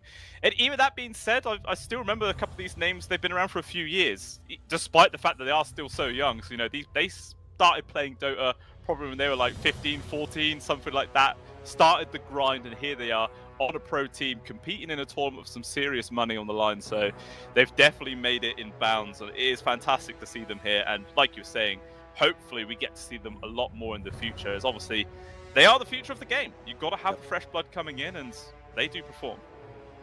Of course, they're going to be taking on the side here of Dragon Esports Club. Some names here you might recognize under different monikers. Muxa, known by many others as Lil Pleb. Denial, known by many others as XX Vampire. Joe Rays and Inferno are the sort of like new kids on the block. Mary's been around for a while, but I will say Joe Rays has impressed me a lot with how he's been playing Dota in this tournament. Doesn't even have a Liquipedia page, but he's stomping guys who have been known as some of the real heavy hitters in these mid lane matchups, and not even looking like he's, you know, making some real tricks, cheesing them. No, I'm just better than you in the laning phase. Wonderful to see from another young up and comer from this one. I mean, it is great to see that sort of bravado on him, the fact that he feels the confidence, but then it does also lead to those situations where he either looks incredibly good and just destroys everybody, or he just looks meh and he isn't able to perform. So it is all about just finding that steady line, you know, being able to keep consistent. And like I said, he is still young, still a lot of time for him to carry on progressing. But, 100%, the sky's the limit for this guy. I really am expecting some solid stuff, and I feel like the mid lane's going to have to be a key lane that we focus on the entire series. Even if it's boring hero versus boring hero, they're just going to farm. Something spicy could still happen. Yeah, without a doubt. I'm honestly looking forward to this matchup, but I'm especially looking forward to the next game after this, because whoever ends up getting the W here plays up against Passion UA, who I personally believe is the strongest team right now at this tournament. So that is going to be quite exciting to witness. One thing I'm also interested to see into this matchup is how the first pick is going to be utilized. In the previous series, it was initially triggered towards getting the Naga Siren, and then they're like, yeah, okay, take out the Naga, get immediately in onto the Invoker. But the crucial thing, though, is that 1win got first pick both games, won both games. So is that going to be the template, do you think, that's going to be followed for this upcoming series as well? I mean, it could be. It's all like the trend of how patches go. Like, it flips between first pick being really strong or last pick being the real difference maker. And it seems like so far we're settling in first pick being, you know, a degree better. I'm not sure what the exact odds are, but you're definitely going to be feeling a lot more comfortable being able to secure that first major hero. And there's just so many to choose from. You know, it's just like... The Nagasaran obviously a strong one. Shadow Demon's always value as well. Or if you're a niche team like One Win, even first pick Invoker, which is like obviously not many other teams are going to do. But if you're good on it, if you enjoy it, just pick it. Who cares? Just roll whatever hero you want to see, and we'll see what's going to come out in this game. One thing I also want to note is actually the most picked hero on the side of Na'Vi Jr. is a Lion. Which is, you know, you go back not long in the past, people hated Lion. They thought he was trash. He just died so easily. He wasn't really able to do what he wanted. He had to get a blink, otherwise he was just useless. But these guys love playing him. Out of 26 games, they've got a 73% win rate on it, which is actually quite scary. What? Wait, say that again? 26 games? 26 games, 73% win rate. So I feel like Dragon Esports, they're going to have to be thinking about actually banning this Lion. Yep. They definitely have to be high up in their mind thinking about this, especially because Dual Rays that we've seen in the mid lane, he very much enjoys playing like high tempo heroes. His Pango, his Storm Spirit, Ember, heroes that hate getting hit with the insta hex and then blown up from there. So definitely could see that being part of their consideration. Also, I like what you mentioned there about the fact that whenever there's a new patch, it takes a little bit of time for teams to reorient around what is actually strongest, first pick or second pick, which heroes deserve to be immediately into that category of the opener of the draft. And we're in this sort of liminal period in between the last patch and the certain meta of the new one. So that gives some time for experimentation, makes drafts very, very interesting, and means that we are always going to be entertained because we have no idea what's going to happen. Literally every single draft since that patch has dropped, I've seen something new in a game that I did not expect. So I'm hoping that trend continues. I'm hoping that these two teams give us some magic, something spicy in the drafts, especially because skill level wise, I don't think there's that much of a determination between these two squads. It's all going to come down to the strategy as we are into the game with Na'Vi Jr. on the first pick. And they do have Dragon Esports on the second pick with the Dire side. What do you want to see? If you were the drafter right now and you had the first pick for Na'Vi Jr., what would you be picking?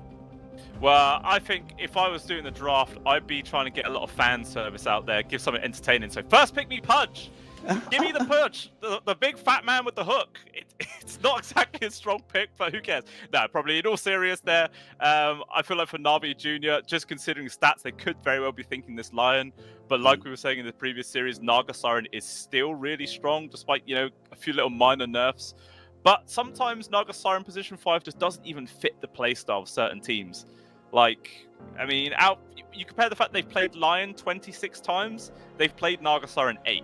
So it's like 100% it's not in their priority list. They'll play it if they have to, but they're not even gonna, like, they're not going to jump at the chance, I feel. But we'll see what comes out. As Dragon Esports, they take away Alchemist, Shadow Demon, Dragon Knight, as well as Magnus. So the Lion's still there. We could see it. I like the fact that they banned Magnus. This is a hero that they utilized yesterday to tremendous effect. So, you know, sometimes you see teams that are like, they're pushing the meta one step ahead. They start banning heroes even before enemy teams are picking them, just because they feel like, hey, this thing is actually pretty busted in the game right now. So I think it's very clear that whenever possible, if they have first pick in down the stretch, this Magnus ban indicates to me that either Magnus or Shadow Demon are going to be one of their first opening picks whenever they have the chance. One thing I was going to say, like, I always love it when teams decide to whip out a hero like Meepo or something like that. But it seems like the last time Na'Vi Jr. played Meepo, they actually ended up losing with it. So it makes me feel sad. It makes me feel like less likely to see it coming up, because that's always entertaining to watch. Sometimes it's a gotcha pick, sometimes it's a flop pick. No. Meepo's not entertaining to watch. No. What do you mean? How do you not like Meepo? I don't like these heroes where I dive them, I deal 2,000 damage, they survive with 300 and wipe my team. That's not fun Dota for me. But that's remember, I said watch, not play against. Watch. But I can't help but think about how it must feel to be in that game, to be like, man, this looks miserable, bro. I don't want to be there right now. You know, one man's misery is another man's sheer entertainment. So, you know, you got to be an evil enough person. First pick from Na'Vi Jr., they're actually going for the Gyrocopter. We did see this in the previous series for the side of Mouse, and obviously that did not work out for them in the end. but there is a classic gyro counter, the Morphling. Now, all of a sudden, I feel like this is probably going to be pos 5 gyro, and you have level 0 flat cannon. Just don't level it. Don't Check touch this out. Check this out, right? There was a qualifier run that we were doing early on for ESL, where we saw a game between Morphling and Gyro, right? And as usual, you expect Morphling to be the hard counter. But what the Gyrocopter did, he played a very interesting thing. He had somebody else on the team buy a forced off, and they pushed him directly into the morph every single fight, forcing the morph to either wave from away or have to immediately start morphing strength. And even though 1v1 when no one else was around, Morphling was still winning those engagements, half the time, Morphling starts the fight on the back foot with the rest of the 5 around him. Gyrocopter plays aggressively, forces the rest of the team away. I didn't think it was playable before that game. Then I watched that game. I tried to play it myself, Gyro into Morphling, and using that exact same playstyle of playing like suicidally aggro actually ended up working out. So there is ways to play into it, but I agree, Morphling overall is still a very, very, very good matchup into the Gyro if you don't play this hyper-aggressive style into him. Yeah, that's quite cool. I've not actually, heard of that sort of playstyle before, so it would be very, very cool if Na'Vi Junior are able to bring that to the table. And I feel like that's one thing you can always rely on with a really young squad. They are more than willing to play hyper-aggressive. They're like, it's blood and glory, it's charge on in, get the action, find the kills, and that sort of stuff. So potentially Na'Vi Junior could 100% follow in on that trend. I would love to see it, for sure. We'll see what the follow-up picks are going to have to be, though, to combo with that.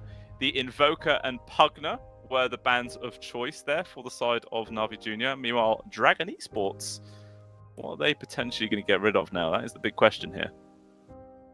Morphling likes to spend some time in the jungle farming casually, so maybe you ban some Tusk, inhibit them from being able to hunt you down. They've already banned Nyx Assassin for you on the other side. They banned Ancient Apparition, okay. One of the other big heroes into Morphling. Now you also open up the chance to pick Dawnbreaker. You have the double heal. They have no massive heal reduction.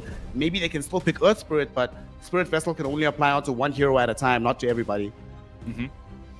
Yeah, I literally just before that Ancient Apparition pick, I was like, oh, hey, it could be a thing. And then they immediately banned it. I was like, okay. I didn't have the chance to say it. Very sad, but yeah, AA would have been phenomenal for sure.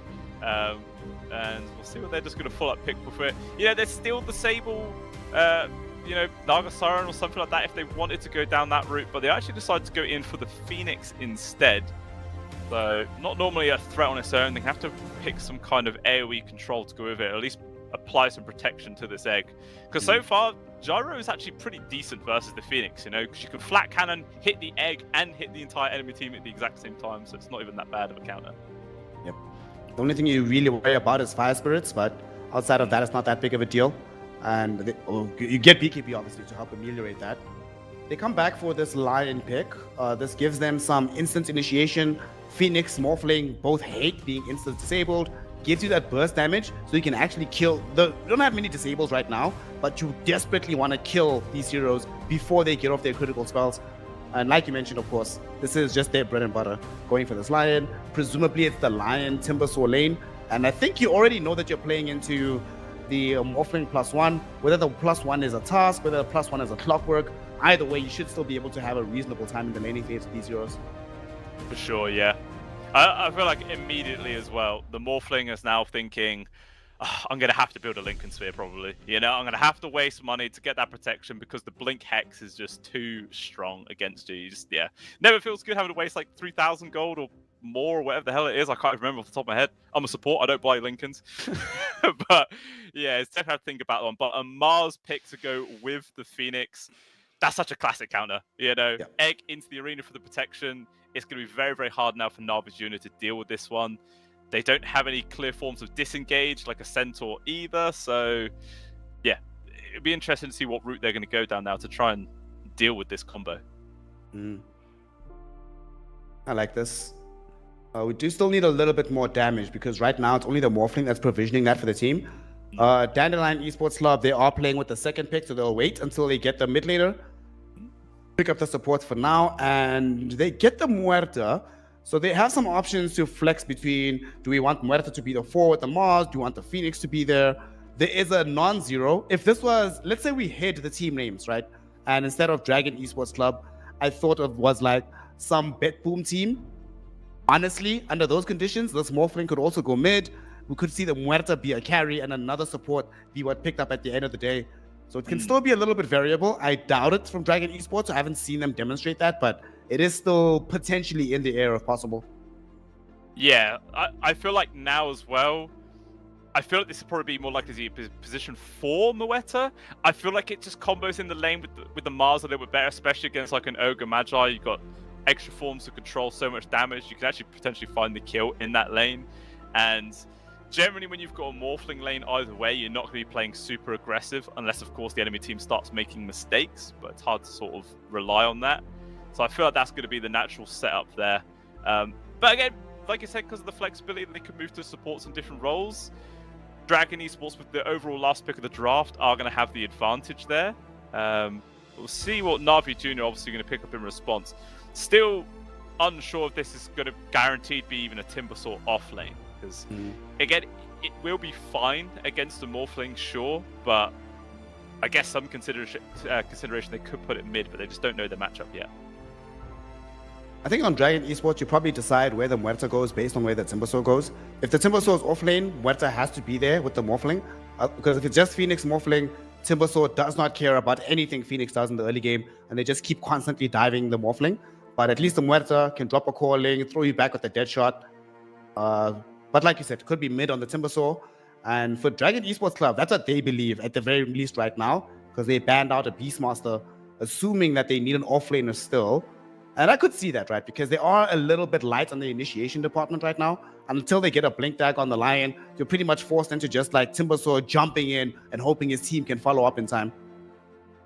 Yeah, and it's always quite slow as well, because obviously it's going to be a support who has to get the blink dagger, so it takes a bit extra few minutes to get to that point where you can start playing aggressively. Meanwhile, on the side of Dragon Esports, the Mars is going to be picking one up relatively soon-ish, in which case they could be the ones trying to set the tempo, make those sort of early plays.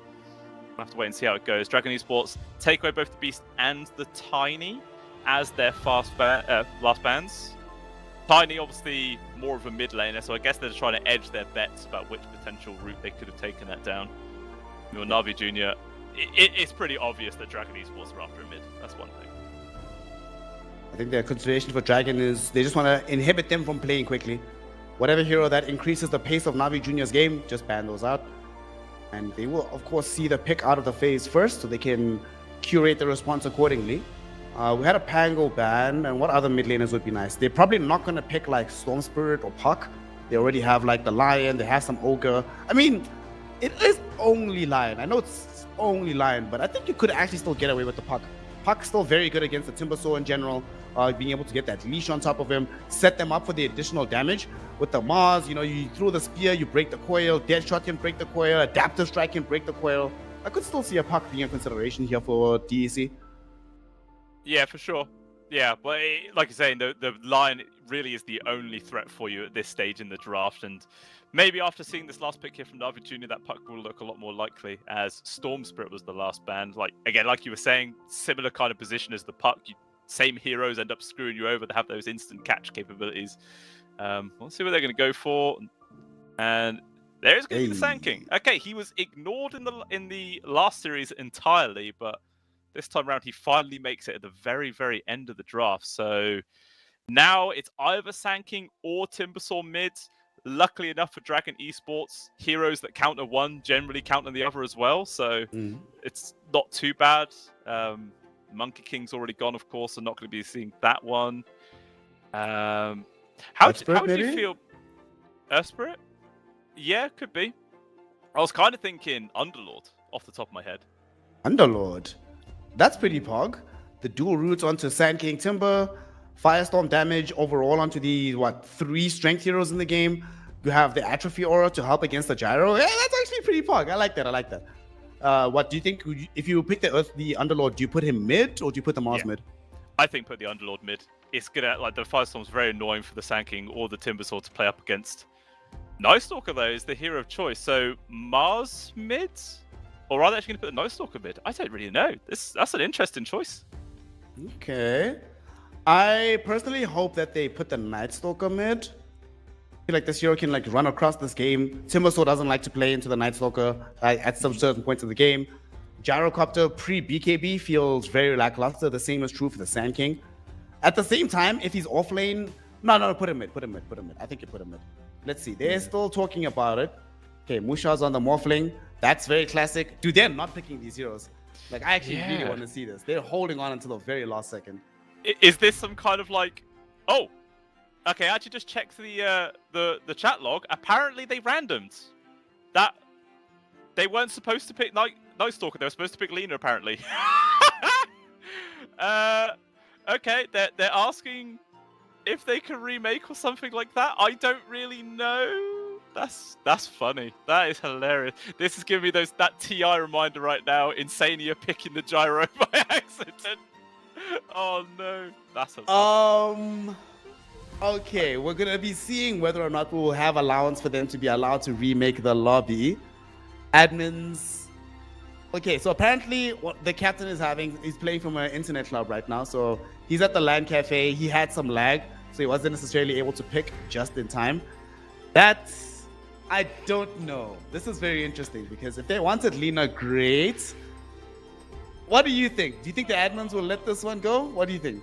I don't think you can, because I know it might not have happened, but what's to say that they didn't pick Night Stalker and then immediately go, oh wait, what about Lina? That could have been better, and then you could make up some real bullshit reason about why you should remake.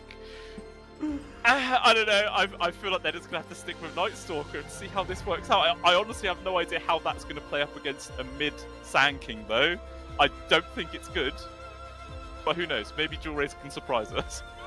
I saw Navi Jr. trolling in the chat being like, oh guys, Night Stalker's good this game, bro. Like it's gonna be bug, bro. Like, I don't know. Okay, look, in the lane, it's terrible. The lane is not good, right? Yeah. The lane you expect to be able to lose.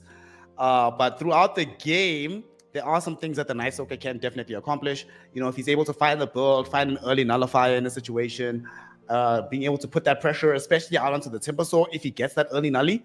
Unfortunately, it would leave them very bereft of damage output in general. So I can understand why they're like, yeah, guys, this is not what we wanted to do. We wanted to go for the Lina. Lina would have given them some of that additional burst. If they have this Night Stalker, it's not really going to exist for them. But we're still waiting on word from the admins to hear what the situation is going to be, because technically randoms are in the game. You know, nothing has actually gone wrong. I don't know, fam. I don't know. Yeah, well, you know, think about it. They didn't let Insania remake, so why should they let him? I don't know. They are asking. They're saying if both teams agree, but obviously the admins are staying quiet so far. I can understand more if their last random was like an IO or something like that. You know, something that was obviously terrible, and they would never go for that for a mid laner, unless they had Anna on their team or something like that. But I don't know. That is funny. It could work. It honestly. It's not the worst random in the world. It's fantastic versus the line. Once you get the blink, you just silence him up. He is dead. There's no real save from anybody else. You can stick on top of the gyro as well. Honestly, I could see it working. It's still not exactly the best pick in the world, but it's in the realm of possibility here, Snare. Like, I feel that they could just play. Well, Navi Jr. has just had in the chat right now that they think they should play. So if the condition is that the enemy has to agree to this, and the enemy has not agreed, I think you probably have to just play the game. Just, you know, unfortunately, mistakes are a common feature in Dota.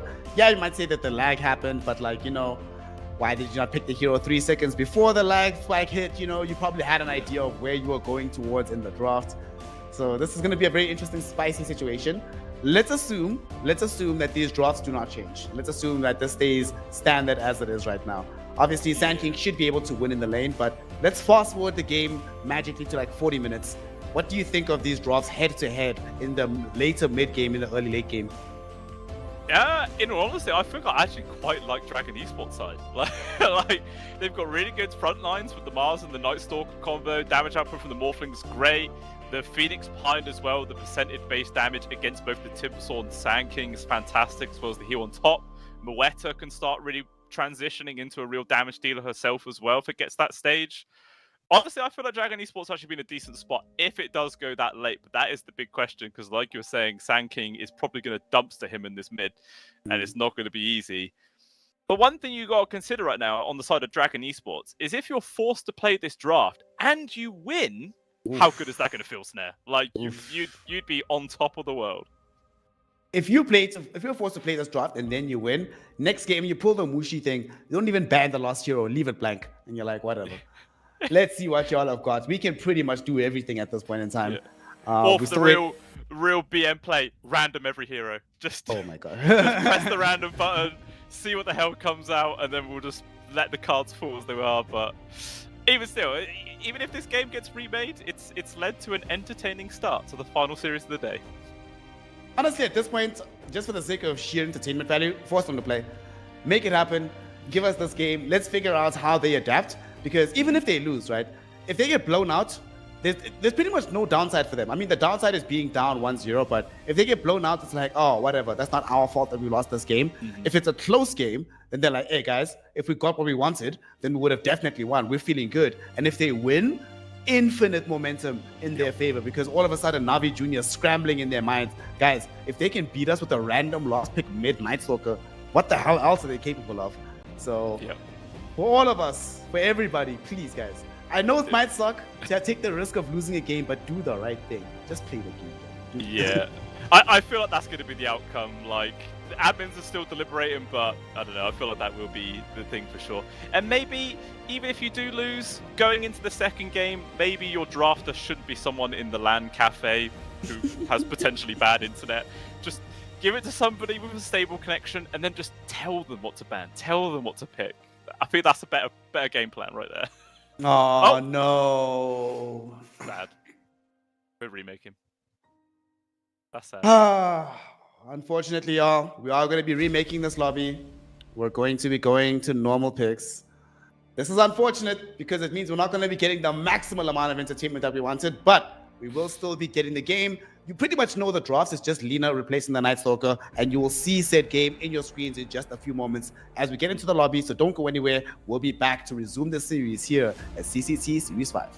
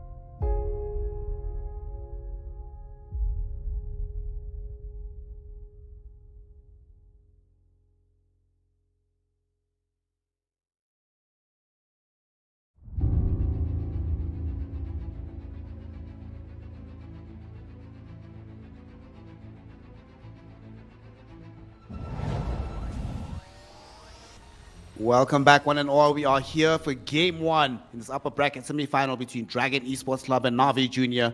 The lobby has been remade. The appropriate drafts have been chosen. Now we have Dores occupying the mid lane with this Lina. And that definitely changes the lane matchup rather than if you was playing the Night Stalker here. Oh yeah, 100%. You've gone from a basically guaranteed loss to a pretty decent chance of winning. So I feel like Dragon Esports are very fortunate that they got the remake. But who isn't fortunate is X-Vampire as the support. Peace out, fam. Nice knowing you. X-Vampire ends up being drawn for first blood. The kill goes the way of Days. And we'll see if they're also able to scrounge up the remaining bounty runes as well. It looks like that will be the case. So good start for the side of Navi Junior. But you want to see from this lineup. I feel like they had to give that to, you know. They were allowed the remake, so yeah, let them have first blood. It's only on a support. Yeah, it's very courteous gameplay. I like it. Bounties though still end up going 2 for 2. Nothing really gains there. Although the Mars Infernal, Jesus, he took quite a beat in there. Doesn't even have any tangos. This is what happens in this lane when the Muerta is not nearby you. You absolutely need access to the dead shot on the calling to inhibit the gyrocopter from just running you down.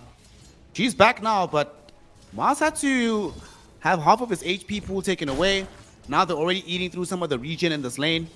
This is a very positive start for the Radiant lineup.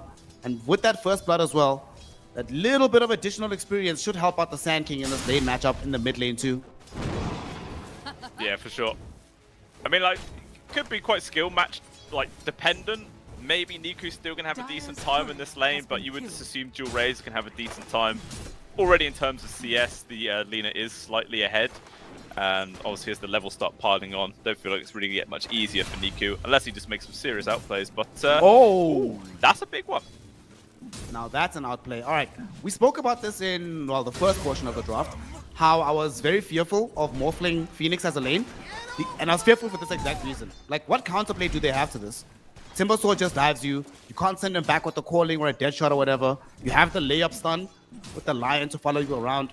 Honestly, even though it would somewhat hurt the Mars down bottom, I really would have preferred the Muerta to be the support in the top lane. And again, that's exactly what happens. There's nothing that the Phoenix can do to stop this. As a morphling, I would be hating life being in this lane right now. Yeah, this is the worst possible start you can have for your carry morphling. Dying 2 times in a row. He's actually had to get a smoke drop for him just so he can get back to the lane, because obviously dying without TP is massively punishing. I mean, by the time he gets back, PMA could actually be level 3, and he's still only level 1. That is terrifying. I was about to say, what do you mean get back to the lane? Brother, go do something else. This lane is over. Can't play Dota here anymore. Yeah, maybe consider loading up chess. Just, I don't know, play a game you have a chance of winning. Oh boy. Oh, yeah, it feels bad. And unfortunately, bottom is not going well enough to justify what's happening on this side of the map. In large measure because Mars, Muerta, they can't reliably just chain kill the gyrocopter with the ogre right behind him in the same way they can do in the top lane. I mean, once they hit that level 3, they definitely have the, you know, the tools to try and go for those sort of kills. But it is still extremely difficult. Obviously, Riddy's going in for the old learning curve, as you do. 2 points into the Ignite. There's no Purge in this lane, so just the easy chip damage is just so frustrating for the side of Dragon Esports to try and lane against. But, yeah, maybe they can get a decent chance to make a play. At the very least, the mid lane, Niku, he's still doing fine in terms of CS, but you could definitely see now Dual Rays just keeping him pushed all the way back. Stop. They're going in onto Mary, just barely able to get off the Icarus dive. Fortunately for him, Daze actually didn't have mana. If Daze had more mana for the Hex, that would have been a dead Phoenix right there. Yeah, that is the only problem with, you know, early levels into a line. Its mana pool isn't too great. Obviously, you can sustain with the mana drain, but it doesn't really help you at the early levels. I wonder how he's actually going to build this, whether he might go like 1-1-2 perhaps, just so he can keep this sort of aggression going. Bottom, Infernal, Infernal, Infernal, Infernal. Oh my god, the outplay with the Spear of Mars, pushing Ridis towards the ravine, getting him away from the Mars. That could honestly have been a huge play in favor of Navi Junior, but by some miracle, Dragon Esports keep both of these heroes alive. They ferry in some additional regen into the Mars with the Bracer as well. I just still think he needs a little bit more. He could still die here, but not losing his life there is a pretty big deal. Yeah, he keeps himself going, but at the same time, doesn't really have much resources left, so he's not going to be able to get close to the creep wave at all. He's just going to have to try and get what drips and drabs come his way. Yeah, this is not a great start for the game. It actually looks like they're going to dive the tower for him at the bot. Nice calling being triggered out by this Muerta. Need the tier 1 tower. They don't have the damage necessary. The Spear of Mars was on cooldown. It finally comes back off, but it's going to be a little bit too late. No, maybe not. XX Vampire finds the initial kill. A secondary pot shot from the tier 1 tower also affects the gyrocopter. And Dragon Esports. It turns out their low health pools were just baked to draw Na'Vi Jr. in. And they managed to successfully spring the trap, getting a kill for themselves in the lane. Remember what I was saying in the draft earlier? We know this is a very young squad and they do enjoy running at people. That was a clear showcasing of it right there. Diving the tier 1 tower at a very awkward point of the game is a very odd play. They felt like they were quite confident, but it does end up biting them in the ass, and that is a free kill Dragon Esports will take any day of the week. But unfortunately, the mid lane is still terrible here, Steph. 32 and 15 against the 22 and 2. Like, the Sand Kings had to go into the jungle. It's tough, so even the CS that he does find worth much less than what this Lina's going to be able to accomplish. And top lane, PMA making the dive onto Musha. They do force the waveform back in the opposite direction. They almost bring down the Lion. Finally, they take him out with the Fire Spirit damage. At the same time, Mary almost died to this Timber Chain damage. One more available in a moment. Timber Chain, Whirling Death. Will it be enough to kill Mary? Yes, it will. They don't even need the Timber Chain. Just a right click from PMA. It's such an aggressive build by PMA as well. 0 points into reactive armor. He is all about the damage output as much as he possibly can, obviously to try and get these kills onto the Morphling. He's still holding on to his 5th point, but I would not be surprised if he does just go for another one into Whirling Death. But wow, another kill's found. Miku getting something out of this, but he might end up losing his life. Dure is chasing him, has the Laguna Blade ready. If they can find the LSA, they would have been able to find the kill. Sadly, it doesn't happen because down bottom, they are trying to aggress into the Mars, but simultaneously, they play into the Morphling. Morphling ends up dead, Mars ends up very low, but Lina only able to end up participating in the kill onto the Ogre Magi. So lots of disparate pieces of action happening on this map. Overall, it does still end up benefiting Na'Vi Jr. because once more, they kill off Musha on his Morphling. I do not envy Mr. Observer in this game at all. There is so much action going on, it feels nearly impossible to keep up with all of it. 7-minute Wisdom Rune spawning though, got the juice, was considering going for a steal there, but very wise he decides against it. He just had no mana really or HP to work with, so he does basically avoid guaranteed death there. And that bottom looks like Infernal now in danger. He should be dead on the Mars. Maybe not. God's Rebuke.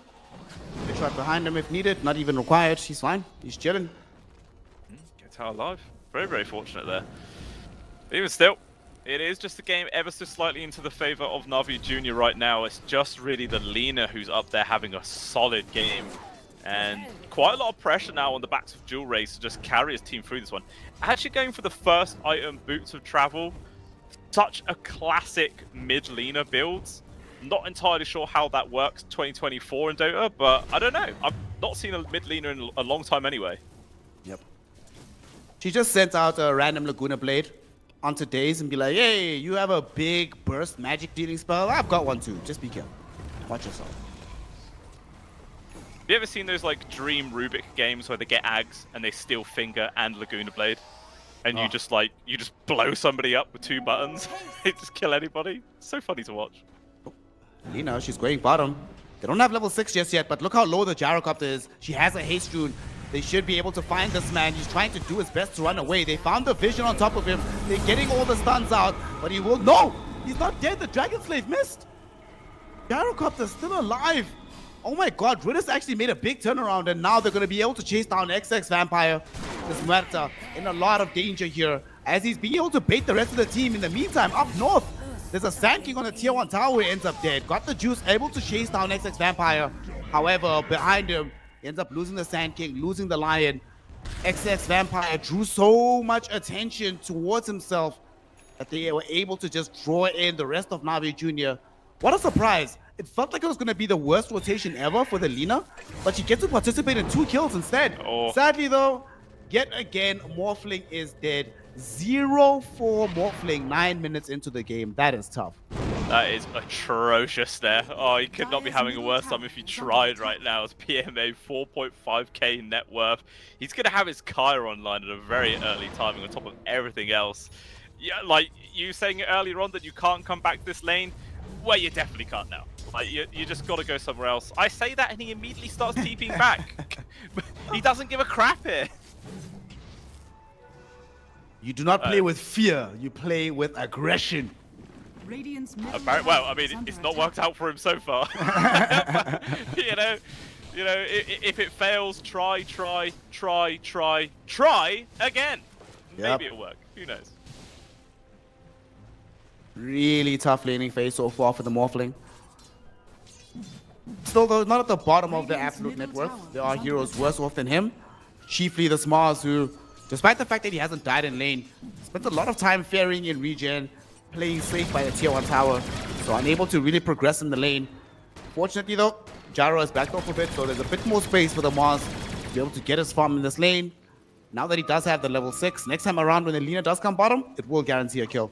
And speaking of Lina, she wishes she was next to the Phoenix right now, because Niku and the gang were able to quickly jump onto the Phoenix. No counterplay option, even though he had the Supernova available. He knew it'd be destroyed before anybody could help. He actually had the killing spree as well, which is quite surprising. So even a bit of extra gold there as a result for Niku, but the first spree to be used. First big one, will they get the big kill? Yes, they do. Dual raise. This is what I'm talking about. Get the arena, you throw in the bots, you show up out of nowhere, you find the kill, not just onto the gyrocopter, but the ogre as well. Unfortunately for them on the side of Na'Vi Jr., this also happened during a siege wagon, so they should be able to apply some pressure onto the tier 1 during this time as well. Yeah, for sure. And it doesn't really look like there's any way that Na'Vi Jr. will have to defend it unless they decide to rotate in PMA, but this Timbersaur's having too good of a time up top. He's not interested in helping out the rest of his team, I feel. He's going to sit up here farming. Oh, okay. I think it was a miss pause into a resume, into a repause, into a resume. Okay, back to gameplay. Top lane. Musha, he did throw out the waveform in this lane. So now he has to play a lot more carefully. Just try to back himself away. We still don't see PMA coming towards bottom, so it looks like this entire tower is going to be taken. And instead, Ridison got the juice. Will head top to try and secure this tower for themselves. They see Musha stunned up by the Earth Strike. There are the call downs. He is morphing into strength, so he's very tanky. Deadshot, able to push these heroes away, and they can't fight into the Supernova, so they're trying to retreat. Ridison's very low, but not dead just yet. And look at PMA. Goes forward, does a ton of damage, but nobody's died at the moment. Homing missile, chasing him down, about to stun him out. Does have the Timber Chain available. Can dual raise, find the LSA. He cannot, the dead shot was there. Now we're out of mana onto the Lina. So I'm not even sure you have enough damage to kill this guy. Spear, oh my goodness. Spear slightly short on the range. LSA slightly short on the cost time. And as a result, the escape possible for the PMA Timber. All in all, though, it does actually still end up being a Dragon Esports win. Both supports going down, and again, Mary getting the credit for it. This Phoenix apparently is just soaking up all the kill credits this game. But yeah, I guess they're happy with that one. They keep their tier 1 tower alive. They balance out the score 9 for 9. Still only less than 1k gold lead, so it's super even right now. And now this is actually space for the Morphling to finally start recovering, because he desperately needs it. After the start, it's just, he needs anything he could possibly get. They're smoked up on the Radiant side, trying to find a kill. Sand King wants to reveal his Blink Dagger bottom. They're going onto the Mars. They're channeling the epicenter. They jump in. Mars is falling very low. He will be bursted down. The tier 1 tower should experience some pressure in return as well, but very good pickup. Nice reveal on the Blink Dagger on the Sand King. I find it funny as well. Days, he has gone in for the Fist of Death, which is, I thought, is quite a meme amongst everything else. But considering the fact that Na'Vi Jr. play Lion all the time, and this is the facet that he's gone for, clearly it's a thing. Clearly it's actually good. So I'm waiting to see him punch some people to death. I still don't really know how you build it though. Like, do you go physical damage? I'm not even sure. No, he just goes normally. Supernova gets forced out by this Phoenix, and Timbersaw is actually gonna die. Oh my god. Dominating streak by the Morphling. Gets his spin back on the guy that's been harassing him the whole game. Honestly, Bluescale, not I don't understand, right? I can understand why Timbersaw would dominate this lane, which he has done. I don't understand how Morphling still has a tier 1 tower 14 minutes into the game up against a Timber that's been this dominant. Yeah, it is quite puzzling. I mean, it should have really gone when it was just the Timbersaw on his own, but they had to bring the whole team, and that still ended up failing. Just really seemed to derail the plan that Na'Vi Jr. were trying to go for there, and as a result, this Morphling has recovered quite nicely. Actually, that has more net worth than the Gyrocopter, which is surprising. But do you want to know a funny thing about, you know, the fact that the Morphling just killed the Timbersaw? That 4-kill streak that the Timbersaw had was all on the Morphling. So, like, kind of a bit of retaliation, recovered some of his lost gold, perhaps. Dire's top Just funny. tower is under attack. I am genuinely very impressed by how Dragon Esports have handled this early game. And now top lane, it's going to be a fight here. They did bring in Infernal. PMA might have found himself going too close to the sun on this one. He does manage to evade the arena. Very nicely done. However, the Spear of Mars is still at the ready. Infernal has allies streaming in. He wants to find this lockdown. Timber doing his best to try and get himself away. Deadshot will be there. There's the LSA. There's the salvo of spells. And they manage to bring him down. Dual Rays gets the credit. But it's a big team play, and yet again, the aggression, the progression into the tier 1 tower, forestalled, more time being bought for Musha. And this Morphling actually, by some miracle, being allowed to play Dota despite his horrendous start. Yeah, it feels like Dragon Esports have responded to this Timbersaw really, really nicely. Like, they've completely shut him down. He's no longer top farm core. He's actually dropped down to second poorest somehow after basically the freest lane you've ever seen in your life. So just really a good understanding of how to play this one. And the fact that their Lina is still top of the charts right now. Like, Dual Rays got the bots online, of course, going in for the Ag Scepter next, which you have online in just 500 gold. This is super, super quick, and you're going to be feeling very confident going forwards here. Just depends on what you can actually do with this kind of space. Lion almost has the Blink Dagger, and that's going to make a very big difference. Once this item is available, he already is sitting with the smoke, so he's ready to try and make moves. Niku is right next to him. Just 2 creeps, all he needs at this point for the item. Then they can start playing hyper aggressively. And if they somehow manage to push into the tier 1, unfortunately it's being defended quite well, but it made a difference. Open up space for them to make the rotations, but they still did find the blink. It is en route as we speak, and we are going to be seeing some smoke action very, very soon from himself and the Sand King. 100%.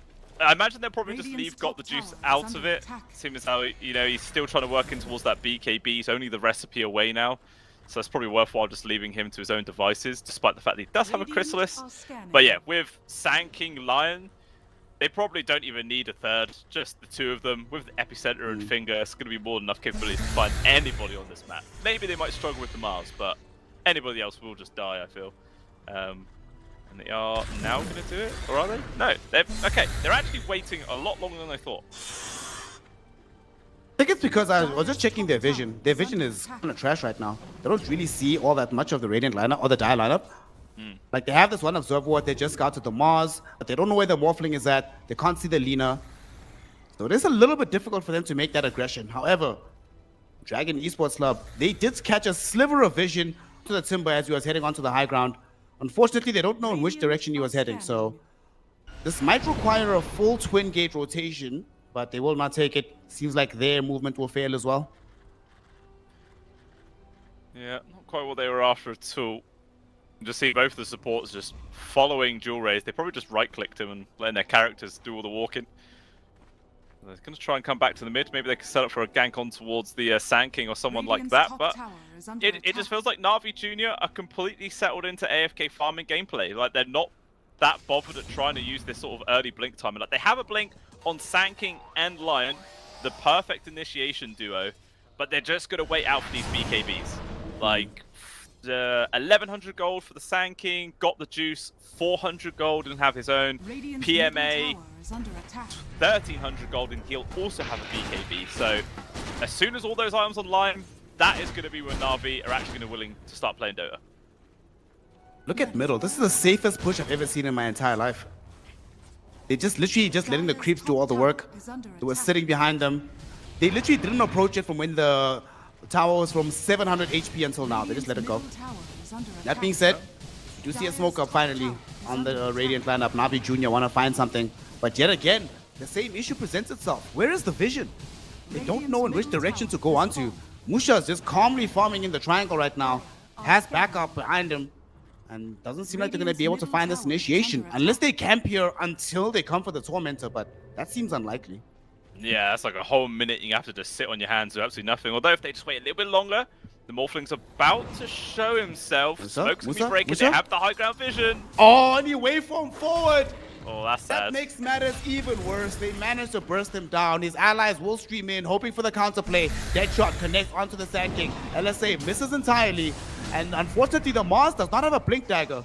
So it's very difficult for him to involve himself in this fray, as he's opted to build into a BKB instead. So there's no punish.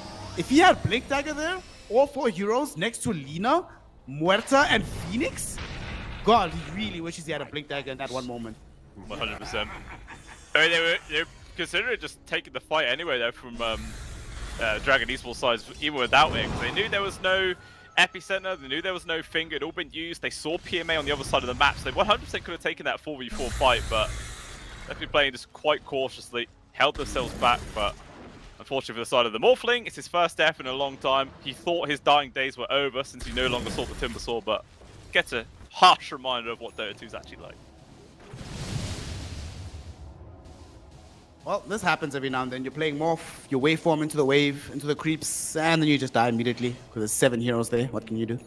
I mean, when he was farming the triangle, he even suspected a gank was coming because he dropped the scan like just below himself, maybe expecting a smoke play. But he's like, oh, okay, right, they're not here. They're probably going to be on the left side of the map, maybe by the by the Twin Gate or something like that. But boy, was he wrong! Just the worst waveform you've ever seen in your life. He just does die. Looks like they're going to take down the Torment at the very least. We'll see who gets the lucky shards. I mean, who'd be the best person? Phoenix. Aw, that's one of the... It's not actually bad. That's actually pretty good. Actually, that's actually pretty decent. Phoenix already has a shard. He just bought it. He really wanted that Sunray. Radiant's bottom tower is under attack. Makes sense. This shot is too good. This shot is too good. I mean, they have Sand King, Timber Saw, Ogre. This shot is just... You can't ignore it. Dire's middle tower Yeah, without a has doubt. fallen. It is going to be bringing so much value to those team Radiant's fights. bottom tower is under attack. So who? Yes, who was it? Is the Mars that got the free ones? Okay, so you get the 2-man spear now coming out, especially with the lockdown. You know, coming in the arenas with the cooling and everything else coming out. So the team fight from Dragon Esports has got a nice big upgrade. Smoke play coming on through. They're gonna try and get this gank on towards Roche Pit. They're gonna catch him completely unawares. They start to back off though. Oh no, they find the Lina. This is the worst initial target. Niku can't find the kill though because the forced off to the low ground. Unfortunately, it's not enough. Phoenix could not find the supernova from the low ground, and they both will end up dead. The rest of Dragon Esports forced to immediately retreat, and that vacates the area, gives it up completely to Navi Jr., who will gladly claim the Aegis. Got the juice. It's here with the Chrysalis, with the BKB. We'll also give him the Aegis, which also effectively allows him to complete the Aghanim Scepter. He felt he needed the BKB before the Axe. Turns out not to be the case, but better safe than sorry in these kind of games. Yeah, very risky. Oh, Excess Vampire. He was still hanging about the bot. Shows himself. Oh no. Well, actually, I don't really know what he was doing hanging around here for so damn long, but probably gonna be free kill. Or is he? Maybe he's just gonna get a free kill. No, he doesn't. Thank the Lord for that. Not been allowed to live that long. But I mean, when that fight started, how did Mary even die? Like, they were all focusing on dual rays. Was it literally just the flat cannon damage that killed him? Yeah, he got hit with the triple flak, as well as the fact that he got hit with the cooldown, the double cooldown. Because he forced off the Lina down to the low ground while he was sunraying up. And then flak cooldown hits with the secondary hit before he could get off the supernova. Just dies instantly. Yeah. That was very, very unfortunate for themselves. I think if Infernal had the blink, like you were saying earlier on in that previous fight, that might have been actually a good time, but still no blink on your Mars at 23.5 minutes into the game. And he's your really only source of initiation as well. It feels horrible. I understand why he's gone for the BKB first item, because the sheer amount of stuns on the side of Navi Jr. is horrible to play against, but they needed it. Got the juice! The Aegis got taken by the Tormentor. Oh no. Oh, that's rough. That's not supposed to be happening. One thing you could say is I guess Dragon Esports don't know that. Now they all know now. They'll see it now. Oh, They see him on the creep wave. They know.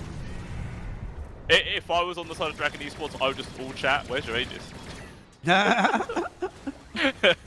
the ultimate No. The more ping, the more deep ping on the like emotional level, you just ping the Aegis timer. Like the global ping of when the Roshan died. Oh, well, you know, those are funny little mistakes that you don't generally see all too often, but Got the Juice, I'm sure, is feeling a little bit embarrassed about that one. Especially since now he's just got his Ags completed. This would be the perfect time to make a play, but now they can't really. To be fair, he is still the strongest hero on the map with BKB, Chrysalis, and the Aghanim Scepter. That playstyle I was mentioning to you earlier, he can do it now. Just dive headlong into the Morphling. Morphling still doesn't have his own BKB. And also Morphling looks like he's going to be going for a defensive route first with the BKB. So there's no Kanda, there's no Butterfly, there's no MKB, there's no Skadi. None of these offensive items that make you scared as a Gyrocopter of just running headlong into his face. Yeah, it does feel like he's just going to casually run in him. I mean, sometimes you feel a little bit safer when you actually have some saving mechanic on your supports behind you, which an Ogre Magi and a Lion definitely do not have. At least they do bring crowd control in spades, which is definitely something. As Daze, I think he's just spot Mary. There you go. Jumps in. They're going to try and start Finds the this one. stun. It's a difficult situation. Gets dusted up so the Glimmer is not going to protect them. They see him now, actually, as he runs in front of the Morphling, but they do not want the smoke on the side of Dragon Esports Club. Blue Scale, are you not getting a distinct sense of deja vu when you see a Mars pushing top lane away from the game, a Morphling just farming the jungle, a smoke fight being dodged, and the winning team only having a 2k gold lead? Doesn't this seem somewhat familiar to you, brother? I mean, I severely hope this isn't going to be the same outcome, but as it stands at the moment, it's on that same sort of trajectory as the previous series. And we are on 3k gold right now, so at least it's not like game number 1, maybe game number 2, but a fight's coming our way here, Steph. We'll see what happens. Blink Dagger revealed now. It does be available for Inferno, but he didn't get off his BKB. Oh, no. He gets bursted before he can use any of his spells. They also managed to bring down the Phoenix before the Supernova. The Calling dropped down only as a retreating tool. The Laguna Blade was thrown in onto Daze, but not enough damage to actually kill him. Musa able to get himself away from the Sand King, even utilizing the Sand King's form for the Burrow Strike. By some miracle, they don't lose the Lina, nor do they lose the Morphling. At least not yet. They did find the stun now onto Lina. She's trying to run away. She just picked up the Shadow Blade. She's going for the Silver Edge next. And that actually keeps her alive as she wanders onto the high ground. Dragon Esports Club, Infernal. Wow, bro, if he had popped his PKP, they probably win that fight quite comprehensively, but he doesn't use it, he gets bursted down, and it leads into a strong chase from Navi Jr. Yeah, also exactly the same thing that happened in the first series. Yeah, someone initiating without using their BKB, they got caught out, they all died, and the whole team just folds around them. But Lina? That is a huge mistake. What the hell are they doing there? Lina? Okay, you get an Ogre on the other side of the map, but definitely not worth it. She was so far forward, and the thing is, she was moving aggressively onto the Sand King. It's not like she was just farming passively in the area. She was the one trying to make a play. Yeah, I mean, it's worrying as well when you consider the fact that the Lina was the top farm core for quite a while in this game, and now look how far she has fallen. Second from the bottom right now, overtaken by every single core on the Radiant sides. And in Inferno, it looks like the Mars is in danger as well. It's actually be forced to BKB just to run away here. It doesn't have a TP though, but it's still on cooldown. Oh, Twin Gate. Nice use. He's gone. Okay, he's fine.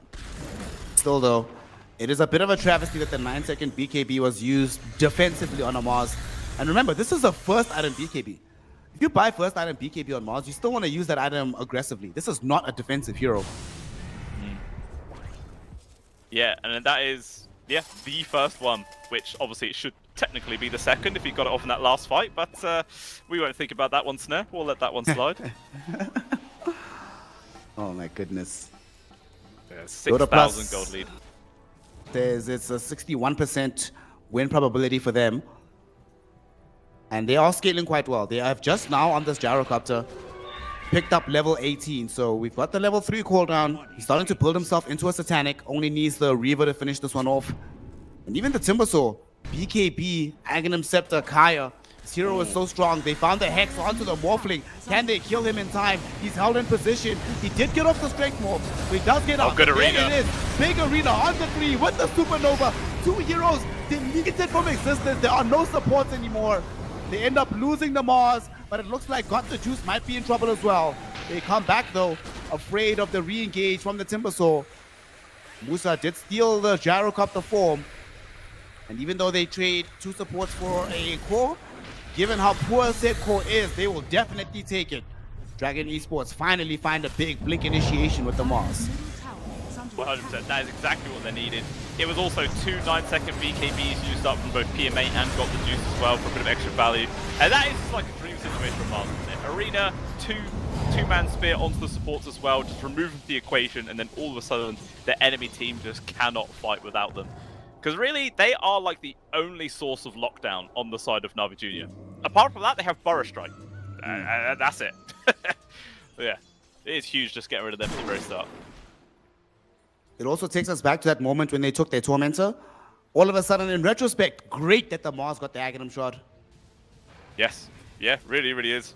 It does showcase why so many people prioritize this. Like, there's a lot of games as well where it's worth just buying the shard for that exact reason. Because if you can get the right angle, it can really flip the script on so many different fights and engagements. I mean, that's definitely a little wake-up call there for the side of Na'Vi Junior. But at the same time, Satanic now completed for Got the Juice. I imagine they're probably just going to go for a smoke play and run at them. They have every single ultimate available. BKB's off cooldown in 5 seconds. They want to take a fight. Our poor Morphling had waveform forward, but he does retreat just before the smoke arrives to him. Well, at the very least, he's trying to retreat. Will he actually get out?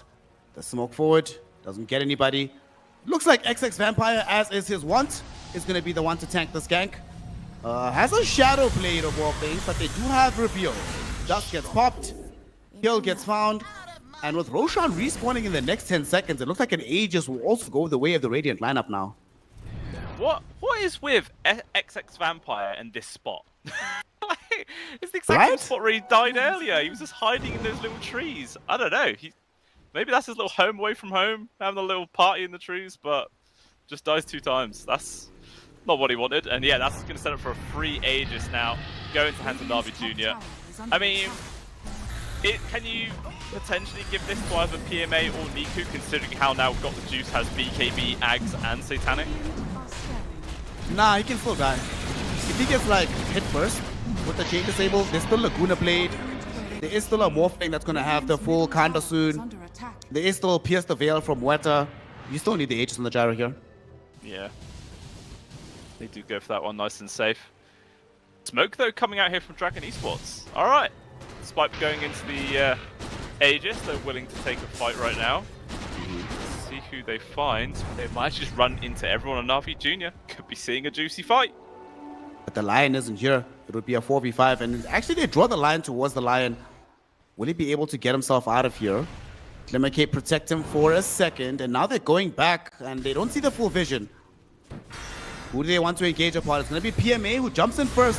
The Timbersaw getting damage in onto the Mars. They even come in with the Lion, and they manage to bring down Inferno.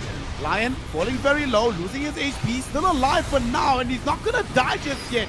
As he does, they take down XX Vampire and Got the Juice playing aggressively into the Morphling, forcing him away from the initial engagement. And Supernova, as it does pop off right now, nobody gets stunned up by this as PMA able to solo kill the Lina. And now all of a sudden, Mary, isolated from the rest of his lineup, he's going to be easily surrounded, easily killed off. Na'Vi Junior find a mega kill streak for the gyrocopter and a massive team fight win on the high ground. Yeah, that was just such a well-played engagement there from Daze. Maybe not even intentional what he did, but he forced the Morphling to waveform into him. Blink dodged it, got the stun on towards the Mars, baited them all in to try and finish him off, but the Glimmer just wasted so much time. Yeah, not at all the fight that Dragon Esports were looking for. And now no buyback on the Lina. Could be seeing another tier 2 go down in the mid lane at the very least, I would assume. You know, use this space. You can see on the replay. Just like, it was so desperate. It was only the flat cannon stolen there from the Morphle that able to get that kill. Also, we're seeing a repeated commonality in all of these fights. If the Mars dies without any of your spells being cast, Dragon have nothing in the team fight department. Yeah, they really need him to actually get everything off. And again, it's just another time being called about using his BKB before the engagement came his way. He's now trying to build in towards a Cypher Vice, but he's still like, what, 3,500 gold away. Not going to be seeing that anytime soon. But Dragon Esports thinking about going for a retaliation fight here, Snare. Sand King is not with them at the moment, so if they can find some kind of initiation, this could be very good. Dragon Esports, they can't find the correct line. Of course, the Gyrocopter, the absolute worst target. But they might see the Sand King. They at least see the courier of the Timber Sword. Now they see the Sand King. They go on top of him. They blow him up. No buyback available. 4v5 all of a sudden, but they did commit the arena for this one. Supernova available in 4 seconds though. BKB activated by Inferno. And the backside of the fight, you see the Timber Sword trying to jump in onto Muxa. But now it's the Gyrocopter eating damage from the Morphling, who realizes this is a bad fight. I need to get away. Turns his attention towards the Ogre Magi instead, as the rest of the lineup trying to kill off dual rays. The Supernova does trigger, takes away the Aegis of the Immortal. But the Morphling wants to progress on the far forward side of the fight. Unfortunately, now that the Gyrocopter is back, he is super strong. Musa getting himself hexed up. He's going to be held in the chain disable. He is going to be killed off. Got the juice is a little bit too powerful. And even though they killed the Sand King early on, they had nothing in the tank for the rest of these heroes. But now, it's going to be XX Vampire caught in next to the Tormentor, killed off as well. PMA on a godlike streak. Man, this Timbersaw, in my opinion, he's the one that owned the fight. He was able to harry the Alina, prevent her from meaningfully engaging the fight. He created the chaos, forcing the Morphling towards him instead of the Gyrocopter. And best of all, did not even die in the entire process. Got off a couple of hexes and made his fight worthwhile for the team. Yeah, he is just playing this hero to perfection. Had basically the best start you could possibly have at the game. Died a couple of times after that, sure, but since then, he is just doing so much work for this team, man. He just sticks on top of the Lina's face. What can you do? You got this big-ass boy on top of you, dealing pure damage all the time. You can try and run, but he also slows you down whilst doing the damage. He has the Timber Chain to constantly be on top of your face. It's just so frustrating. And as a result, yeah, they lose an entire set of barracks. This mid-tier 3 is not long for the world, as there's still 18 seconds without the Morphling. And Na'Vi Jr., they just have no fear here now. They're continuing to push. And now, no Phoenix Egg for another 20 seconds. Dragon Esports going to have to try and get a perfect initiation. Here they go. They're trying to go on to got the juice, but he got off the BKB before the LSA connected. He's able to get himself away from the arena as well. I feel like Infernal should have been the one to make that jump. If they found the spear first, before the LSA connected, they probably kill him, but on the bright side, they do force him out of the base before he takes away the racks. Does cost him the life of the Muerta. She does have buyback. PMA jumping in right now onto Mary. Mary falling very low. Mary is gone. XX Vampire does buy back now. However, they don't have an arena. They don't have a BKB on the Mars. So I don't know how they take this fight. They end up losing their mid lane of racks regardless. And they have no fear. Na'Vi Jr. Despite not having an Aegis, they're like, well, we have a Butterfly. Y'all don't have an MKB. Y'all don't have a Bloodthorn. So in effect, Gyrocopter is kind of immortal as they jump in now. Looking onto Muxa. He gets chain disabled. They want the Morphling's life. He pops BKB and survives. Lina will not be so lucky. She dies on the north side of the fight. Brought down by PMA, who's having the game of his life on this Timbersaw. He opens up the space. They grab themselves the full set of megas. And honestly, if I was Dragon Esports, I would be calling GG. It does not feel like they have any counterplay potential here as PMA jumping forward again onto Inferno. The cooldowns will be there. He does get closer to his base, but it won't be enough. Dies to the flat cannon hits off this Gyrocopter. 818 on got the juice on his gyro. No Lina for another 35 seconds. The Mars will buy back. Does have the full complement of spells. Gets the arena on the 2. There's a Supernova as well. Will it even trigger? Mars dying so quickly with his BKB. They tried to destroy the egg. They don't manage to do so. However, they've only managed to kill the Ogre in the meantime. Morphling dies as soon as the Gyrocopter is unstunned. Buys back, bringing down the Sand King. Can he hope to fight against this Gyrocopter, however? No, he cannot. I'm telling you, brother, this aggressive gyrocopter running into your face is too strong for the water boy to deal with. Dives And the he gets an fountain. ultra kill inside the There it fountain. is. Make that a goddamn rampage. They call GG, even though the Lina does bring him down. It will not matter. The game is over. The game is done. Navi Jr. have done it. With the 30k gold lead, 38 minutes into the game, they demonstrate their superiority and secure the first game of this upper bracket semifinal.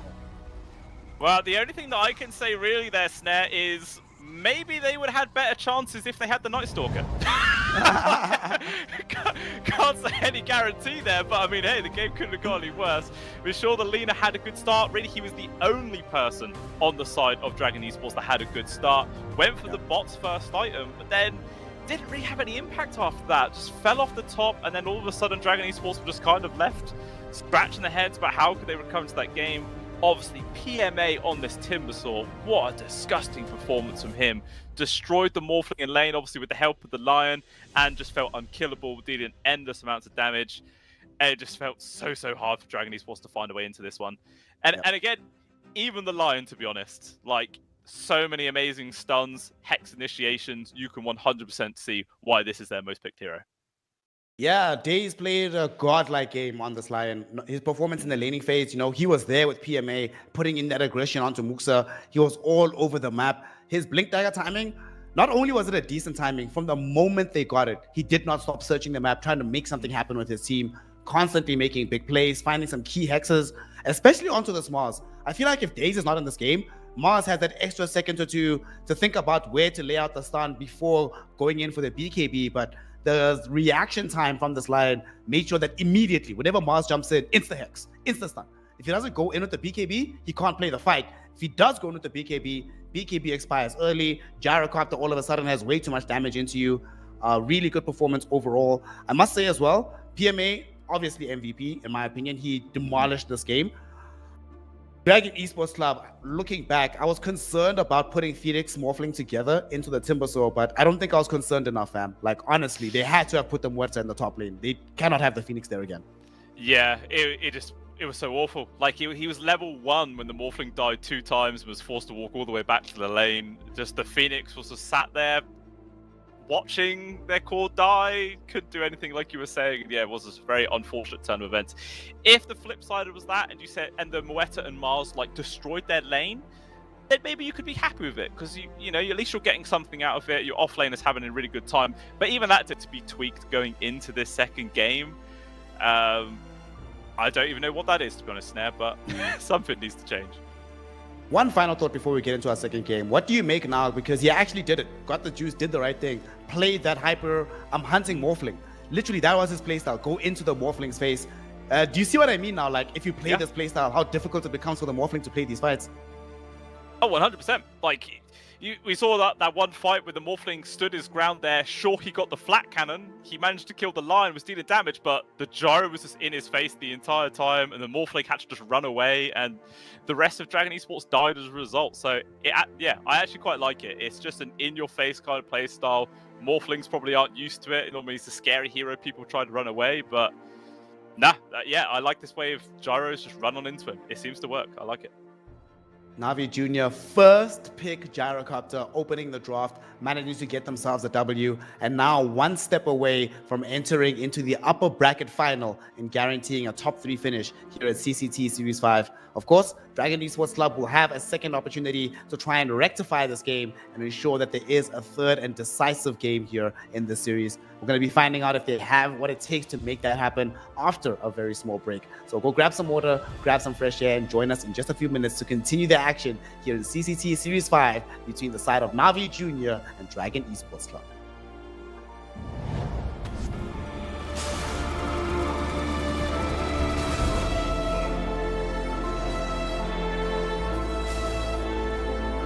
Radiant's middle tower is under attack.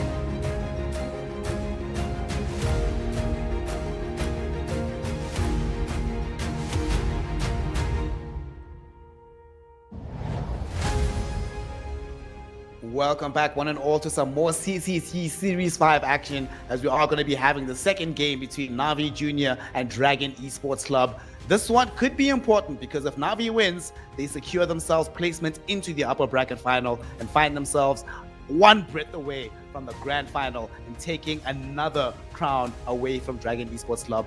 Let's get into the game. I'm with my brother Blue Scale, and fam, that last game, it was not close in large measure because of how well the lane went for PMA. Going into the second game, if I am the side of Dragon Esports Club, do you agree that they should be focusing as much as possible on trying to shut down PMA in the lane phase? 100%, and that is exactly what they're doing there. They've already banned his Timbersaw. It is gone out of the building, and I cannot fault them for that at all. It was just so damn strong in this guy's hands. They didn't want to see it.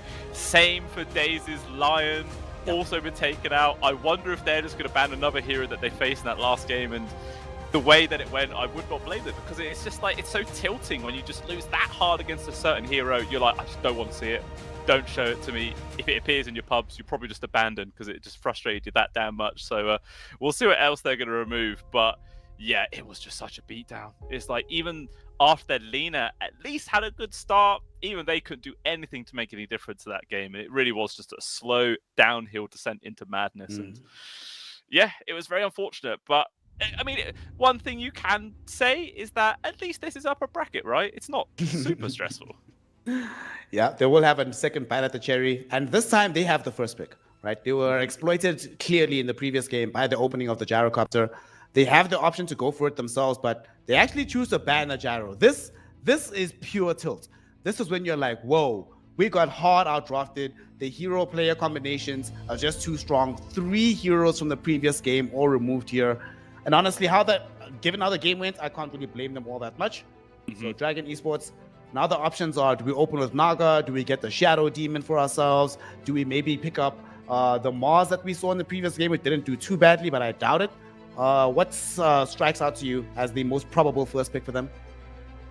It's a hard choice, right? It all kind of depends on what sort of route they're going to go down, whether they're going to mix it up and just take a completely different route.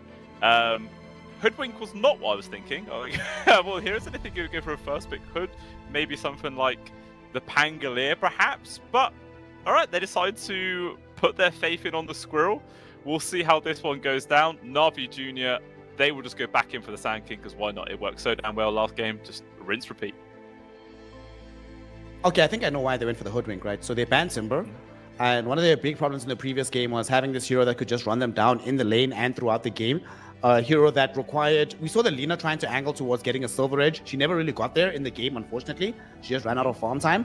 So in the event that, let's say, they replace the Timber with a Bristleback, right, then you still have the same kind of problem in the mid game. But now, since you have a Hoodwink, you already have that instant break that gives you some kind of play option.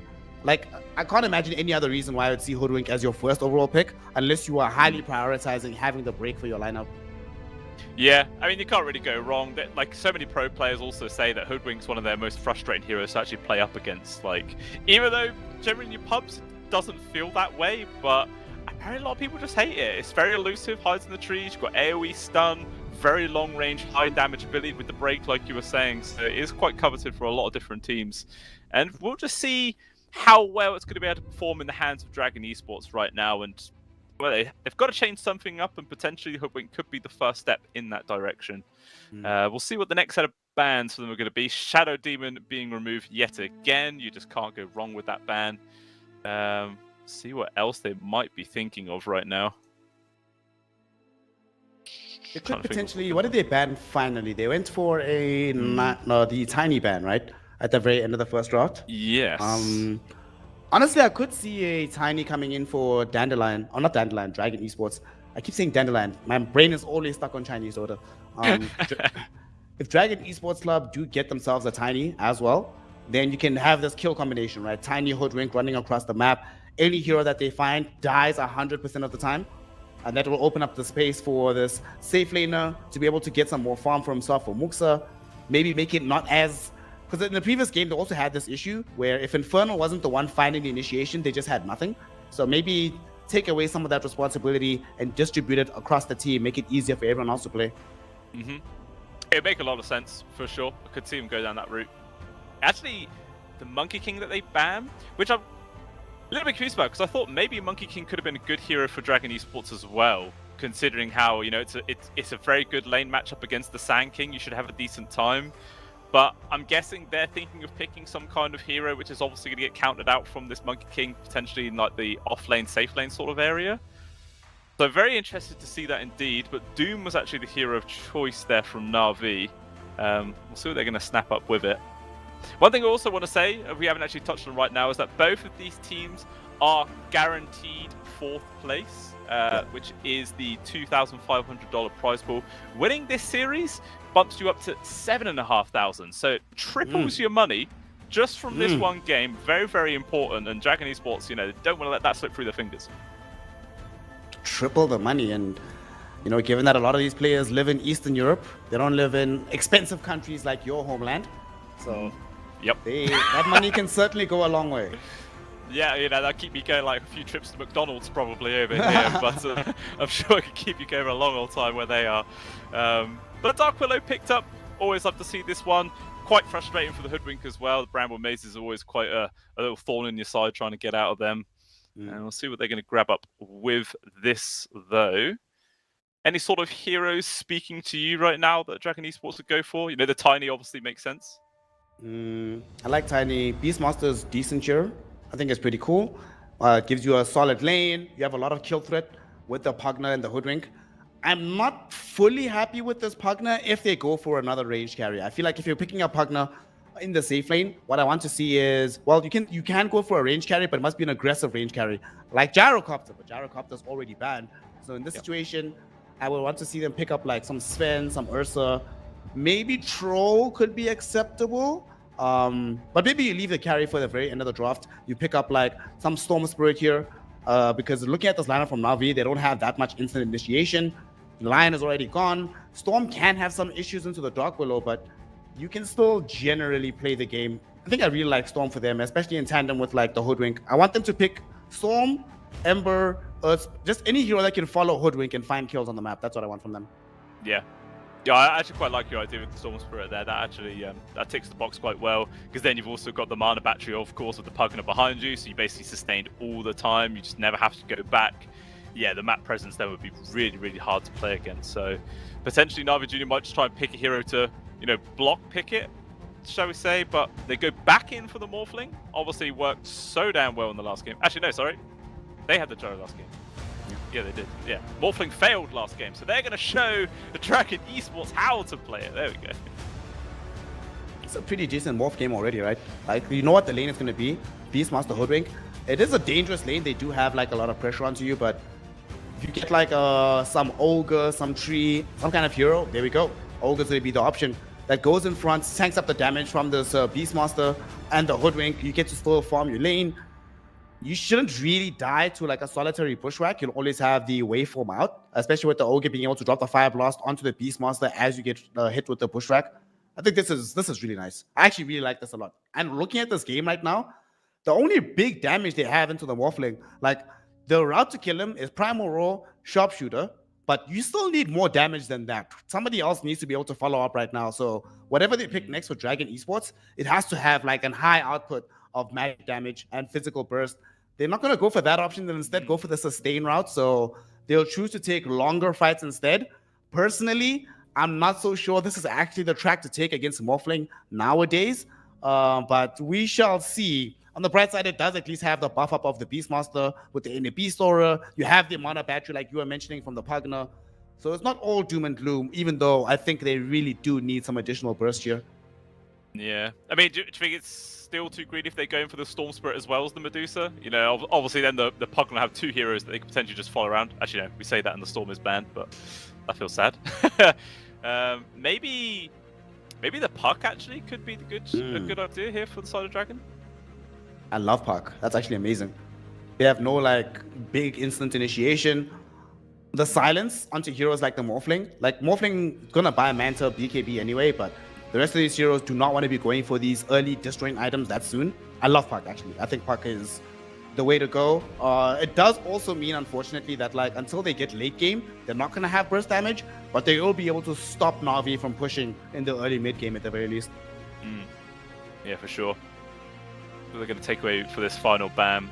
Brood as well as a Huskar, actually. Okay. They're trying to protect whatever sort of melee mid hero, I guess, they're going to go for right now, which could be like the Ember Spirit you were mentioning earlier on. Might be what they're thinking of right now. Obviously, it's an awkward spot, not a huge amount of reserve time either to actually think about this one. It's either Ember or Earth Spirit, right? Yeah. Maybe... I was going to say, maybe you could actually go for Sniper, but Na'Vi Jr. have the overall last pick, so it'd be quite easy actually just to screw up the Sniper, so they won't go down that risky. It is the Ember Spirit. Alright. This gives them their poke. Okay, so this is the idea, right? They're just gonna play, bro, super long fights. The idea is we keep slighting, we throw a Mystic Snake, we throw in some Wild Axes, there's a Bushwhack hero there, there's another Blast hero there. We don't actually have to hard commit onto fights. We only hard commit if you jump us. If you jump us, we drop the Stone Gaze, we drop the Primal Roar onto that target, we life drain into the Medusa or the Ember Spirit, and then we re-engage. But if we're on the front foot, we just poke at you, annoy you, force Morphling to morph a little bit more into the strength, force the Sand King Blink to be disabled. It's not the easiest strategy to pull off. I feel like the execution ceiling is quite high, but I kind of like this idea from the start of Dragon Esports Club. Yeah, it is just a matter if they can execute the draft in that way, but it's not easy at all, not easy whatsoever. Na'Vi Jr., how would you feel about the off-lane anti-mage this game? It's still there, amazing Medusa counter, pretty good versus the Pugman as well, you can easily blow him up with your Mana Void, just does huge amounts of damage. I think that's excellent. You buy Manta style so you can get yourself out of the roots. Okay, they go Dogs here, but you could have gotten Manta, you get out of roots. Beastmaster never really wants to be roaring the anti-mage because the animation for the Primal Roar is much longer than the animation for the counterspell, so you always get the counterspell off first. You can charge in onto this Pugna, you can find the Hoodwink potentially. I would have liked that a lot, but Dogs here is a little bit more standard. You buy some auras on this hero, and crucially, you get that Medusa illusion, which is I think what this pick is all about there. Yeah, definitely. Like you get the wall illusion. Drink will go for the Axe build as well to get the old punch in the face to get the double illusion coming on out, like just for maximum efficiency. I'd love to see that. I think you get there eventually. Yeah. Yeah, it's not something you like prioritize super often, but in this sort of lineup, and especially when you consider the game that PMA had in the first one, he might just feel so confident you can just go for it either way. I'd love to see it, man. It'd be so damn entertaining. But I mean, looking at this draft, I 100% think Dragon Esports odds are better than game number 1, without a doubt. Question is that high enough to make up the difference? Because it just felt like Na'Vi Jr. had all the sort of momentum behind them in that last one. It's not going to be easy. My intuition says no, primarily because another thing about the Dogs here is that Dogs here, not only does he build the aura items, right, but I feel like Guardian Greaves really makes life difficult for Dragon Esports here. Like I was mentioning how they want to play like this poke lineup. They don't necessarily always want to jump all in on a singular target. If you're poking the enemy and they have Guardian Greaves, they don't care. They're like, all right, bro, spend your spells, do what you need to do. If he gets like GG boots, pipe, these kind of items, I feel like this Dogs here can really frustrate this game. However, the late game is one of these, yet again, confusing scenarios because one team has access to this Medusa in the late game with the backup of Ember Spirit, who's also really decent, and the inner beast aura of the Beastmaster. The other team has Morphling in the late game with Dogs here able to get a Medusa illusion as well. So I don't think either lineup wants to go late, but intuitively, I hate to say it, given how much gas I've been giving this lineup, but Blue Scale, my intuition tells me that we're looking at another 2-0, fam. Please tell me I'm wrong.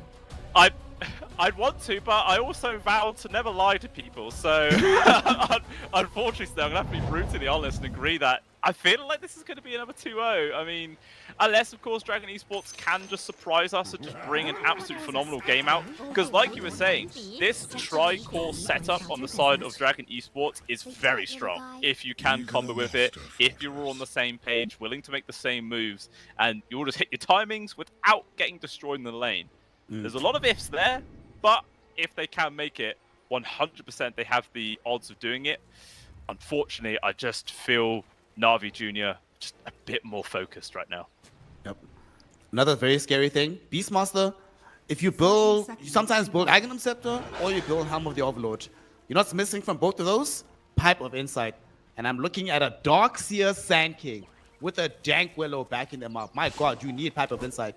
Dank Willow, they're just gonna have to watch as Ogre maybe dies, but a wonderful Bramble Maze forestalls the aggression, denies Dragon Esports the first blood, and makes sure that Nami Jr. start things off as they wanted to.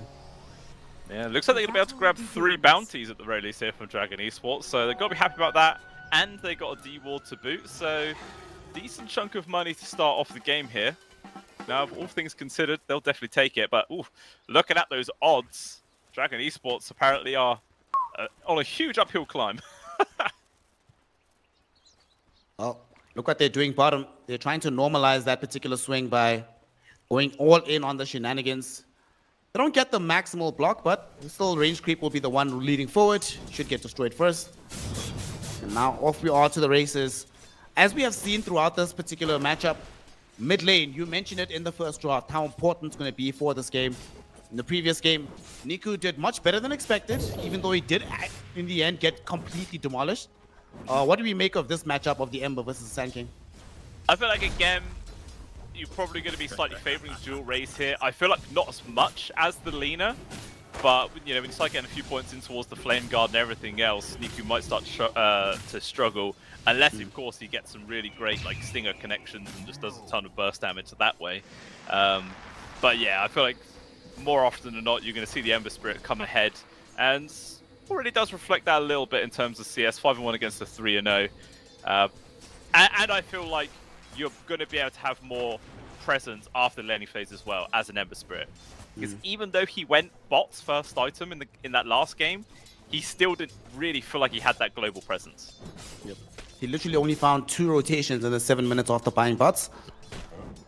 And a little bit more responsibility in this game, but he can start making those moves as soon as he hits level 6. I won't lie, that was unexpected. Definitely. Well, I feel like Dragon Esports are happy the fact that they haven't lost their carry already. Twice. So, you know, it's already a big advantage. Yeah, this lane is much safer.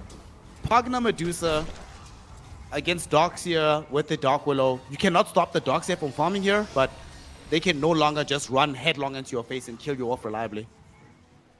Yeah, it feels like the creep hitting lane, as it were. Not too much is going to end up happening up there. Might see some action flight at the bot, but even still, you've got Beastmaster plus Hoodwink up against the Ogre and Morphling. Obviously, Riddies is a big tanky boy. Going to be a hard target to bring down. Unless, of course, XS Vampire gets caught out of position. He's probably going to be fine as well, because Got the Juice is going to be prioritizing those creeps. So I feel like we could be waiting a long time before we see First Blood this game. In the mid, though, Niku taking a lot of damage, still behind the CS as well. Yeah, what can you do? Playing Sand King into Ember. You know that this matchup is good these days, when Ember doesn't even need to go into points into their Flame God. He's literally 2-2 at level 4 and still winning the lane. Yeah. I thought it still would have been, you know, semi-necessary against the Sand King, just the amount of magic damage he pumps out. Actually, that being said, I keep forgetting that Stinger is physical. Like, so, yeah, not as important as it once was. The big thing with this build, you just play aggro into his face, force him back, and Niku, he's like, well, I had to do this in game 1, guess I'll do it in game 2. Back into the jungle, baby. As long as I'm not dying, I'm still having impact. Yeah, gets the bottle refill as well for his efforts while he's in the area, so does get something out of it. But I mean, I suppose also considering like, hey, you know, this guy had free lane last time and he still ended up losing, so what's the harm in doing it twice, eh? Not gonna get punished for it at all. He might not, but like we were saying, dual raise is 100% going to have a lot more impact on this hero. I definitely feel hopeful. You can already see all 3 of the cores inside Dragon Esports top of CS, so having a very, very good start. I was going to say the big difference from the previous game, it's not even the Medusa lane. You know, she's doing okay, but you expect that from the Medusa. It's the fact that Infernal down bottom is having an excellent time. Look how little farm this Morphling has been able to find for himself. And Infernal is pretty much playing this lane 1 versus 2. The Hoodwink is barely here. So Infernal is getting an absurd amount of experience all by his lonesome. Near the top of the CS charts. Much, much better game overall for Dragon Esports Club here. Yeah. It looks like Infernal's playing it how you saying the Gyro plays, you know? Just run at the Morphling's face, hit him, force him to go strength 4, which obviously reduces his damage as well. So he just man fights 1v2 and he still stays super healthy. Very cool way of playing. I like it. Radiant structures. Well, you know, since 2023, around like what, July last year, I've been gaining a lot of MMR on the Morphling, but it looks like that era is over. The Morphling is being aggressed onto. He might actually die, got the juice, has the waveform away, but he fell down so low in the HD department. And unfortunately, not only did he fall so low, he left a pretty large wave. Double range creeps right in front of him. He's not going to be able to deny them away from Beastmaster, not going to be able to farm any himself. This is a huge loss for the Morphling down bottom. Yeah, he's suffering a lot, and as a result, he too's having to go jungle. Oof! At just 3 minutes, the Morphling having to just hit the creep camps. Feels very sad indeed. But yeah, 27-11 for this mid. Duelrace having a good time. Are seeing some supports rotating in. Daze is here with the Willow. Brambles. They almost found the kill. Duelrace fell down to 70 HP. Does manage to end up living. If Nuku had access to another Barrow Strike, that probably would have been a kill. But ultimately, Navi Jr. being held back from that positive moves. This laning phase is impeccable for Dragon Esports Club, and they need to keep this up because my main concern isn't the lanes. I anticipated the lanes being much better for them. It's this mid game. Fighting into the Darkseer, fighting into the Sand King. Making sure that you can overwhelm the Morphling before he gets too big. Yeah. And if they carry on this pace, they should be in a pretty good spot. Unfortunately, Duelrace lost the 50-50 rune chance in the mid, so he has to TP back to base. Only way to regen, but yeah, they are just very comfortable how this game is going. Even so comfortable that they can happily move both of their supports away from the side lanes, leave those cores on their own, and they're not threatened. Like, this Medusa, 1v2 against Dark Willow as well as Darkseer, you just don't care. Like, you just happily hit creeps, do whatever you want. And actually, speaking of, forces a TP out from the Willow. But, like you said, it does force a TP out, so... Oh, okay. She's going to make it an efficient play. It's a TP for the wisdom. Hashtag calculated. Well, it might just be TPing to your death, though, as Duelrace is coming in. This could be pretty scary. There is here. Level 4 Darkseer not going to be enough to fight against a level 6 Ember Spirit, but they bring in some additional support, though. They find the Fire Blast onto the Ember, and Ember falling very low. He does find the kill onto Daze with the Sleight of Fist. It's a 7-minute first blood. The rest of his allies are behind him, and they don't bring in enough reinforcements to find any kills from the side of Navi Jr. Instead, it's PMA that drops down. Dragon Esports Club see fit to bring 4 heroes top and are rewarded for their efforts. They find 2 kills, they get the first blood on top of that, and a lot of this goes towards Duelrace on his Ember Spirit. Yeah, the one shining little glimmer of hope there for the side of Navi Jr. is the fact they were at least able to secure their Wisdom Rune, which, yeah, that's fine, but yeah, losing 2, one of them being core as well, it's just not worth it at the end of the day, and they are falling behind. 3,000 gold here, Snare, sub 8 minutes into the game. Yep. It just continues to excel as their favor. You know, we saw a similar situation in the previous game and series. It was the start going the other way, but eventually balanced out, but this seems like a very tremendous start. This is excellent. Dire's middle tower is under attack. The one thing that they're going to hold on to is that their item that's going to open up the early part of the game is the Blink Dagger on the Sand King. Whereas for Dragon Esports Club, they still want Mage Slayer on the Ember, Aghanim Scepter on the Beastmaster. Much more expensive items overall. So perhaps we can exploit this timing with the cheaper one, but for now it is still definitely Dragon in control of the game. And look how far forward they are in all 3 of their lanes. They're just so comfortable with this map. They might end up losing bottom though. Niku activates the Haste Rune, coming bottom. They've already lost the Morphling. Infernal was able to bring down the Morph almost by his lonesome Ridis. No mana for the Fire Blast. He can't find him, and the Burrow Strike misses as well. Wow. The Dragon Knight, or the Dragon Esports Club offlaner gets out to safety. What a travesty for Navi Jr. And now mid, Niku, he came to TP in, hoping to stop this push a little bit, but Duelrace, him and Vexus Vampire don't really care. They're just gonna farm right in front of his face and he can't do anything about it. Yeah, it just feels like there's no space here for the side of Navi Jr. to play with, despite the fact they still have all of their tower standing. Actually, I say they have lost their top one, but their mid and bottom are still there, and yet they're still just getting squeezed. And I have no real idea how Infernal was able to get the solo kill on towards the Morphling. Must have just been missed reactions there from Got the Juice, who couldn't get the strength morph. It's the only way he dies. He rode him. He literally just got level 6. Like, a random creep died, he got 6, rode him immediately.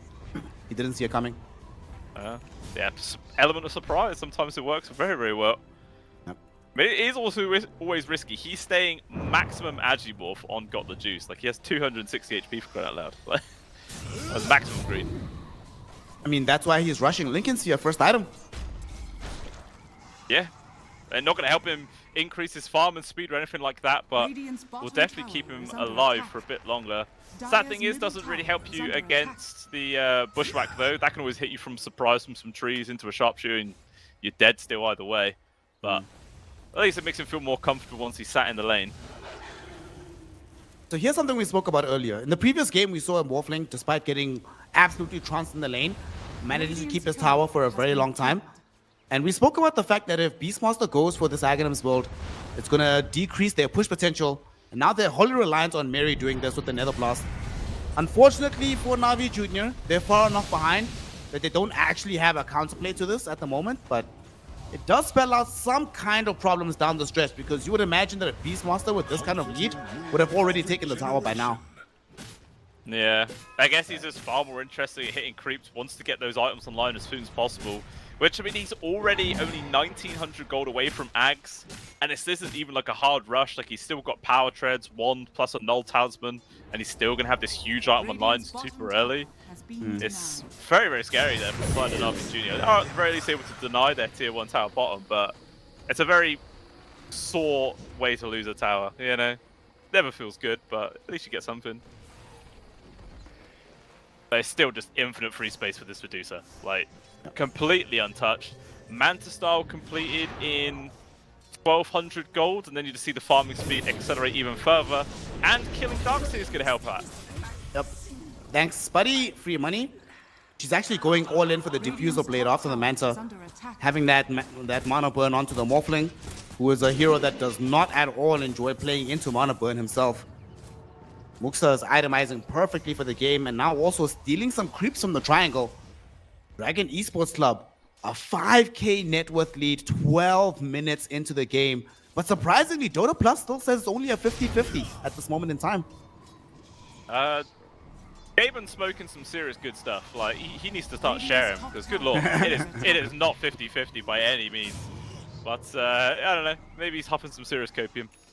We'll have to see. But yeah, this Medusa, like, as a Darkseer, you've conceded your triangle at 12 minutes into an enemy Medusa. You even have an Observe reward right underneath him. So you see the fact that this is happening, but you still can't do anything about it.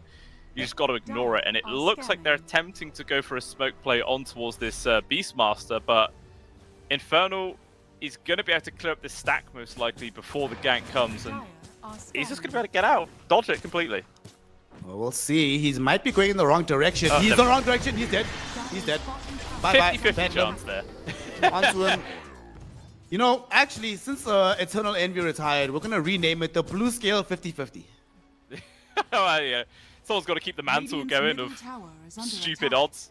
But, yeah, that was very unfortunate. You could either just gone back there to heal up, or you could have gone to the lane for a bit of extra farm. And unfortunately did choose the option, which got him killed. But that, at the very least, there for Todd and Na'Vi Jr. is their first kill on the board. So yeah, they'll happily take that one. Unfortunately, Daze is the one that got the kill. On the bright side, there was a positive reveal on the Blink Dagger of the Sand King. The worst thing ever is when you rush Blink, he literally went Brown Boots Blink. If you do this build and your first rotation nets nothing, then you just feel completely useless on the map. He was at least able to gain some experience there, but they certainly need more, as he is the lowest net worth core in the game. This Morphling, though, I will say, got the juice.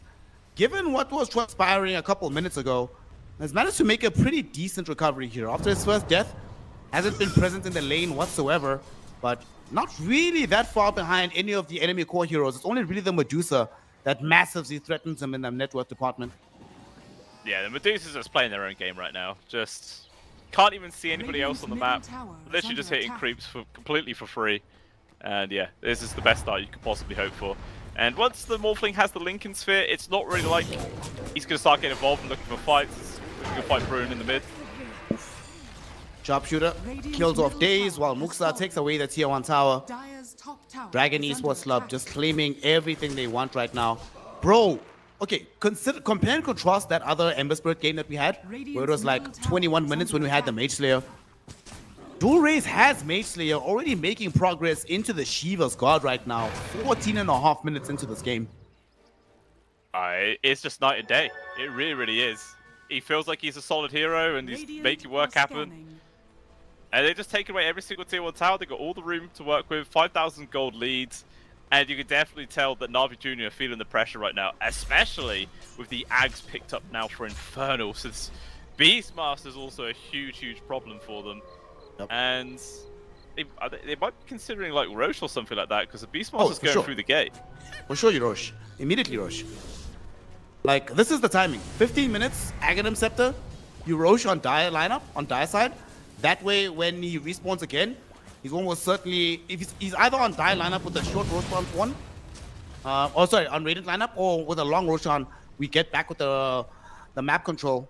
Either way, if we're losing, we get the recovery Aegis. If we're winning, we get the game-winning Aegis. No way you don't go for this right now. This is excellent from Dragon Esports. Yeah, it's just ridiculous that Infernal can just solo it as well. Just it doesn't even need the rest of the team. They're just applying pressure with the triangle arrow, just baiting it away. This is the freest Aegis you've ever seen. And now Infernal with the Aegis into his hands, I'm sure he's just going to play hyper aggressive right now. As he's building into the BKB next. He just wants to get involved. That's okay. Primal Roar gets thrown out right now. They want to try and find a kill onto the Sand King. They don't have enough for it just yet. There is going to be a surge onto Niku. He's somehow still alive. And he will manage to escape. TP out to safety. Also, what do you make of this Doxia buying a Helm of the Dominator instead of rushing in for the pipe in the Guardian Greaves? I don't really know, to be honest with you. It's like, sure, like the vacuum centaur stun is a combination that's been used in Dota 2 throughout the years, but that's only really necessary when you don't have any other form of stun on your team. But they've got Sand King Burrow Strike, they've got the Blast as well, you got all the roots from the Dark Willow as well as the Terrorize. I don't know, I don't think it's completely necessary. I feel like some of the auras would have been a huge upgrade. But what's even bigger is if they can find Infernal. Yep, he died in this exact location earlier on, and that's the Aegis. His team is coming in. XX Vampire throws in the Sharpshooter, able to kill off the Dark Willow. Ogre Magi will also be brought down, and in the meantime, Dual Raze, he finds the Morphling. This is the big target. Morph trying to TP out, searing chains in 2 seconds. Not going to be up in time. Morph gets out. And even though they commit both supports, honestly, given the game state, 8k gold behind, taking away an Aegis, preventing them from utilizing it for my tier 2s or high ground, I feel like it's worth it if I'm on the side of Na'Vi Jr. Yeah, I'm right there with you as well. Especially when you add in the fact that you forced the entire enemy team to TP to this that bottom tier 1, so now got the juice, feels super confident and safe just farming up at this top. He's just going to chill up here for a while. I mean, Infernal has actually TP'd up here, but with the Lincoln Sphere, it's nothing really threatening at this point. Okay, check middle, right? We had a Centaur Conqueror pushing out. Oh, Primal Roar, we'll talk about it in a second. They get the Roar out onto this Doxia, and Doxia is dead. Niku activating the Epicenter, trying to put as much damage, but it's just not enough. Infernal is too strong. Infernal has a double kill. The drums of Slom are just going. Got the juice, recognizing that he really cannot take this fight. Getting himself away, and in the meantime, Daze also ends up dead in the river, brought down low by Muxa and the gang. 3 kills for absolutely nothing. What else were we really expecting? We both predicted Na'Vi, so obviously the Caster Curse takes place and just annihilates all their chances of winning this game. 11,000 gold at 18 minutes in. It's just so unbelievably one-sided.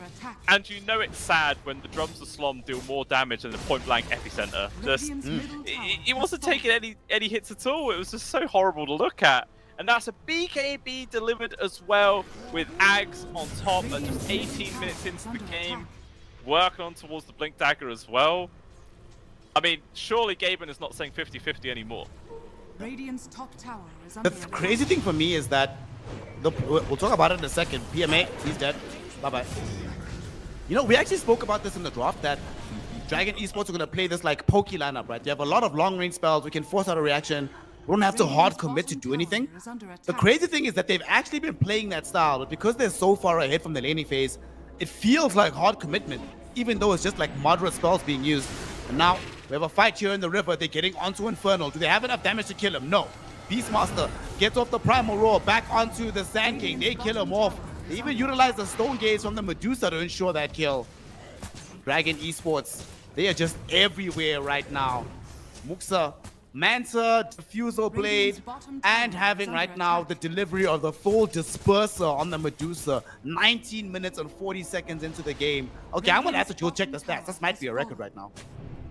It is scarily big. 13.7k net worth compared to the Morphling's 8.5. 5k ahead of a counterpart carry just 20 minutes in. It's truly, it's so scary. I don't really know what's going to happen here. I mean, the only way that Navi Junior can keep themselves in this game is if they like get a 5-man vacuum into 5-man Burrow Epi with Terrorize on top, Bedlam's there, Morphling's able to hit people for free. It's just so many things have to go their way to turn this game around. It's just looking insurmountable at this point. All right, so I just checked the stats. Trivia question, Blue Scale. All-time purchases of Medusa Disperser. Where do you think this one ranks? All-time purchases.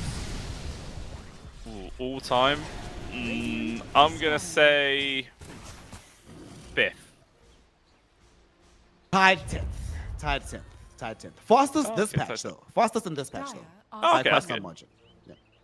Oh yeah, I mean, very rarely do you see this free of a start from Medusa, to be honest with you. Dire's bottom And I'm tower is sure, under attack. like, Wax is very happy, considering how his last game was the polar opposite of this. He just never had anything, he died all the time, and now he's just free to do what he wants. Sure, he's not, like, been there for tons of kills, 2-0-3, but just the amount of space that Infernal has made for him is insane. Speaking Dire's of bottom Infernal, tower is under attack. it looks like he's found a Nah, freebie it's onto fine. Days. He's Infernal is fine, but Days is not. And mega kill streak for Infernal. You know what? I'm not gonna lie to you, right? Dire's This is bottom a tower travesty is of a game. under It's going attack. really terribly. It's a 16k gold lead at 21 minutes. Everybody's going crazy ham. Dota Plus is giving them 19% chance to win. And high key, right? It's gonna sound very strange. I'm gonna sound like an idiot, right? I actually think Dota Plus is somewhat underrating their chances. Well, as I say that, got the juice. Oh my god, is he actually gonna escape? Is this Morphling out? Nicely done. That was a good move. Definitely what they need to keep themselves going here. What I don't understand, looking at the chart, is that in the last 5 minutes, apparently the odds for Navi Junior to win just went, like, they go up, even though they the moving heroes. Well, this will certainly help if they can get a freebie onto this Mary partner. Niku is also the one that claims that kill, which is necessary because he needs to get closer towards having this Top tower Shiva's is God. under attack. So the reason why I don't think that they're actually that far behind, right? When they get Shivas, this Beastmaster who's been wrecking things in the fights, I mean, you saw how much he was able to sustain against his Epicenter. That can't happen anymore when you have the Shiva's God.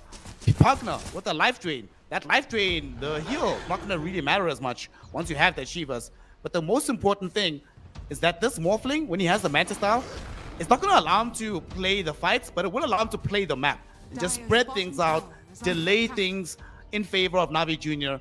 I still do think Dragon Esports Club is heavily favored right now, but I would have loved if they were able to claim more of the high ground. Unfortunately, there's only so much you can do at this early stage. You know, sometimes Dota is a strange game where you're so far ahead that you actually lose the ability to win the game, you know?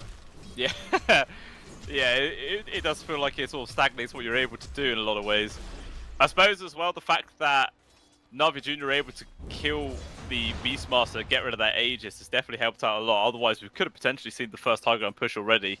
But as it stands, they were actually just able to steal the Dire Tormentor, which is huge. Got the Fire Shields now online here for the Ogre Magi, so that definitely helps their game quite a bit. Yep. What's that I want to say? Apologise to people watching. Apparently the stream did go down ever so briefly, so hopefully it's all back up now and you guys are watching the continued madness here from CCT. Well, we're watching just the death of Niku as he dies. Solitary roar from Infernal. He can't do anything about it. He doesn't have his plate mail just yet, so he just eats all of that damage, heads up to the Radiant are face. scanning. Although they do smoke up on the Radiant lineup. Are they really gonna go in for this? Radiant scan did not connect onto the Ember Spirit. They really thought about it, but they back off. Now they're heading towards mid.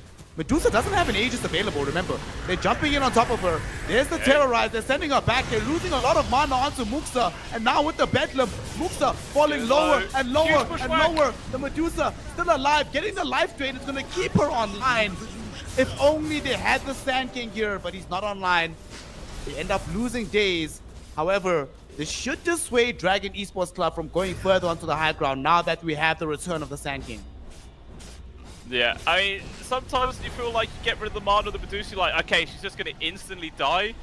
But even without that, she still has 1600 HP. I think it was like close to 1800 when the power treads were on strength.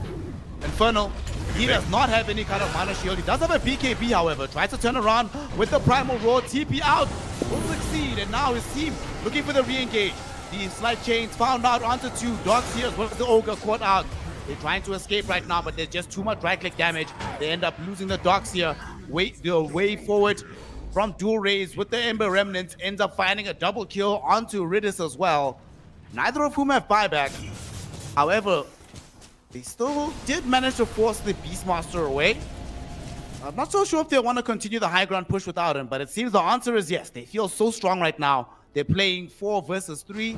They think they can do it despite the Beastmaster being away. Radiant's bottom tower Honestly, I can't blame him at all. It just feels like this Medusa is basically unkillable. Like she was 1 versus 4, still survived really long, and now she actually just has people sat behind her the whole time right now, so no real reason that she can't just shove this high ground. It looks like there might be a little fight up top, as Infernal's looking for an opportunity to get a roar. Just sees Squiller. Actually, he's gonna get jumped on. And he gets jumped on, and this time he does not have his BKB on cooldown for another 25 seconds. He will end up dead. Medusa and the gang, they have come top to try and help out here. They find the slight change with the Ember Spirit onto 2. The Hoodwink will still end up dead. Beautiful adaptive strike from Got the Juice will secure the kill onto XX Empire. And the miraculous thing about this is whilst they had their big core heroes in the top lane, Dragon Esports Club did not pressure the tier 3 tower. It is still alive here, Blue Scale. This game is still ongoing. I suppose you can't fault the power of Bloodlust Tower and the Glyph. Sometimes it is quite frustrating to push into, but I feel like they probably could have just waited for the Glyph to run out and then just really push that through, because, yeah, there's no way Na'Vi Judah would be able to defend after that, you know, little fail of a top fight. But despite the fact that they're still missing their Beastmaster, they're continuing to pose quite aggressively here in this mid. Just feels so confident on this Medusa going into the Daedalus next, which, to be honest, not even that far away. Only like 2,300 gold, which isn't really much considering how fast he's able to farm. I regret to inform you, my friend, that it is actually game over. Na'Vi Jr. have secured the win. Gaben says 17% win probability. GG. How is it going up all the time? This was crazy. I mean, I can see how they could do it, but I don't know, it's just so damn hard. They really do need to go. They are playing the best they possibly can right now. They're finding every little avenue to scrape the barrel, as it were. And now that the second Roshan's up, this should just be an easy claim for Dragon Esports, unless Na'Vi want to double down to contest this. I see. I understand. I understand why it's still giving them so many chances. Medusa's not buying BKB, so she's still susceptible to being hit with the illusion. So if she gets backwalled, she will actually kill her whole team with this build that she's gone for right now. Like Disperser, Skadi, Manta, Daedalus. If she ever gets backwalled, it's over. They have to run away. Yeah, that's a very wise point, actually. Always forget about that. I mean, Japhira's too greedy if PMA goes for the axe, the normal punch. I feel like if the Medusa's this over-farmed, then it's only good, right? The thing is, because she's so farmed, the problem is you'll never, by the time you get to her to hit her with the normal punch, you actually die. Like, she just does way too much damage. Yeah, I suppose he doesn't have a Blink Dagger, does he? It doesn't have any way of really closing the gap. Makes it very awkward. Right now, amazingly and miraculously, despite the fact that Dragon Esports Club claimed themselves in Aegis, they did lose some of their gold advantage, but they don't want to care about that because here they are bottom, sieging onto the tier 3 tower as they managed to claim the first one. Look at this range barracks, how much damage it's taking. Holy base! What the hell, Muxa? Radiant's bottom barracks This is before the Dateless even arrives. Now the range racks also in jeopardy. The rest of the Na'Vi Junior lineup, they were trying to finish off some key items. They did get a Yule Scepter on the Sand King. They did finish off the Butterfly and the Morphling, but it did cost the full lane of racks down bottom. Oh, good grab on towards got the juice. Okay, they managed to find that one. Will they get out with the Dark Willow? No, they get the kill onto him as well. So Infernal finds get the juice. They get the kill onto the Dark Willow. Now Muxa will be dragged back into the vacuum wall. And look at the damage from that Medusa illusion. They already managed to bring down this partner. Medusa killing herself right now, running out of mana, but she does have access to that Aegis. Life number 2 will allow her to play more safely.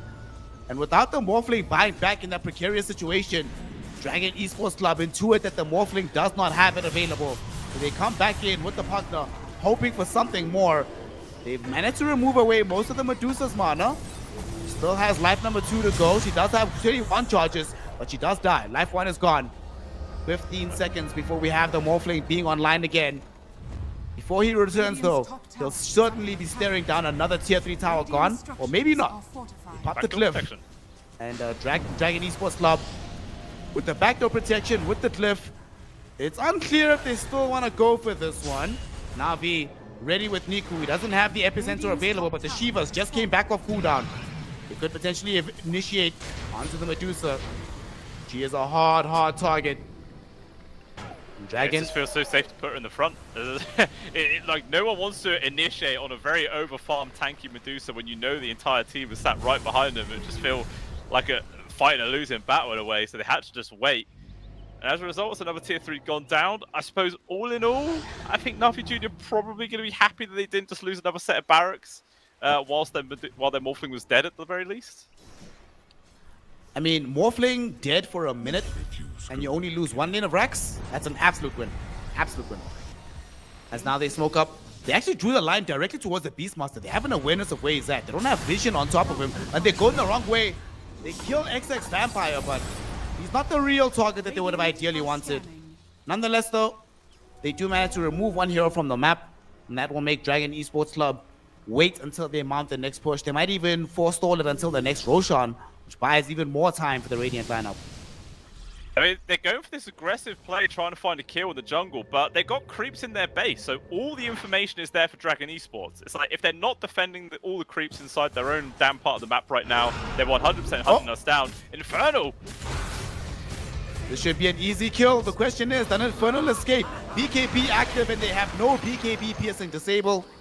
He gets out, drags them all back in, and this is really bad because not only does he find the kill, if they had not TP'd home, at the very least they could have said, well, we're expanding the map, it's a sacrifice from the Darkseer. But instead they gain absolutely nothing off of that play. Yo, if they win this game, Infernal MVP for sure. It looks like these offlaners today are really playing out of their goddamn skin.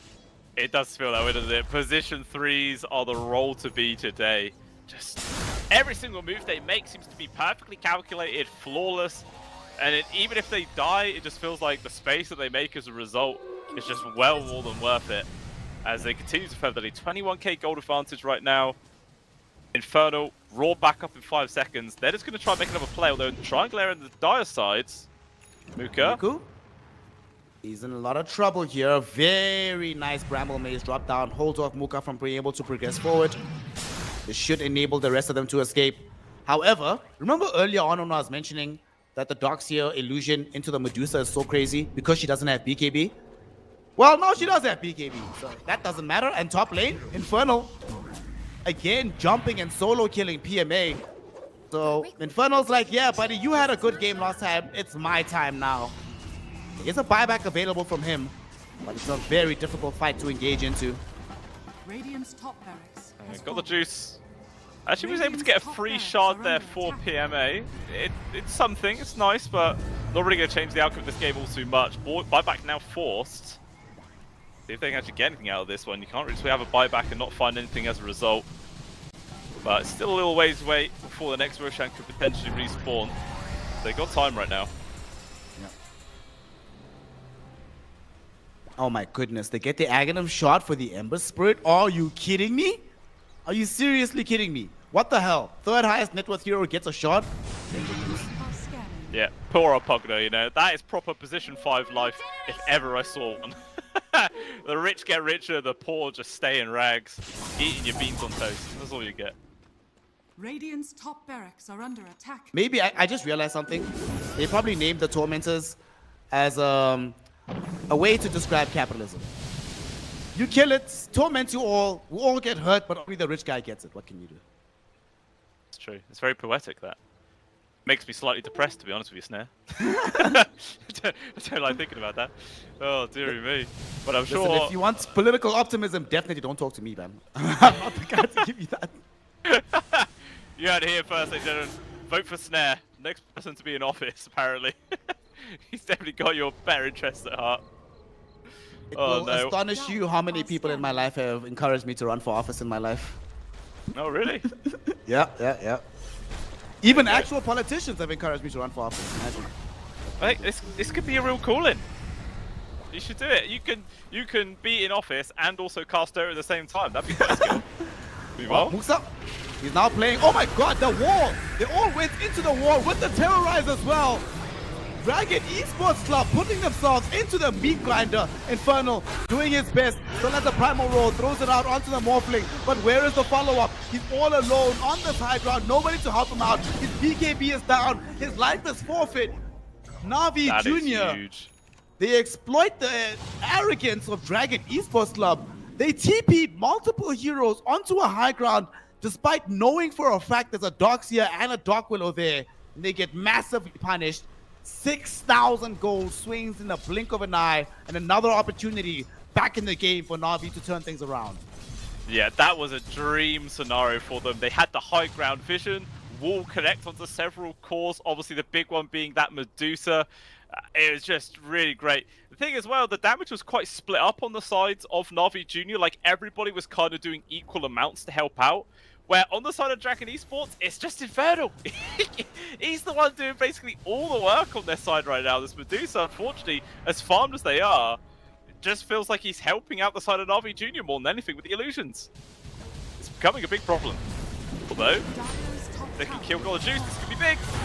Gonna try and find this kill. Sharpshooter is out. They use him into the A. He's staying alive for now. Wait for him to the high ground. He lives. He is not dead by some miracle. The Wind Waker of the Sand King keeps him alive. And Niku does end up dead. But hashtag worth. That Wind Waker, that's a game-saving item right there. Keeping the Morphling alive matters more than anything in the game right now. What was the point of dropping that Roshan banner there, by the way? Wait, what? When they killed the Sand King, they dropped a Roshan banner on top of him. So it's just sat at the top of the map, completely wasted. Observer, can you please look top? What the hell? This Roshan's banner, what the hell? What? Yeah, I don't really know. It's like underneath the creep camp in the little puddle, I guess, is the way to describe it. But I don't know. Maybe it was to get vision when he ran behind the trees. I can understand that. But that's funny. Well, no buyback available for the Sand King. Gonna be up in 24 seconds. Dragon Esports Club want to press their advantage while they have the chance. There is still a cliff to pop, but they know for a fact Radiant side is not gonna want to use it. They need to defend the lost racks as well. And here we go. 10 seconds until we have the Sand King online. Heroes are being drawn back into the base. You know, there's a scary thing though. Look at this Medusa. She's about to buy MKB, but when she gets the MKB and backpacks the power treads, she only has 2 more items slots to go. The Aghanim Scepter upgrade and the Moonshot. Beyond that, her progression is finished. And now, they force a BKB. Oh, this is huge. That is a big BKB charge. 8 seconds forced out of this Medusa. They even force out the Stone Gaze. They find the stun in onto her. Stone Gaze stuns up some heroes. They kill off Daze. That costed multiple ultimates. And now look at this. Ember Spirit getting rinsed down by Got the Juice. They need to get the hell out of here from Dragon Esports Club. There's no Stone Gaze. They committed a BKB on the Medusa as well. Blue Scale? Morphling is now starting to feel like a big threat. He managed to deal 2.5k damage in that fight solo onto the Ember Spirit. Yeah, he's actually becoming a hero again. I mean, Dragon Esports are kind of quaking their boots probably. Bro, they found Medusa. She didn't leave. She's not back in the base. There's no Stone Gaze. There's no BKB. Mary already dead. They're doing their best to keep the Medusa alive, but she can't do much more. Epicenter chunking down all of her mana, and the right clicks of the Morphling bring her down. She is gone. It's a double kill for the Morph. He is now second in net worth decisively. Yet again, 3k north of that being dealt in the fight. But more crucially, it's going to be 80 seconds until Dusa's online. Infernal, is he actually going to die here? Oh my god, he died. Oh, 100 this seconds. should not be happening. Bro, Roche is coming. Roche is easy to kill. He's got an Aghanims as well. He's going to give this away. Morphling can definitely do this in 15 seconds with the help of the Bloodlust. Oh my god, what has just happened? This game has just completely flipped on its head in the space of like 1 minute there, Snare. It was a very good fight there for the side of Na'Vi Junior inside their own triangle area. And then they just hunt Dragon Esports all the way across the map to their own triangle, and then just lose even more heroes. And then somehow the Beastmaster also gets caught. It's just fail after fail there from the Dire side, and they're punished massively as a result. And yeah, they got this Aegis now into the hands of the Morphling. Who did they give the Ags to? Sand King. He's holding it. He hasn't eaten it yet. Yeah. Give it to the Darkseer. Give it to the Darkseer. Yep. Get the second illusion. Punch it onto the Medusa. They do have it now. This is a massive chance because he also has the Blink Dagger, if don't forget. So he has that form of just getting on top of him, punch him in the face. Yeah, this is now all of a sudden scary. 4,000 gold advantage. This was like, what was it? It was like 20-something thousand at one point. Now it's just been completely negated. Has fallen. At max value, it was 24,000 in favor of Dragon Esports Club, but now here they are with the lane of Rax about to get taken away from them. 15 seconds until we have the Beastmaster, and this time the Roshan's banner in a much more fortuitous position. They get the melee Rax, Wind Waker to ensure the Sand King doesn't get caught. Bushwhack will be there, but who the hell cares? And he's out. He's good. And okay, the big thing about this is some of the next round of items that have emerged from this massive influx of gold. Obviously, we know that the Morphling is scaling massively, but BKB practically finished on the Darkseer, so he's going to have Blink BKB on Darkseer. Sand King almost about to have a Bloodstone of his own as well. Feels like the influx of gold that has been received is massive, especially considering that this Morphling, look what he's got in the backpack. He got 3.5k gold with a BKB ready to go for the next fight. Easy. They are more than ready to continue it right now, and obviously with the 3 minutes of the Aegis, they're just going to carry on pushing for more, because it's not like they're holding on to this because he doesn't have buyback. He still has that safety net amongst everything else. They're just feeling so confident right now. And to be honest, he got really lucky with the neutrals. I didn't really say before, but he had the Vindicator axe for the longest time, which is so good against Infernal. Like, that's probably the reason why he was able to survive in so many different situations. And then it's going to send another fight. They're gonna go in, they find the Morphling first, but the jump in from Infernal, they found the Sand King with the Primal Roll. They want to kill him off first, but look at the damage onto Infernal. The Beastmaster already dead. The Ember Spirit doing his best, but unfortunately got the juices a little bit too strong. Muxa trying to TP out with the Medusa, but he gets cancelled out with the Burrow Strike. Epicenter now triggered out. Morphling able to get the kill with the help of the Sand King onto the Medusa. They only end up losing the Sand King, and now they cancel the TP out onto Mary. Pugner stalled out by the Burrow Strike. There's the adaptive, and one more right click. He is dead, and they buy back on their supports. You know why? Blue Scale, they want to go for the win. They're going to attempt to go for the juggler here, Snare, but there is still a buyback available for the Medusa, but no Infernal for a full minute. At the very least, they do have a glyph here to try and delay this one, but they don't care here from Na'Vi Esports. They were behind the entirety of this game, but some well-placed fights. It's been flipped. The buybacks come in, they're not even phased. Got the juice still with this Aegis for 1 minute and 40 seconds. They're just going to double down. They know that the Medusa does not have BKB. Morphling still has an Aegis, and now they find the jump onto Muxa. There's the Burrow Strike. They've already managed to bring down the Pugner. Medusa follows into the grave, and now here they are on the high ground, finishing the damn game. GG, well played is called. Na'Vi Junior make the comeback of their lifetime, the comeback of the year, secure game 2, and finalize their position in the upper bracket finals. My God, do they deserve it after a comeback like this one? I'm in disbelief, Snare. I don't understand what the hell just happened. Like, Na'Vi Junior, man, they were so far behind the entirety of that game. Just phenomenal moves there from Dragon Esports again, and then the Medusa looked unkillable. Infernal was doing so much work for the team, but this Morphling just hit a critical mass, was dealing a ridiculous amount of damage. Darkseid with the illusions coming in clutch, Sanking with multiple people burrow strikes, with the epicenters going off as well.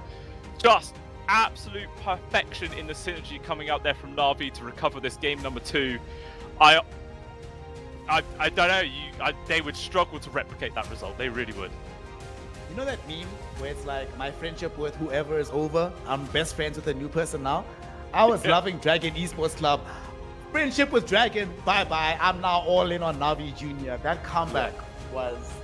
Look, they did literally everything perfect, right? The only concern that I had was, remember early on in the game when I was like, I'm not sure if I understand this Darkseid having the helm of the Dominator instead of going for the Greaves and the Pipe.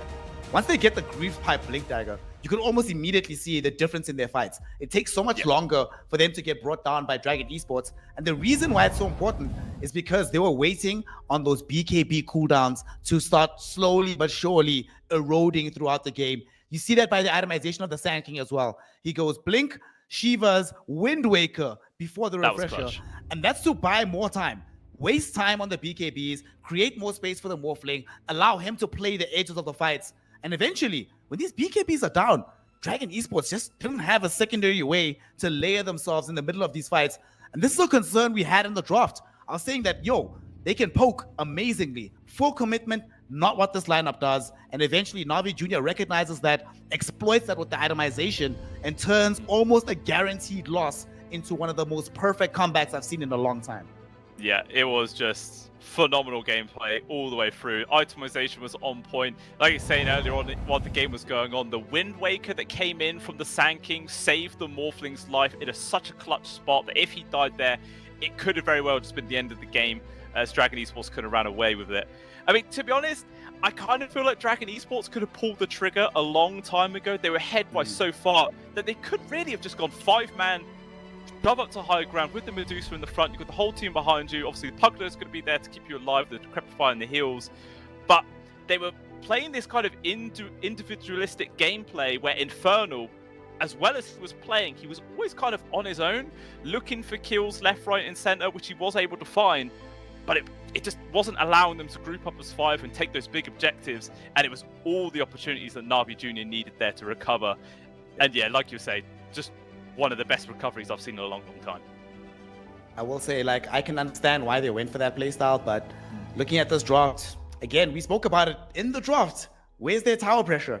If it's not like the 4-5 hero complement going onto a building, it's kind of find it very hard to breach the high ground. And like you mentioned, because Infernal was often on the other side of the map, and yes, for a while it was working perfectly. He's finding individual pickoffs, bringing down all of these heroes, but as they tank higher and higher, as they're more willing to play with multiple heroes around each other, it becomes harder to pull off that kind of play, and therefore harder to pull off a high ground push. Na'Vi Jr., what a recovery. Here's the hard question, Blue Scale.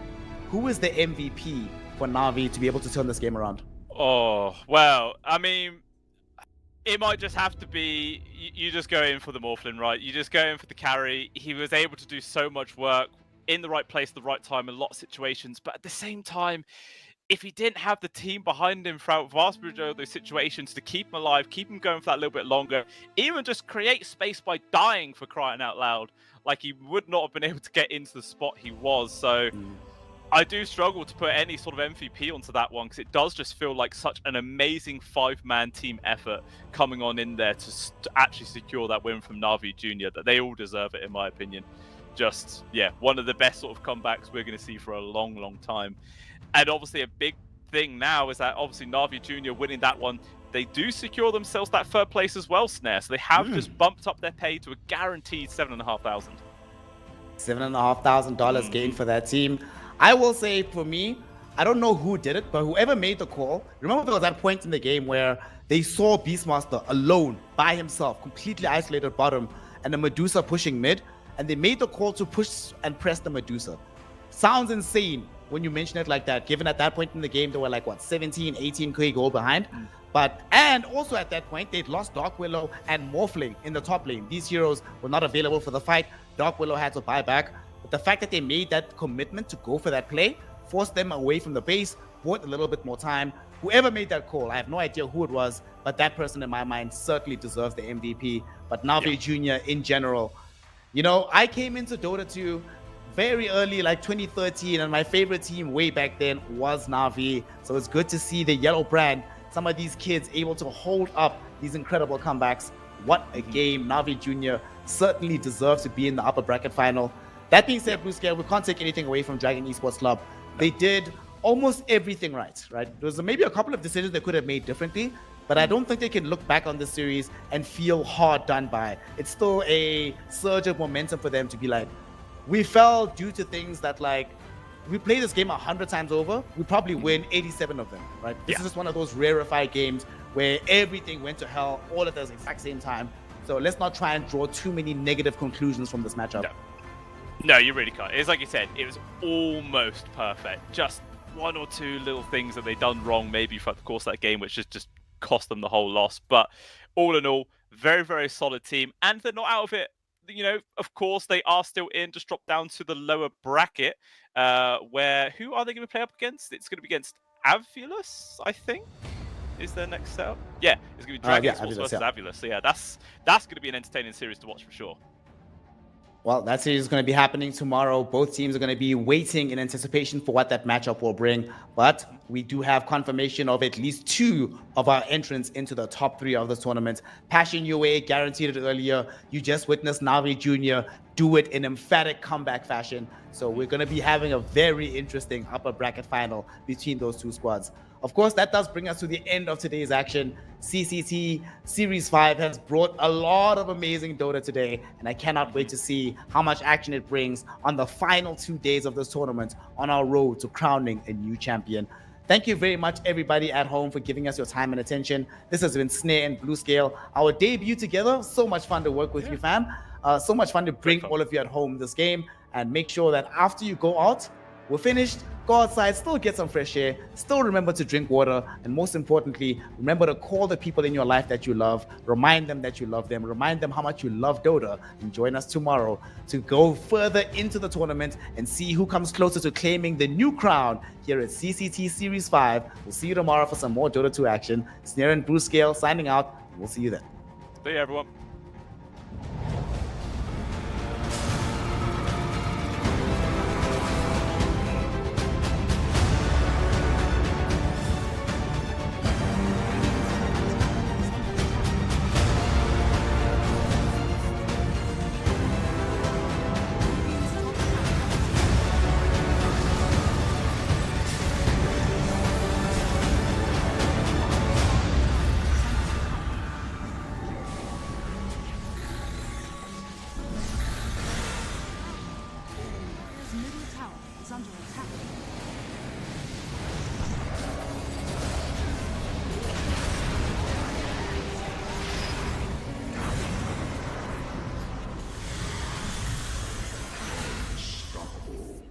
Enough.